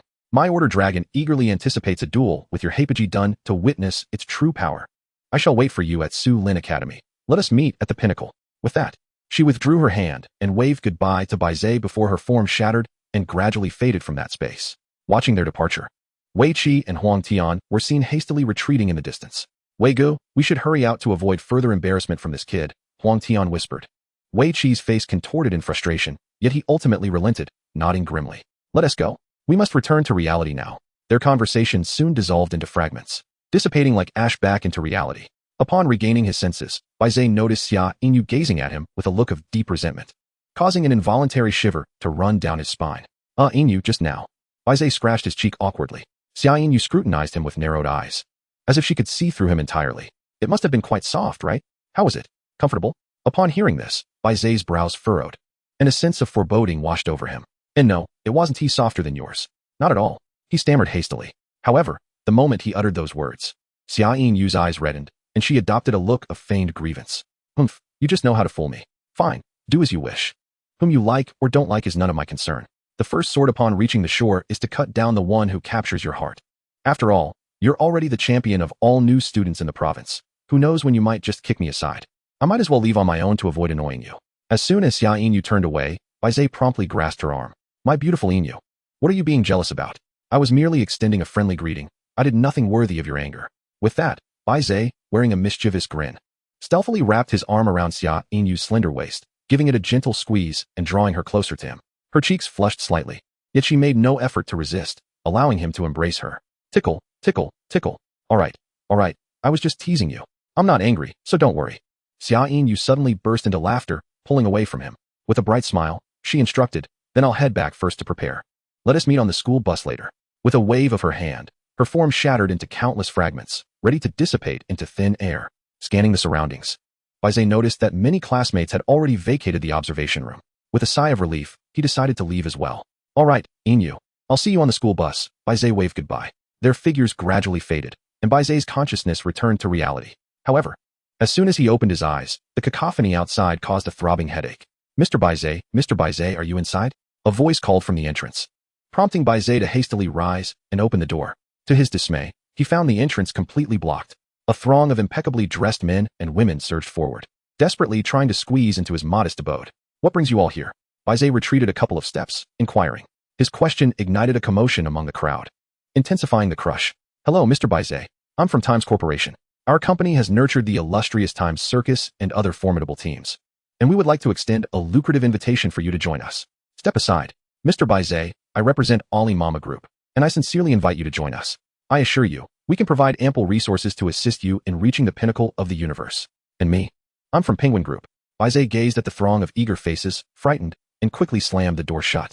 No way, the news spread this quickly? They've all come knocking? Bai Ze furrowed his brow, feeling overwhelmed. Times Corporation, Ultraman, and Penguin. Aren't those the top-tier conglomerates in Sulin Province? He surmised that these powerful entities had come to recruit him. After all, it was not uncommon for an unassuming commoner to be approached by such companies after achieving remarkable results in competitions, lured by promises of exorbitant resources and funding for their development. However, Bai Ze held little interest. Joining a faction had both advantages and disadvantages. More often than not, it meant being subjected to restrictions from one's own faction. The melodramatic tales he had seen in his past life, of wealthy heiresses forced into business marriages to some pampered scion, were not mere fiction in this world. They had occurred in reality, and frequently. Ultimately, it stemmed from a lack of power and being ensnared by a mighty faction. Once one's value diminished, they could be ruthlessly discarded at any moment. Thus, even if he were to choose a faction to join, Bai Ze would not rush into it. I need to think of a way to escape, Bai Ze pondered. An idea struck him. Since it was a single-story house, he could climb over the wall. Yet, just as he contemplated this, a sudden sonic boom erupted from outside. Bai Ze turned sharply, and through the window, he caught sight of a massive figure speeding towards him. The members of the powerful factions outside quickly cleared a path, fearing a collision. What a lack of manners. Who is this person? Do they even know how to drive? Do they realize who we are? If they hit us, can they afford to compensate? The shouts echoed outside, but as the vehicle drew near, their voices fell silent. Boom. Bai Ze, I am the reception teacher from Tianzhou Academy. I'm here to take you to the academy. You may come out now. We are ready to depart. Hearing the commotion outside, Bai Ze's heart leapt with joy, and he promptly pushed the door open. Upon looking up, he could hardly contain his astonishment. What was referred to as a school bus was, in fact, an enormous flying vessel.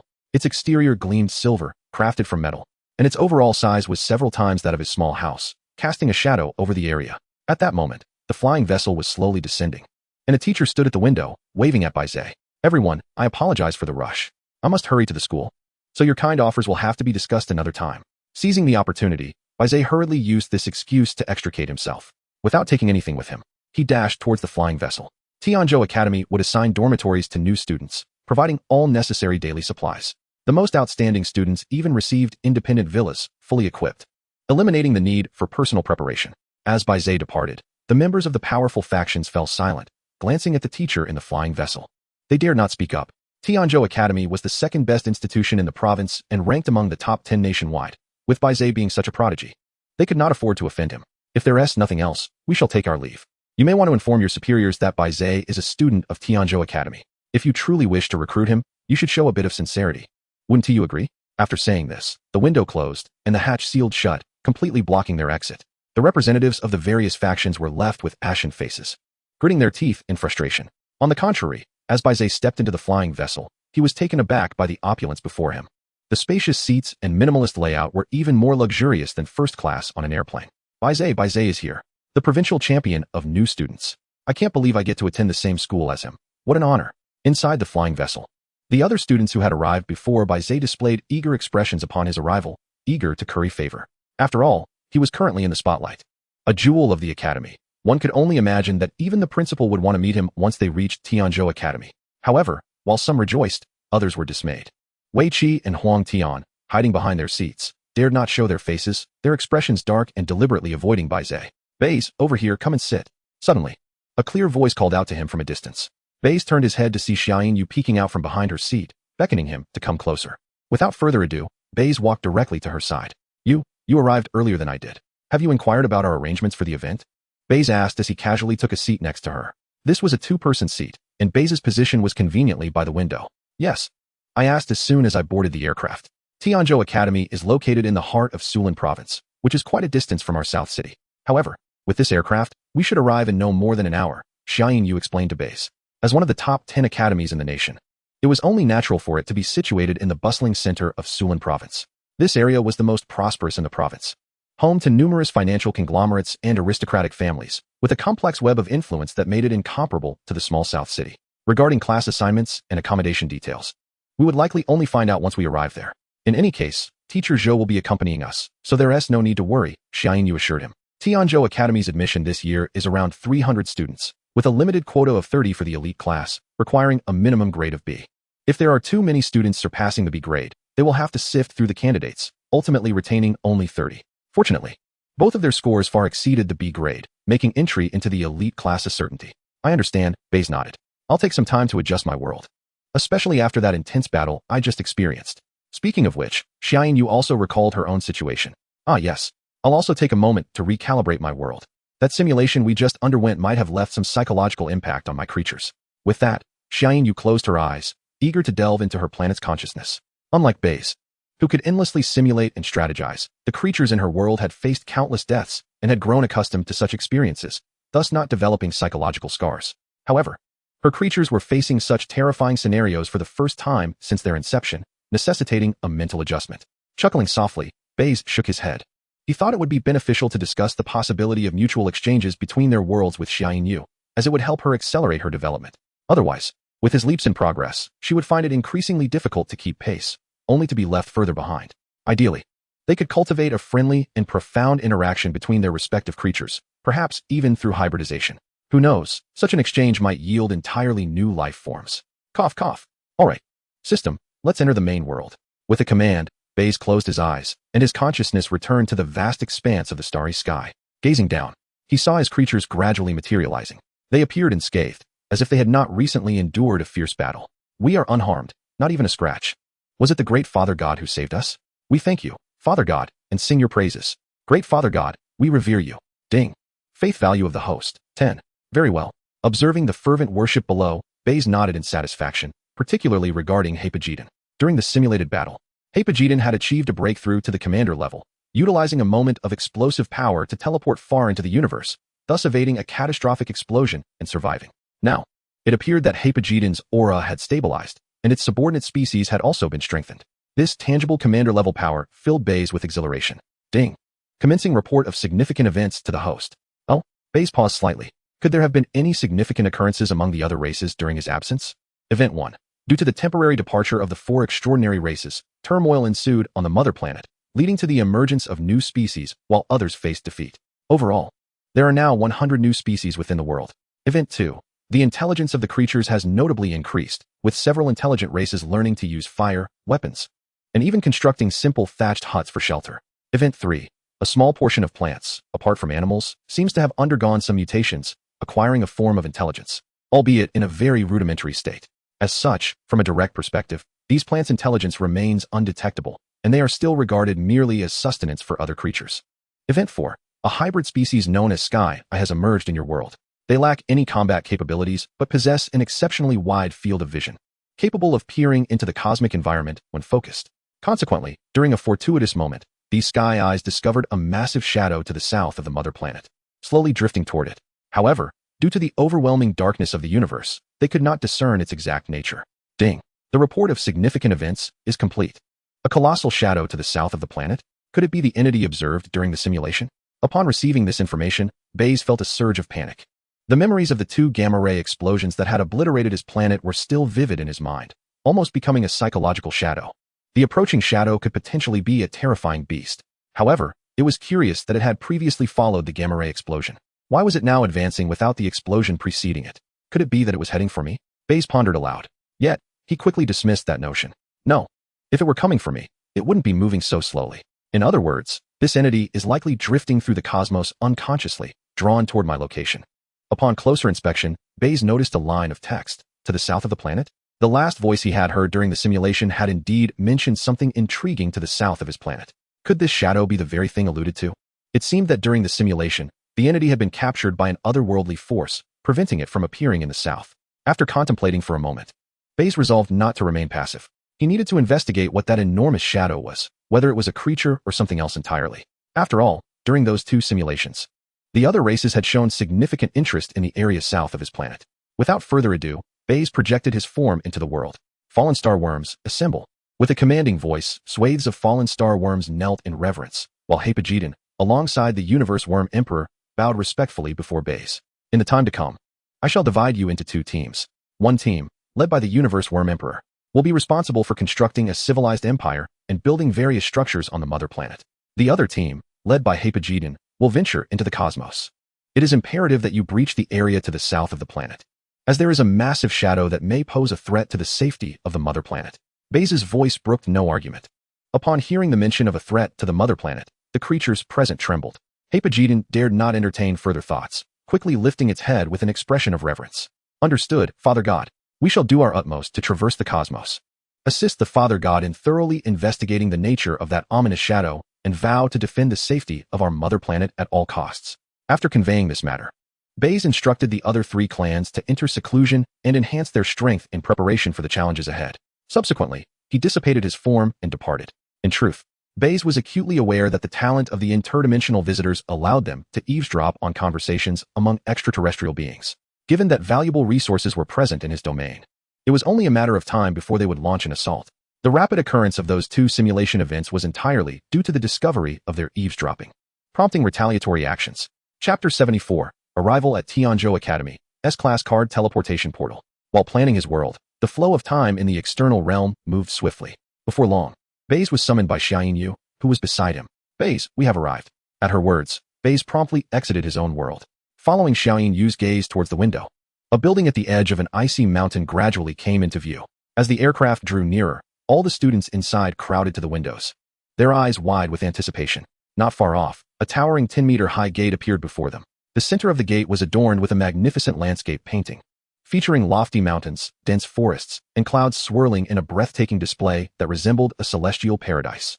Without a doubt, this should be the origin of Tianzhou Academy's name. We have arrived, dear students.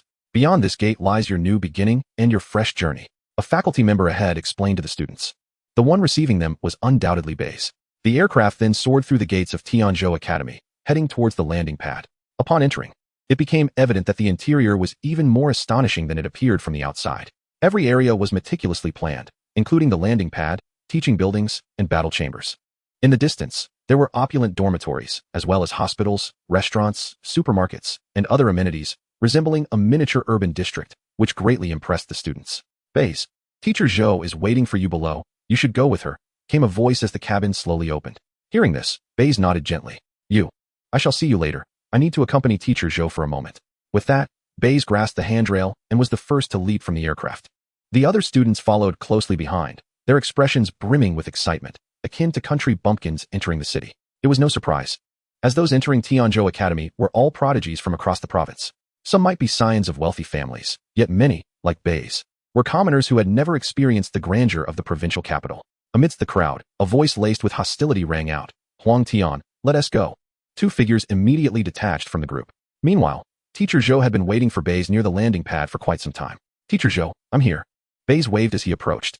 Upon seeing Bai Ze's arrival, Teacher Zhou stepped forward, saying, it's good that you're here. Let us discuss the S-class card situation as we walk. Leading Bai Ze, the two began to walk towards the teaching building. Bai Ze, S-class cards are extraordinarily precious, and the Academy possesses very few. However, since it was promised to you, rest assured, you will receive it.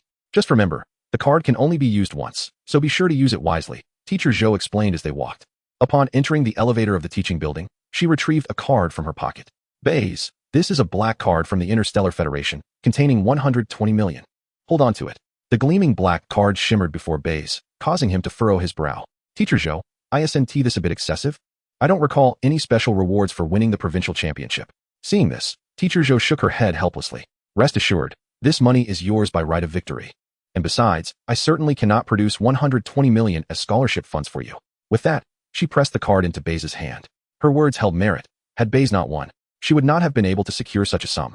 Consider this as your training resources. Nurturing your many creatures can indeed be quite costly, Teacher Zhou elucidated.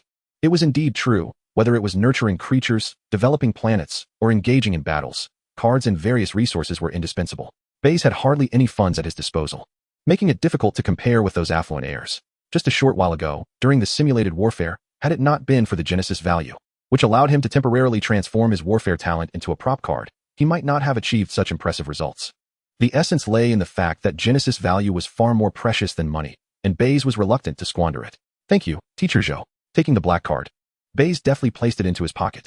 Calculating, he realized that his total assets now amounted to 140 million. In a small county, he would undoubtedly be considered a tycoon. We have arrived. Ahead is the exclusive storage room for S-class cards, Teacher Zhou reminded him. Looking forward, he noticed a massive mechanical door at the end of the corridor. Sealed tightly, Teacher Zhou approached, placing her palm on the verification device beside the door. Once her fingerprint and personal information were successfully verified, the imposing mechanical doors swung open with a resounding thud. Gazing inside, Bai Ze beheld a central pillar gleaming with light, surrounded by cards radiating a potent aura, floating in midair. Step inside. All the cards within are S-class, and you may choose any one you desire. Teacher Zhou gestured towards the interior. As Bai Ze entered, he suddenly heard a system notification in his ear. Asteroid Impact S-class item card.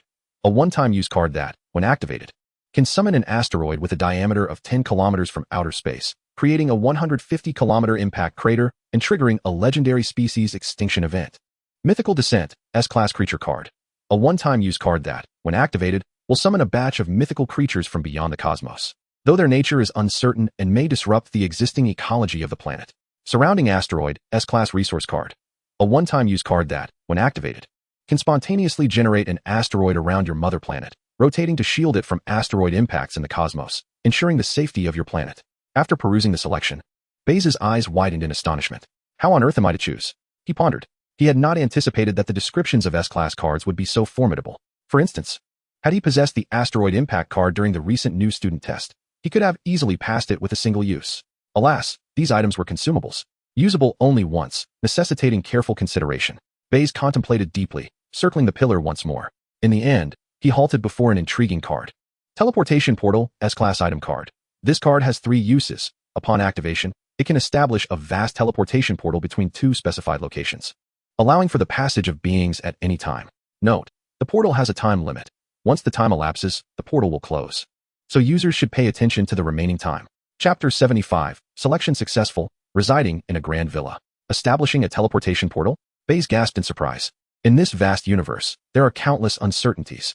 If one wishes to explore a certain location, not only must they consider how much time it would take to reach it, but also the risk of encountering asteroid impacts or asteroid explosions along the way. The utility of this card would undoubtedly eliminate all unexpected incidents in between.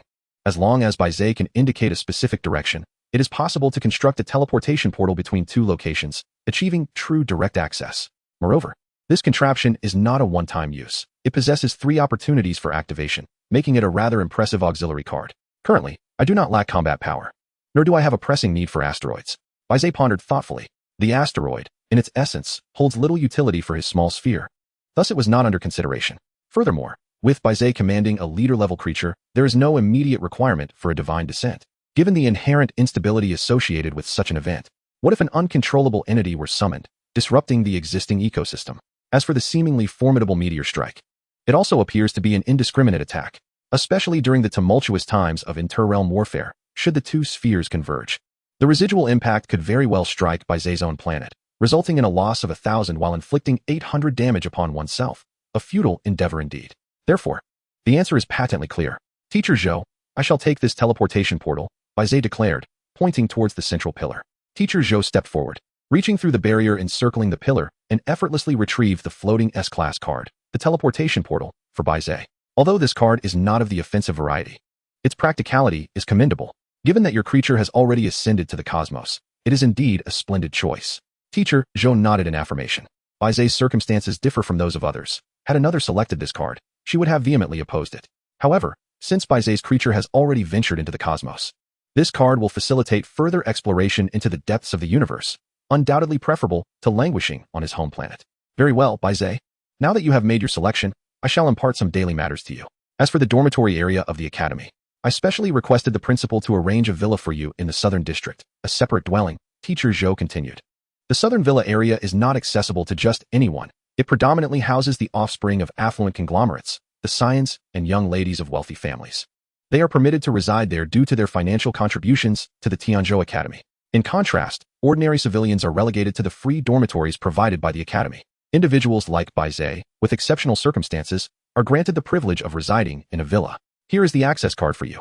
It details the precise location of the villa. Once you find it, you can simply swipe the card to enter. An item resembling an electronic card materialized in Teacher Zhou's hand. Upon seeing it, Bai Ze accepted the access card and pondered for a moment before asking, by the way, Teacher, may I invite others to reside with me in the villa? For instance, perhaps my little girlfriend? She retorted immediately. Teacher Zhou raised an eyebrow, a knowing expression crossing his face. Of course, you may. The villa is yours. You can decide who to invite or not, without needing my approval. With this assurance, Bai Ze felt considerably more at ease. Given the chaotic nature of Tianzhou Academy, leaving Xia Yingyue alone in the female dormitory made him somewhat apprehensive. The thought of her emerging from there transformed from a lively little maid to a figure akin to Zhen Huan was quite alarming to him. All right, teacher, I understand. Bai Ze nodded. Yes, you and your little girlfriend can certainly join the elite class. I will be your instructor from now on. Generally, the elite class does not have an overwhelming workload. It primarily encourages self-exploration and development. Just check in occasionally. Attendance is not mandatory, Teacher Zhou remarked, fully aware of Bai Ze's situation. The theoretical courses hold little value for him, as his biological entity has already reached the cosmos and triumphed over formidable simulated planets. Time spent in class would be better allocated to developing his own planet. Understood, Teacher Zhou, Bai Ze replied. If there is nothing else, I shall take my leave. Waving goodbye, Bai Ze took the lead and exited the storage room, leaving Teacher Zhou alone. Slowly emerging from the shadows was an elderly gentleman with a grizzled beard, exuding a gentle demeanor. Not bad at all, Teacher Zhou. This cohort of Tianzhou Academy has indeed welcomed a promising talent. With diligent cultivation, he is destined to achieve greatness within the cosmos, the old man mused, stroking his beard, his eyes twinkling with kindness. Yes, principal. Meanwhile, Xia Yingyue had also completed her tasks and, upon a brisk run, encountered Bai Ze just outside the teaching building. Bai Ze, how did you come out so quickly? Did Teacher Zhou not discuss anything with you? She approached gracefully. Earlier, she had been fortunate enough to be placed in the elite class alongside Bai Ze. As the classmates dispersed, the formal start of classes was still a few days away, prompting Xia Yingyue to head to the dormitory to organize her belongings and ensure she had everything she needed. He didn't say much, just some foundational information, Bai Ze responded. After a moment's thought, Xia Yingyue proposed, then let us head to the dormitory. We can check if there is anything missing and go by it together. With that, she took Bai Ze's hand, prepared to leave. However, Bai Ze merely smiled slightly, remaining rooted in place, unyielding to her pull. What dormitory? You reside in the female dormitory, and I in the male. The distance is considerable, making it cumbersome to meet. Let us go directly to the villa. Upon hearing this, Xia Yingyue's face displayed confusion. Before she could react, Bai Ze had already seized her hand, and they dashed towards the southern district. Upon entering the villa area, they searched for Villa No. 16 indicated on the access card, making quite a detour before finally halting beneath a grand residence. This should be the one, Bai Ze remarked, looking up. Slow down. I can't keep up. Xia Inue gasped, trailing behind, panting heavily. Where's this? It looks so luxurious. Could it be? Just as she began to speak, she saw Bai Ze pressing the access card against the grand door of the villa. With a green light signaling successful verification, the door swung open, revealing an opulent atmosphere. Chapter 76, The Storm Zone, a long-lost talent. The villa was a two-story structure with 6 rooms and 3 halls, each room on the upper floor boasting its own little balcony. The dazzling crystal chandeliers, the fragrant sandalwood staircase, and the soft carpets on the floor all exuded an air of luxury. Stepping inside, Xia Inue's mouth fell slightly agape, displaying a hint of astonishment. This is the villa allocated to me by Teacher Zhou. We will be living here from now on. What do you think? Bai Ze introduced. Upon hearing this, Xia Inue continued to step forward, eagerly surveying the surroundings. Coming from a humble background, she had never encountered such lavishness, and her surprise was understandable. Are we going to live together? Xia Inue turned to Bai Ze with a curious expression. The latter, wearing an unusual expression, replied nonchalantly, What else? It's so spacious here with so many rooms. Living alone would be quite lonely. Besides, why would I squeeze into a small dormitory with a crowd when I have this grand villa? Bai Ze's reasoning was indeed sound. With the simulator in his possession, it would be far safer to simulate in a secluded, tranquil environment. Otherwise, attracting unwanted attention could lead to complications. However, upon hearing this, Xia Inue frowned slightly, suspicion creeping into her expression. With such a vast space, just the two of us, are you planning to do something to me? She took a couple of cautious steps back, defensively crossing her arms in front of her chest, resembling a trembling little rabbit. Bai Ze's lips curled into a smirk as he retorted, How lewd. Why is your mind so impure? I would never.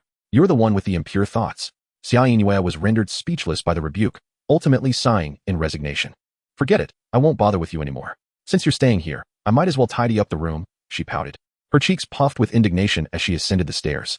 Turning her head, a thought seemed to strike her, and she inquired, By the way, which room are you in? I could help you clean it as well.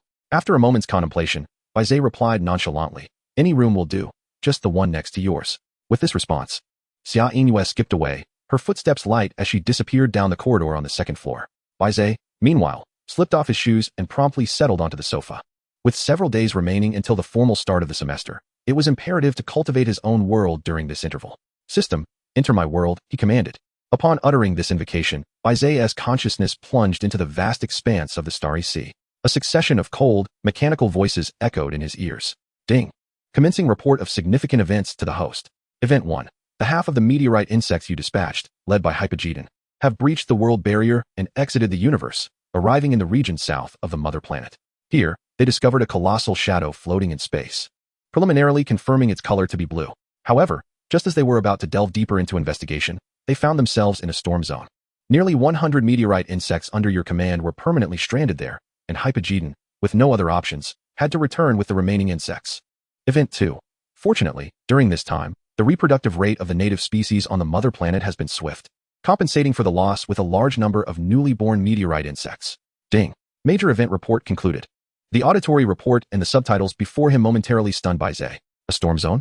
He pondered. The storm zone, also known as the chaotic region, lived up to its name, characterized by extreme disarray. An abundance of cosmic radiation, erratic meteor showers, and space debris congregated in that area. A moment's carelessness could result in being swept away by these hazardous elements. However, such terrain could not form haphazardly. How could such a phenomenon exist near his domain? Or perhaps it was merely a coincidence that this chaotic region lay adjacent to that immense shadow. Was there a connection between the two? Sighing, Bai Ze felt overwhelmed by the multitude of mysteries yet to be explored. Given the evident dangers, it appeared unwise to dispatch troops for exploration. The potential losses were beyond his capacity to bear. Thus, after a moment of contemplation, he withdrew from his world and briefly surveyed his villa. Xia Inue was still busy cleaning her room, likely requiring considerable time. Seizing this opportunity, he could utilize the simulator to venture into the chaotic zone. After all, even if something went awry, he would bear no risk. All right, it's decided. Bai Ze promptly descended into his world. With a snap of his fingers, divine decrees descended, resonating with an undeniable authority within the meteorite insect tribe. Immediately, I shall wield my divine power to create a simulated space akin to the previous ones. In this space, you shall not experience true death, so make haste to fulfill the tasks I have assigned you. This mission was well understood by the meteorite insects. It was to explore the cosmos, to uncover the true nature of the shadow south of the mother planet. We shall dutifully obey the will of our divine Father and fulfill his commands. The meteorite insects, led by Hypogeddon, knelt in unison, their hearts swelling with reverence for the Almighty. The ability to create such spaces, where even life and death could be reversed, was indeed awe-inspiring. System, initiate simulation. Bai Ze commanded. Ding. Based on the planetary area, the simulation will cost 3,000 creation points. Confirm? Glancing at the 7,470 creation points remaining in his possession, Bai Ze found himself in a quandary. Simulating a dimensional war consumed an enormous amount of creation points. And this time he was somewhat short. He couldn't afford to squander them. Yes, Bai Ze affirmed. Ding. Simulation initiated. 10 random draws have been issued. After perusing the results, he noted that the talents from the previous simulation, which had been temporarily solidified, still persisted. This asset would aid the creatures in their cosmic exploration, and without further consideration, Bai Ze decided to take it along. Then, a delightful revelation caught his attention. Unity consciousness, purple. The creatures of the world are increasingly inclined to band together, forging their own tribes, civilizations, and even empires. The enthusiasm for expanding their influence is undoubtedly a positive development. Confirmed to carry this talent, Bai Ze proclaimed. Next, as he scrolled down, he recognized another familiar entity. Otherworldly visitor, purple. The creatures of the world have a small probability of overhearing secret messages from the depths of the universe, which may lead to intriguing occurrences. Bai Ze chuckled wryly. It had been a while since he encountered this. That will suffice. Chapter 77. The expensive S-Class card, National Developments. Ding. 3 simulation talents selected successfully. Please choose the items to carry for this simulation. Available items. Authority of the Divine, Eye of the Divine. S-Class item card, Portal. Carry the Authority of the Divine and the Eye of the Divine. Bai Ze declared without hesitation. These 2 items were undoubtedly essential. He could not afford to leave them behind. However, he hesitated regarding the remaining S-Class item card, the Portal. Note, the S-Class item card Portal requires 10,000 creation points to carry. What? Bai Ze was taken aback. His eyelids fluttered, and he unintentionally muttered, goodness. The cost for carrying an A-Class card was 1,000, while an S-Class card was a staggering 10,000. Initially, Bai Ze had been deliberating, but upon hearing the 10,000, he promptly dismissed the notion. That was a full 10,000 creation points, not a trivial sum, enough for Bai Ze to simulate 3 times consecutively. Reluctantly, he removed the card. Moreover, even if Bai Ze wished to include it, he currently lacked sufficient creation points. Just these 2 will do. Let the journey of creation commence. Ding. Items successfully equipped. The simulation officially begins. In the nascent stages of world creation, the planet flourished to magnificent heights, resembling the descent of Eden, resplendent and vibrant, with creatures basking in the morning sun, joyously surging forth. Early First Era. Within the meteorite insect tribe, they rapidly divided into 2 factions. One led by Hypogeddon began to flap their wings, soaring into the cosmos. The other faction, under the leadership of the Universe Insect Emperor, expanded its influence within the mother planet, constructing various peculiar structures from stone and erecting lofty walls. All meteorite insects resided within, leading the Universe Insect Emperor to name this region the Insect Empire, thereby creating the first civilization on the mother planet. Upon the establishment of this empire, surrounding creatures began to emulate, banding together to construct their own tribal civilizations. Unity consciousness activated. Mid-First Era, the first sound resonated from outer space, falling upon the mother planet, and soon after, the air within began to shift to a pale blue hue. Creatures listened intently to this sound, unconsciously beginning to expel and inhale spiritual energy, thereby enhancing their own strength. Unfortunately, the transcendent 4 races were already overwhelmingly powerful. Such thin spiritual energy was nearly useless to them, rendering them incapable of advancement. The extraordinary triad of races, unable to ascend or break free from the confines of the universe, found themselves ensnared in an unbearable tedium. In a bid to alleviate their ennui, they resolved to unite and humbly seek counsel from the insect empire constructed by the meteorite worms. They implored the meteorite worms to impart their wisdom on the utilization of tools, the construction of abodes, and other defensive edifices.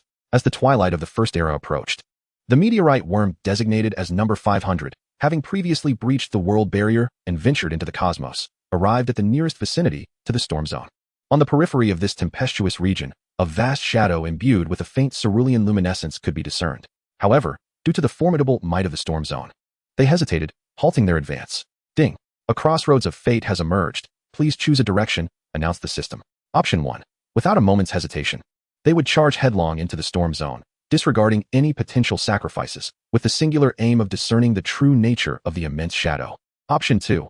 A more prudent approach. As a being of Buddhist origin, even in simulation, life is precious. Thus, retreating along the original path seemed the wisest choice. Bai Ze gazed at the options, tilting his head in bemusement.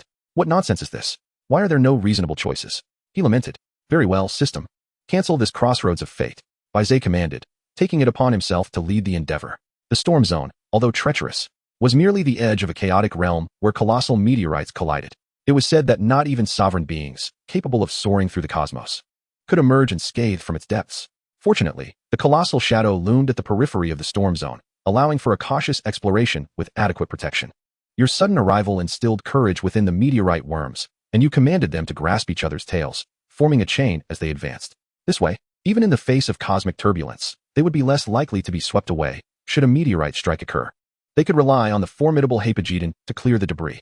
As the first era drew to a close, the Grand Assembly, aligned in chains, set forth under the leadership of the mightiest Hypogeddon, entering the storm region. Meanwhile, back on the home planet, the three races, having successfully acquired knowledge, had a burgeoning understanding of tools, particularly the Water Sovereign clan, which had learned to fashion sharp stone implements using their appendages. Upon returning to their respective domains, the three races commenced the construction of various edifices of civilization. In the early Second Era, deep beneath the waves, Gatangia led the Ocean Monarch clan in erecting an underwater temple, complete with a grand statue and altar dedicated to you. The Tianihu clan took to the lush treetops, creating vast expanses of tree houses that appeared magnificent in their splendor. The Daping clan, in a bold display, saw their leader Kuanpung lift a massive section of earth into the air, thus establishing a floating island exclusively for the Daping clan. All three races collaborated in crafting statues, altars, and temples in your honor, as a means of worship. Ding. Host faith value, 10. At long last, civilization had been birthed, and the foundations of an empire were laid. Bai Ze felt a tremor of excitement within. The generation of faith values would surely increase, and it could be said that the bestowed talent was not in vain, as it yielded the anticipated results. Yet at that moment, Bai Ze noticed something stirring within the cosmos. In the mid-second era, a second voice echoed across the universe, reaching your planet. A certain oceanic race had unearthed a stone, entirely blue and named Blue Crystal, from the depths of the sea. However, this race displayed a cunning demeanor, presenting the blue crystal to the oceanic sovereign Gatangia rather than exploiting it for their own gain. Gatangia recognized the blue crystal as a stone that had appeared multiple times in the past. However, its current state rendered it useless. Thus, he chose to rain it underground to purify the oceanic environment. As the late Second Era approached, the expeditionary force exploring the cosmos reached the outer bounds of the storm zone. Thanks to your strategy, the Grand Assembly successfully evaded 2 cosmic disturbances, suffering minimal casualties aside from a few members who perished from meteorite strikes. Before them, the vast, cerulean shadow materialized. Hypogeddon led the charge, and upon closer inspection, they discovered that it was not the monstrous entity they had envisioned, nor a meteorite or asteroid. Instead, it was a colossal block of ice, floating in the cosmos, exhibiting a semi-transparent quality. Utilizing Hypogeddon's keen eyesight, they could sense something peculiar within the icy mass. Oh, so the immense shadow is merely a large ice block. Bai Ze mused, momentarily taken aback. However, how could such a massive ice block exist in the cosmos? Previously, it had appeared 100 times the size of his small sphere and now was roughly a third of his planet's dimensions. The meteorite worms appeared diminutive in its presence. Yet this concern paled in comparison to Bai Ze's observation of Hypogeddon's final remark regarding the semi-transparent ice block, suggesting something lay within. System, activate the Eye of the Divine. Bai Ze commanded. Ding. Host command received. The Eye of the Divine is now active. Before Bai Ze, a golden hue enveloped his vision as he focused on the floating ice.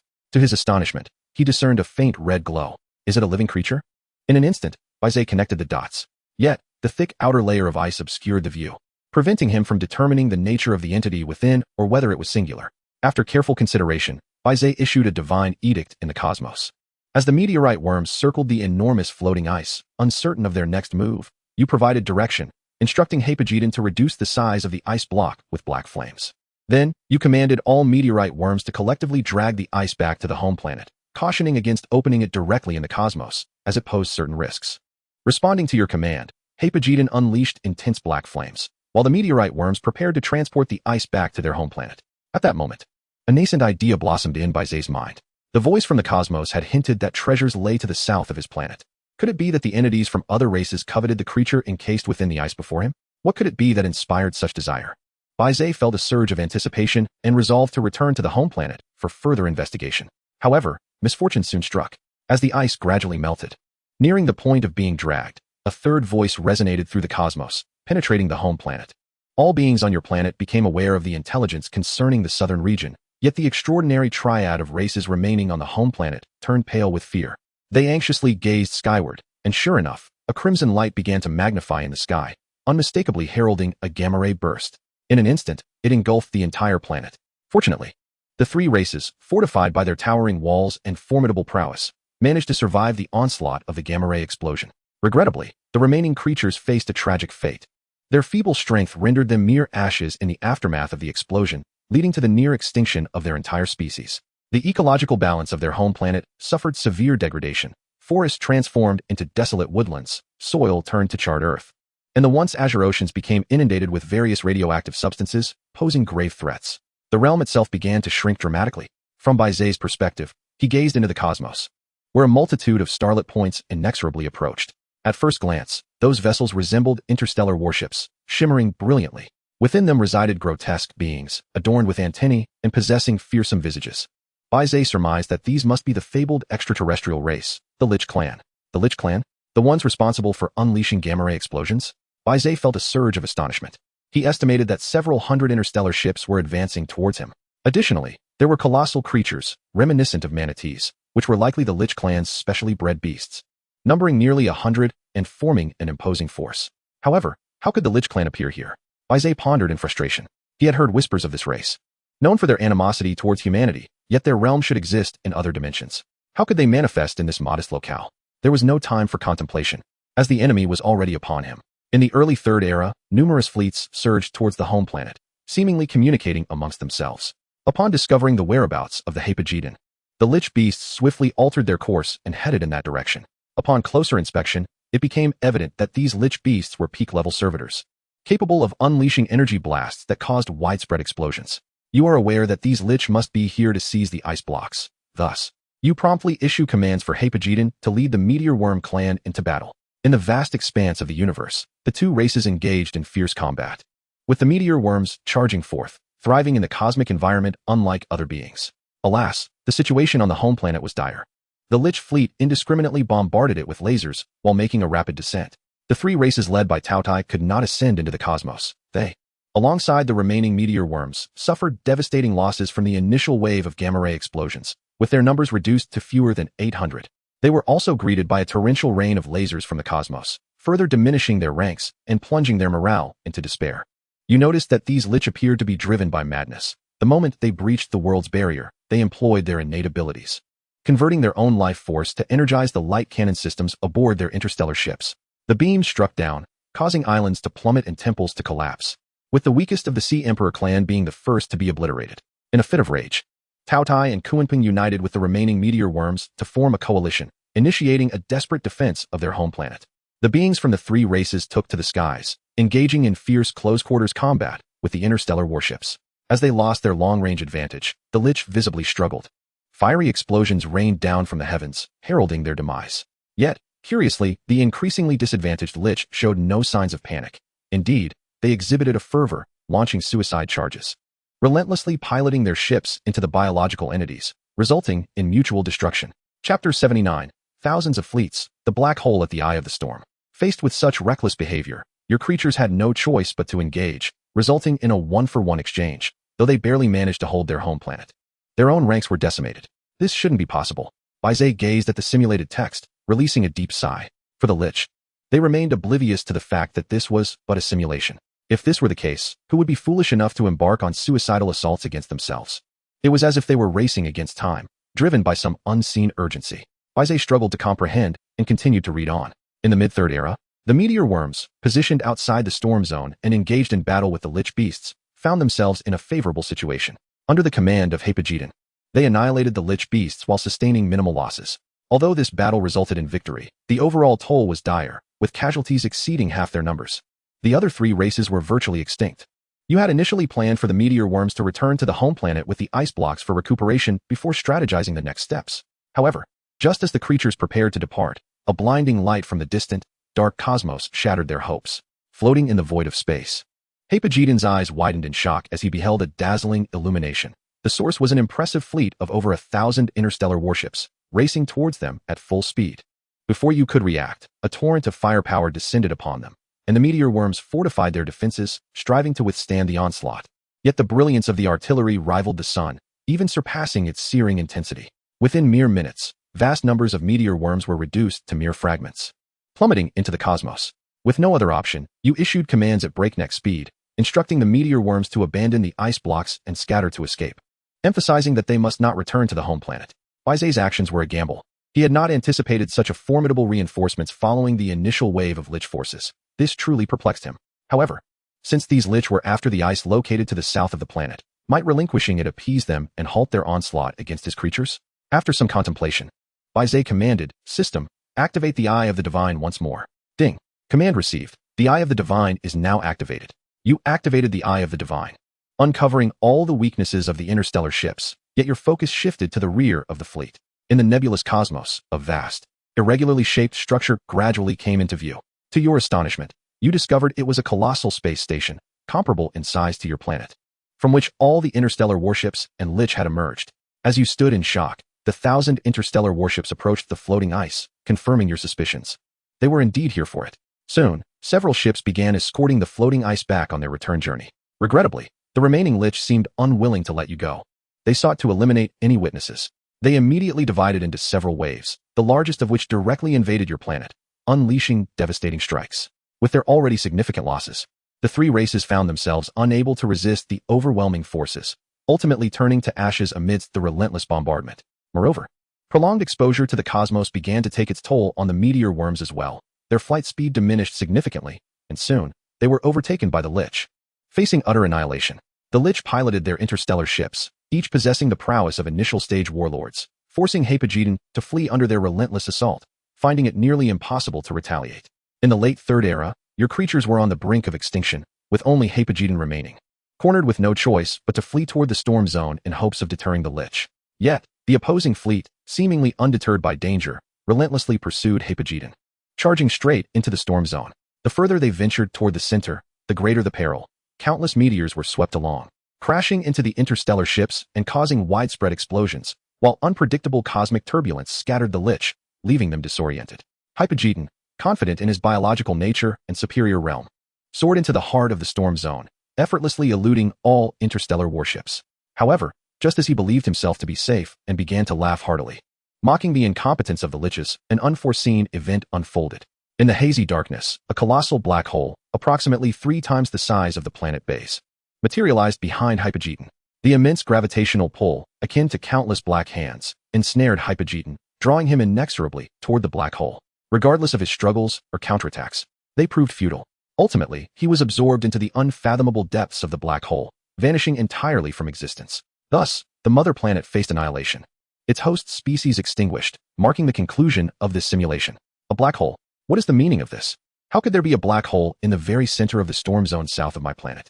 Bai Ze gasped in astonishment. Upon further contemplation, if a black hole indeed existed there, it would certainly elucidate the appearance of the storm zone. The probability of a black hole forming is exceedingly low, and from a certain perspective, it could be considered a type of portal, albeit one fraught with uncertainty. Being drawn into a black hole could result in random teleportation to an unknown location, or worse, being consumed by the black hole, never to see the light of day again. The environment of the storm zone, undoubtedly, must have been transmitted from another place via the black hole. Even that massive piece of primordial ice might share the same origin. Bai Ze shook his head in distress. After this round of simulation, he was overwhelmed. He desired to obtain the primordial ice, but found himself unable to contend with the Liches. To abandon the quest would mean falling prey to their murderous intentions. The predicament left him in a state of profound discomfort. Ding. Based on the aforementioned data, the host has acquired a total of 3,000 Genesis points this time. The system's voice echoed in Bai Ze's ears, instantly dispelling his earlier displeasure. He looked up, incredulous. What? One can gain Genesis points from fighting? Ding. Completing any achievement-related tasks will yield Genesis points. This includes the first encounter with a Lich or the extermination of one. The system's explanation brought a glimmer of joy to Bai Ze's expression. If that were the case, he need not worry about exhausting his Genesis points too swiftly. Understood. Bai Ze replied solemnly. Ding. This round of simulation has concluded. Please select one item from the following options to retain. Chapter 80, Space Potion.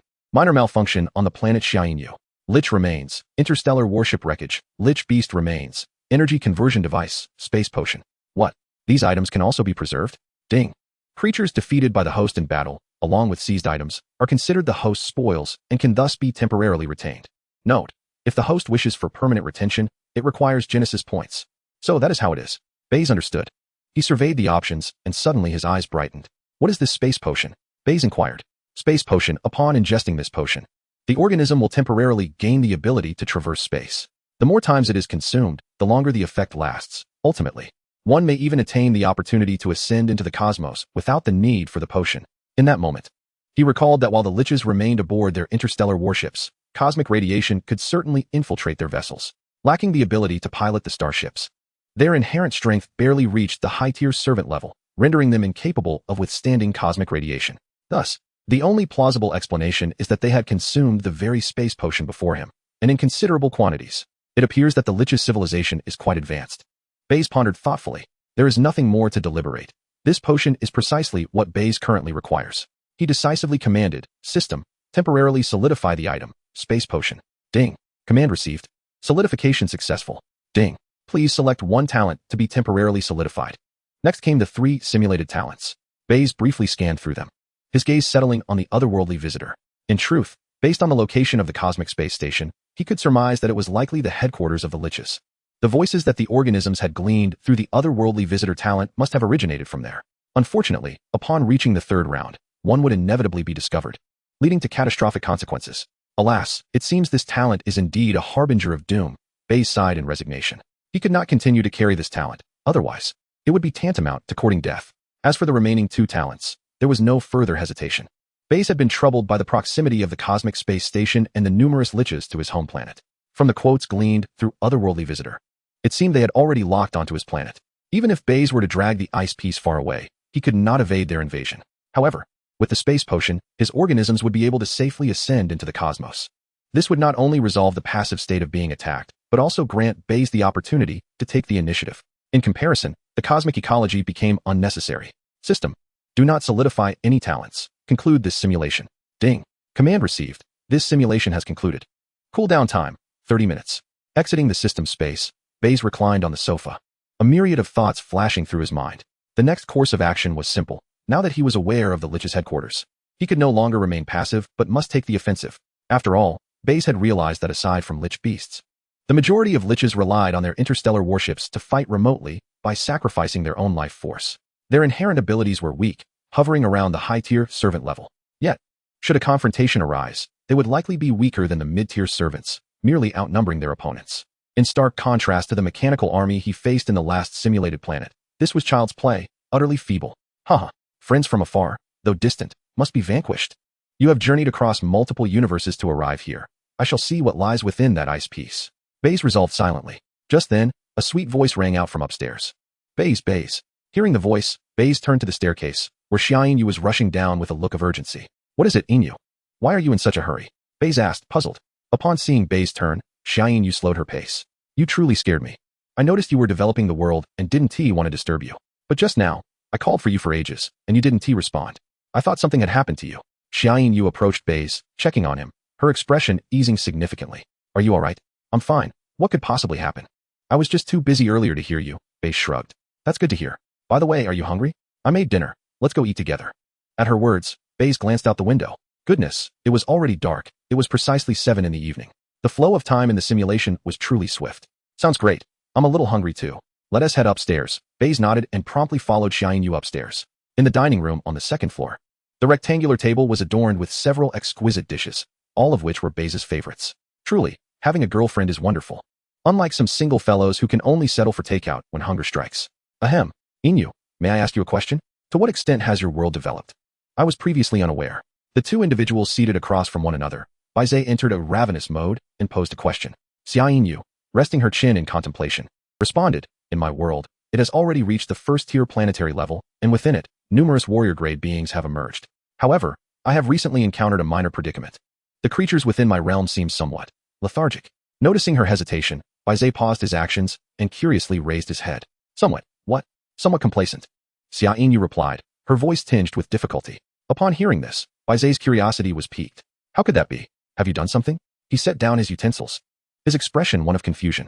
At the mention of this, Xiaoyin felt a wave of exasperation wash over her. Her innate ability, the transformation of world energy, was supposed to be a divine skill.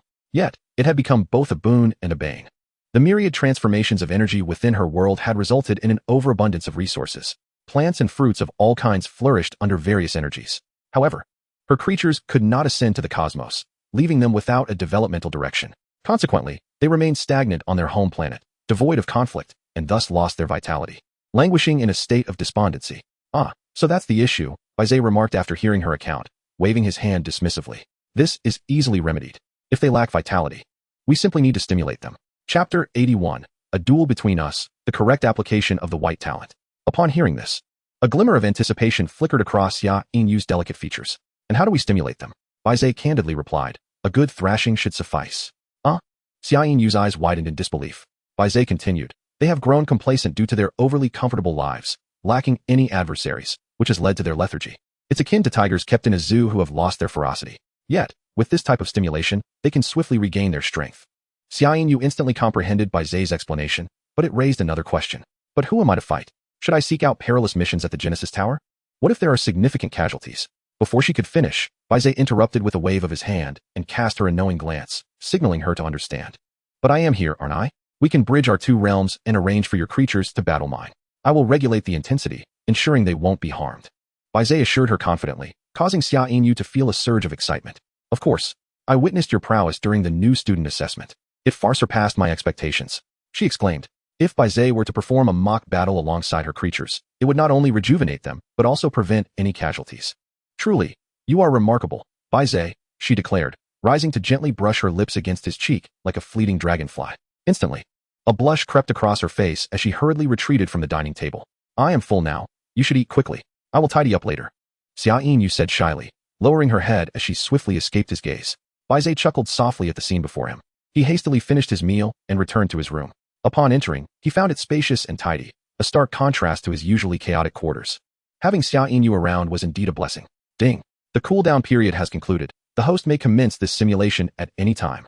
Hearing the system's voice, Bai Ze sat cross-legged on his bed without a second thought. Taking advantage of the quiet night, he intended to simulate and uncover the nature of the phenomenon. System. Initiate this simulation. Ding. The simulation requires 3,000 creation points. Confirm? Yes, Bai Ze replied. Ding. Creation points successfully deducted. The simulation officially commences. Ding. Please select 3 abilities from the following list to carry into this simulation. In an instant, 10 abilities flashed before Bai Ze's eyes. He scrutinized them closely and felt satisfied. Endless procreation, purple. Beings exhibit an extreme enthusiasm for movement, and procreation activities are ceaseless, significantly increasing the birth of new life. Fierce combat spirit, purple. The creatures of the mother planet become increasingly combative. A day without fighting leaves them restless, simultaneously enhancing their combat capabilities. These 2 abilities were precisely what this simulation required. With only about 2,000 creatures at his disposal, he was in dire need of reinforcements. Therefore, the first ability was essential. The second would augment their combat prowess, aiding in dealing with those lich creatures, leaving him with no other choice. As for the remaining slot, Bai Ze scanned the options and finally settled on this ability. Background character, white.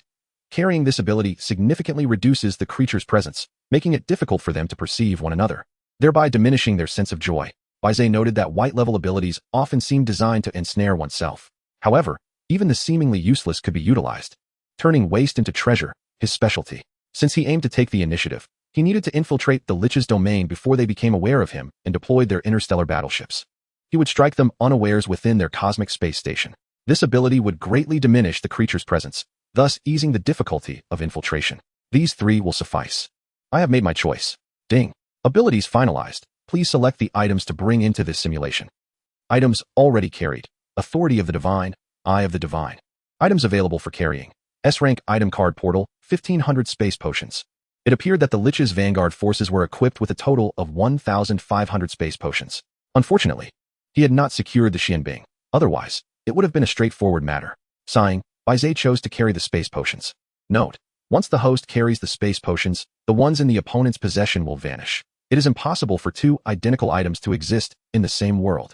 A familiar phrase appeared before Bai Ze's eyes, reminiscent of his previous endeavor during the Tianyo era. However, this time, he hesitated less. The disappearance of the space potions from the opponent's grasp would certainly be noticed, albeit slowly. Yet, without space potions, his creatures could not ascend to the cosmos. Weighing the pros and cons, the benefits outweighed the drawbacks, leaving Bai Ze with no choice but to carry them. I understand, system. I will carry the space potions. Ding. Host command received. 1,500 space potions successfully carried. Ding. The simulation officially begins. At the dawn of the world, the planet thrived to an extraordinary extent, resembling the descent of Eden, a magnificent and vibrant paradise where beings basked in the morning sun, joyously surging forth. Early First Era. The once dead for extraordinary races revived. Accustomed to the supreme power of their creator, they paid it little mind. At this moment, you descended and bestowed the 1,500 space potions upon the most intelligent meteor worm race, informing them of the potion's usage. The Hapagetan rejoiced, filled with awe at your mysterious and unfathomable powers, their faith growing ever more loyal, astonished that even such a functional potion could be procured. Thank you for your grace, my lord. Thank you for your divine gift. Ding. Host faith value, 10.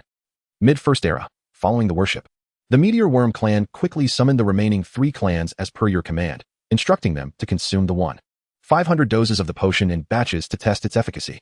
As the second most powerful creature of the mother planet, the gluttonous beast was the first to drink the potion, charging towards the world barrier with reckless abandon amidst a flurry of sparks and lightning. To everyone's astonishment, the moment it breached the world barrier, it appeared to be enveloped in a transparent membrane, unaffected by even the slightest cosmic radiation. Chapter 82. Collective Ascension to Space. Assault on the Cosmic Space Station. Witnessing this spectacle, not only you but also the creatures of the mother planet felt an overwhelming surge of excitement, constantly showering you with praise and adoration. Ding. Host creation value, 5. Indeed, it seems those liches truly ascended to the cosmos using this substance.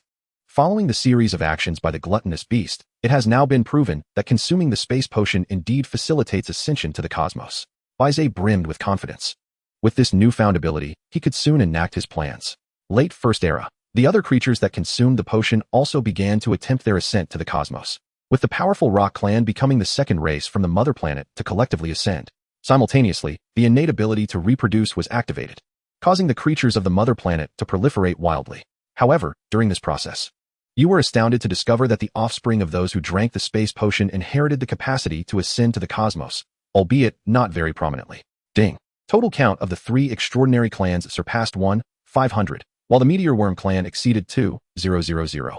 After a prolonged period of consolidation, numerous extraordinary beings awakened within the mother planet, such as the wind god Pterodactyl and the ultra-ancient ape king, each claiming their territories and exhibiting a remarkably warlike demeanor, resulting in incessant conflicts. Observing this situation, with the mother planet thriving, you wasted no time in issuing commands for the 4 clans to form an alliance and swiftly breach the cosmos. End of the First Era. As the creatures surged en masse into the cosmos, the space potion began to show signs of ineffectiveness. With no other option, you bestowed the final batch of space potions upon the 3 clans. You understood that time was of the essence, and any delay was unacceptable. However, within that cosmic space station, there remained a substantial stockpile of space potions. If they could seize that location, it would alleviate their immediate crisis.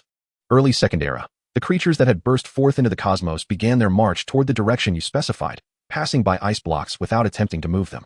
This was because the Lich clan was not yet poised to attack, and moving the ice blocks would squander precious time in consuming the space potions, which was utterly unworthy. Mid-Second Era. Finally, after a long and arduous journey, the irregularly shaped cosmic space station appeared before nearly 4,000 creatures.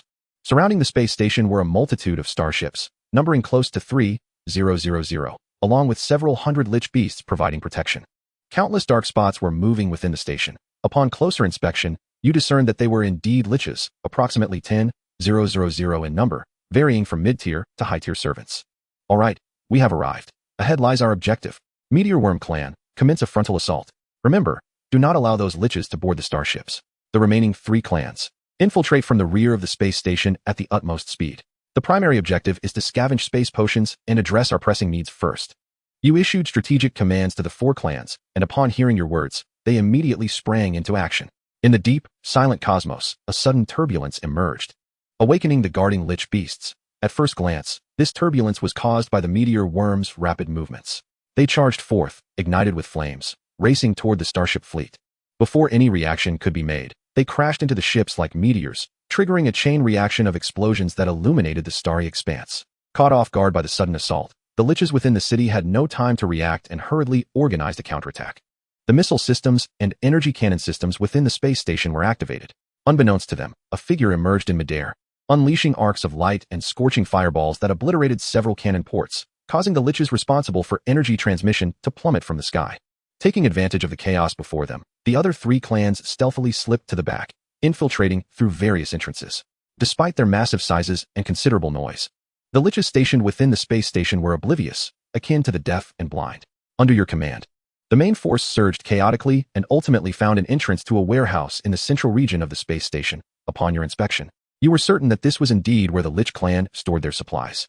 However, perhaps due to the disappearance of the space potion from the vanguard, the defenses outside this warehouse were exceedingly tight, with hundreds of Liches patrolling in small teams nearby. At this moment, you showed no hesitation, ordering the army to launch an assault on this location. In an instant, the hidden rocks plunged directly into the midst of the Lich squads. Dozens of Liches were sent flying by the impact, and upon realizing that enemies had invaded, they triggered the alarm. Unfortunately, outside the space station lay 2,000 meteor worms, led by the Cosmic Bug Emperor, making their way through unimpeded, demolishing half of the starships. As a result, most Liches were diverted to provide support, leaving the central warehouse area woefully understaffed for defense. The Liches themselves were weak in combat, and with no timely reinforcements, you broke through the warehouse with minimal casualties. The Kuanpung, finding the internal space of the space station too cramped, commanded the rocks to wreak havoc, directly dismantling the upper and lower levels. The surviving Liches, in a panic, attempted to flee, only to have their paths blocked by the soft bodies of their foes. Soon, sticky arms emerged from nowhere, binding them and dragging them to their doom. Seeing the Liches in disarray, the gluttonous beast issued a command, prompting the Skywing Tigers to charge forth, smashing their heads through the armored steel, entering the vast warehouse. Upon closer inspection, you observed rows of shelves laden with heavy weaponry, including laser guns, heavy artillery, and light-speed crossbows. Of course, there were also numerous supplies, among which the most eye-catching were the space potions. Indeed, they are all here, Bai Ze exclaimed with delight. With a grand gesture, he immediately issued commands. Hurry. First, consume the space potions, then take as many supplies as you can. The heavy weaponry can be left behind. The supplies must be secured. The efficacy of the space potions within the three clans was nearing expiration. Replenishing resources was the utmost priority. Otherwise, they would struggle not only to fight, but even to survive in space. As for the seemingly impressive heavy weaponry, it held little utility for Bai Ze. After all, most of his creatures relied on their invincible physiques, and weapons were of little use. Moreover, time was of the essence. The pace of their march must be swift, and carrying such heavy items would significantly hinder their speed. Chapter 83, Gamma Ray Cannons Activated, the Desperate Lich Clan. Late Second Era, following your orders. The main force swiftly consumed the space potions, each carrying a few bottles. They lacked the capability to carry away all the heavy weaponry, yet leaving it felt like a waste. Thus, the three leaders reached a consensus. Under their rallying call, the three clans united, either tearing, cutting, or devouring, systematically destroying all the items within the warehouse. The sole objective is to ensure that it is never left for the Lich to wield. Meanwhile, outside, under the relentless assault of the meteor worms, the Beastkin clan is being utterly routed. The first line of defense has been breached, and the interstellar warships below lie in ruins, rendered unusable. Without the interstellar warships, it becomes exceedingly difficult for the Lich within the space station to mount any resistance. They cannot withstand the formidable armor of the meteor worms, collapsing in droves beneath their razor-sharp claws. The news of the internal assault and the destruction of the supply warehouses has spread among the Lich, inciting both panic and ire, causing them to become increasingly agitated and disordered. At that moment, within the main control room of the space station, a diminutive Lich elder, holding a staff, gazes intently at dozens of surveillance screens. His drooping eyelids grow heavy with concern. Chief, our space station is under attack by an unknown colossal creature. Preliminary estimates suggest their numbers are close to 4,000, each possessing extraordinary strength, far surpassing our own. Moreover, a faction has even infiltrated and taken control of our supply warehouses from within. Just then, a Lich bursts into the main control room in a frenzy to report. However, the elder remains surprisingly composed. Have we uncovered where these creatures originated? He inquires. The Lich, deep in thought, responds, according to our tracking devices. They appear to have come from a nearby green planet with a land diameter of 300 kilometers. By the way, Chief, suddenly recalling something, he excitedly adds. During our investigation of that planet, we fortuitously discovered traces of the elusive dark ice. It lies just south of that planet, a treasure we have long sought. Upon hearing this, the previously unperturbed Lich elder swiftly turns, his face alight with exhilaration. What?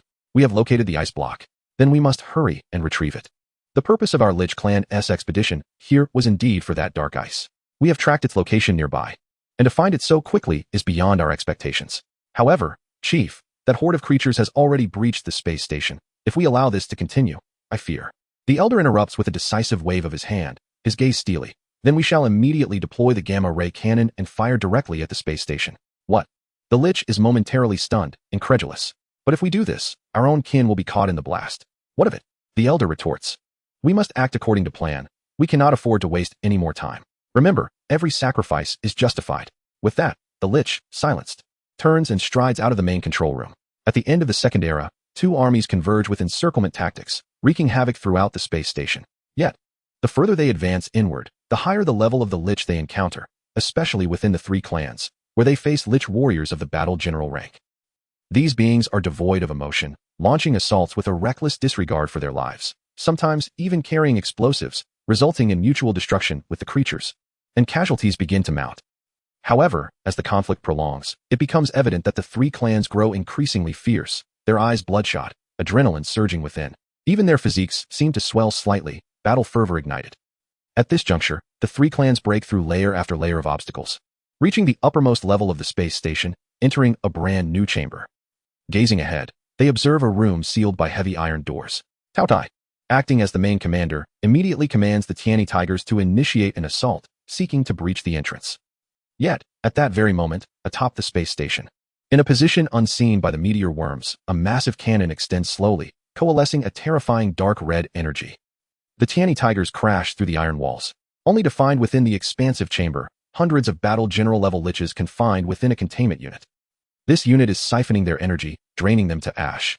And through the chamber's floor-to-ceiling windows, one can even glimpse that enormous cannon. In an instant, realization dawns upon you. You attempt to command the meteor worms to disperse swiftly, but it is too late.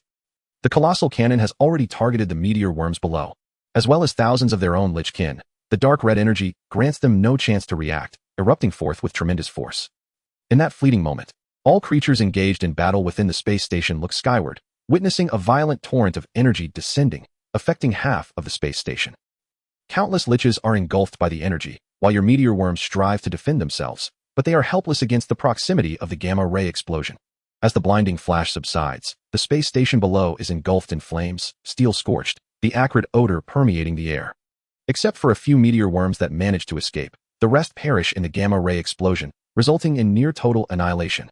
Fortunately, Hapagedon manages to survive, albeit at the cost of the universe insect emperor, who is also consumed by that energy. Cursed be it. I never imagined the gamma-ray explosion device would truly be within the space station. And what are these lich thinking, firing upon their own kin? Bai Ze inhales deeply, his complexion paling slightly. He had suspected that the gamma-ray explosion could not simply manifest out of thin air. Thus, it is highly probable that these lich possess supernatural weaponry capable of initiating the gamma-ray explosion. However, upon further reflection, his creatures had already breached their defenses. Even if they possessed such weaponry, they would not resort to its usage, lest they harm their own. Little did he know, they actually did just that. Moreover, the method of firing the gamma rays was none other than using the lives of their own kin, sacrificing themselves through an energy conversion device to gain power. Such a brutal approach was beyond Bai Ze's imagination. Following this round of explosions, although the enemy suffered heavy losses, the meteor worms were nearly obliterated as well. It appears that the forthcoming battles will be fraught with peril. Chapter 84, The Lich Chief's Scheme, The Descent of the Lich King. In the early Third Era, after the meteor worms were entirely exterminated, the Lich gradually liberated their hands, with more Lich beginning to regroup. Some even found intact interstellar warships and took to the skies to mount a counteroffensive. In an instant, the tide of battle began to turn. The pressure on the three clans grew increasingly intense, as waves of Lich surged from all directions. Even with their superior strength, they began to feel overwhelmed. Simultaneously, the effects of the space drugs coursing through their bodies began to wane. In a moment of desperation, you altered your commands, instructing the three clans to replenish their supplies and to avoid prolonged engagements, urging them to ascend to the upper levels of the space station. Otherwise, if they were cornered by the Lich here, it would spell their doom. However, unbeknownst to them, the Lich Elder at the top had already made ample preparations. The moment your creatures arrived, an energy wall ensnared them in the center. Before they could react, a barrage of countless energy projectiles rained down upon them, drastically reducing their numbers to around 1,000. Tao Tai unleashed his most powerful skill, attempting to breach the energy wall. Yet these barriers were formed through the life force of battle general level liches, and your creatures were utterly incapable of breaking through. Bai Ze gazed at the one-sided scene, silently sighing. The high intelligence of these life forms and their advanced technology is indeed formidable. Most strikingly, their combat style is bizarre, displaying a willingness to win at any cost. Bai Ze expressed profound astonishment at the intelligence and technological prowess of these lich. The creation of such a luminous barrier is indeed astonishing, capable of isolating even the devastating beams of the gluttonous beast. It appears that after this simulation, I must seek out old Zhou and inquire thoroughly about the state of these liches. Engaging in battle without a clear understanding is undoubtedly troublesome. Bai Ze silently resolved to know both himself and the enemy to achieve victory in every encounter. If he continued to act recklessly, he would ultimately face utter defeat. Your creatures have discovered the Lich Chieftain, who, despite its diminutive stature, possesses a formidable prowess at the pinnacle of the battle general rank. Wielding a staff seemingly meant to control these luminous barriers. Suddenly, as the main force found themselves at a loss, the iron wall behind the Lich Chieftain was breached, and a majestic figure surged forth, its crystal yellow pincers crashing down behind it. In an instant, the Lich Chieftain was sent flying several dozen meters, its staff shattering upon impact, and the control over the luminous barriers dissipated. The Liches, having sacrificed their energy, were struck by a backlash, leaving them grievously injured and sprawled on the ground. The arrival of Hepagedon proved to be pivotal. The surviving meteor worms followed suit, assisting the main force in breaking through, their armored bodies absorbing much of the damage. Subsequently, the main force broke free from the encirclement, advancing to the uppermost level of the space station to an exposed area. Midway through the third epoch, nearly 5,000 surviving Liches had filled the lower levels, and the exposed upper level was now targeted by hundreds of interstellar battleships. Your creatures, observing the overwhelming numerical disparity, exhibited little panic. After all, they were seasoned veterans with countless kills under their belts, making a breakout no formidable challenge.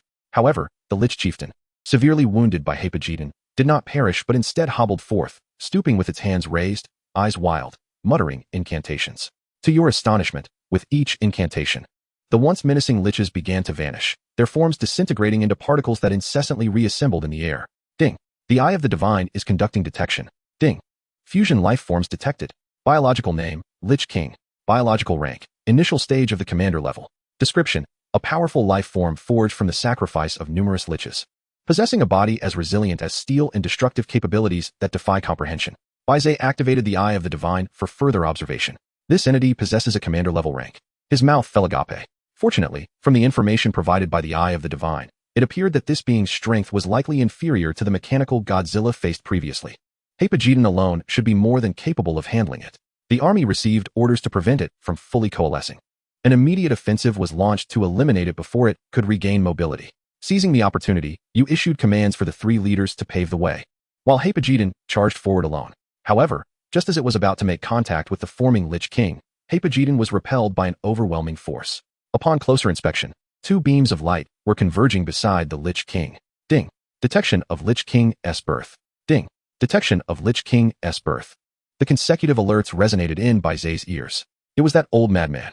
Bai Ze exclaimed sharply. His gaze darted, and he was horrified to discover that the Lich Chieftain had sacrificed over 1,000 Liches, with even itself becoming fodder. Thus, two Lich Kings of commander-level status were birthed. Late in the third epoch, three commander-level Lich Kings emerged simultaneously, their eyes hollow, devoid of emotion, akin to mechanical beings. Their faces were contorted and pale, horns askew, with bony protrusions evident on their fists, exuding an aura of fierce menace. Upon awakening, the first action of these three Lich Kings was to launch an assault on the nearest Hepagedon. Through the observation of the Eye of the Divine, you identified the Lich King's weakness located at the base of their antennae. Alas, all three were of the commander level, leaving Hepagedon unable to counterattack, forced to endure the onslaught. Reluctantly, you commanded Hepagedon to hold the line while the other three leaders organized their members to initiate a breakout. Otherwise, remaining trapped here would mean certain death. Yet, fate did not favor your plans. As the main force began their charge, the effects of the space potion surged anew, causing many creatures to experience rapid breathing and a burning sensation on their skin. Unfortunately, the remaining supply of space potion was low, most having been lost in battle, with only enough left for half of the creatures. Before you could make a decision, the creatures spontaneously organized themselves, with those who had not consumed the space potion using their bodies as shields to assist those who had. At that moment, the fierce firepower from above intensified. In the hazy cosmos, a massive interstellar vessel, several times the size of the battleships, emerged. Fueled by the Lich's life force, it unleashed a barrage of radiation-laden beams, decimating your forces yet again. As the foremost Kunpeng fell, one of its wings pierced, plummeting from the sky.